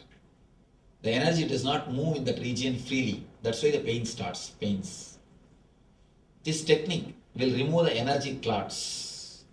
It will remove the energy clots. Step by step, we will go from feet to the head. Next, we will come down from head to feet by breathing, inhaling and exhaling every individual part. You will visualize every part step by step, inhaling and exhaling individually, independently. Example, head means visualize.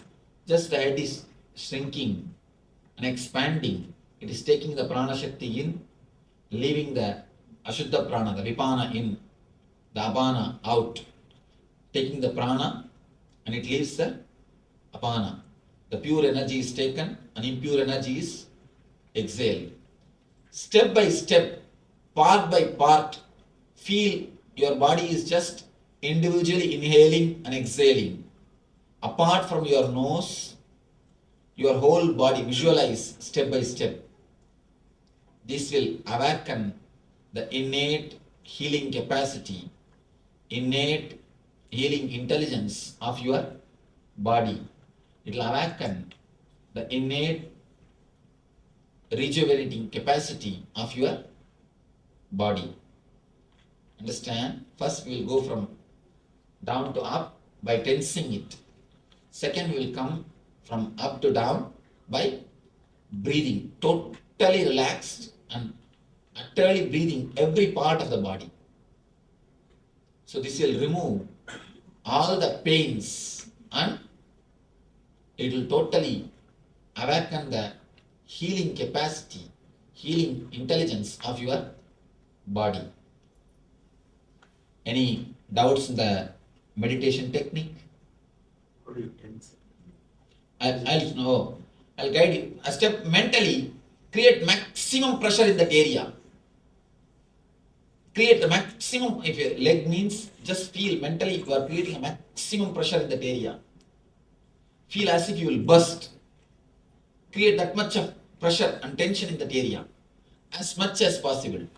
Step by step, I myself will guide you. Please get ready, remove the chairs. You are supposed to lie down, so make enough space now itself to lie down and tie the ribbon.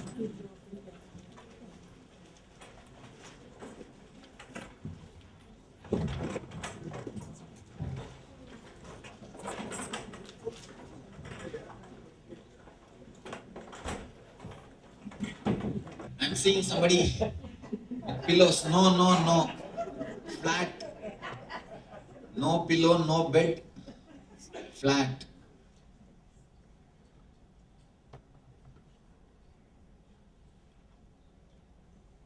Somebody is getting ready to sleep. No side. You should be clearly on your back. And there are enough volunteers, they will come round and surely they will, if you snore.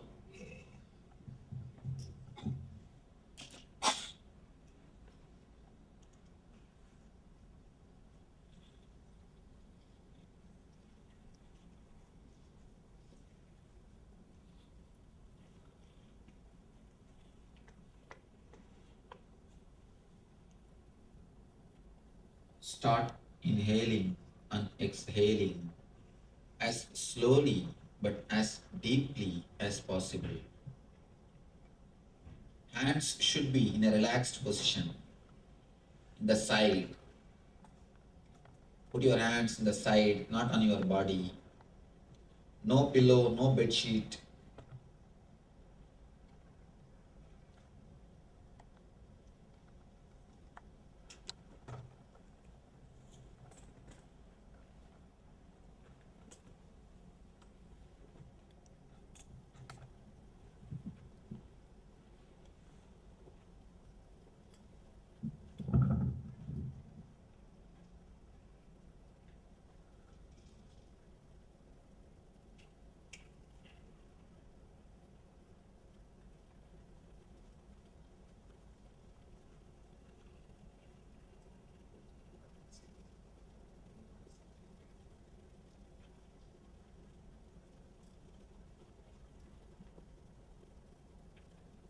Inhale and exhale as slowly and as deeply as possible.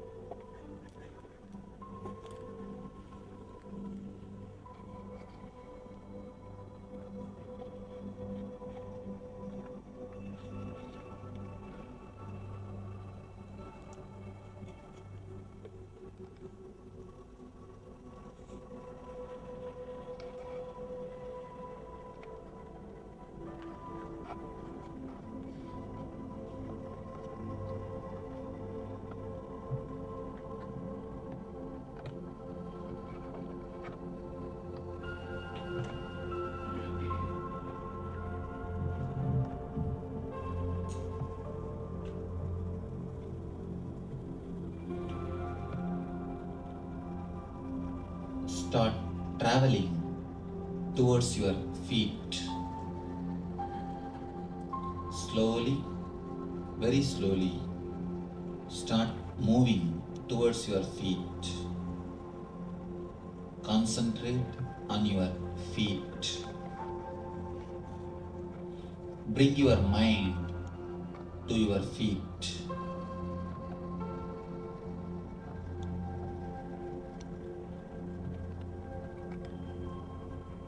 Centralize yourself totally in your feet.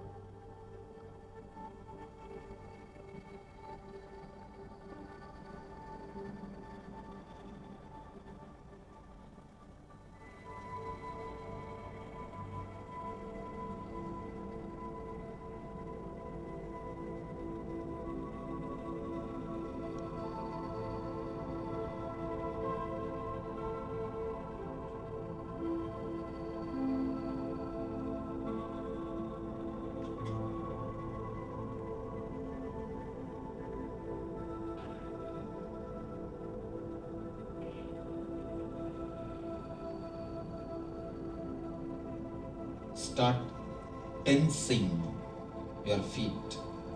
Tense your feet as much as possible. Maximum possible. Give the maximum possible pressure to your feet. Feel as if it will burst. Create the maximum pressure.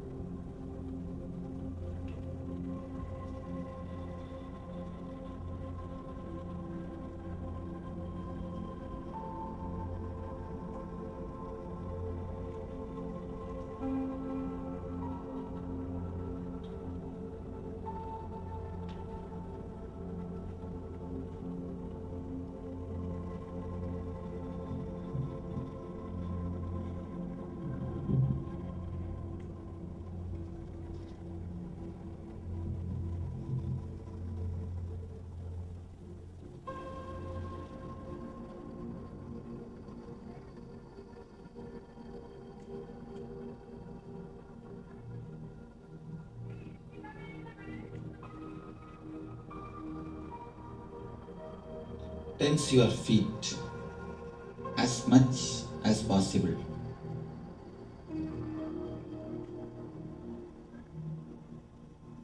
Create the maximum tension, don't relax. Feel as if you will burst.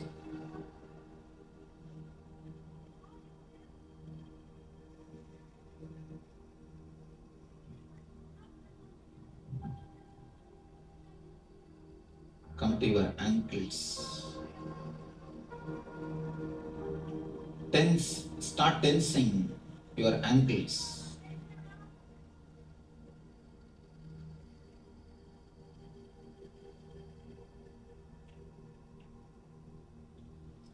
Below the knee, tense the whole body. Below the knee, tense your whole legs.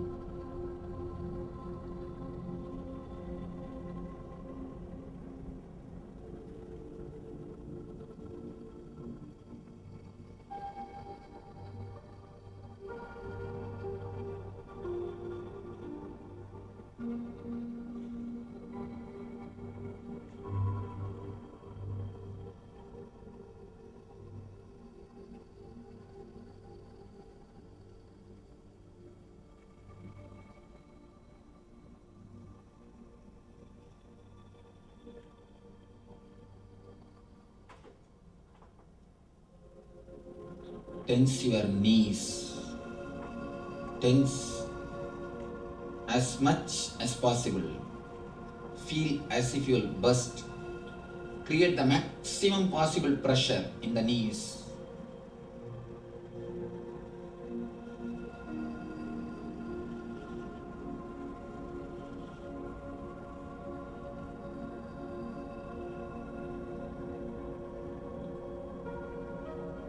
Don't relax, just tense.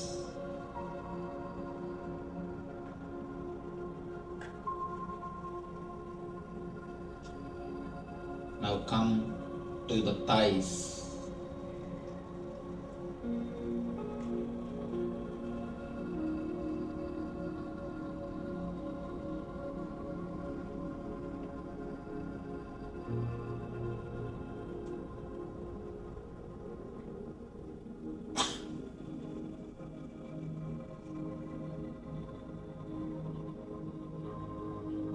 Tense your thighs as much as possible.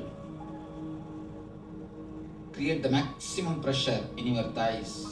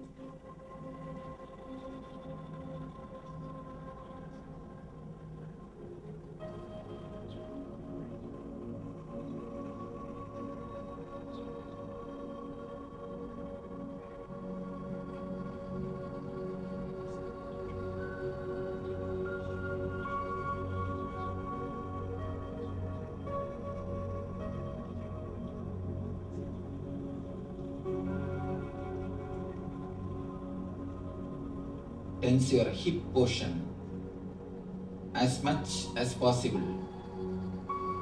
As much as possible. Create the maximum possible pressure in the hip region.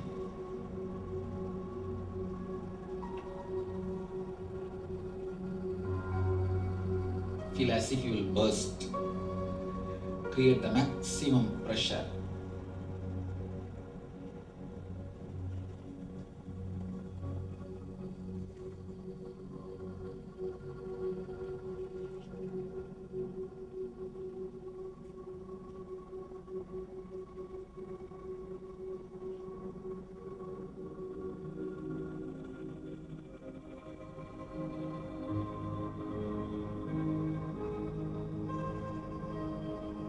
Come to your stomach, navel center. Create the maximum pressure in your navel center.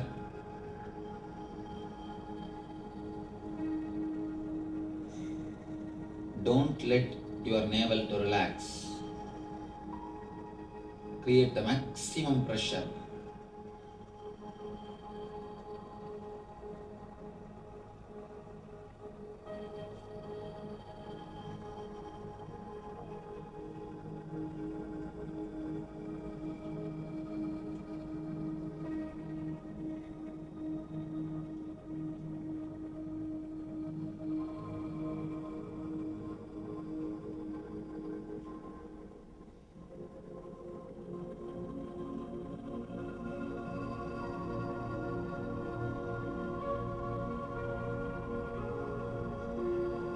Create more and more pressure. Don't allow your body to rest. No movements.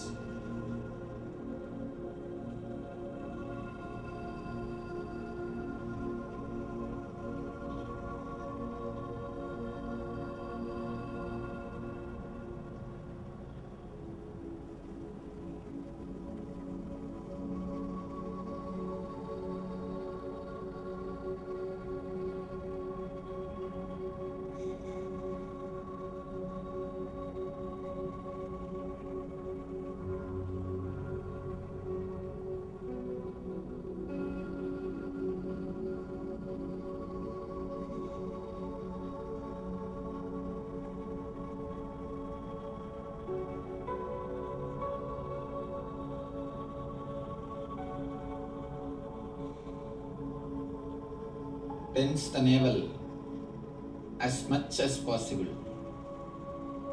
Create maximum pressure inside the navel. Now come up to the chest level. Create the maximum pressure in your chest region.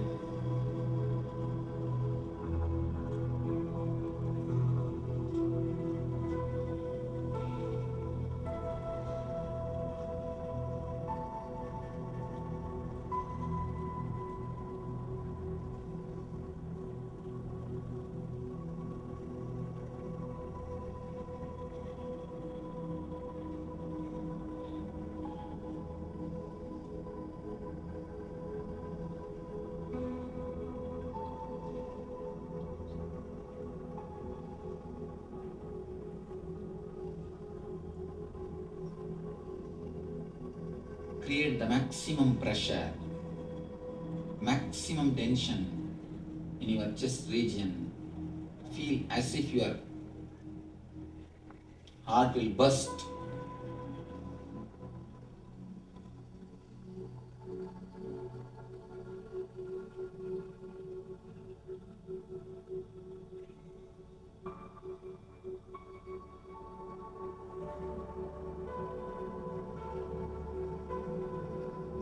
Tense your shoulders and hands. Tense your shoulder region and hands. Create the maximum pressure in the hands.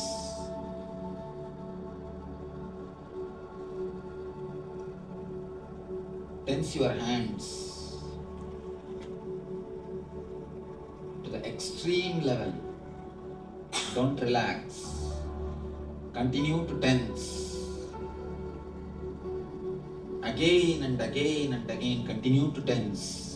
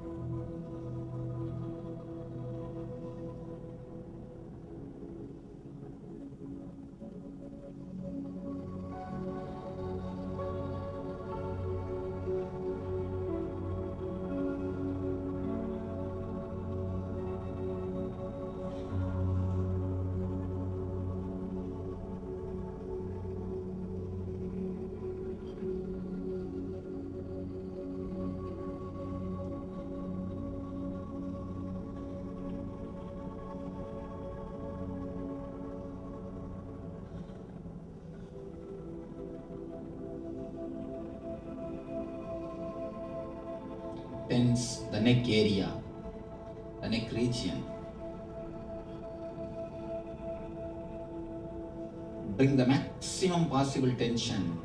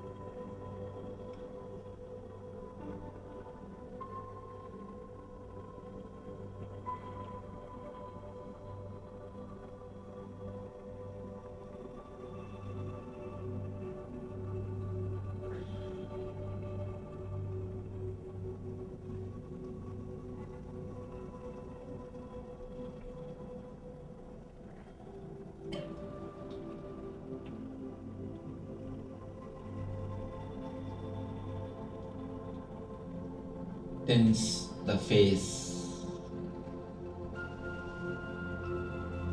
Tense the whole face. Eyes, ears, mouth, cheek. Tense the whole face.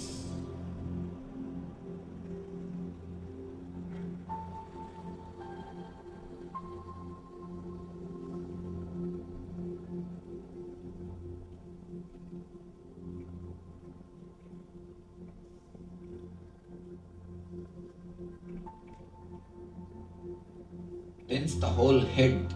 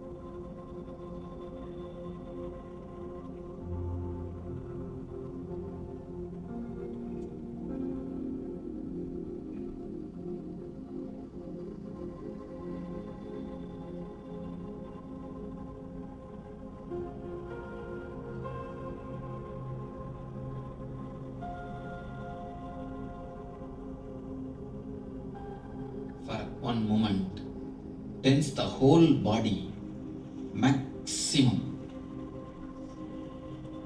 Bring maximum possible pressure and tension throughout the body. Up, up, up. Relax.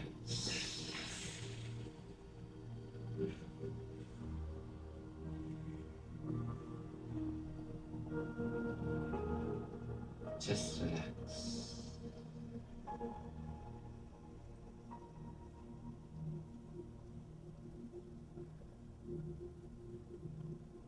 Just relax.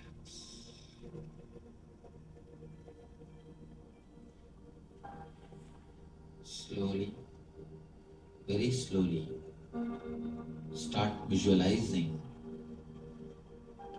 your Sahasrara, the crown area, top of your head is inhaling and exhaling the prana, air energy.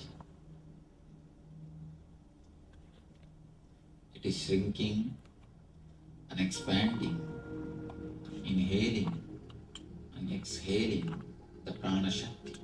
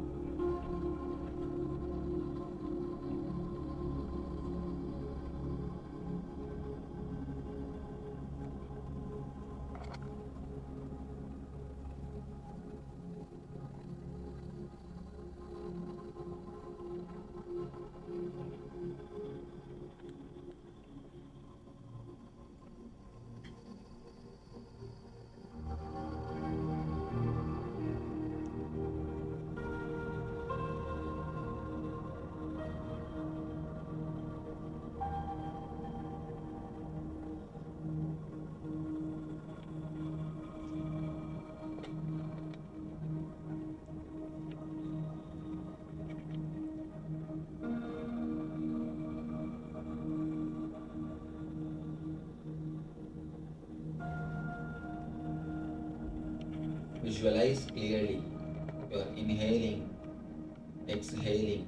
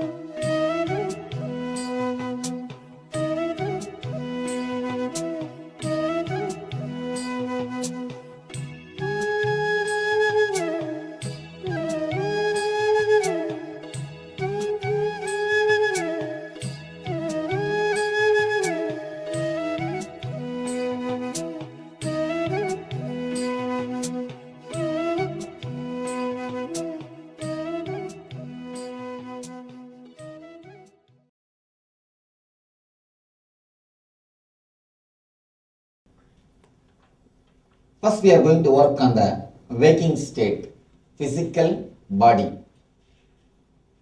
Physical body means the body which you are having now, with the body with which you are sitting here. Jakrat Sarira. What we can achieve understanding about this body? What is actually we need to do on this body? According to me, there is only one thing. When the shoe fits, leg is forgotten. When the belt fits, belly is forgotten. When the chain fits, neck is forgotten. You forget the neck if the chain fits. When the belt fits, you forget the belly. When the shoe fits, you forget the leg. If you are continuously remembering the knee means what it means? You have knee pain. If you are continuously remembering the leg means what? Shoe is hurting. So if you forget the body, if you forget the boundary, you are totally healthy. If you are continuously remembering your boundary, if you are continuously remembering some part of your body, you are in trouble.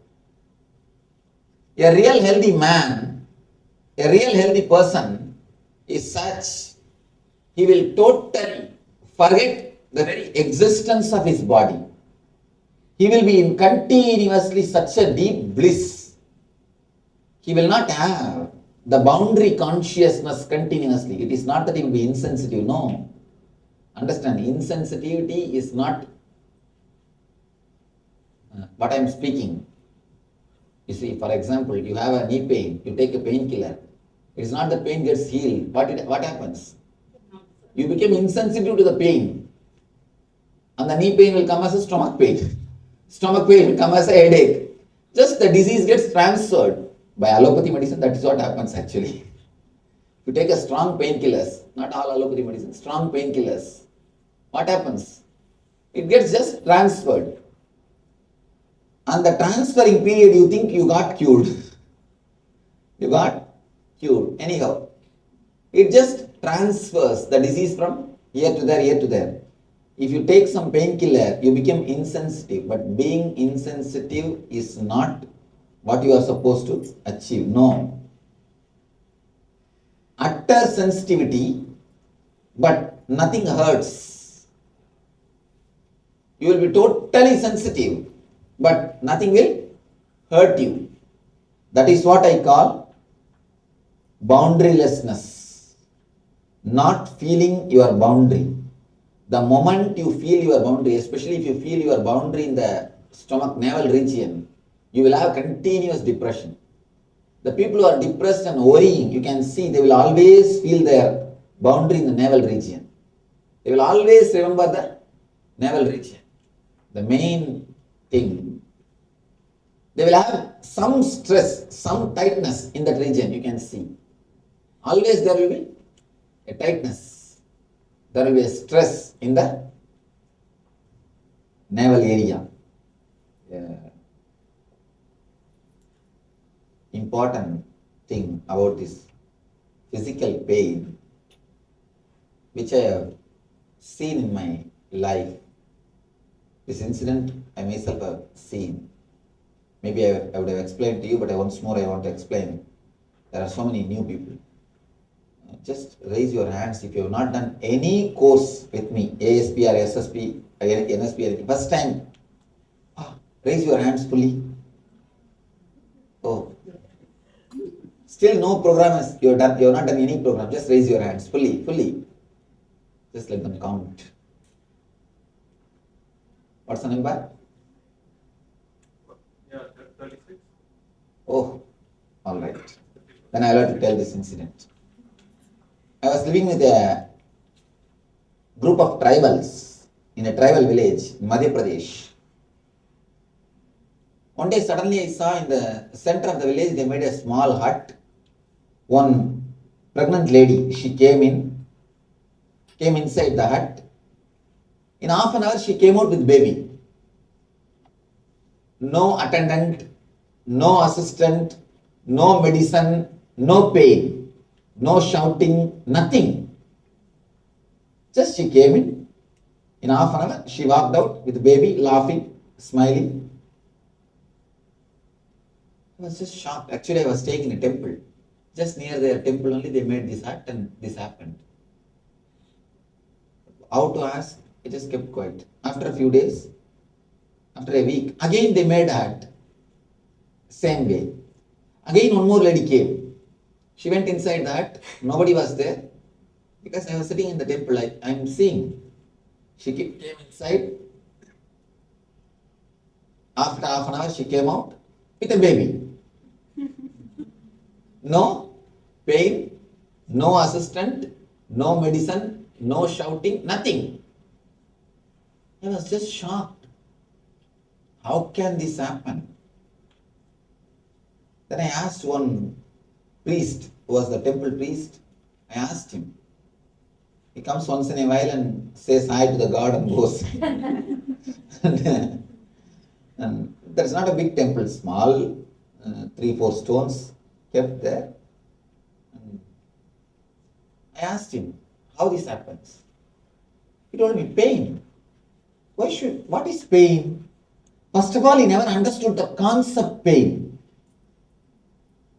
Especially delivery pain. Then he asked, why there should be pain? Till the end, he was not even able to understand why should there be pain at all. Then slowly talking to them, I understood. The very idea there will be pain never exists with them. Because the idea is not there, pain is not there. Actually, only after this, I designed the program, Painless Delivery. There's a program for painless delivery. Of course, successfully we have executed, and so many Nityas and Anandas have taken birth with this meditation or healing or whatever you may call it. After that only I started thinking that language of painless delivery. Of course, now I am trying to bring it out as a program itself, as a course itself. Let us see. As of now, I myself do whatever has to be done, but I wanted to bring out as a program. Understand an important thing. The word pain is the main root and seed for pain. A continuous unconscious repetition of the word pain is the main seed for your pain. Few deep insights. When you grow, around the age of 3, you start picking up words from your elders. You start collecting words from your elderly people. So whatever they talk, I am stressed out, I am tired, I have headache, enough. All these words, you pick up from them. You pick up from them, and the same emotion which they show with that word, you try to give meaning to that words, understanding the same emotion. By the time you reach 10 years, you start creating meaning for those words. If I work too much, I am supposed to get stressed out. If somebody shouts at me, I should get depressed. If somebody scolds me, I should feel irritated. If this is told towards me, I should be stressed out.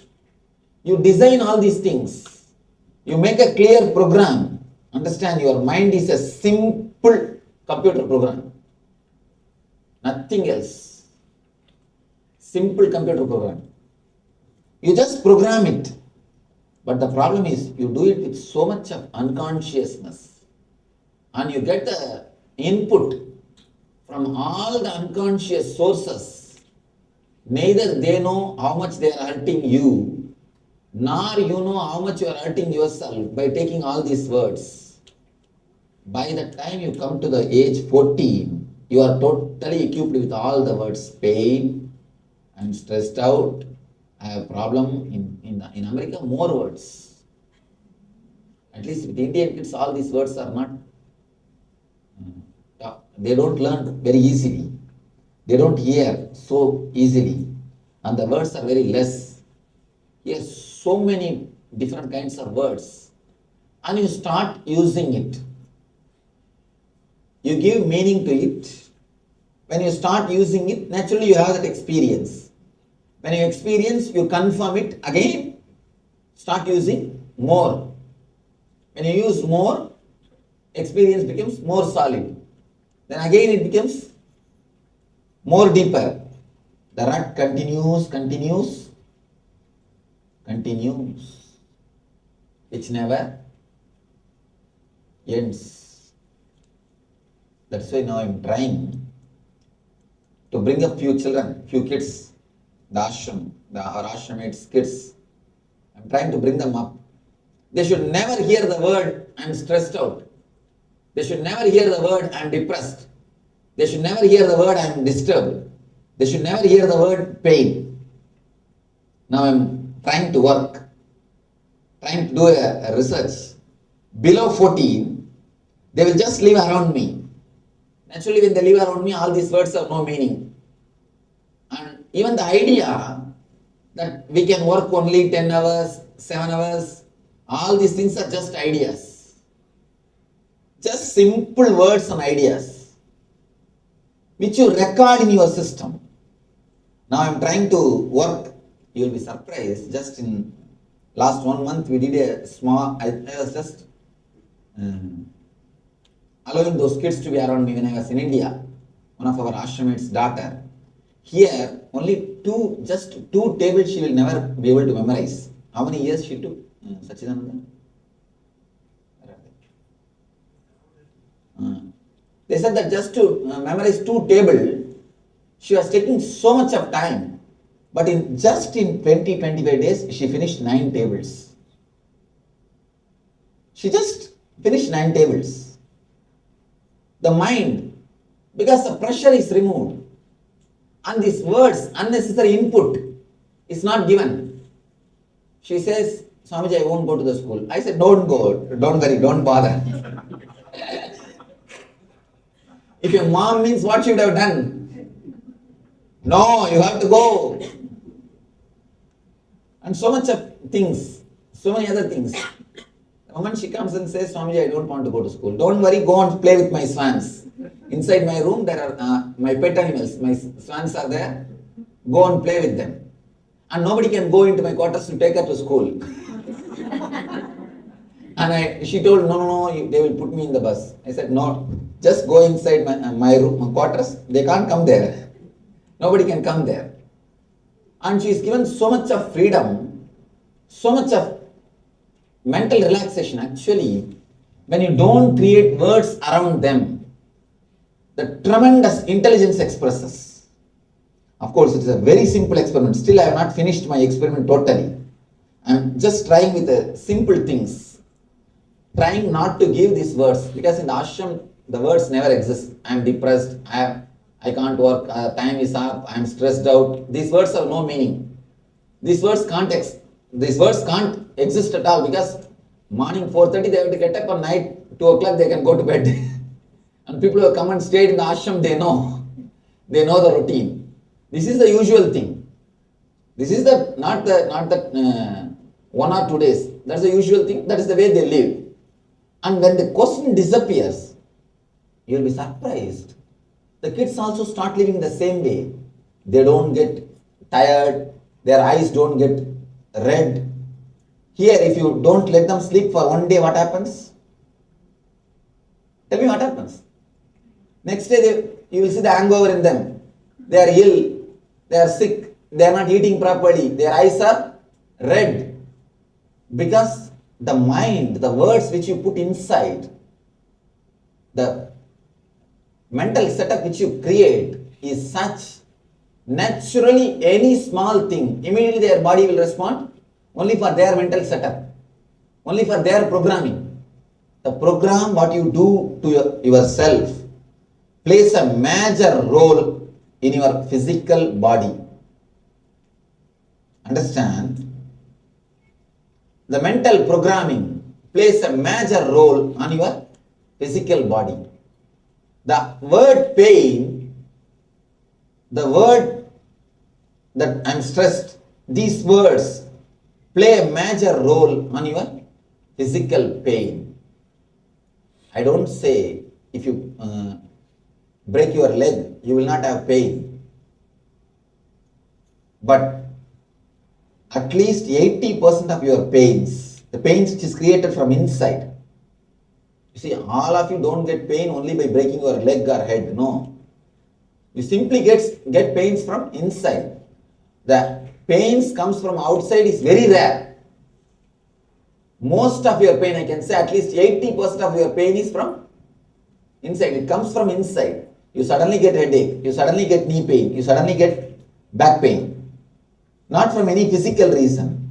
One important thing you can understand, even if you don't do any physical work, just sit and think about something and get stressed out, you will have shoulder pain. You will have shoulder pain. You don't have to do any physical work. Just think and get stressed out. You will have shoulder pain. Am I right? You can see it in your experience. Oh, any English words you are not able to understand? What is the question? I asked if she had had that experience. You will have the shoulder pain. The words which you use towards yourself plays an important and major role. One more thing, let me explain one of my experience about the pain. Somebody asked Ramana Maharshi, he had a cancer. They asked him, do you have pain? He says, there is a pain, but there is no suffering. When there is no suffering, even the word pain has no meaning. Let me tell you what happened in my own body. Once after enlightenment, this happened after enlightenment, I put my hand in the car, Kandasa car, the car door, and not only it got stuck, I did not even shout, I slowly opened the car, opened the gate and took my hand out. It is just, we can see it is becoming slowly bigger and bigger and bigger. The finger is becoming bigger and bigger and bigger. People are running to get medicine, this, that, everything. Wait, relax. I saw very clearly from the navel energy being supplied to that area. Like a gush energy is moving. From here it is just coming up. It's moving through the shoulder. It is coming. It is being supplied to the hand. Just flooded. The energy is getting flooded. When the energy is getting flooded, the traffic jam happens actually.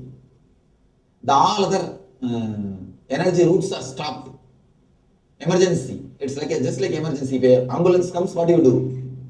You all give way. Just like that, the other usual activities, which is supposed to be done by other fingers, all those things are stopped, black.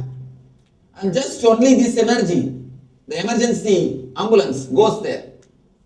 I was seeing very clearly the energy flow. Then I understood, this is what you call it as pain. This is what you name it as pain. The re-equipping process or regaining process, the process which happens inside your body to heal, to get well, that is what you call it as a pain.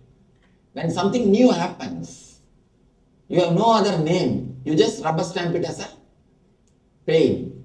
You never see that, what is happening. You don't have so much of patience or awareness to see what it is and what is happening. You never see what it is. That is the reason you call it as a pain. You call the whole thing as a pain. And one more thing I experienced that time. I just allowed the whole thing to get settled. I never named it as a pain. Within half an hour, it became all right. I just removed the nail and threw it away. In few days, the nail came back.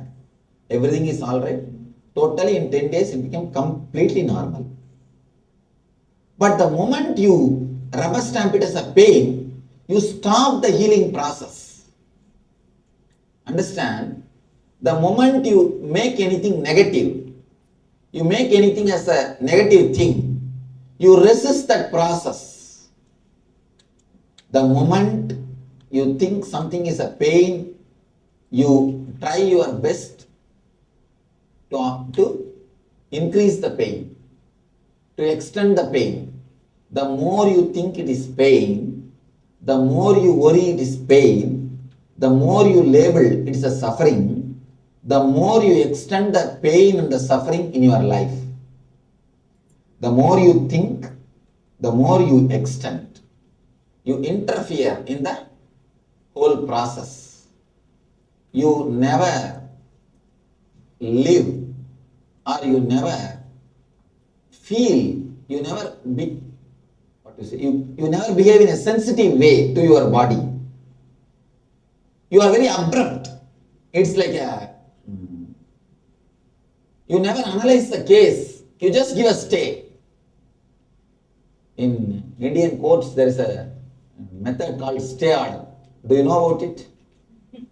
They don't even inquire, because to inquire who is right and who is wrong will take 30 years. By the time both parties will die. And that is different. Not only X party, they will expire. That is different. Let me tell you a small story about Indian judgment. One small story. I think we'll have to do something. Krishna. Better you get that mic soon. No, next time. Because anyhow I'm going to come back.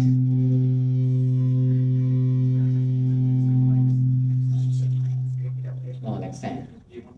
No, better you have that mic. That gives me more comfort. And one more thing. Unless I hear the sound, I don't feel satisfied. I'm speaking loudly. It is.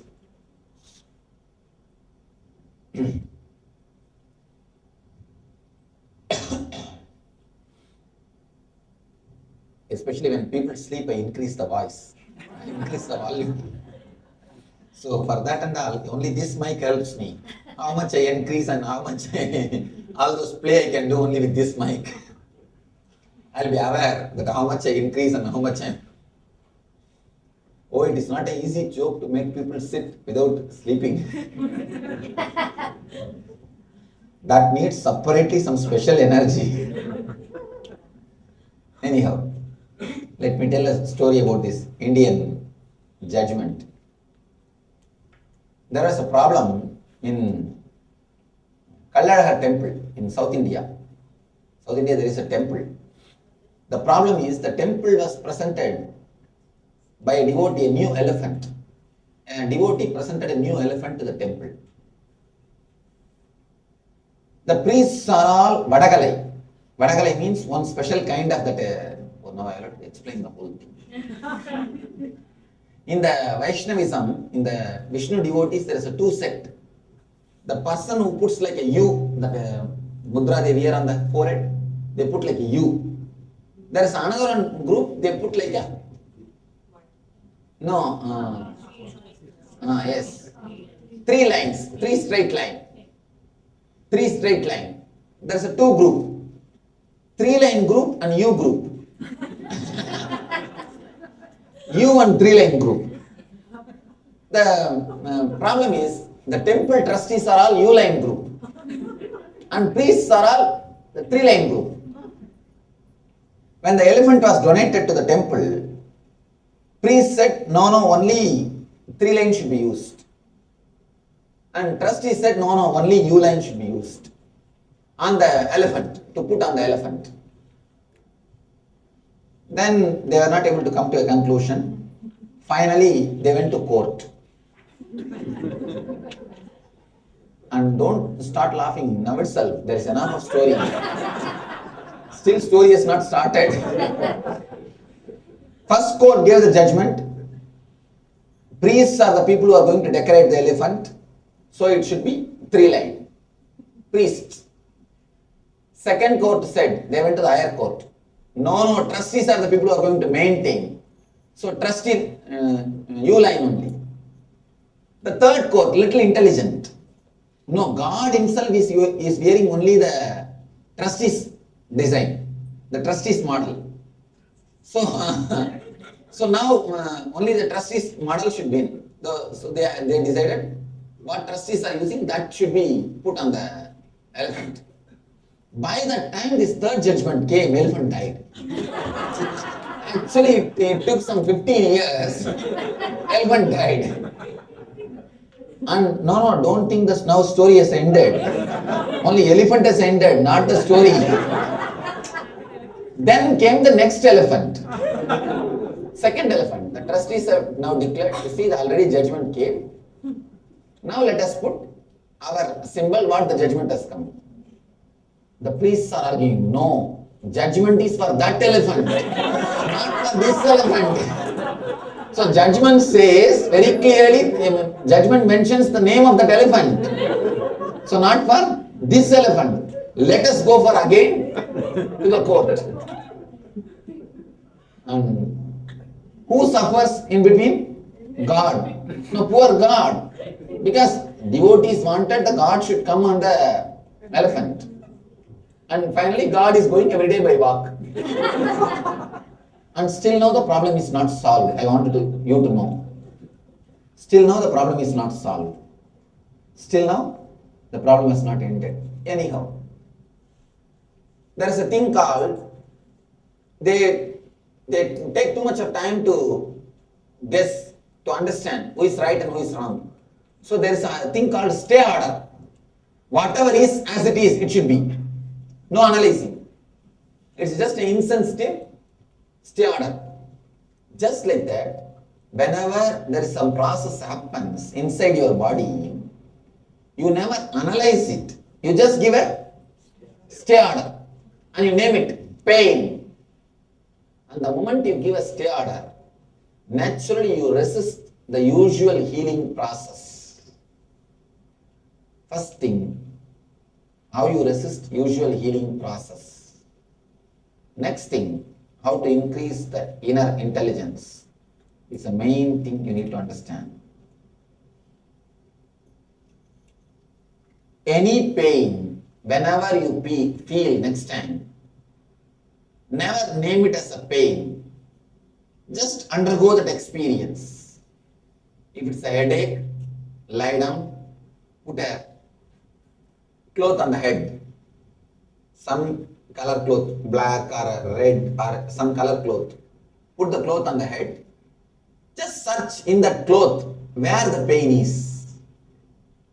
Put the cloth and start searching in the whole area where the pain is. Why I am asking you to put the cloth, so that you will know.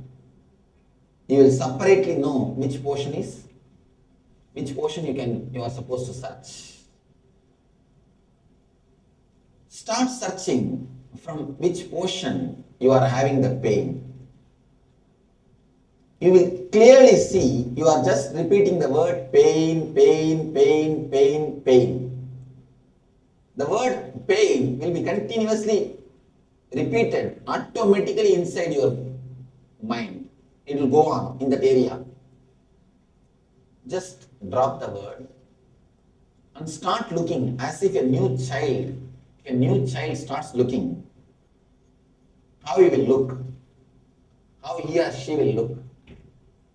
When a new child, if he looks as something new, he will never name.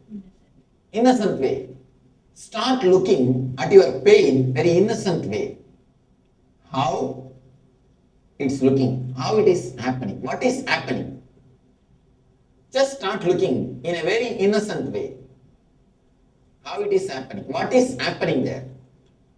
Without the word pain, you will slowly see the pain slowly shrinks.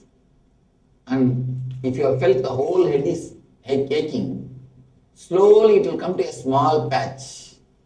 Then it will come to a small dot. Then you will see it will come to just a pinpoint. And if you see, simply the point will disappear. And not only it will disappear, it will become such a blissful experience, you will be surprised. The bliss only you are naming it all these days as a pain. If you look little deep, you will understand. The pain and bliss is nothing but your names. A small experiment. Try to go and do it in your house. Stretch your tongue. Just meditate on the tongue. Concentrate on the tongue as if you are walking on the tongue. Just take a small walking. Just take a small strolling on your tongue. In one hand, have a green chili. In the other hand, a sugar candy. Touch the green chili and sugar candy in two ends of your tongue. Just first meditate on the tongue totally. Let it become more sensitive, alive. In one corner, touch with sugar candy. In the other corner, touch with green chili. You will never find the difference. You will never find the difference. It is your idea which gives effect to it. Actually, if you go deep into the sensitivity, both are one and the same. If you are in a superficial level, naturally you will find the difference. This is burning, this is sweet. If you look a little deep, both are creating the same effect, but your mind is just labeling it. If you look a little deep, any experience happens inside you is only one thing, experience. You just name it unconsciously as a pain or as a pleasure. You name it as a pain or as a pleasure. That is why, same climbing the hill, if it is done as a job, it becomes a pain. If it is done as a hobby or picnic, it becomes pleasure. Why? If it is done as a job, it becomes a work and pain. If it is done as a hobby or picnic, it becomes a pleasure. Simply you name it. When you name, you categorize the things. If you name this in that form, you say that is it. You say this in this form, you say this is it. The pigeonholing or dove-holing, which happens in your mind, only plays a major role. When you go a little deep, you will understand how the very root starts happening. Be a little more conscious, aware when you get any pain next time. It will help you to tremendously get healed. And one more thing, once you heal your headache by yourself, you will never get it again. Because even if you get it, you know the key. But as long as you are healing your any pains with the help of medicines, again and again you will get it. It's like addiction. This time you take little bit of medicine, next time little more stronger dose, little more higher dose. More and more it increases. It is only hindrance. It is only a hindrance. And especially the chemicals, which is not a natural thing, if it is sent inside your body, how do you think your body can run in the usual way? How do you think your body can run a regular way? It's the first tip to overcome the pains. And next thing, this is also one more important thing. To awaken the intelligence, not only a simple no diseaseness is enough. No. No diseaseness is not enough for the happy life.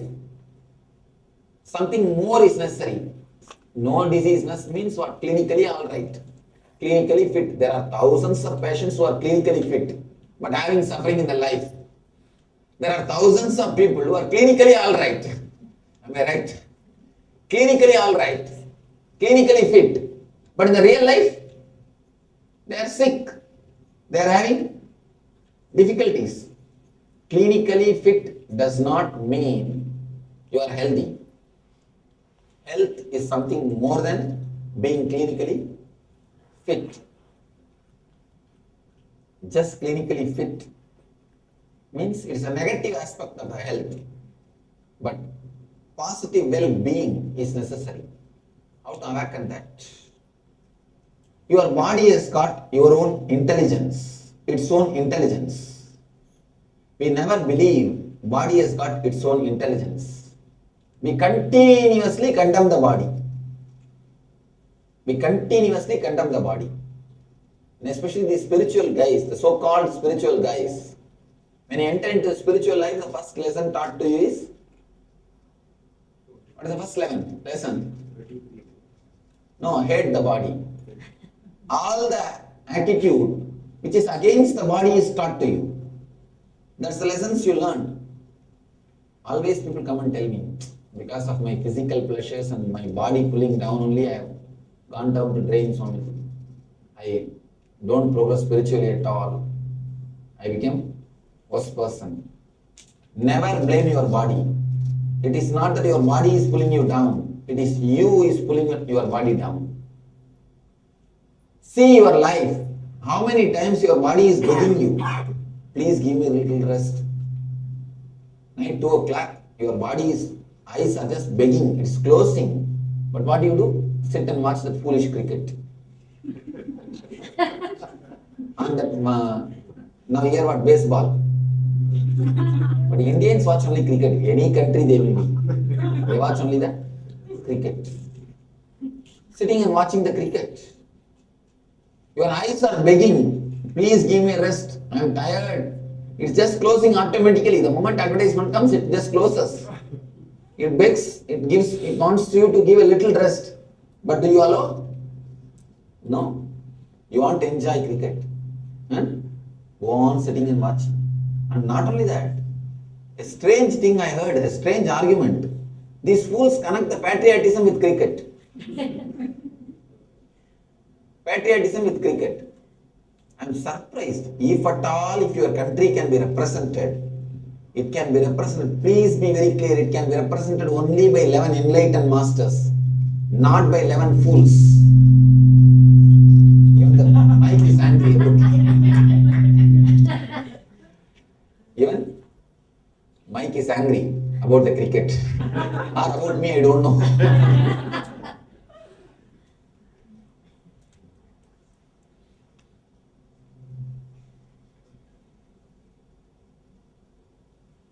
If at all your country can be represented, it can be represented only by 11 enlightened masters, not by 11 fools. See, I am not blaming the individuals. As individuals, they are no way responsible. But I am blaming the importance unnecessarily given. So much of importance unnecessarily given. It is just a pure foolishness. Pure madness.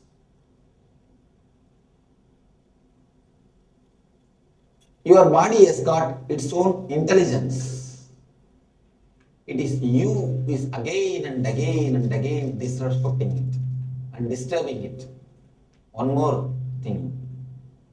Many times you can see, you will have hard chili, gongura chutney.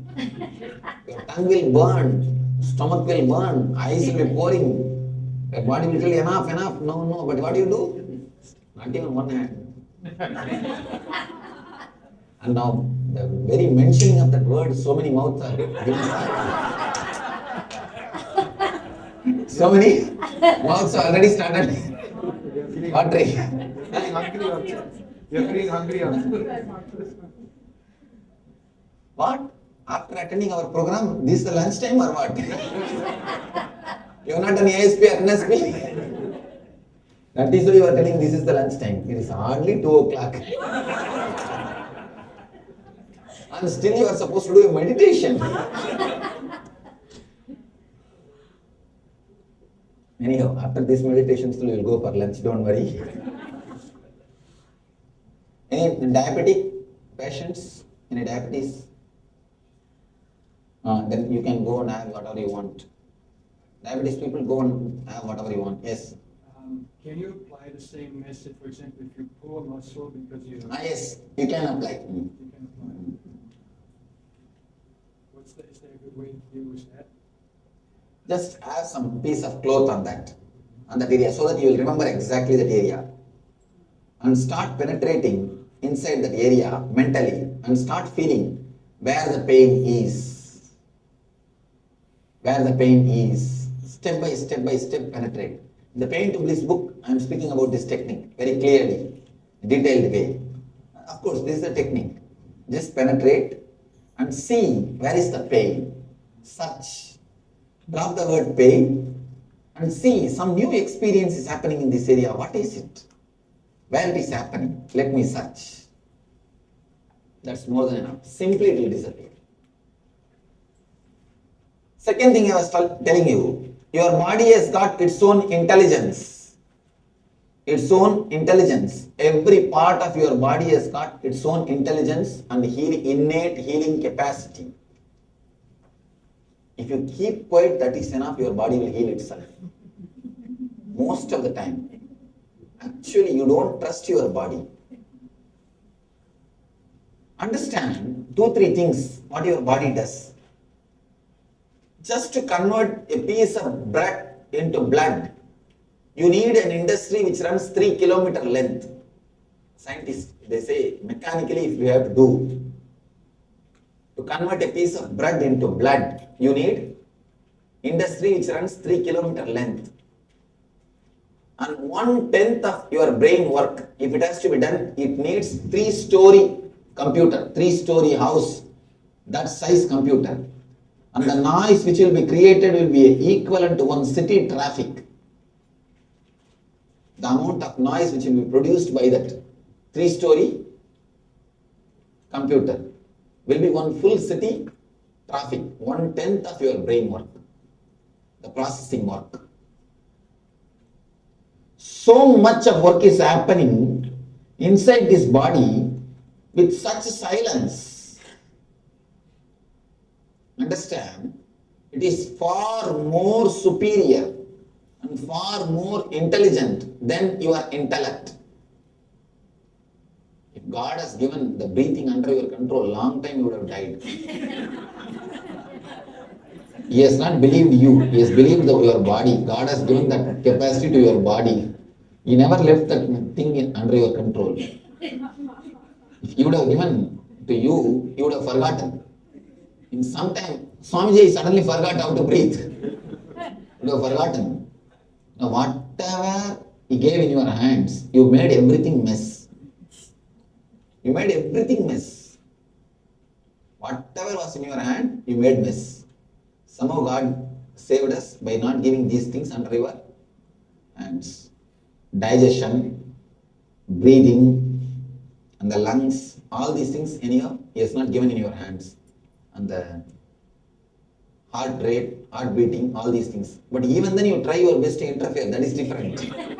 You try your best to disturb, that is different, by becoming angry and shouting and creating all possible hindrances. But at least consciously it is not directly given to you. You have your own innate natural intelligence. And one more thing, a strange but truth. Patanjali says, each part of your body has got capacity, ability to take the prana shakti directly from the ether. Directly from the ether. Your knee can separately inhale and exhale. Your leg can separately inhale and exhale. They are doing because of you don't understand or you try your best to hindrance, disturb, they are doing little less, that's all. Why? Body of a child is so alive and so fresh, so shining. You can see his face and his feet will be having the same shine, same shining. Am I right? Yes. When you see the face of a child and the feet of a child, both will have the same shining. But why you are not having the same thing? Look at your face and your feet. Why? you stop living throughout your body. You start living only in this area. With child, you will see face and the leg both will be shining. Even child's leg will look like a face. But for you, even the face looks like a leg. Why? We stop living in throughout the body. You start living only in this region. For example, suddenly if you close your eyes and remember your name, if your name is Ram, you will remember only the head. At the most, you may remember only the bust level, not more than that. Now I understand why these people, they keep statues of bust level. Why not only the legs, below legs? Why it is kept only in this level? Because you remember only that level. We'll have to do something and get me that mic. We'll have to get some extension. Because now I'm feeling that I'm shouting too much. Because I'm not able to be very clear in what level I'm speaking. Okay.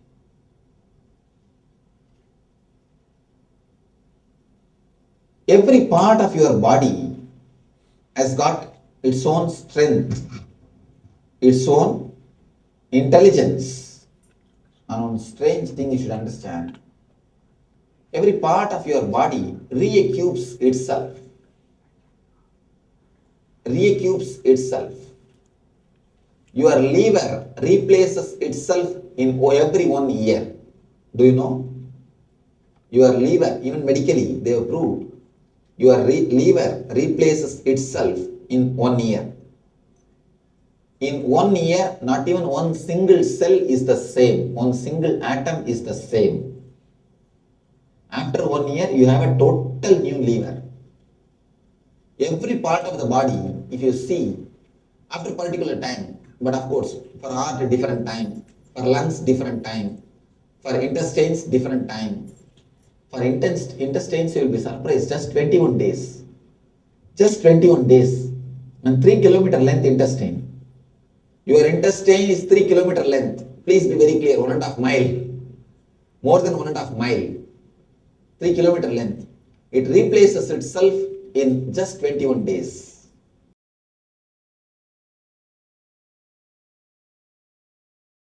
I was traveling in a train with a British lady and gentleman. The lady had a pet dog. Suddenly the dog jumped on this American guy and pissed. Instead of apologizing, this lady started petting the dog. Oh, you have cold bladder, I should do something, I should take care of you. After a few minutes, the dog jumped on him and vomited. Again, this lady, instead of apologizing, she is patting the dog. Oh, you have some bad stomach trouble, I should take care of you. I should take you to the doctor. Again, after a few minutes, the dog jumped, and you know now what it would have done. What maximum it can do, it did. And made the whole place dirty.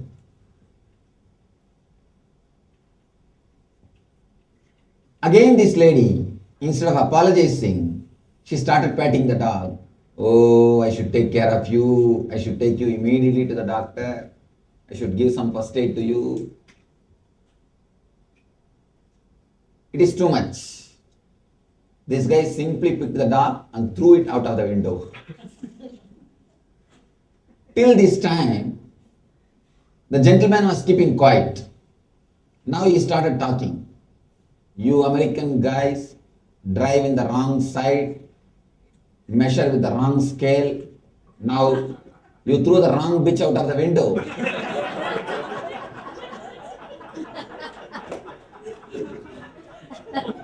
In the life, many times we throw the wrong bitch out of the window. Today is only a time find out who is the right bitch. The whole Shakti Spurana is the technique to find out the right bitch so that you can throw the right bitch out of the window. Always we throw the wrong bitch out of the window. Always we see the trouble, the wrong side.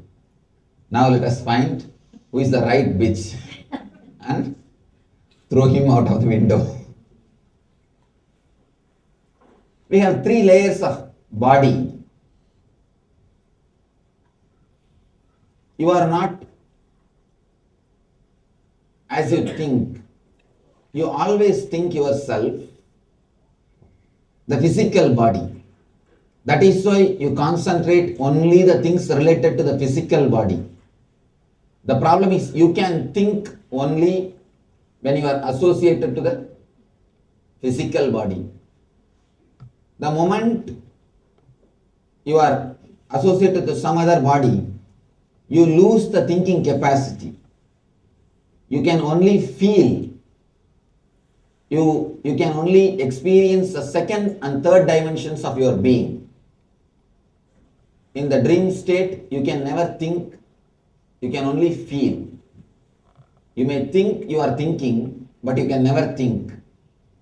It is a level of emotions, you can only feel. The moment you are disassociated, you are disconnected from physical body, you stop thinking. That is why you never think about other 2 dimensions of your being. You have 3 layers, 3 dimensions for your being. The first thing is physical body. The body which you are having now. The second is the subtle body or mental body. You can call it in any name, which you use at the time of dream state. Third, causal body, which you use at the time of deep sleep. It is not even a body, it is just a layer. Because body means there should be some movement. In this, there is no movement. It's just a layer of your being. Most of our time, I can say majority of our time, we spend in the physical body, in the physical layer. But it is not that just because you spend majority of your time in the physical layer is everything. No. It is just 33%. It is just 33%. That is why even if you achieve whatever can be achieved by the physical body, you don't feel you have achieved everything. Even if you achieve everything, whatever can be achieved by the physical body, again you feel something is missing, something is lacking, something more can be done, something more can be achieved, something more can be experienced. Because there is other 2 dimensions of your being unexplored, other 2 dimensions of your being without being used by you. So as long as you have the second and third dimension, second and third layers of your body without being used, you will never feel satisfied. One more important thing, not only they are not used, if they are left unused, they became dead weight on your being. Understand this one example. You are having 100-acre land, but only 33 acres you developed. 33 acres only you are able to use. It is not that you miss that other 66 acres. Yes, that is one thing. You miss the other 66 acres, and not only that, the animals, the snake, scorpion, whatever is there in the other 66 acre will be continuously entering into this 33 acre and disturbing you. All the things, unwanted things which stays in that 66 acre, unnecessary smell, unnecessary animals, unnecessary troubles, will penetrate, will enter into this 33 acre, and even this 33 acre will become disturbed place. You will not be able to live peacefully in that 33 acre. Now you have 3 layers of body. You use only 1 layer, physical body. The other 3 is just lying waste. Is just lying waste. Not only you are missing the energy. Now there is a beautiful book the other day I was reading by a popular psychologist, Harnessing the Power of Dreams. The power of dreams, if you can tap the energy of the dream body, you can be a better mathematician. You can use it for your logic. You can use it for your project works. That is what Patanjali says 5,000 years ago.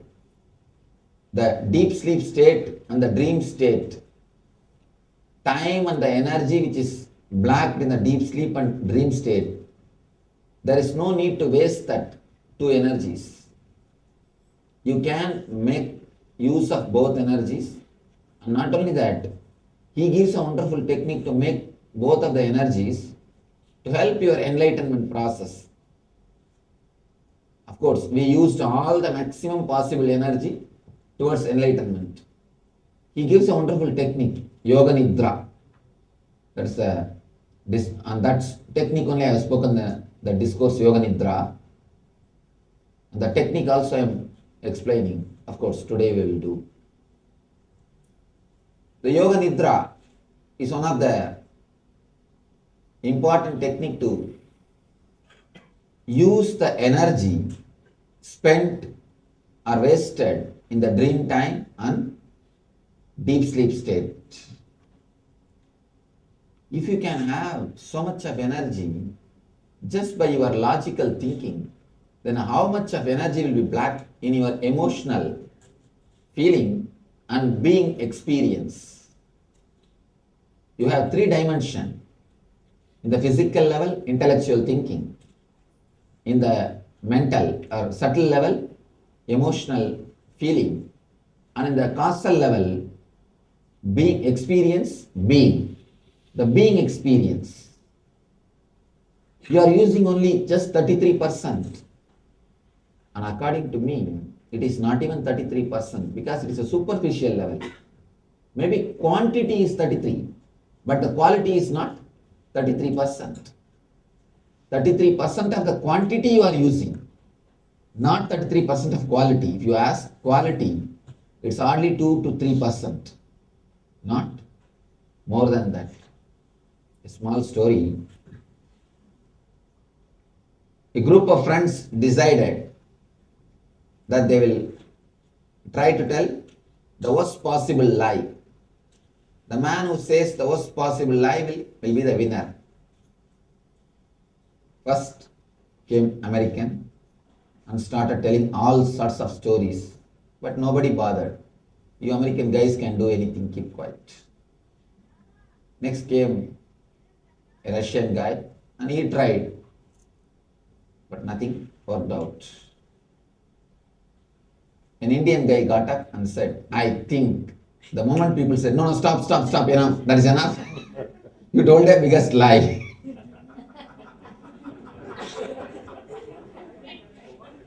Indian guy said, I think. Yes, enough. You told a big lie, we accept. Actually, your thinking is a very superficial mechanism. It has no base or the root. Freud uses a beautiful word, association. Your thinking has nothing to do with thinking. Understand? What you think as thinking is not happening in you. Just association. That is the only thing happening in you. Association means, for example, you see a dog in the street. Suddenly you remember all the dogs which you have seen when you were a small boy or in your childhood days. Then you remember the teacher who gave you lessons in your childhood days, and you remember the place where your teacher used to stay, and thinking goes on, goes on. There is no logical connection between the dog which you have seen in the street and your teacher, even though both of them barked at you. There is no logical connection. But somehow you go around associating. All you are thinking is just association. Unless you use the second dimension and third dimension of your being, you don't have any quality in your being. You have no quality in your being. I was staying with a group of tribal people. They can't even be called as tribals. They are much more sophisticated, much more cultured, and they live much more joyfully than us. The tribal village is from the area where Buddha is born, in Nepal. That is the area where Buddha is born. I don't know whether they are related to some way the Buddhism or not. But one thing I saw, they have an habit, a strange habit. If you see suddenly in a dream that as if you have hurt somebody, you scolded somebody or you have beaten somebody, naturally you will see only the people with whom you live in your dreams, or people whom you know. If you have hurt somebody, or if you have scolded somebody, if you have misbehaved with somebody in your dreams, next day morning they take the fruits, all possible gifts, and go and meet that person and ask his apology. Very strange habit. You hurt him in the dream, but you go and ask apology in the waking state. They take that as a very seriously and go and they touch his feet and ask for his apology. Please forgive me. Tell me that you have forgiven me. I was surprised to see this habit.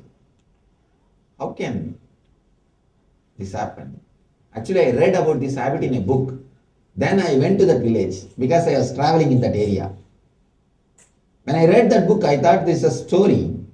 When I went there, I inquired. It's really a truth. It's the truth. Then I inquired that one elderly person, why are you doing this? How can both be related? Hurting in the dream and the reality. He made a profound statement. I was just shocked. And the moment I heard the statement, I just touched his feet. Profound statement. What are you thinking? The world is made of the same stuff in which your dreams are made. Shocking statement. But only an enlightened man can make this statement.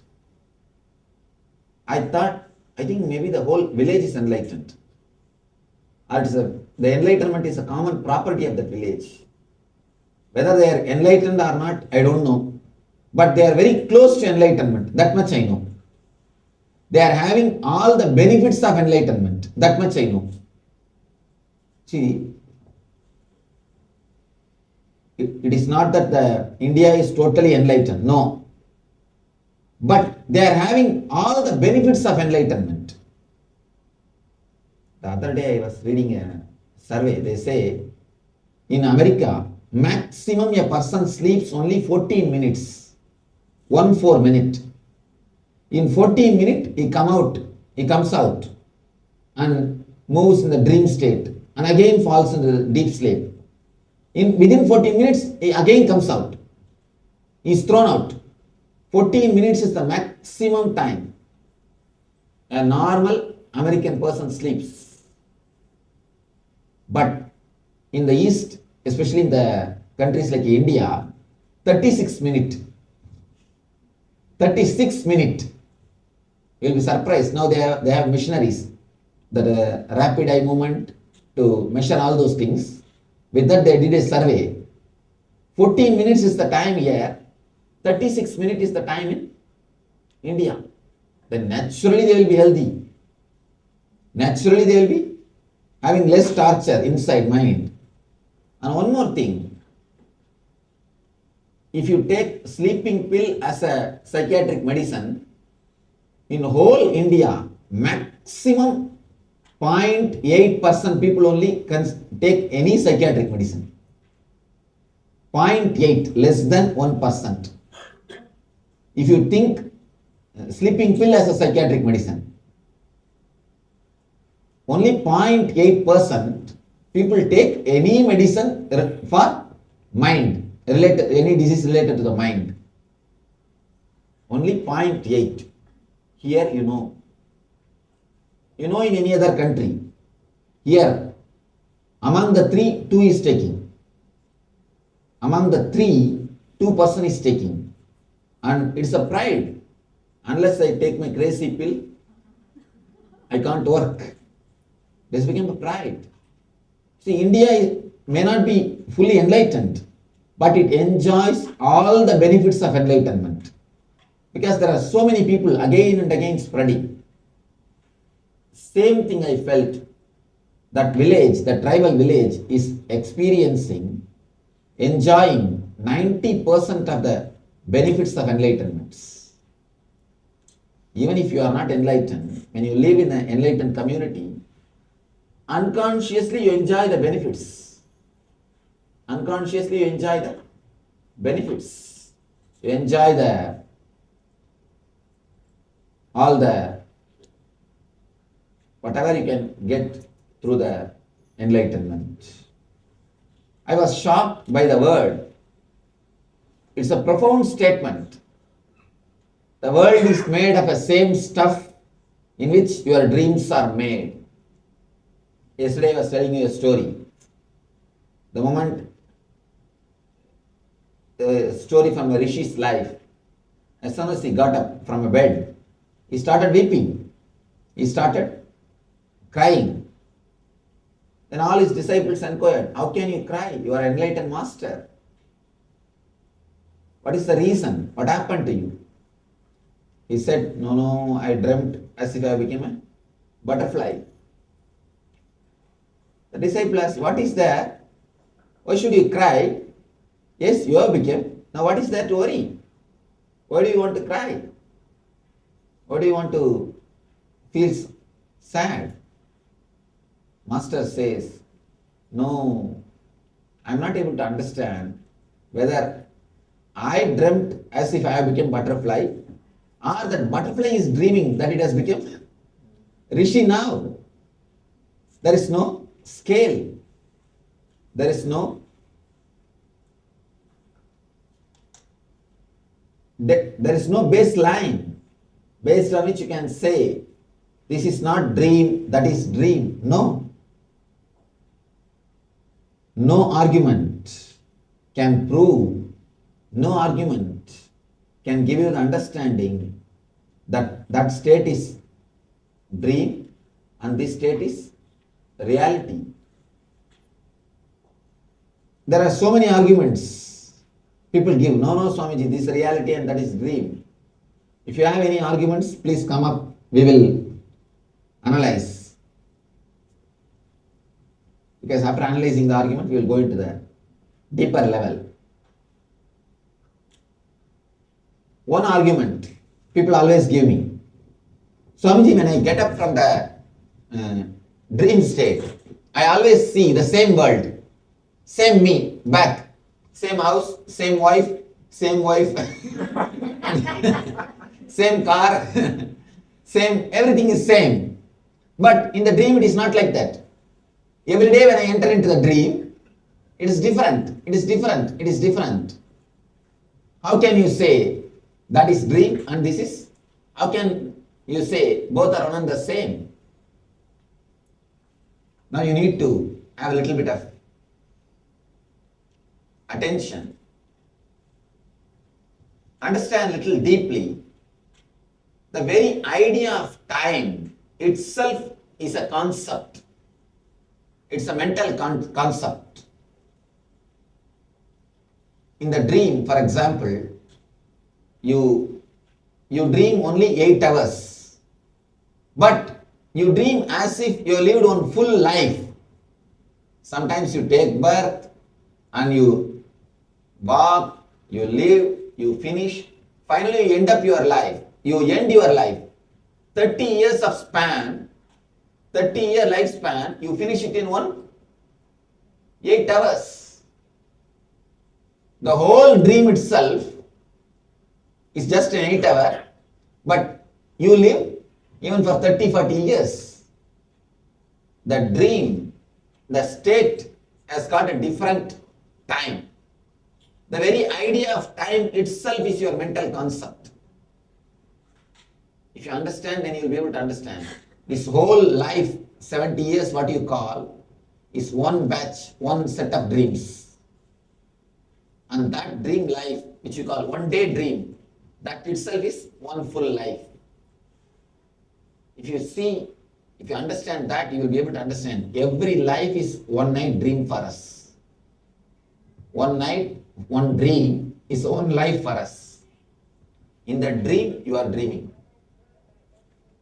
The very concept of time itself is just a concept. It's one dimension of your dream. Any of you can't, if you can't understand, please raise your hand. I want you. Let me explain. In the dream, you dream as if you are born, you are growing, you take up a job, or you do your routine, you leave all these things. Finally, you die. Actually, when you get up, you will understand you dreamt only for 8 hours. But in the dream, you live almost a life. So many days, so many years are lived just in 8 hour. When you live in the dream, you don't think it is only 8 hours. You live and you feel actually as if you are living 10 years or 5 years or 7 years or so many days.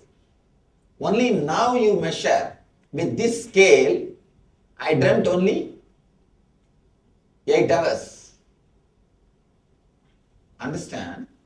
This whole life is one night for you. This whole life itself is one dream for you. You come out, again you start dreaming next. When you come out of this dream, you understand, Are, what is this? I felt as if I dreamt for 70 years, but only it was 7 minutes. That is why we say for Devatas, 1 year in our life is 1 day for Devatas.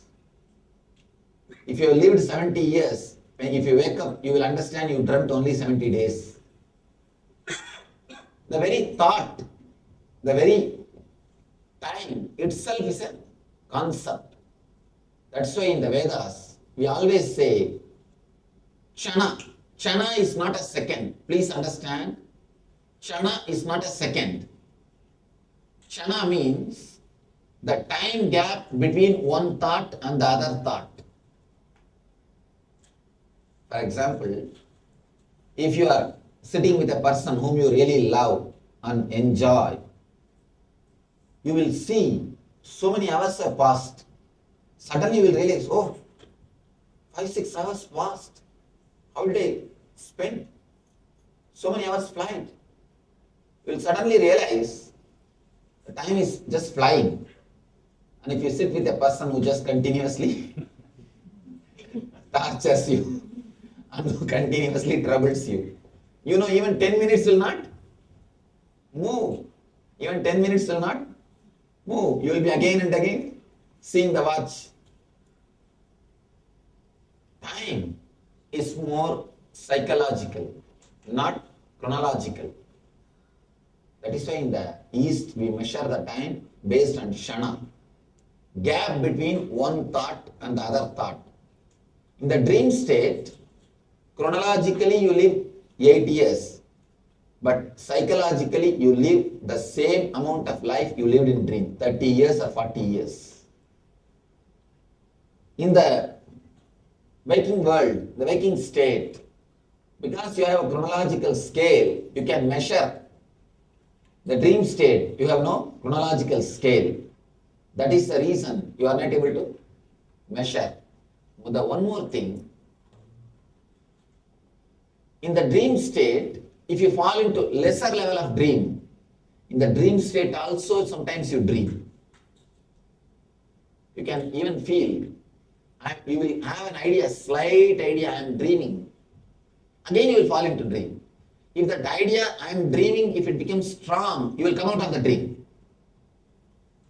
If it is not, if it doesn't become strong, then you will fall into the dream again.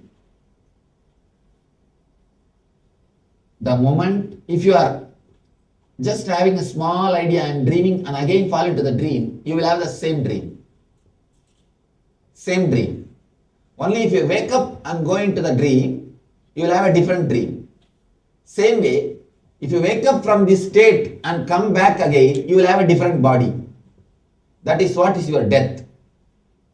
If you wake up from this conscious and come back to the same dream state, this waking state, you will have different body, different mind, different life. Let me explain. I will give you a small table. I wanted a paper. You have board on the paper.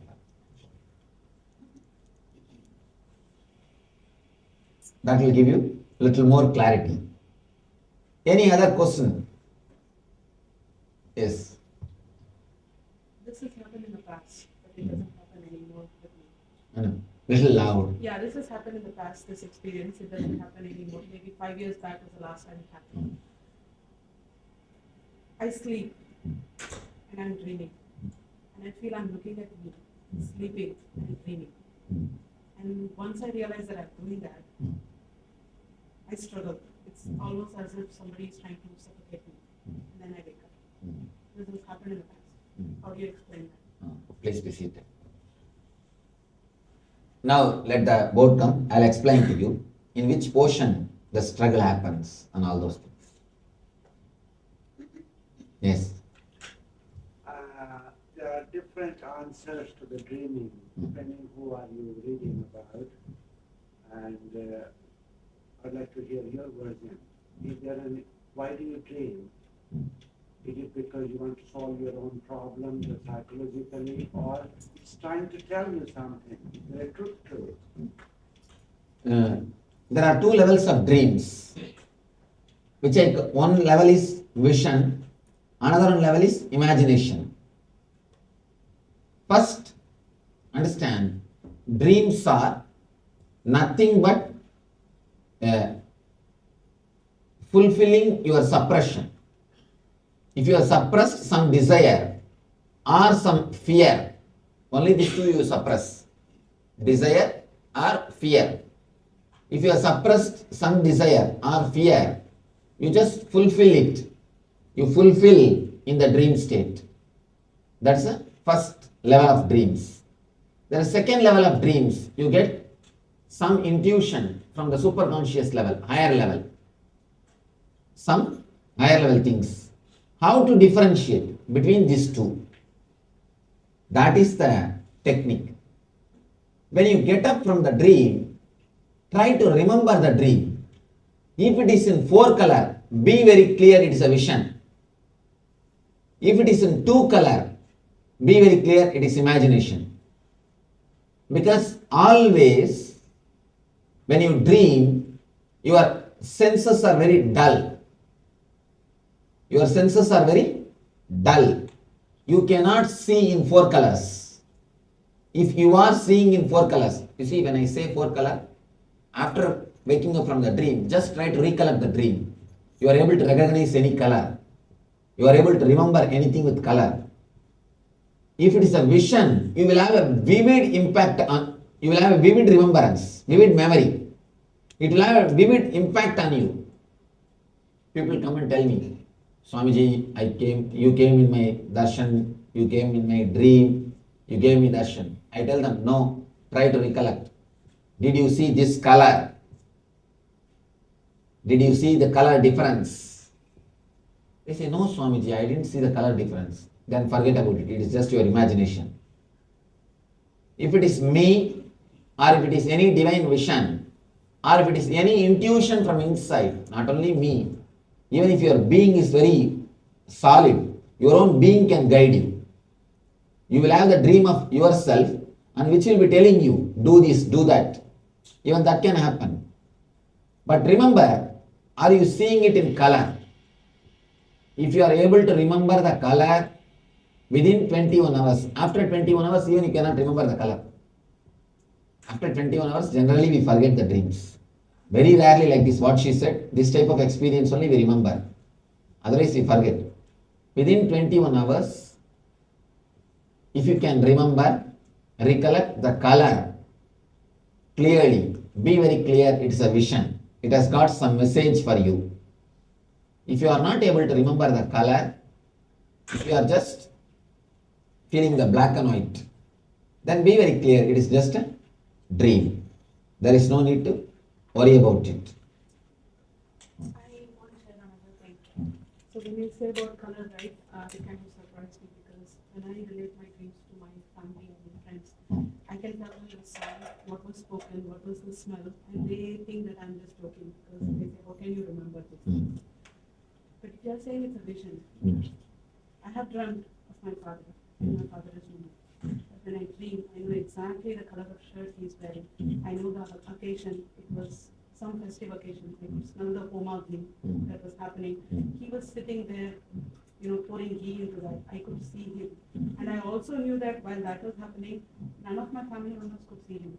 I was also aware of that in my dream. So how do you explain that? I So naturally it is a vision. There is some message for you in it.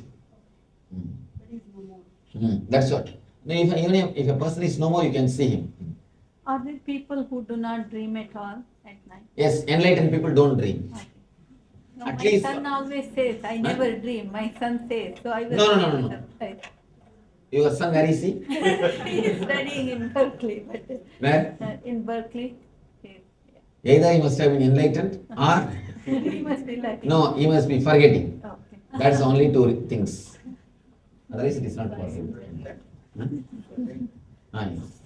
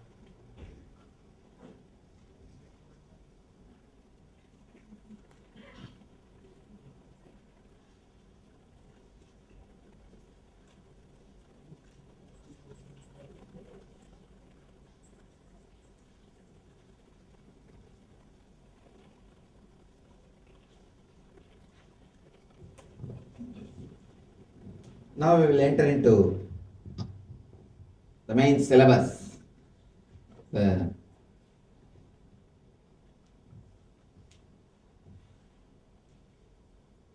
basic understanding about these three levels of bodies.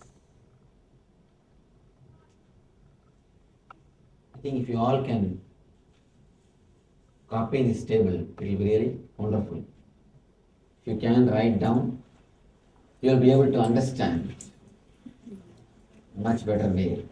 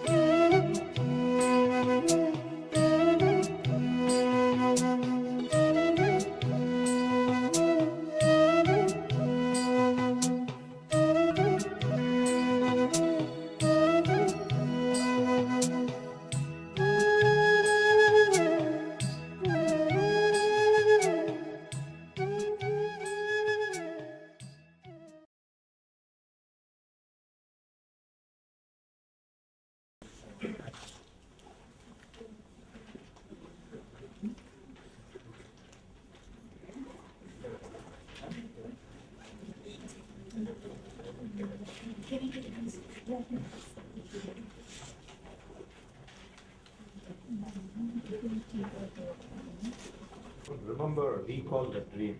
Is it good or is it? It means there's no value. Just it's like, see, actually, look, understand. It's like a safety valve. If the steam pressure becomes too much in the steam boiler, there is a safety valve which automatically opens and releases the extra pressure. Dreams are nothing but safety valves. The moment it becomes too much, it automatically opens and releases. Yes. Swamiji, in Ayurveda, they teach that dreams are influenced by Vata, Pitta, and Kapha. Whether you remember them, whether you The whole body is Vata and Pitta Kapha. yeah, but that if you're a Kapha person, you usually always remember your dreams. But if you're a Vata person, you No, nothing like that. There is no that type of intricate.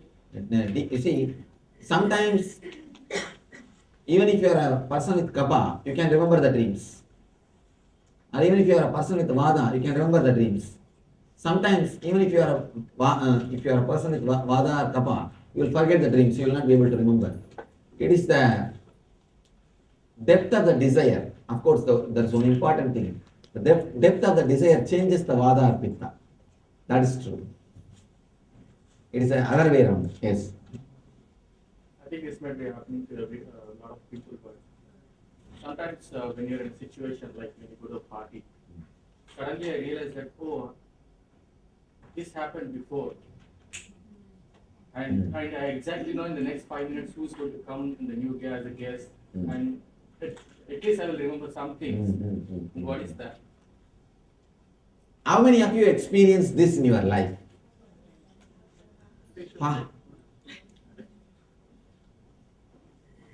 Please raise the hands. Let us count and see the percentage. Sorry, we didn't hear it. 1 minute. Can you repeat the same thing? Please record, video record.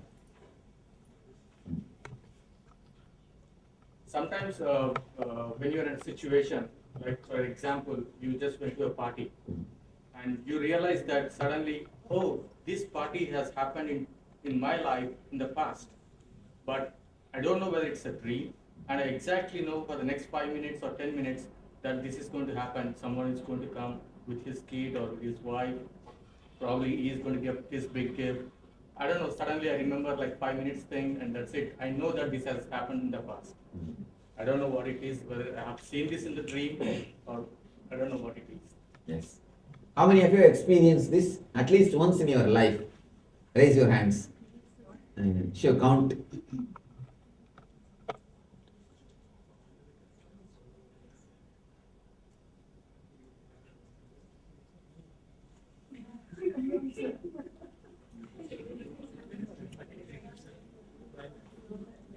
The other way.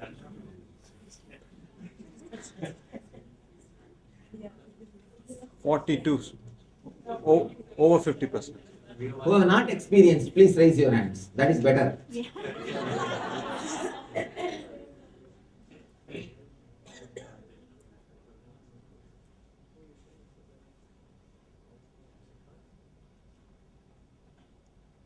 Only 25, so my count first time was wrong. One thing, whomsoever has experienced, understand you are having a tremendous intelligence and visualization capacity.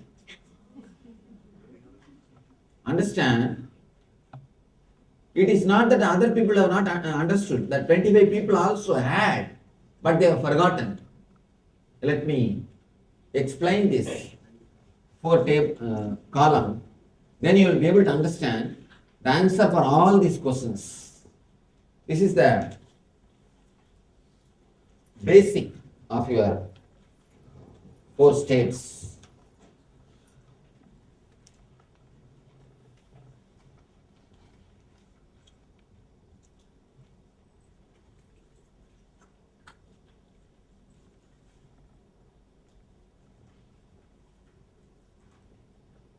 You have two states of your being and 2 states of your mind. Understand these 4. 2 states of your being and 2 states of your mind. 2 states of your mind is with thoughts and without thoughts. Now you have thoughts. In the deep sleep you don't have thoughts. There is a 2 state you experience. And there is 2 level of beings you experience. With the idea I, you exist. And without the idea I, you don't feel that I. These 2 levels of, because in the deep sleep do you feel I? No. These are 2 levels of being and 2 levels of thoughts, mind. When these 4 crisscross each other, they create 4 states of your being. 4 states of your being. The first, with thoughts and with the idea I, present, the wakeful state, waking state.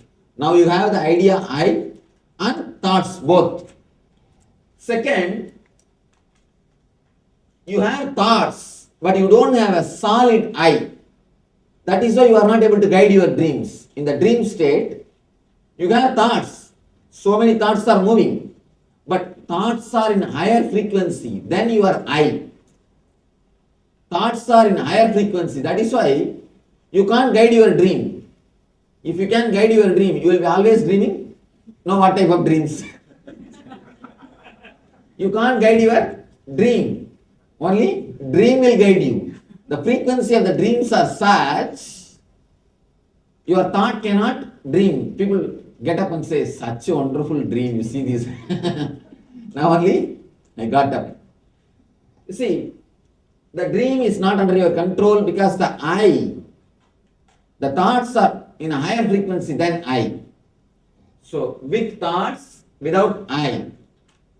There is a third level. There is neither I nor thoughts. That is what we call deep sleep state, causal body. Fourth level, which you never experienced after the age of 3. Before the age of 3, you will have the glimpses of it. After the age of 3, you never experience. No thought, no thought. There will be no thought, but the I will be there. Without thoughts, but with pure I consciousness.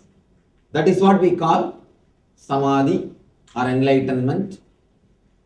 Whatever you call it, turiya, meditation, satori, all the names, God consciousness, divine consciousness, whatever name you use, that is only this fourth state, where there is no thoughts, but clear I feeling, clear I consciousness exists. Understand these 4 levels. In psychological terms, you can call this as a conscious, subconscious and unconscious. In the body level, physical, subtle and causal. In the state level, waking state, dream state and deep sleep state. Now if you are not able to understand this table, please explain, please ask me. Because only based on this table all the questions I am going to answer. Swamiji, can you explain what you said just now? The conscious, unconscious and no conscious state. Conscious is waking state. Dream state is subconscious. And deep sleep state is unconscious. Samadhi state is superconscious. Yes. Where does lucid dreaming or dreams in which you have some I awareness come into this? Can you be a little loud? Lucid dreaming, when you have some kind of an I consciousness in the dream. Please tell me what he's saying. You're saying in some dreams there is an I consciousness. Where does that fit in? No, actually, if you have the I consciousness, immediately you will come out of the dream. You will wake up from the dream. I've had, have you heard of Carlos Castaneda, who wrote the Don Juan book? He's an American mystic. He writes, he actually gives some techniques about how to wake up, how to become conscious in your dreams, and I've had some experiences with that, where for a period of sometimes The moment you become conscious of dream, you raise above from the dream state. So you come to the conscious level. Then it can be no more called as a dream state.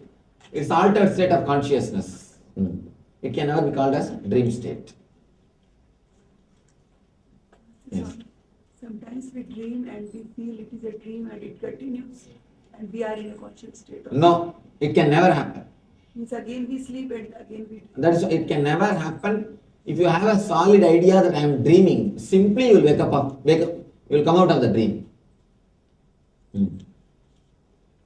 Swamiji, the guy was talking about the lucid dreaming. This is one of the Stanford University psychologists who wrote the book on it, and what he's trying to tell is that you can consciously dictate your dream, but you are not awake. So which state you are in? You are in. See, the waking state can be penetrated. You may give some technique to penetrate a little bit, but you can never be aware of it, that you are dreaming. No. The moment you become aware, you will come out of the dream. But the fact he claims that you can dictate your dream. No, you can dictate your dream when you are in this waking state. You can program and leave it. The program can be carried and executed, but in the dream state you can never make a program. You can never pass a command in dream state. In this state you can make a command which can be carried and worked out. You can work it out in that state. That's all. So I'm just explaining what he said. Yes, I understand. I have no experience myself. Yes. I have many times experienced in my dreams that too early in the morning, like 4 or 5 o'clock, like divine thing like saying Satya Sai Baba or Kanchi Shankaracharya or you coming in white dress, though they are wearing some other color dress, they come in white dress and put their hand on my head, and I feel immediately as if the severe current passing into my body, and if suddenly I get up from the bed, I feel totally fresh. Totally fresh, like other days you will feel lazy to get up from the bed, but you will feel totally fresh. But the other things in that dream. Then to make you fresh every day, I think I have to come. All right. The other things in the dream will be in color, but the person will be in white dress. So You see, you may be associating with the white dress your spiritual ideas. Young age, you would have seen somebody who is, or you would have respected, you would have thought somebody very spiritual, he must have been wearing continuously white. The association may be there. That can be the reason. Otherwise, there is no reason, only always they should come in white. Okay, so this is vision or imagination? The scale, that is the scale. Do you see everything in color, multicolor? No, other things I see in color. Okay, the other things you see. Are you able to see the difference between the white and the other background, everything? Yes, I can Then surely it's a the vision. dream and I can remember it. Then surely it's a vision. Why do we have the same dream many times? Again and again. Snake chasing, elephant chasing. You can see snake chasing you or elephant chasing you.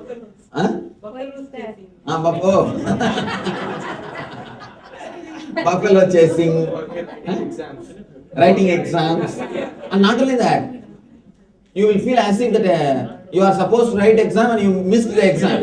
You are sick. So these are all few, yes.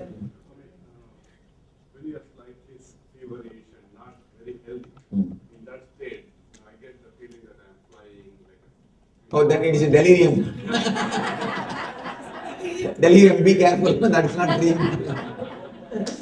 Anyhow, these are the usual dreams. What you said, that buffalo chasing or the wife chasing. That is wakeful state, be aware. Don't think it is a dream. Then you will break your back and sit. Understand? The elephant chasing, snake chasing, all these things, they are all imprints. When it becomes a solid imprint, especially when you are a child, if some fear, some horror movies, if it gets imprinted in your being, then this type of trouble happens. Not only when you are writing exams, even after 30 years of your education, you will have the dreams.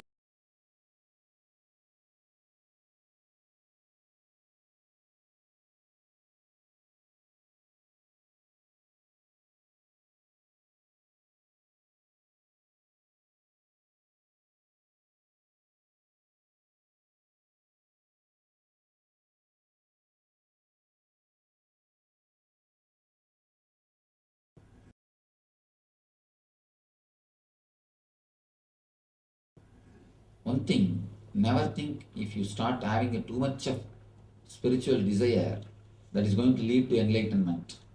You need to work too much to realize enlightenment, not desire too much. There are many people who come and tell me, Swamiji, I feel that you are entering into me or you are into my being. Never, never allow those foolish things. I never enter into anybody. If you are progressing spiritually, you will grow in your own way. Never think you will behave like me. No. If you are behaving like me, there is some serious problem in you. Take care of that. You can never see you behaving like me. When I became enlightened, I never behaved like my master. I behave just as I am. You will express as you are. If you are behaving like me, then there is some serious problem. Be careful. Then either you are a schizophrenia or you need treatment. So careful about it. Never encourage that. Too much of desire to achieve also creates troubles. Too much of greed also creates troubles.